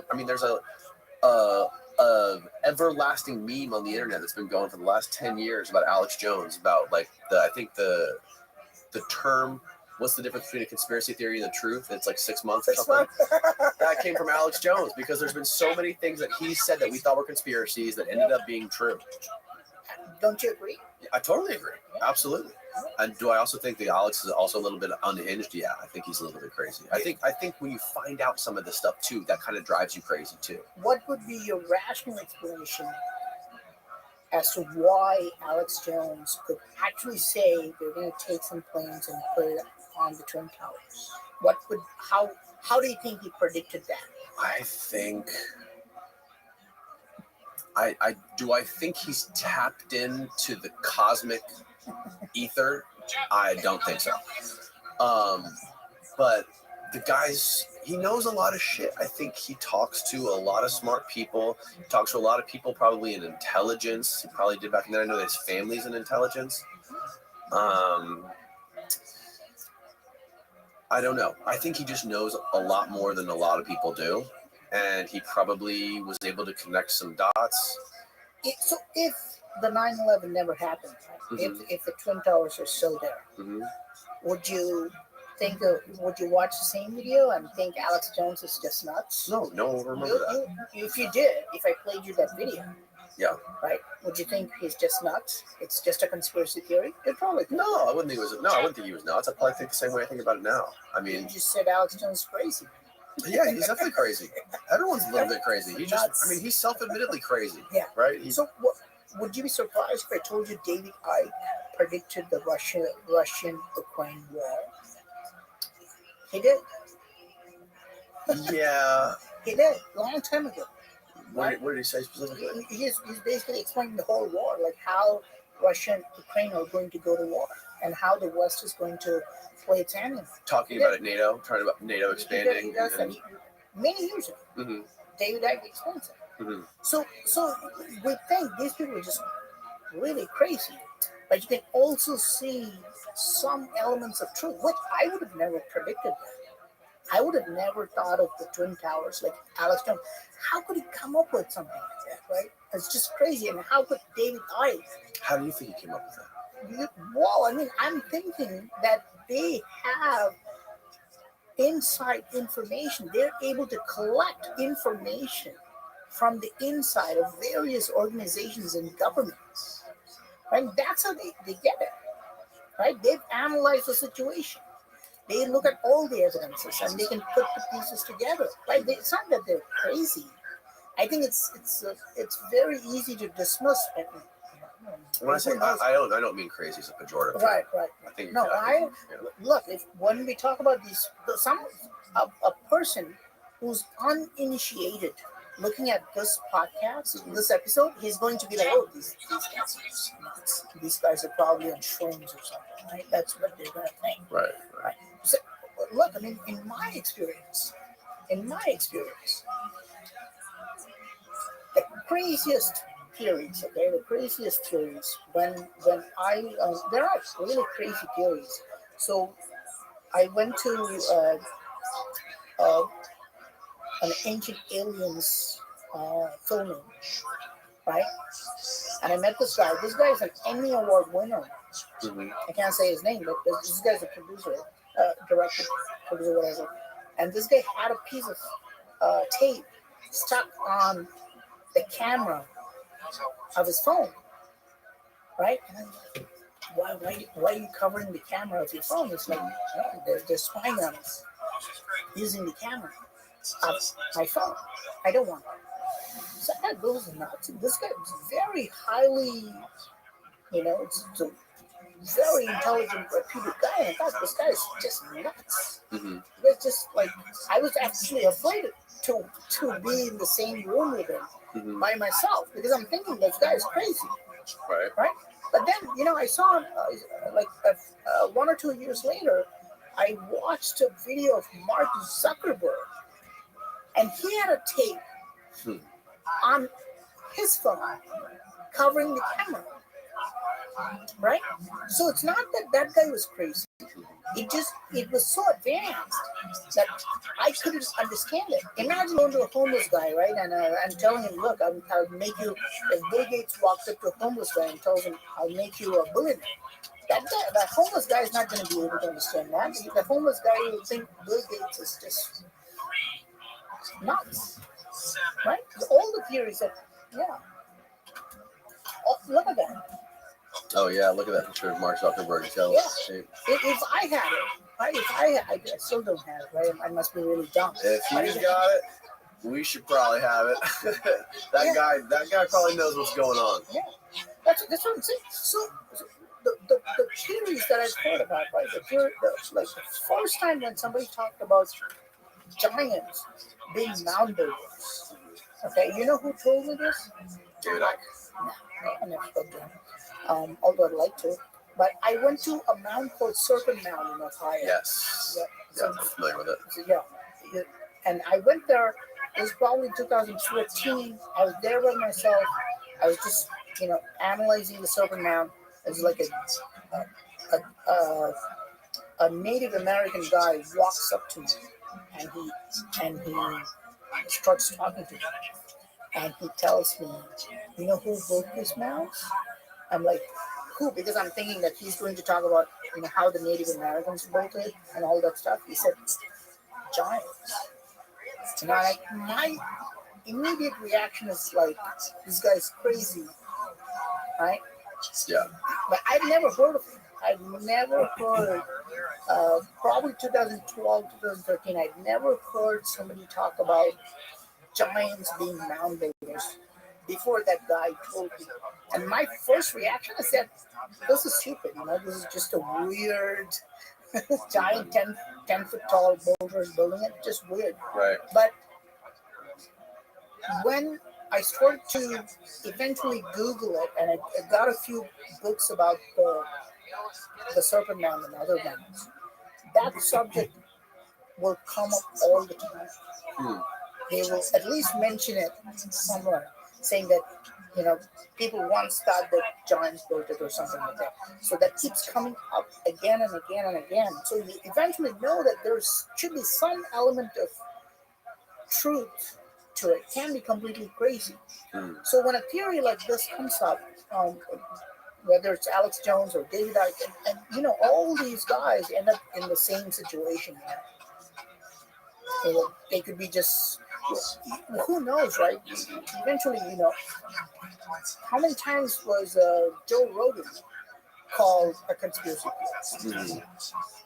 Many times. No, right? but the problem is it has a reverse effect. If they're trying to censor the guy, people like Alex Jones and David Icke, it has a reverse effect because when they do it, it just draws more people to them and it gets more people to follow them. And it's like just like Trump with this whole election that he just went through, when they tried to put him on display and have this election with this corrupt DA, and what it did was solidified his base, and it made people that were on the fence who weren't sure about him go to his side because they saw, look, all this link they're going through to take this guy out, and then they support him. So I think it's the same thing with social media when they try to censor these people. It's not smart. I don't think it's not. They don't think it through all the way. But well, why would you though? Why would you kind of delete David Icke? Like, what could be so crazy about like a reptilian theory? You think that's what's so? I mean, not even crazy, right? What's dangerous about it? Yeah. Why is that considered so dangerous? That's what I'm saying. From the internet. Yeah. Why would you think? And we tend to think, oh, Google is like in competition with Facebook. Facebook is competing with Elon Musk about Twitter, but they all talk together and they delete David Icke on one single day. And then here's the thing too, like, what if David Icke? I don't know why he was banned from Twitter. I'm assuming like maybe there were some policies when he was on there. He was saying some stuff that was considered on one day. Like YouTube deletes conspiracy theorist David Icke. Like, who knows why they deleted him, right? But now they deleted him, and then people see, oh, he talks about reptiles. YouTube deleted him. Must mean reptiles are running YouTube. There's people like that. Like a lot of people think that way. Yeah. Not saying it's wrong. Maybe reptiles are running YouTube, but it's going to make a lot of people think that. It's going to bolster those conspiracy theories even more. Miss Aquarius, how you doing, girl? The reverse effect. Until a certain point. I'm well. What's new? It would have supported Alex.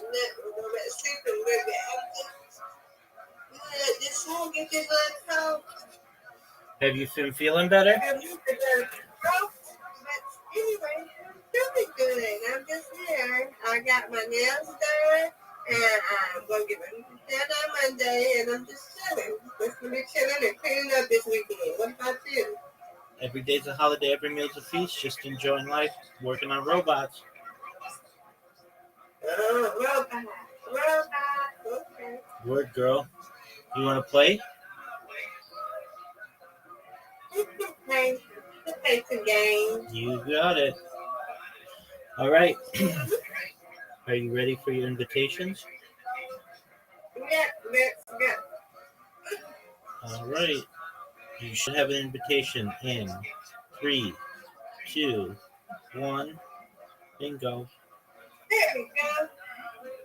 Yeah.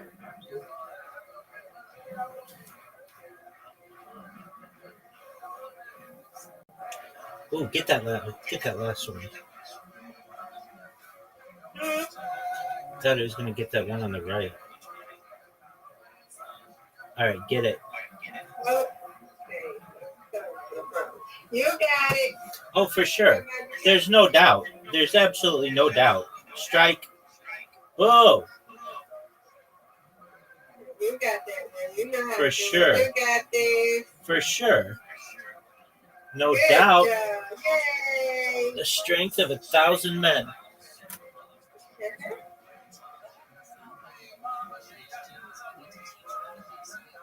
All right, Miss Aquarius. You've got 2. Get these 2.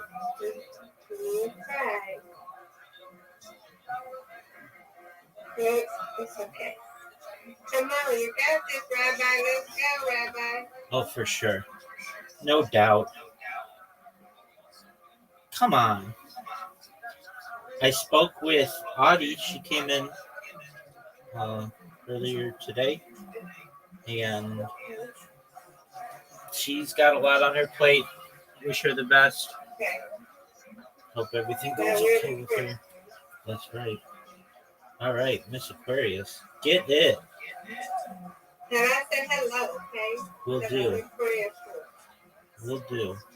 Get that one. All you have to do is get that one. Perfect. Great job. Yeah. Great job. Hey. Come on, Rabbi. You win out. Boo. That's not how we win. You can do it. You got it. Oh, for sure. No doubt. Boo.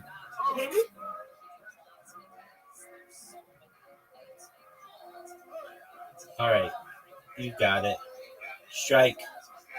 Yes. First strike of the match. And you've got the lead now.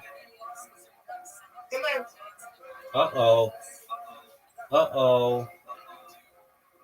Tied up. Ooh, that was close. Miss Aquarius about to lock up the win right here. Get another strike. Man.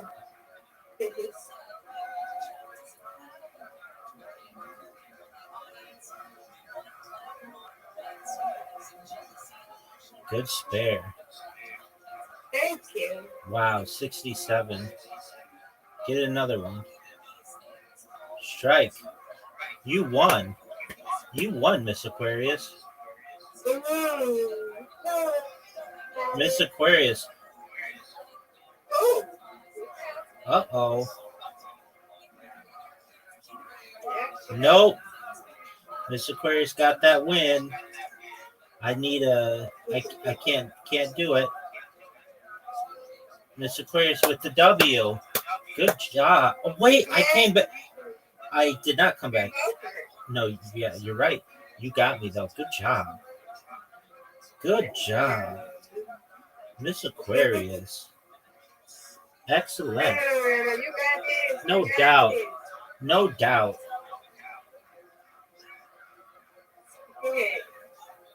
Perfect throw. Perfect strike.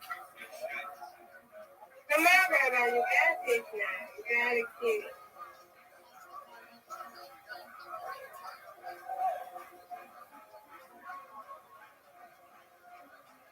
Got it. You got this. I'll take that. I'll take that. You get it. You Oh, got for it. sure. You got it, right? You got For it. sure. Come on, Rabbi. You got it.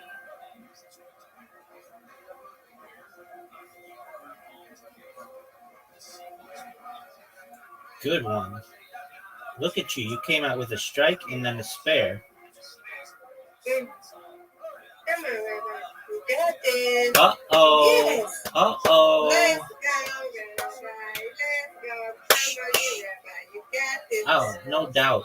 Miss Aquarius. That's all right. You got it now. You got it now. You got it now. You got it now. Everybody knows that you got it now. Yeah, you got it, though. You got this. Come on, Rabbi. For sure. No doubt. Do it again. Right. Got it. Whoa. All right. Yeah, you got this. Get it. Whoa. That was not good. That was not good. I said that was not good. That was not good. But that's better. Better. Better. Get it, Miss Aquarius. Get it. That's all right. You got an extra 2. Let's go. For sure. Oh, you got this. Got it. Yeah. Got it. G-O-T. Got it. Got it. Got it. Got it. Yeah. Oh, that's perfect. That was looking perfect. Miss Aquarius has got this. Miss Aquarius has got this. Get it. Easy. Perfect. Oh, that should have got him. That should have got it. No. Come on, Rabbi, you got this. No doubt. Let's go. Get it. Yeah, one more. Should knock that one down. Yeah, that's right. Yes. Come on, Rabbi. Oh, that was terrible. It's okay, still lead. Let's go. It's Let's over. go. Go.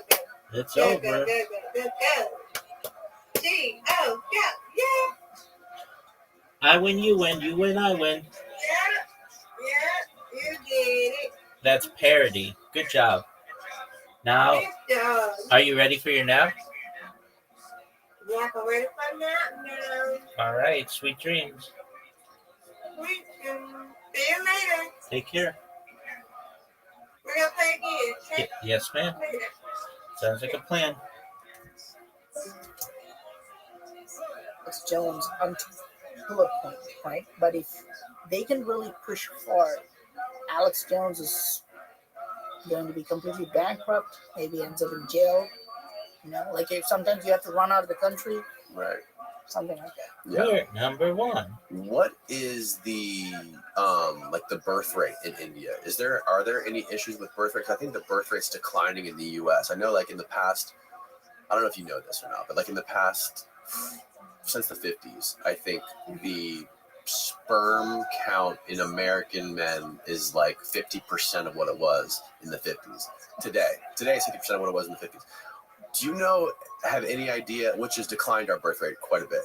Do you know what is going on in India in regards to this?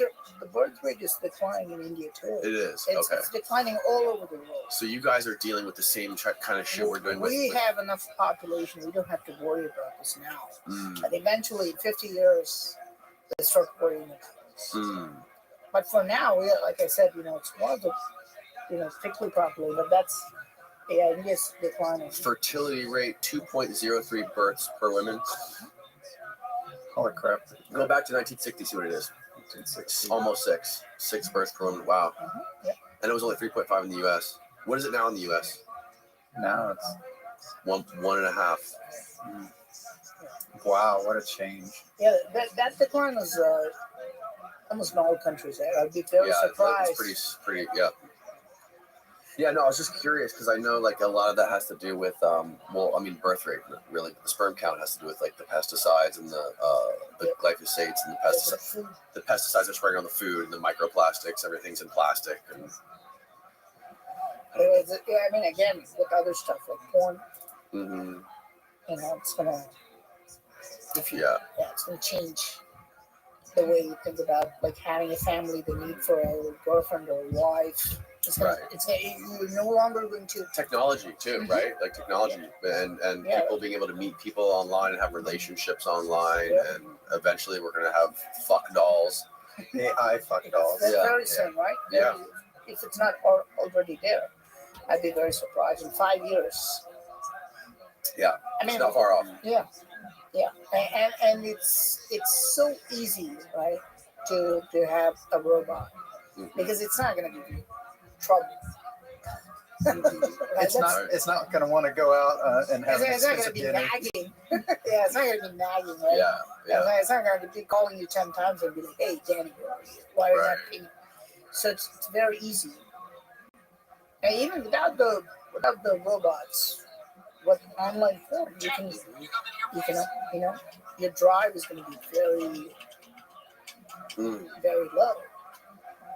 You no longer, and people have become selfish too, right? They start to think of family as a burden, And it kind of is.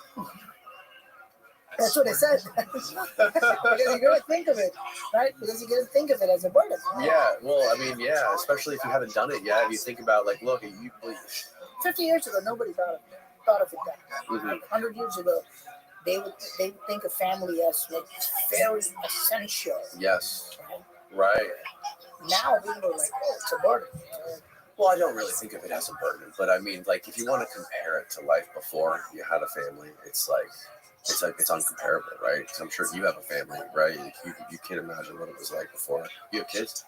No. No, you don't have kids? I thought you had kids. Before I had kids, like freedom to do whatever I want, whenever I want. Yeah, I have 2 kids. Oh, nice. And after you have kids, it's like, at least for my case, you forget what life was like before that. Like life was. I have friends that don't have kids still, and I talk to them, and They can do whatever they want. they just, If they're single, they'll be available. they sleep as long as they want. They go wherever they want at whatever time of the day they want. They can play video games all night if they want. And not to say it's bad to have all the responsibilities of children, because I don't think it's bad. It's definitely a good thing, but it's just so different. I think it definitely makes you a better version of yourself. I think makes you more disciplined. You know, there's a lot of benefits to it, and I don't think depopulation is a good benefit. I don't think that's good. I don't think. You know, I mean, there's definitely a case to be made that there's going to be too many humans on the planet in the future, especially if AI is able to make us live longer.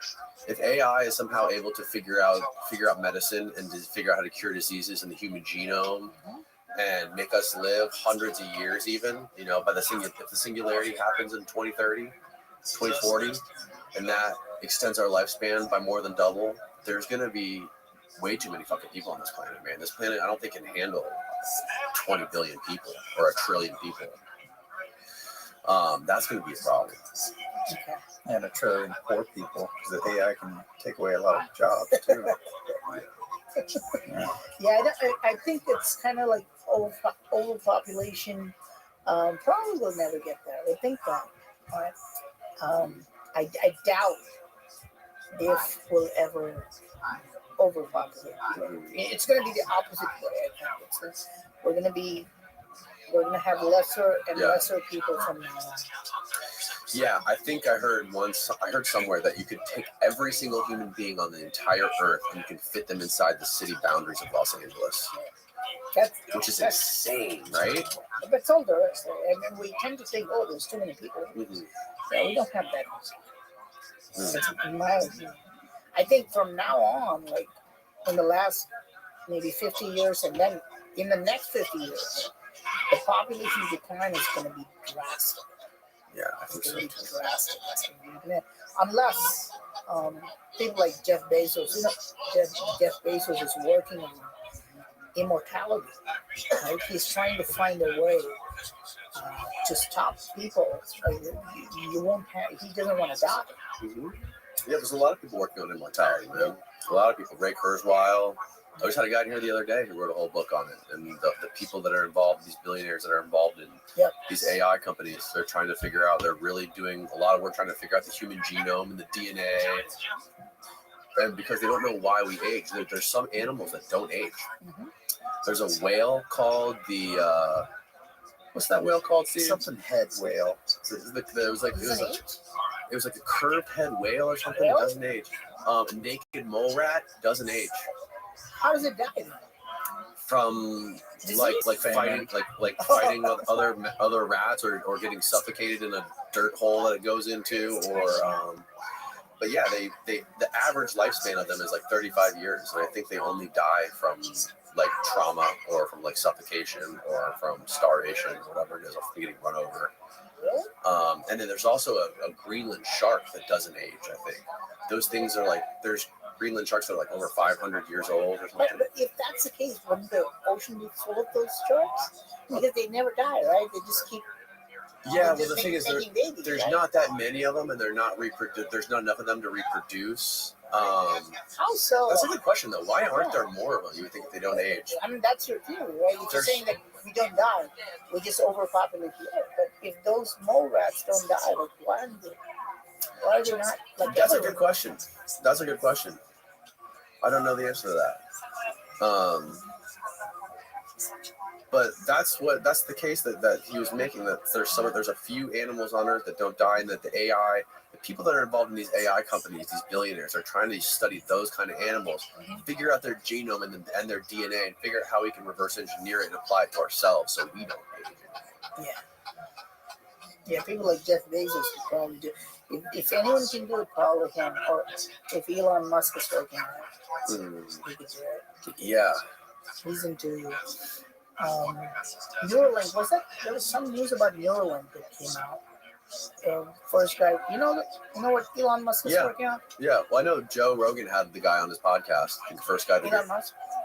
No, the Neuralink. Oh, the first guy who got Neuralink. Yeah. Yeah, he was on there recently. Yeah. The Elon Musk, he's trying to make people go to Mars, right? He's trying to figure out how to make our species interplanetary. Yeah.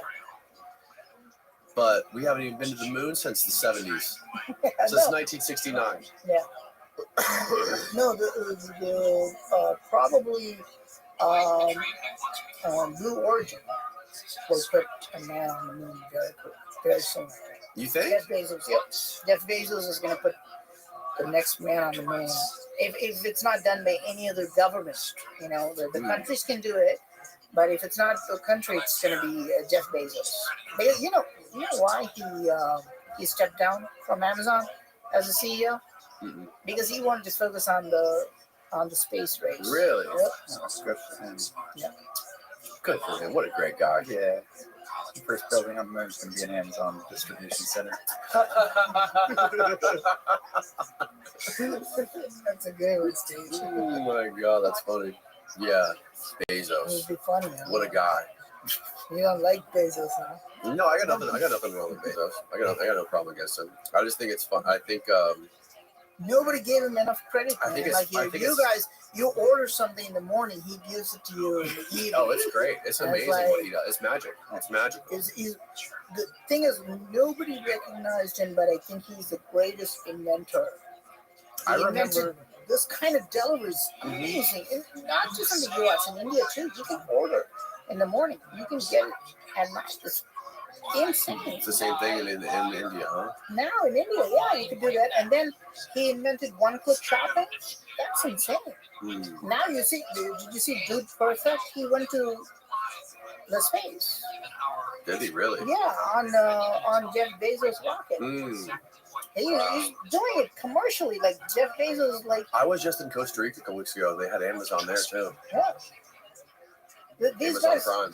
yeah, these guys just went. I mean, imagine you can just pay like $100,000 or $200,000, and you can actually go to space. Yeah, I love Jeff Bezos's evolution as a human. Ever since the company blew up, he all of a sudden got like jacked. Now this is going to be the future. So it's like me taking a plane from Arizona to here. Mhm. You can just pay. This is Amazon, right? You probably if you had an Amazon Prime, he could put you on space for like 2,000. See, this is my problem. How come we're so worried about going to space, but we can't fucking make airplanes any better? We're still using the same airplanes we used in the 60s. Yeah. Can you believe that? The same thing. We're using the same airplanes. They just put new seats in them, a new fresh coat of paint. Yeah. But we're going to go to the moon, and we're going to go to Mars. Yeah. You know what? All the airlines are losing money.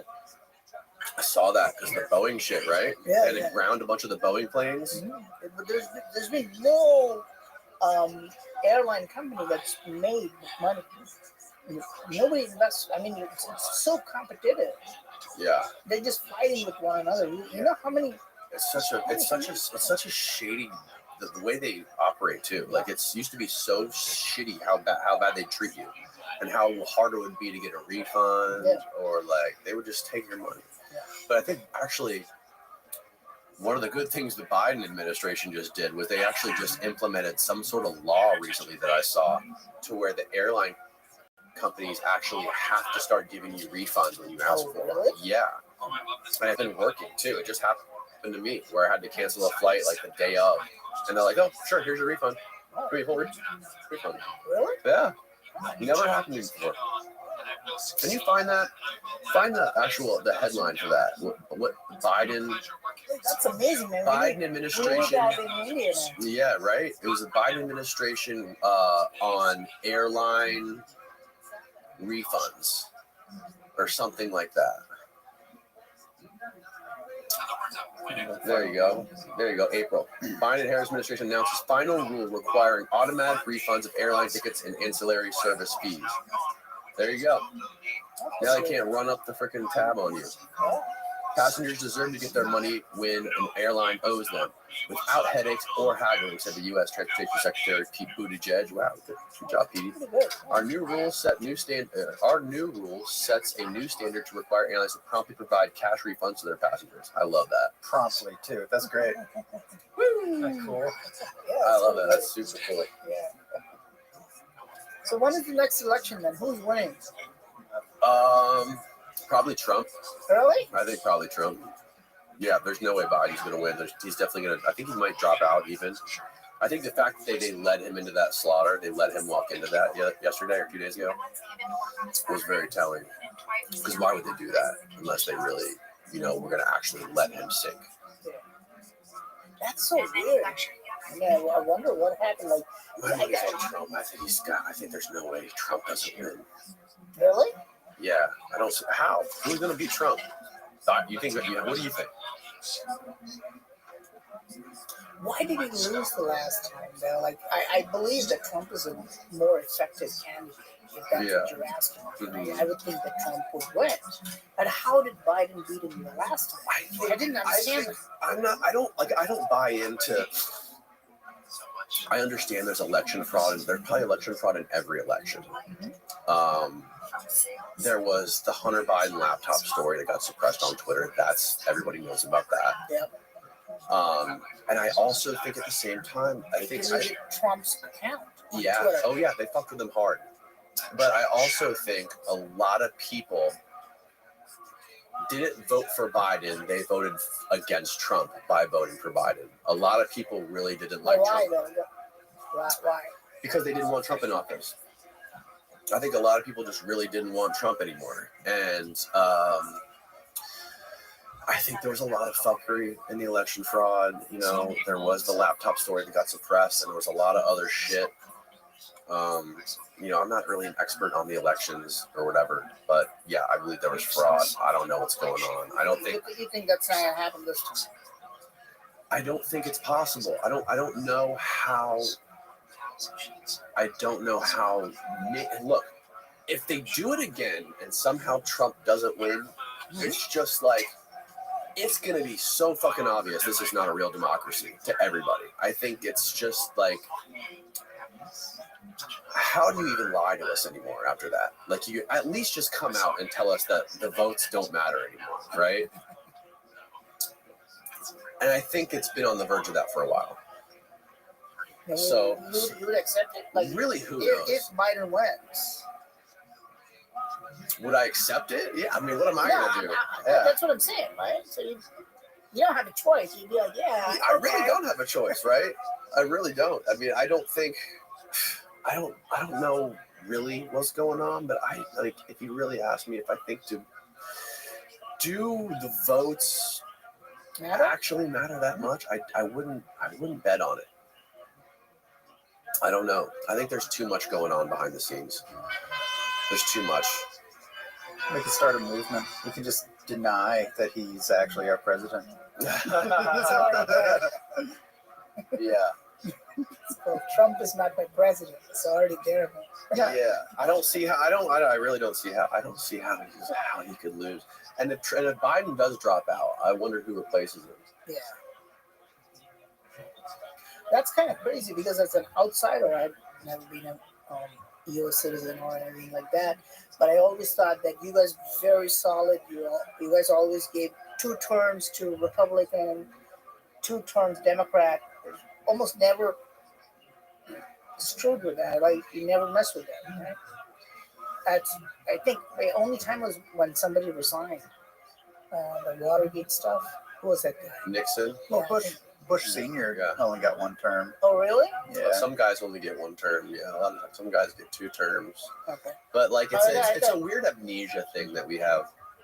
Yeah. Whenever we have a president, we always think that it needs to go back to the other side. Like when we have a Republican for too long, it's like, oh, God damn it, why can't we get back to some reasonable Democratic people in this fucking place and figure this stuff out and get back to normal?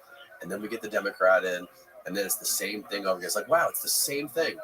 It's the same thing. Why can't we get back to a Republican president to get shit straight and figure out why, these never-ending wars and all this stuff? And it just seems to it's just this pendulum that swings and it never really changes. It's just we forget. You know what I mean? We get 4 years, 8 years in, and we think the grass is going to be greener on the other side, and it never really is. Nothing really ever gets solved. Nothing ever permanently changes. It's just this cycle, this loop that never ends. But yeah, I don't know who's going to solve it. Time, man. I think the first time, if Trump really wins, what I doubt it will. You doubt it? I don't doubt Trump's efficiency or his popularity. I don't doubt that, but I think they're going to do something that makes him lose, like the last time. Yeah, well, they could kill him. I guess they could whack him, right? Yeah, I don't think Trump really lost the last time, but they did a lot of little tricks, and Yeah, like the Twitter played a major part. Major role. Yeah, that's crazy. But they now changed the outcome of an election. But now Elon owns it, so, and Trump is back on Twitter, right? Trump is back on Twitter, although I don't think he's using it. I think he gave him his Twitter back, and he's like, "Fuck you." Oh, really? Yeah. Oh. Okay. Yeah, he's got his own Truth Social. Yeah. How's that going? They tried to do something with that. I don't know. I don't really pay that much attention to it, but I mean, Trump's like so popular, dude. If you watch like UFC matches, they march him into the UFC. He's like shaking hands with Elon Musk, Theo Vaughn, Joe Rogan. Everyone's giving him like a 10-minute standing ovation when he walks in there. Oh yeah, he is beloved. I love Trump. He's beloved, man. Yeah, Trump is very, very. He's a very efficient human being. I think that's a word. Whether he's a businessman, whether he's a politician, he's very efficient. Mm-hmm. He knows what to do. Yeah. I just, I don't know. I think the type of democracy we have now needs like a fundamental reset, and I don't think that the way it's going right now, I don't think it's going to end up well. The way that it's set up, right? The way it's legally set up for lobbyists to affect our laws and the way our country works, and it's all based on economics, right? And corruption and greed. And I think there's got to be a better way to do it. I don't know how that's going to happen. It's going to have to be a hard reset, right? To have some sort of version of the democracy that Plato talks about, where you have like a round table of philosophers and just geniuses that can solve the problems, and you got juries of hundreds of people from the town that are to decide what happens to criminals. And I think that was probably the pinnacle of human intellect, and we just strayed so far from there, man. Now it's just a fucking circus.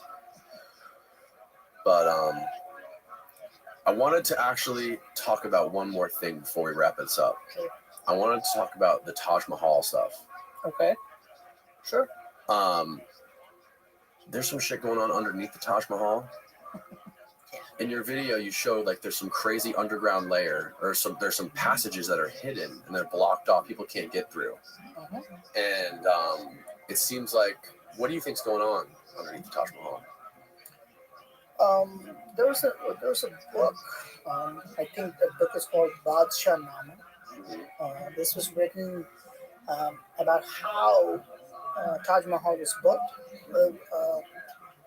It was an old book, like a few centuries old, and that book was written at the time of Taj Mahal. And they basically say the Taj Mahal was before the Taj Mahal was erected. There was a structure there, right? And they demolished it and they built Taj Mahal on top of it. Right. Taj Mahal is in a very nice spot. It's on the river bank of Yemen. So it's like it makes it so much better. Shah Jahan, he's a Muslim king who built Taj Mahal. Yeah. He buys that piece of land on which there was a structure, and then he demolishes that structure and he builds Taj Mahal on top of it. Okay, so that's a river, right? Right. Now, underneath, there are several structures, okay? And some of it has been opened now. At that time, this is probably 2016, 17, most of these structures were closed, completely closed off. Oh, really? Yep. Yep. After this video came out, and of course, it spawned a lot of other videos too, right? Because it becomes very controversial. We're like, okay, what's underneath the Taj Mahal? And then I think the archaeological department has opened some parts of it now. Oh, really? Yep. Okay. Because of your videos. Some. Wow. Yeah.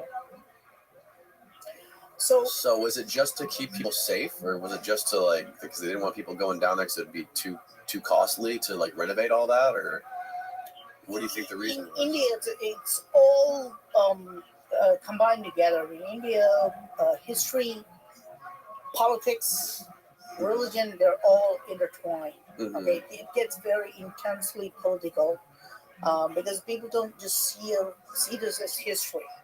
They would combine that with religion.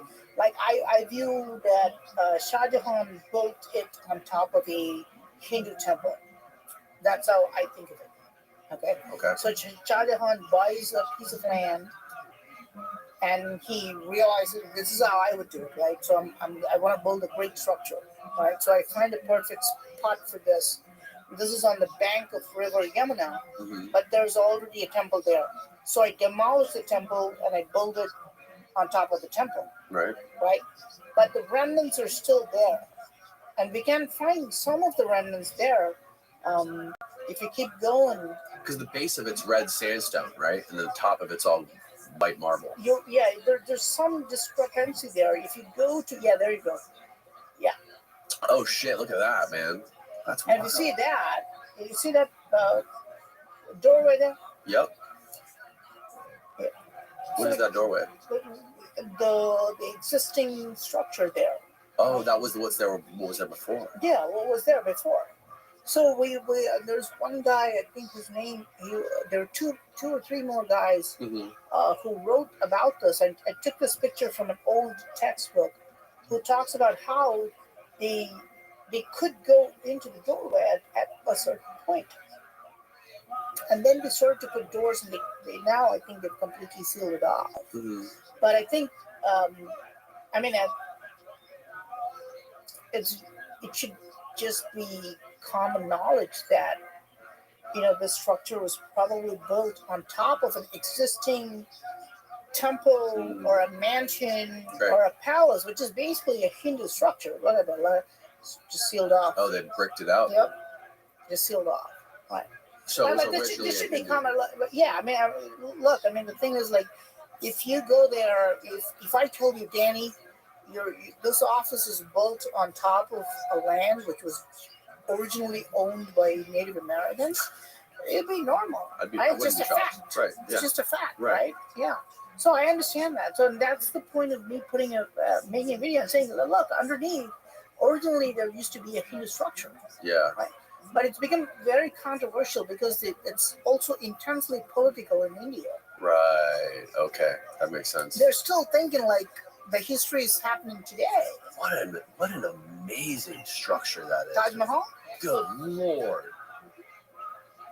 Yeah, I made another video saying Taj Mahal employs a lot of optical illusions. There's there's another video about Taj Mahal.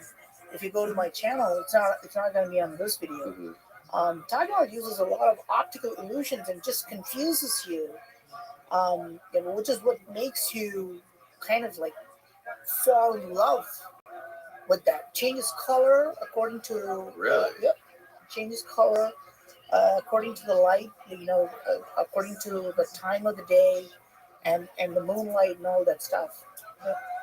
Yeah, that's if you see. Maybe that one. See that? How many corners do you see? 2. How many? Really? Wow. Oh wait, on the corners How many sides of that? How many facets? Sides. 1, Right. 2, 3, 4, 5, 6. Okay, keep playing. Right. Okay. 3.6, right? Yep. Oh, It's flat. Oh No my way. lord. oh, that's cool, man. So he just, yeah, that's the thing. So just, now this is bowled by Oh, it's 3. I see. Shah Jahan, yeah. So it's Wow. kind of like, yeah, it just, it's going to appear like it has a lot of That's Wow. amazing. So we don't give that much credit to the guy who built it. He actually did an amazing job. Mm. And it's even when you see this, it's very hard for you to understand this, because you still think it still has 6 sides. Mm-hmm. I use a lot of psychological tricks like this, and that's why Taj Mahal. It's probably, I don't think there's anybody in the world who has not heard of Taj Mahal. No, I don't think there's anybody who's heard of it. I mean, I bet you there's people who know like the name Taj Mahal, but can't put the picture and can't like tell you where it is. Yes. But like, there's sayings. If you see a fancy house, whatever, like, God damn, you got the Taj Mahal here. It's used as an adjective, right? Yeah, it's an incredible structure. And this is what, so there's mirrors in the bathroom, in the ceiling. Yep. So when they lit candles, it would look like the These cosmos. are the little mirrors put on the bathroom of the queen of Shah Jahan, the guy who built it. Mhm. So when the queen went into the bathroom, Shah Jahan could look at 1,000 images of the queen in the Right. bathtub. 1,000 images of her bathing. It's beautiful, man. It's incredible. Yeah, there are lots of mysteries in India. I think And there's a tunnel supposedly under here that links to another. Many tunnels, really. Yes, many tunnels. Yeah, Taj Mahal is a very beautiful monument. Imagine Oh, building it. you know what they did when India went to war with Pakistan. You know what they did? They had to cover up the Taj Mahal because Pakistan said they would bomb. Really? If you, I gotta find What did they this. cover it with? What did they Taj cover? Mahal covered Pakistan war, something like that. In 1942. Yeah. Oh yeah, this is not the Pakistan. I'm sorry. I got it. Yeah. I'm sorry, guys. It's not the Pakistan. It's probably the war with Germany. Oh, World War World II. War II. Yeah. I'm sorry, guys. Oh yeah, because India. They had to cover this up. What is around it? Is it scaffolding? Yeah, it just looks like renovations. Yeah, this looks like renovation. No, I'm probably find another. Yeah, well, I that was the link right there. So it's amid fear of potential air raids, the British Army used bamboo to cover the Taj Mahal's dome, attempting to make the onion-shaped design resemble Something. Oh, India war with Pakistan. Yeah, that one. I think that's. Resembled nothing more than a pile of vegetation. Oh, okay. So that wasn't scaffolding. That was actually bamboo they used to make it look different from the air. Yeah, I saw another picture, man. That was look at the next one. Oh, this thing? Yep. Dude. Oh. Well, that does look more like camo, doesn't it? Mm-hmm. During World War II. They kind of like. Yeah. Okay. Thanks, guys. It's just never in my head when that happens. Wild, man. Yeah, I saw other pictures where they put a lot of like stuff on that, but I can't find it. Do they use those? Is it all marble inside the Taj Mahal, or are there multiple different stones? Do they use any of those? There are different stones. Do they use those floating rocks too, or no? No. That's only in No temples. floating rocks. Yeah, Okay. that's only in certain temples. Okay. In Taj Mahal, it appears as though it's full of white marble, but it's not. Okay. It's very cleverly done, so you only see the white marble. But inside there are several structures. Oh, what is that? Underneath. Foundation fears. This is underneath it? Oh my goodness. So there's a brick structure What does that say? It says well foundation. Well, foundation. The Taj is built on gigantic wooden slabs atop a well foundation, just like the riverbank sand. Rows of columns and archways keep it from sliding into the river. So that's amazing to this thing right there, the brick section. And is it a theory or is it real that there's actually tombs under there with the king? Well, of the queen. Yeah. They say it's still there. They say it's still there. Yeah, they've opened it up now. I haven't checked, but they've opened up. There's an underground chamber. When I went there, they said no, nobody's allowed. Oh, okay. But now it's become quite controversial, I think. So they had to open it. It's weird because the Queen's chamber. Yeah, that's the one.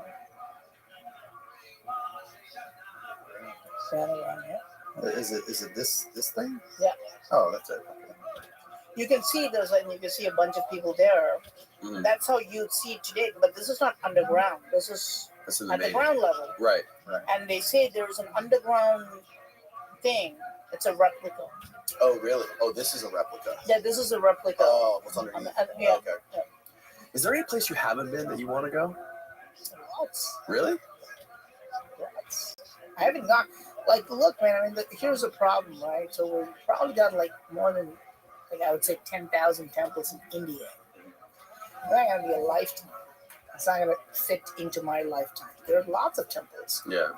And it's not even in India. Today, you think India is just India, right? Hinduism is just spread in India. But 1,000, 2,000 years ago, Hinduism was spread India, Pakistan on this side, Sri Lanka, all of Southeast Asia. We're talking about Thailand, Indonesia, Vietnam, Cambodia, all those countries, right? It was like it's full of temples. It's not like I can't fit all those temples into my lifetime, even if I do it every day. Have you plotted out the ones you can fit in your lifetime that you want to go to? No, not completely. No. So because every time, like for example, this time, you know how much I travel. Oh, you know a little bit, right? Because you booked my ticket from you went from North Carolina to Arizona to California to Florida, back to North Carolina. And now I got to go back to India day after, and then I have to again go for like a government thing, and then on 20th I'm going to Bali, Indonesia. Oh, really? Yeah. So that's how much I travel. So we keep really busy, but everywhere I go in India, Southeast Asia, the temples are like everywhere. Okay, even like Indonesia is 2,500 miles from India. Indonesia is made of 17,000 islands. Right. And we keep driving in Indonesia, and you find temples after temples. It's just everywhere. These guys, something is wrong. Something is very odd about the Hindu culture, that they build temples everywhere. Everywhere you see the people in Indonesia, they dig their ground to build a water well or like a foundation for their house, and they keep digging up these lingams. They're everywhere. The lingams. Yeah, the lingams and the idols and the statues. They're everywhere you go in Southeast Asia, we find these temples buried, So they're all over the place. So I can't, to put it in a nutshell, I can't see all the temples in my lifetime. They're going to be plus we're not going there on a day trip, How long are you going to be in Bali? We're going to be there 9 days. 9 days. 20 to the 29th. What are you going to explore? Temples. We have a list of temples there. Wow. We have maybe like 4 temples. There are some temples. There are some carvings on a riverbank, and we're going to explore that. Wow. Yep. They specifically made these carvings in places which are hard to reach and hard to find.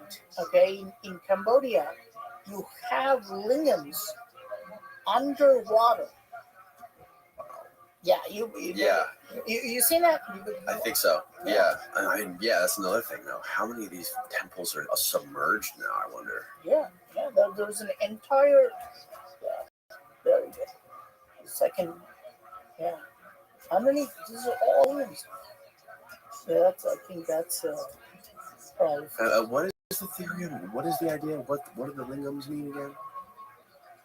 Well, the reason for the Cambodian lingams, and this is in a remote temple, right? You go to the temple and you see just water flowing, but underneath you'll see thousands actually. And this is called Sahasralinga. And they say that when Indians moved to Cambodia, when the Hindus moved to Cambodia, it was jungle, right? So they had to clear the jungle. They made that into a farm, and they tried to cultivate rice. And no matter what they tried, rice was not growing, right? So when they tilled the land, they made sure the water came from the mountains, but the rice was just not growing there. The plants were not growing there. So what they did was they needed a magic spell, right? They needed a magic potion for the crops to grow, for the rice to grow. So they carved the lingams in the mountain all over, so the water could flow through the lingams, right? It's just the same water. Mm-hmm. But when the water flowed through the lingams, they became fertile enough. Yep. Oh, interesting. Yep. So that was the magic element that. The lingam was a fertility thing. Wow. Okay. Wild shit, man. Well, we've just done like 3.5 hours. So you got a flight to catch. We don't want to keep you here forever. Cool. Yeah. I appreciate you coming through, brother. And where can people find I'll link it all below, but your YouTube channel is called Praveen Mohan. Yep. You can go to YouTube, Praveen Mohan. You can go to Facebook. You can go to Instagram. You can just search my name. I'm not on Twitter. I am on Twitter, but I don't use it. Right. I only post. I'm not political. I only post my findings like once or twice a month. Right. Instagram, all that stuff. Yeah, I post it mostly everywhere. Cool. But it'll be mostly new findings. Mm-hmm. It won't be commercial. I won't be posting every day or something like that. But if I find something new, I'll post it. How often do you post videos on YouTube? Do you have a schedule? I didn't post for the last 25 days. Oh, right. I only posted yesterday. Somebody in India was posting it. Okay. So, yeah. Hold me closer, Rabbi. We try to find new stuff on ancient science. Right. Stuff that's been talked about before. Count the headlights on the highway. I won't be like, oh, this is interesting. Let me make my own video about that. Lay me down and see to if I find anything interesting, I'll do it. So mostly, if you're looking for ancient sites and like good info, you find it. Beautiful, man. Thanks again for your time. Hold and me for closer, still watching the Rabbi. Patreon Q&A that we recorded before the podcast. So if you want to check it out, it's linked below. And that's it. Good night, folks. Good night. Thanks, dude.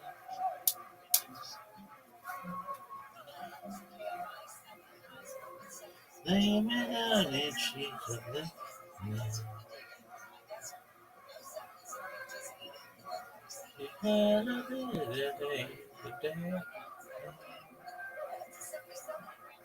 oh my God,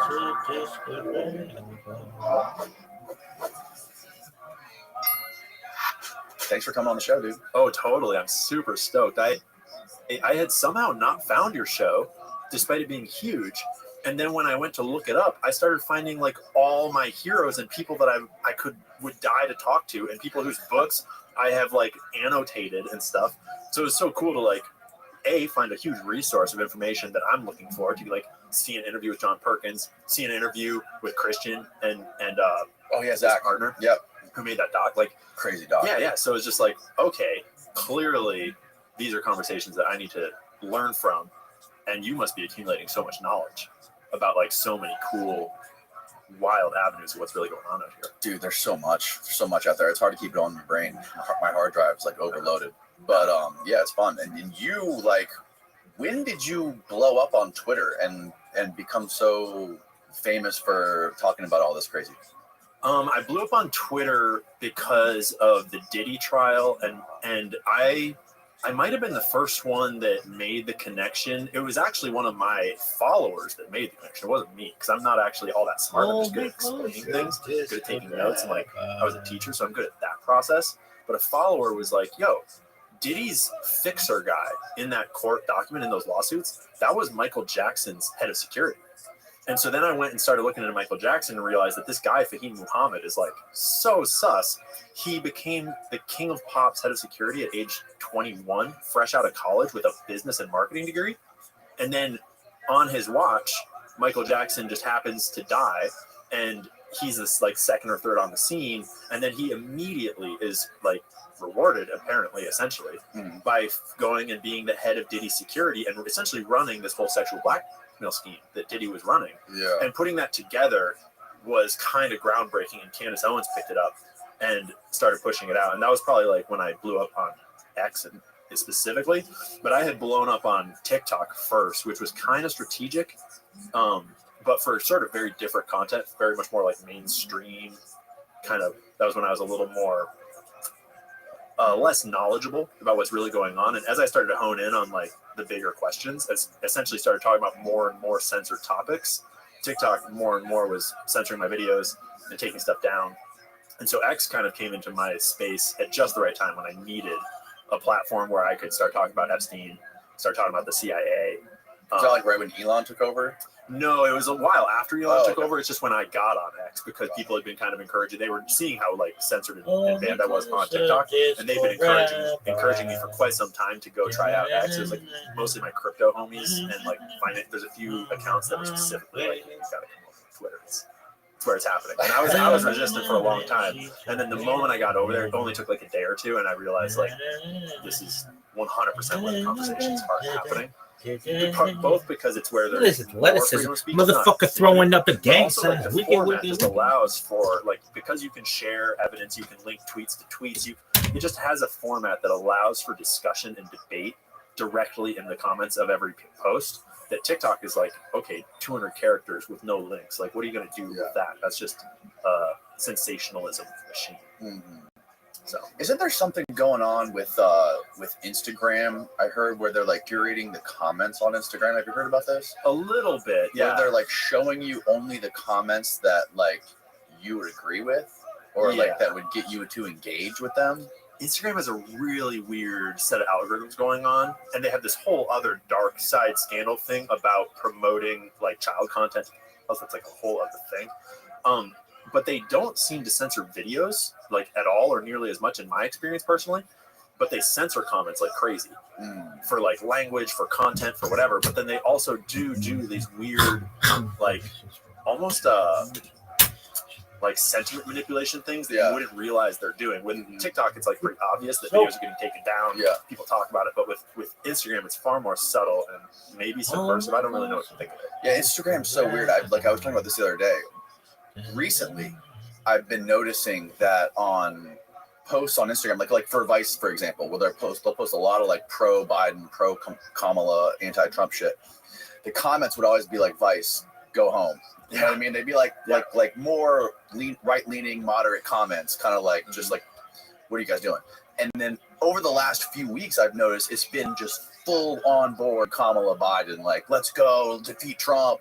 And it seems super suspicious. Like, what kind of bot campaign are they running here on Instagram? Well, there's one level where the platforms are probably running that to a certain degree. I mean, we know they are. There's like leaks about that. But we also know that there are actual like intelligence agency bot farms. I was just looking into the one run by the Israeli dude the other day. That's like super interesting, kind of a rabbit hole I haven't fully dissected yet. But we're in an age now where we all need to be aware that everyone you're talking to might be a bot. And they are getting pretty sophisticated too. No, I had a guy on here a couple of days ago who is like this crazy polymath dude who like just studies history and like republics and stuff, and he has this whole theory, comprehensive theory based on historical events on why there's going to be a civil war in America after the election. That's dark. And like he talks about like how it'll happen, why it'll happen, what are like the 4 reasons it will happen. But like what I came to realize is that like it feels like you're basing this all off of data that you've been reading online or from comments that you've been reading online, but you haven't really like gone outside and had a conversation with somebody. And I'll say this again because it's a beautiful analogy to the real world. My friend Julian Dory came up with this. He calls it the Wawa theory. He goes like, you go online and you see, all this stuff like with Candace Owens, Ben Shapiro, all these people on Twitter that are making it seem like the world is burning. Right, but then you go to Wawa and you see the girl with the green hair opening the door, holding the door open for the guy with the Vietnam hat on. So it's not really like that. The world's not burning down. It's only the people that haven't seen sunlight in a decade who just focus on social media 24/7. No, you don't. And people like me that live in that journalism space, that like social media space. I think it's trapped a lot of soldier. Look at like just your whole life starts to become these like culture wars and these like Twitter wars, and it's so critical that we like step out of it and just go live real life and just go hang out with different people and just be welcome. And, like realize that like look who it is, and no one is like ready to fight over it. What's up, girl? Yeah, how are you?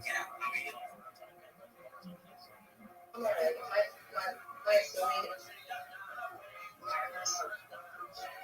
husband is in his house.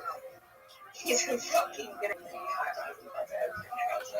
No, that sounds. Tell your mom I said hi, and I love her, and I can't wait for her to read me. Even though I don't really love her, and I called her a bitch once. But you know what? She needs to know that. How are you not about to meet a woman that your son is going steady with? And then she brought a whole child up into the world, and he's 1.5 million G's, and that's what I think you deserve to hear that. But I apologize for it, and I'm willing to give it another go. That's what I'm doing. All right. I went to that place, and they were like not doing assessments today.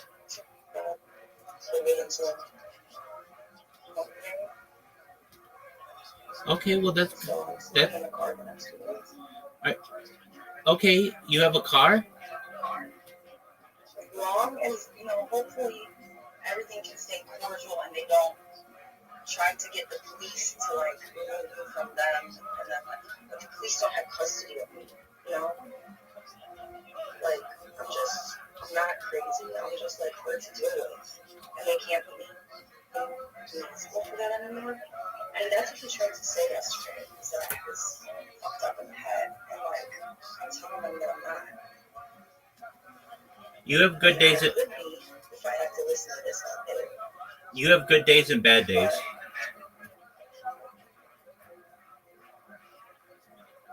I have like good programmers and bad programmers. Okay, and so then there's human ones, which are like neither. Okay. Yeah.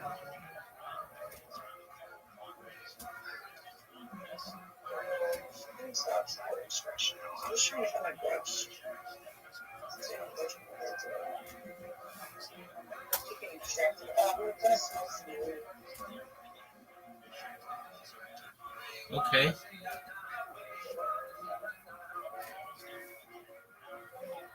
So I wrote you a letter when I was in the hospital.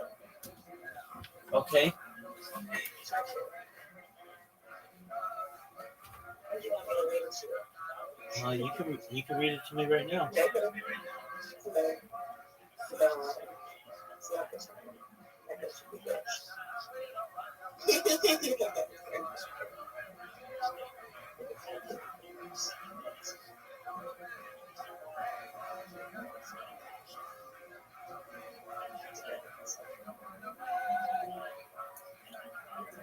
Hey, wait, before you go, Miss Aquarius says that she's been thinking about you and she's praying for you. And that she says hi. No, I hope those fucking prayers work. She knows how to do fucking magic. I hope she's doing well too. She seems like she is, which is good. And I genuinely hope that she's doing well also, and that not everyone would not be doing well, because that wouldn't be fair. We've got to have some people that are doing well, don't we? We don't want everybody to be fucked up. That's correct. I hope her feet are doing well, because Dude, she just had her nails done. She's fine. That was 10 issues ago. Right, but then I said something about the other one, and I just need to make sure that She's fine. She's like a place kicker for an NFL team now. Really? No, but I mean, she's all healed. Oh, can I get my brush? 1 second.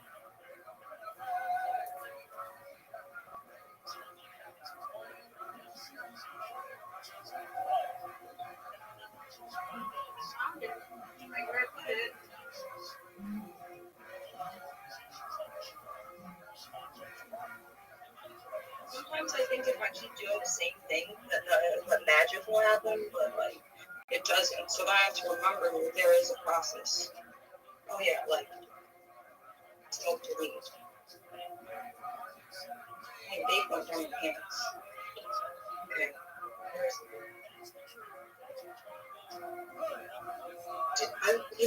It seems that you're like not at odds with yourself, which is nice. That's why I enjoy spending time with you. I'm not at odds with myself, but I had to talk myself into my own reality a lot. You know what I'm saying? And that I think could be confused at times for like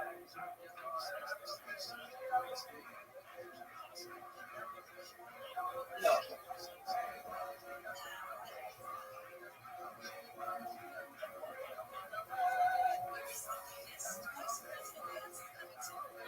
Yeah, I told my husband that we have lots of fun playing games together and all kinds of things. So,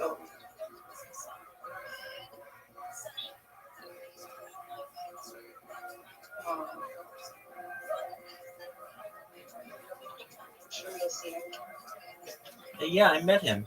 He seems like an okay person.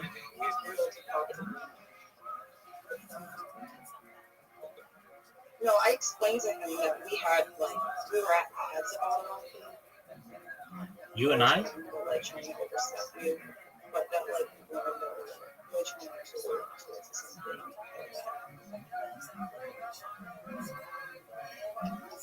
We're trying to kill each other. But I told him something like, "You're all fucking assholes, and I hate you both." Pretty sure. That's what he said. That's what he said. Yeah, it's pretty shitty, right? Oh, yeah, it was just so cool.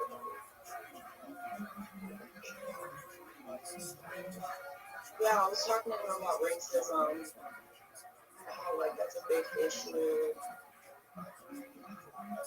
in the common project, and that like it needs to be sorted out. Like that certain words aren't allowed when people are actually literate about it. Like why it would be funny if I called you a retarded ass nigga. Nobody's going to get mad at that. Perhaps. I don't think it's funny. Why would you? That's right, exactly. Because why? It's just not a funny thing to say. I mean, maybe in the right context. Maybe in the right context, under the right conditions. Because you're not funny when you say it. Because you're not funny when you say it.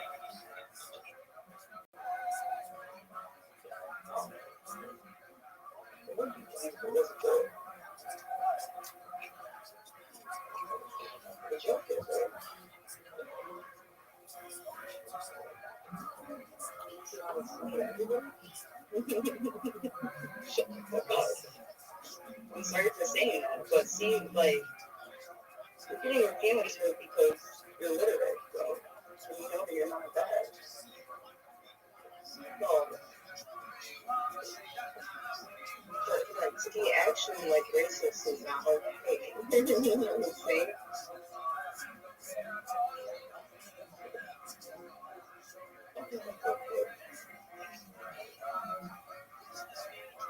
But you're not racist.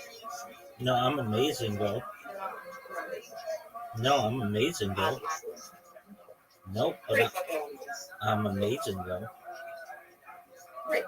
So, I mean, we had to understand.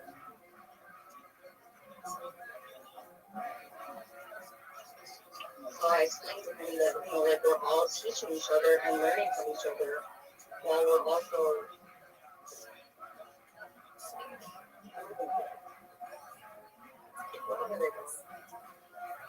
I think we're fixing things. We're not good. Should get rid of the girlfriend, like, fix it. What I'm trying to make is that I love you.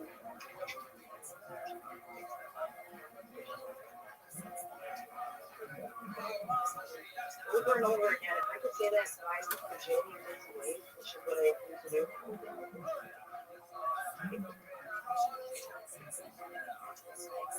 So do you have a place to stay for the next 2 nights? So do you have a place to stay for the next 2 nights? 2 days? Yeah. Is that what you said, 2 days? Yeah. Do you have No, a? I'm staying in a car.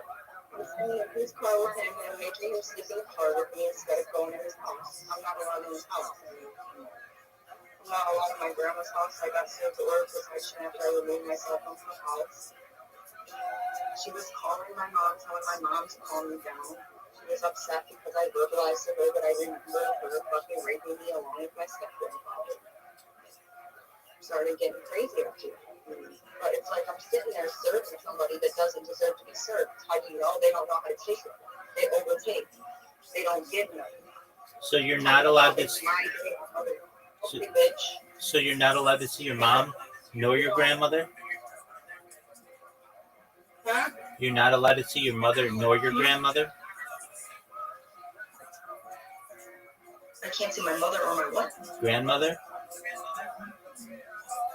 Right, and I can't talk to my brother right now. Well, I can, but he's retarded and he's too easily manipulated. So, you know, he also just doesn't like to fucking talk to anybody or share his time. He's like a fucking whore. And then it's like, on top of that, like, that's like, yeah, I can't talk to my grandma either, or my brother, or my mother. Thank you. What about your father? Oh yeah, I can talk to my dad. My stuff is where it is because when I come over there, which will probably be today or tomorrow, I need to get, like, I'm looking for things and I'm like, I just need to get some more stuff at the garage. Yeah, me and my dad are fine. Yesterday when I talked to him, I fucking called my dad and I'm like, Can you stay with your? Can you? I'm like, the fucking police are here and blah blah blah. Can you? And then, like 4 hours later, after everything was okay again, I called my dad and I like gave him the update. And he's like laughing under his breath at me, like. Can you stay? Said, like, can you stay with your dad? Like you have the next 24 hours to put out. Huh? Can you? No, my dad lives with his mother. Oh, okay. And is that protection order forever? No. Like the one from my mom, like I'm telling you, she's already trying to talk to me. But I have to say that I want to talk to her. So I have another court date for that in July. But at that time I was so pissed at her. So when they asked me, did I plan on talking to my mom, I answered it like, if you're asking me if I'm going to contact her while this order is in, no, I'm not. But this next court date, they're going to be all like, do you see a therapist? All this stuff because I didn't even violate it. I violated it when it was in the system, but not yet granted because of the court date. So, technically I have no violation and the shit's gonna get dropped. They might give me a plea deal because of just the nature of the case, that they might just want to make sure that I'm in therapy. But most likely the charges are going to get dropped because the dates, I have the dates that I contacted, and it was before there was a protection granted. Okay. So I didn't do anything wrong, so my record is clean. Okay, and your mom wants to see you again? That's all right. Huh? And your mom wants to see you again? Of course, she loves me. She talks to my dad about me and communicates. And then she like, when my dad called the petitioned me into the hospital just over a week ago, when I was like just chilling,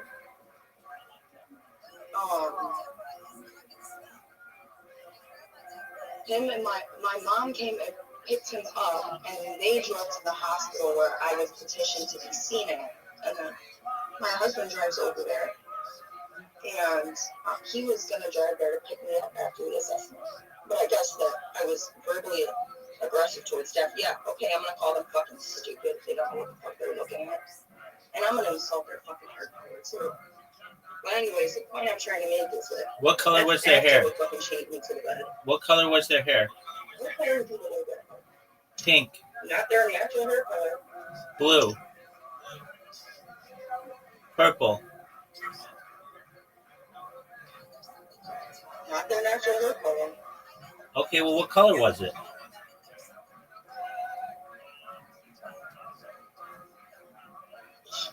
Not their natural hair color.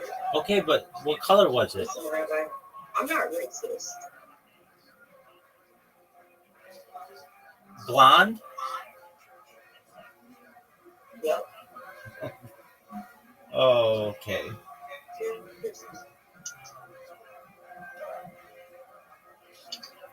You have to be nice to people. Oh, do I? Yeah, They you have to do. be nice to me in order for me to be nice to them. Okay. Because that behavior is good. And they were nice to me until I was chained to the bed. I was told that I'd be transported to another fucking facility, at which point I retaliated. Okay. The nurse dude gave me a fucking hug before he had to change his shift because he's seen that I was in the middle of his shit. It's not my fault that I got a bitch next. Okay. So it wasn't a problem until it was a problem when I had to say, I'm here to diagnose the problem. It's you. Not me. I'm normal because guess what they found out? Nothing's wrong with me. I ain't got no extra ass diagnosis. That's the same type of shit I told them about. Yeah, do I have to be nicer? Yeah. You're right, I'm not perfect. But do I need to be chained to a bed when I'm not, when at that point I wasn't verbally assaulting people? No. And when you're chained to a bed and you can't scratch your nose, and they fucking decide to give you a shot, after you just had 8 shots at this place. I don't know, the other place I was at, I screamed at them, and I was there for less than 24 hours. I screamed at these people. I told them that they better let me out because I need to get a waiver from my doctor so that I can do what I need to do, stating that I don't need any medication, and I need a perfusion now.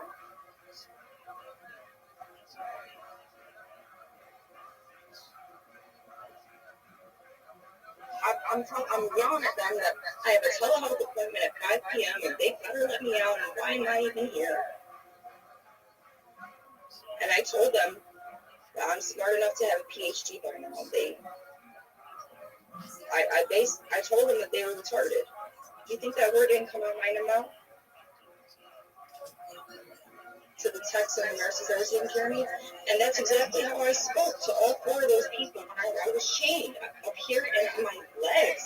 And I came out because it was behind my back. I had to have it come on the front.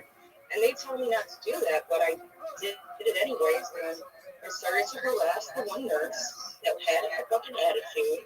And I told her to take off her mask because because I wanted to be able to read all of her facial expressions. And she said that she needed to have a mask on, and I looked at the doctor who was observing all of this, who said, "We're going to take good care of you," and was smirking at me. I looked at him and said, "Does he have a mask on?" And who was the smartest person in the room?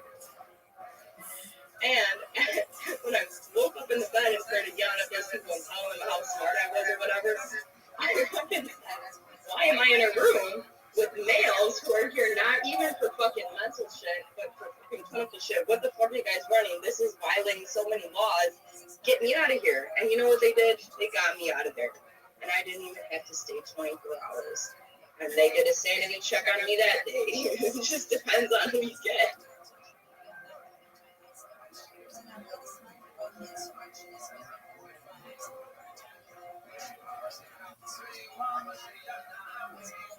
I would say that everything that has happened is actually perfect because I know it sounds crazy, right? Even the crazy ass shit that just happened, let me tell you why it's perfect. That was the easiest rape I've ever had to go through. I'm not joking. I'm saying.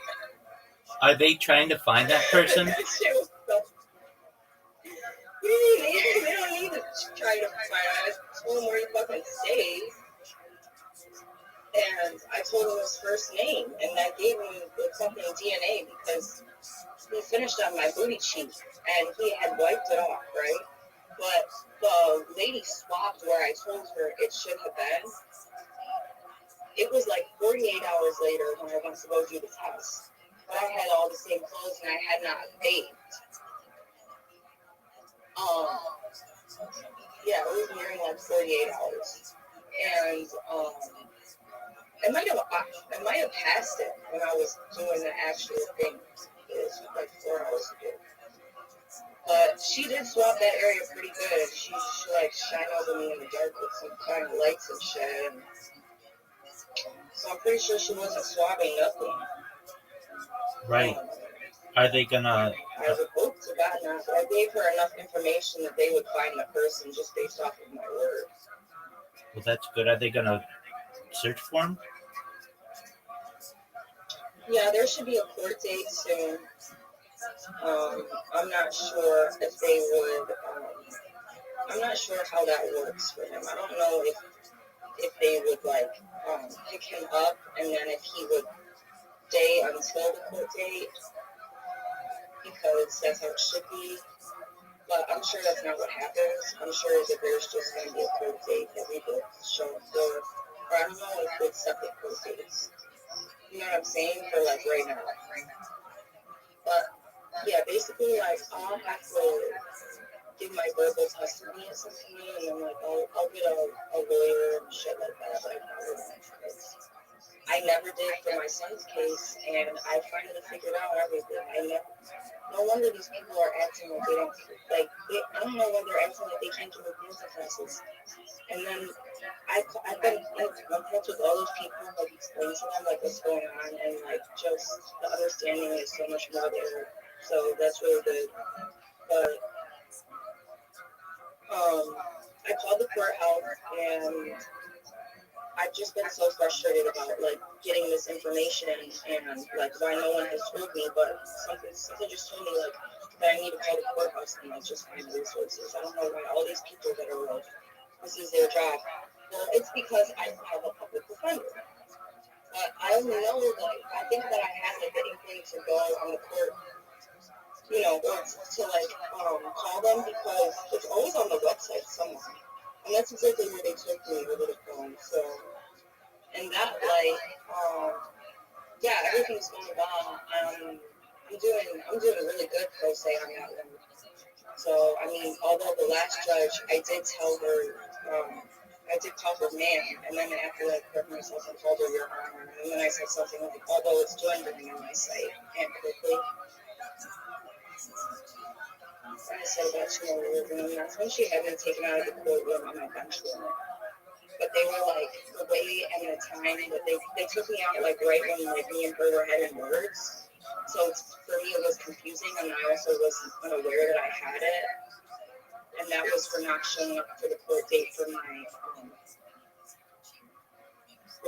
protection of the Did the police tell you that they would contact you when they picked this guy up? They didn't, like, I had no idea there was a court date because I'm fucking out of the address where I received mail, and it's not like these people call you. You know what I mean? Right.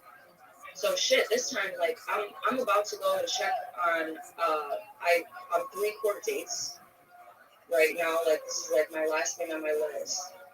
After I had to, like, fucking change my entire life because I don't have access to my old phone number or my old email. This is so fucking frustrating.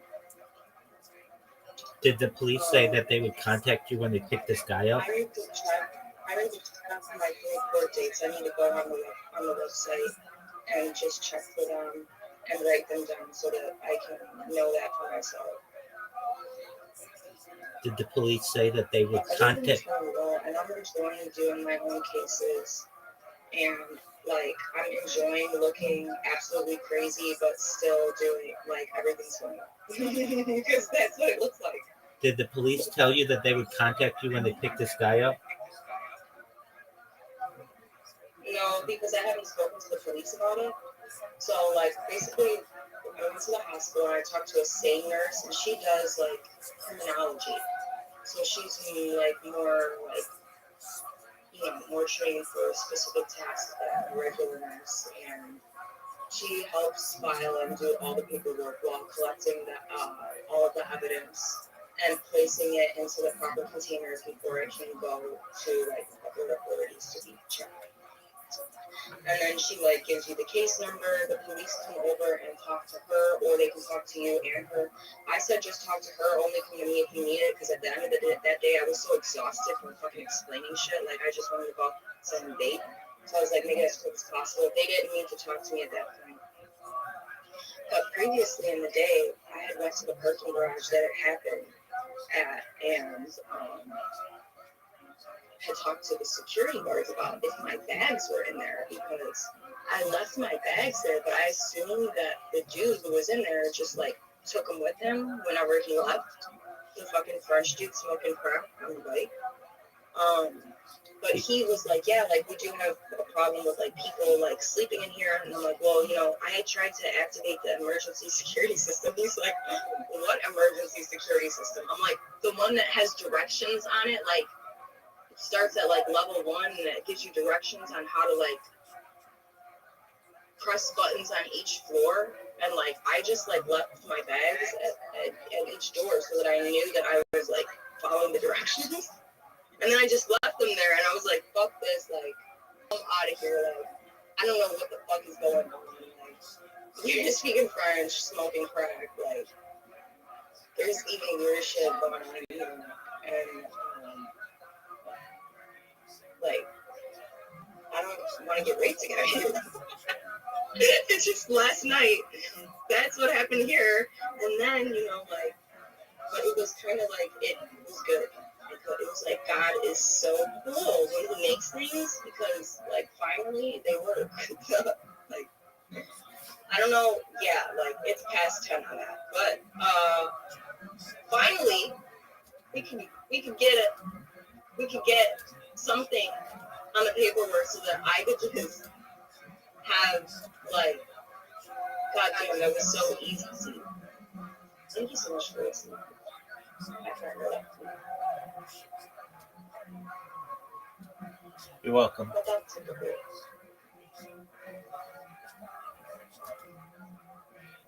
I have hot sauce. This is what I requested. I don't know why there's 3 as if I'm fat. Okay, so when are you going to be with him again? What's that? When is he going to visit you again? When is he gonna do what? Your husband, when is he going to be back? He better be back in a couple of minutes. What the fuck happened? He handed me his food. My food. Can't be just mine. That's not even the directions I gave. Anyways, yeah, then he just went and sat in the car. Not his gone yet.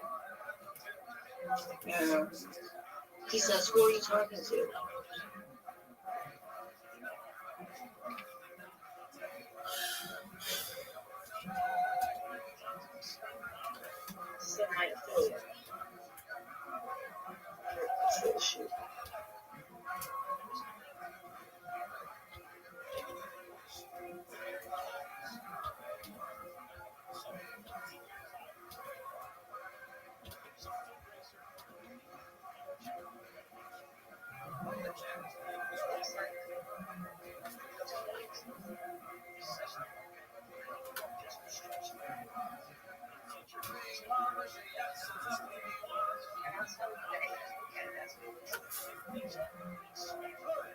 watch it. That's what it looks like right now.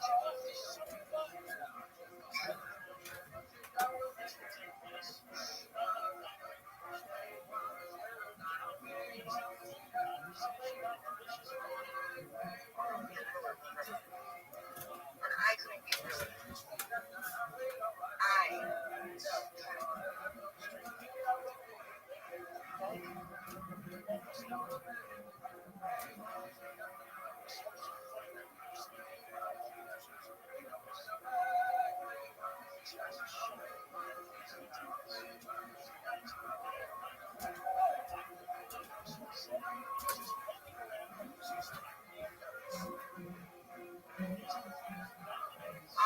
She says, I'm just going to say this and I'm done. How would you like it if I was talking to you? Hey, Audie, just one moment. My computer went down, so I'm adjusting.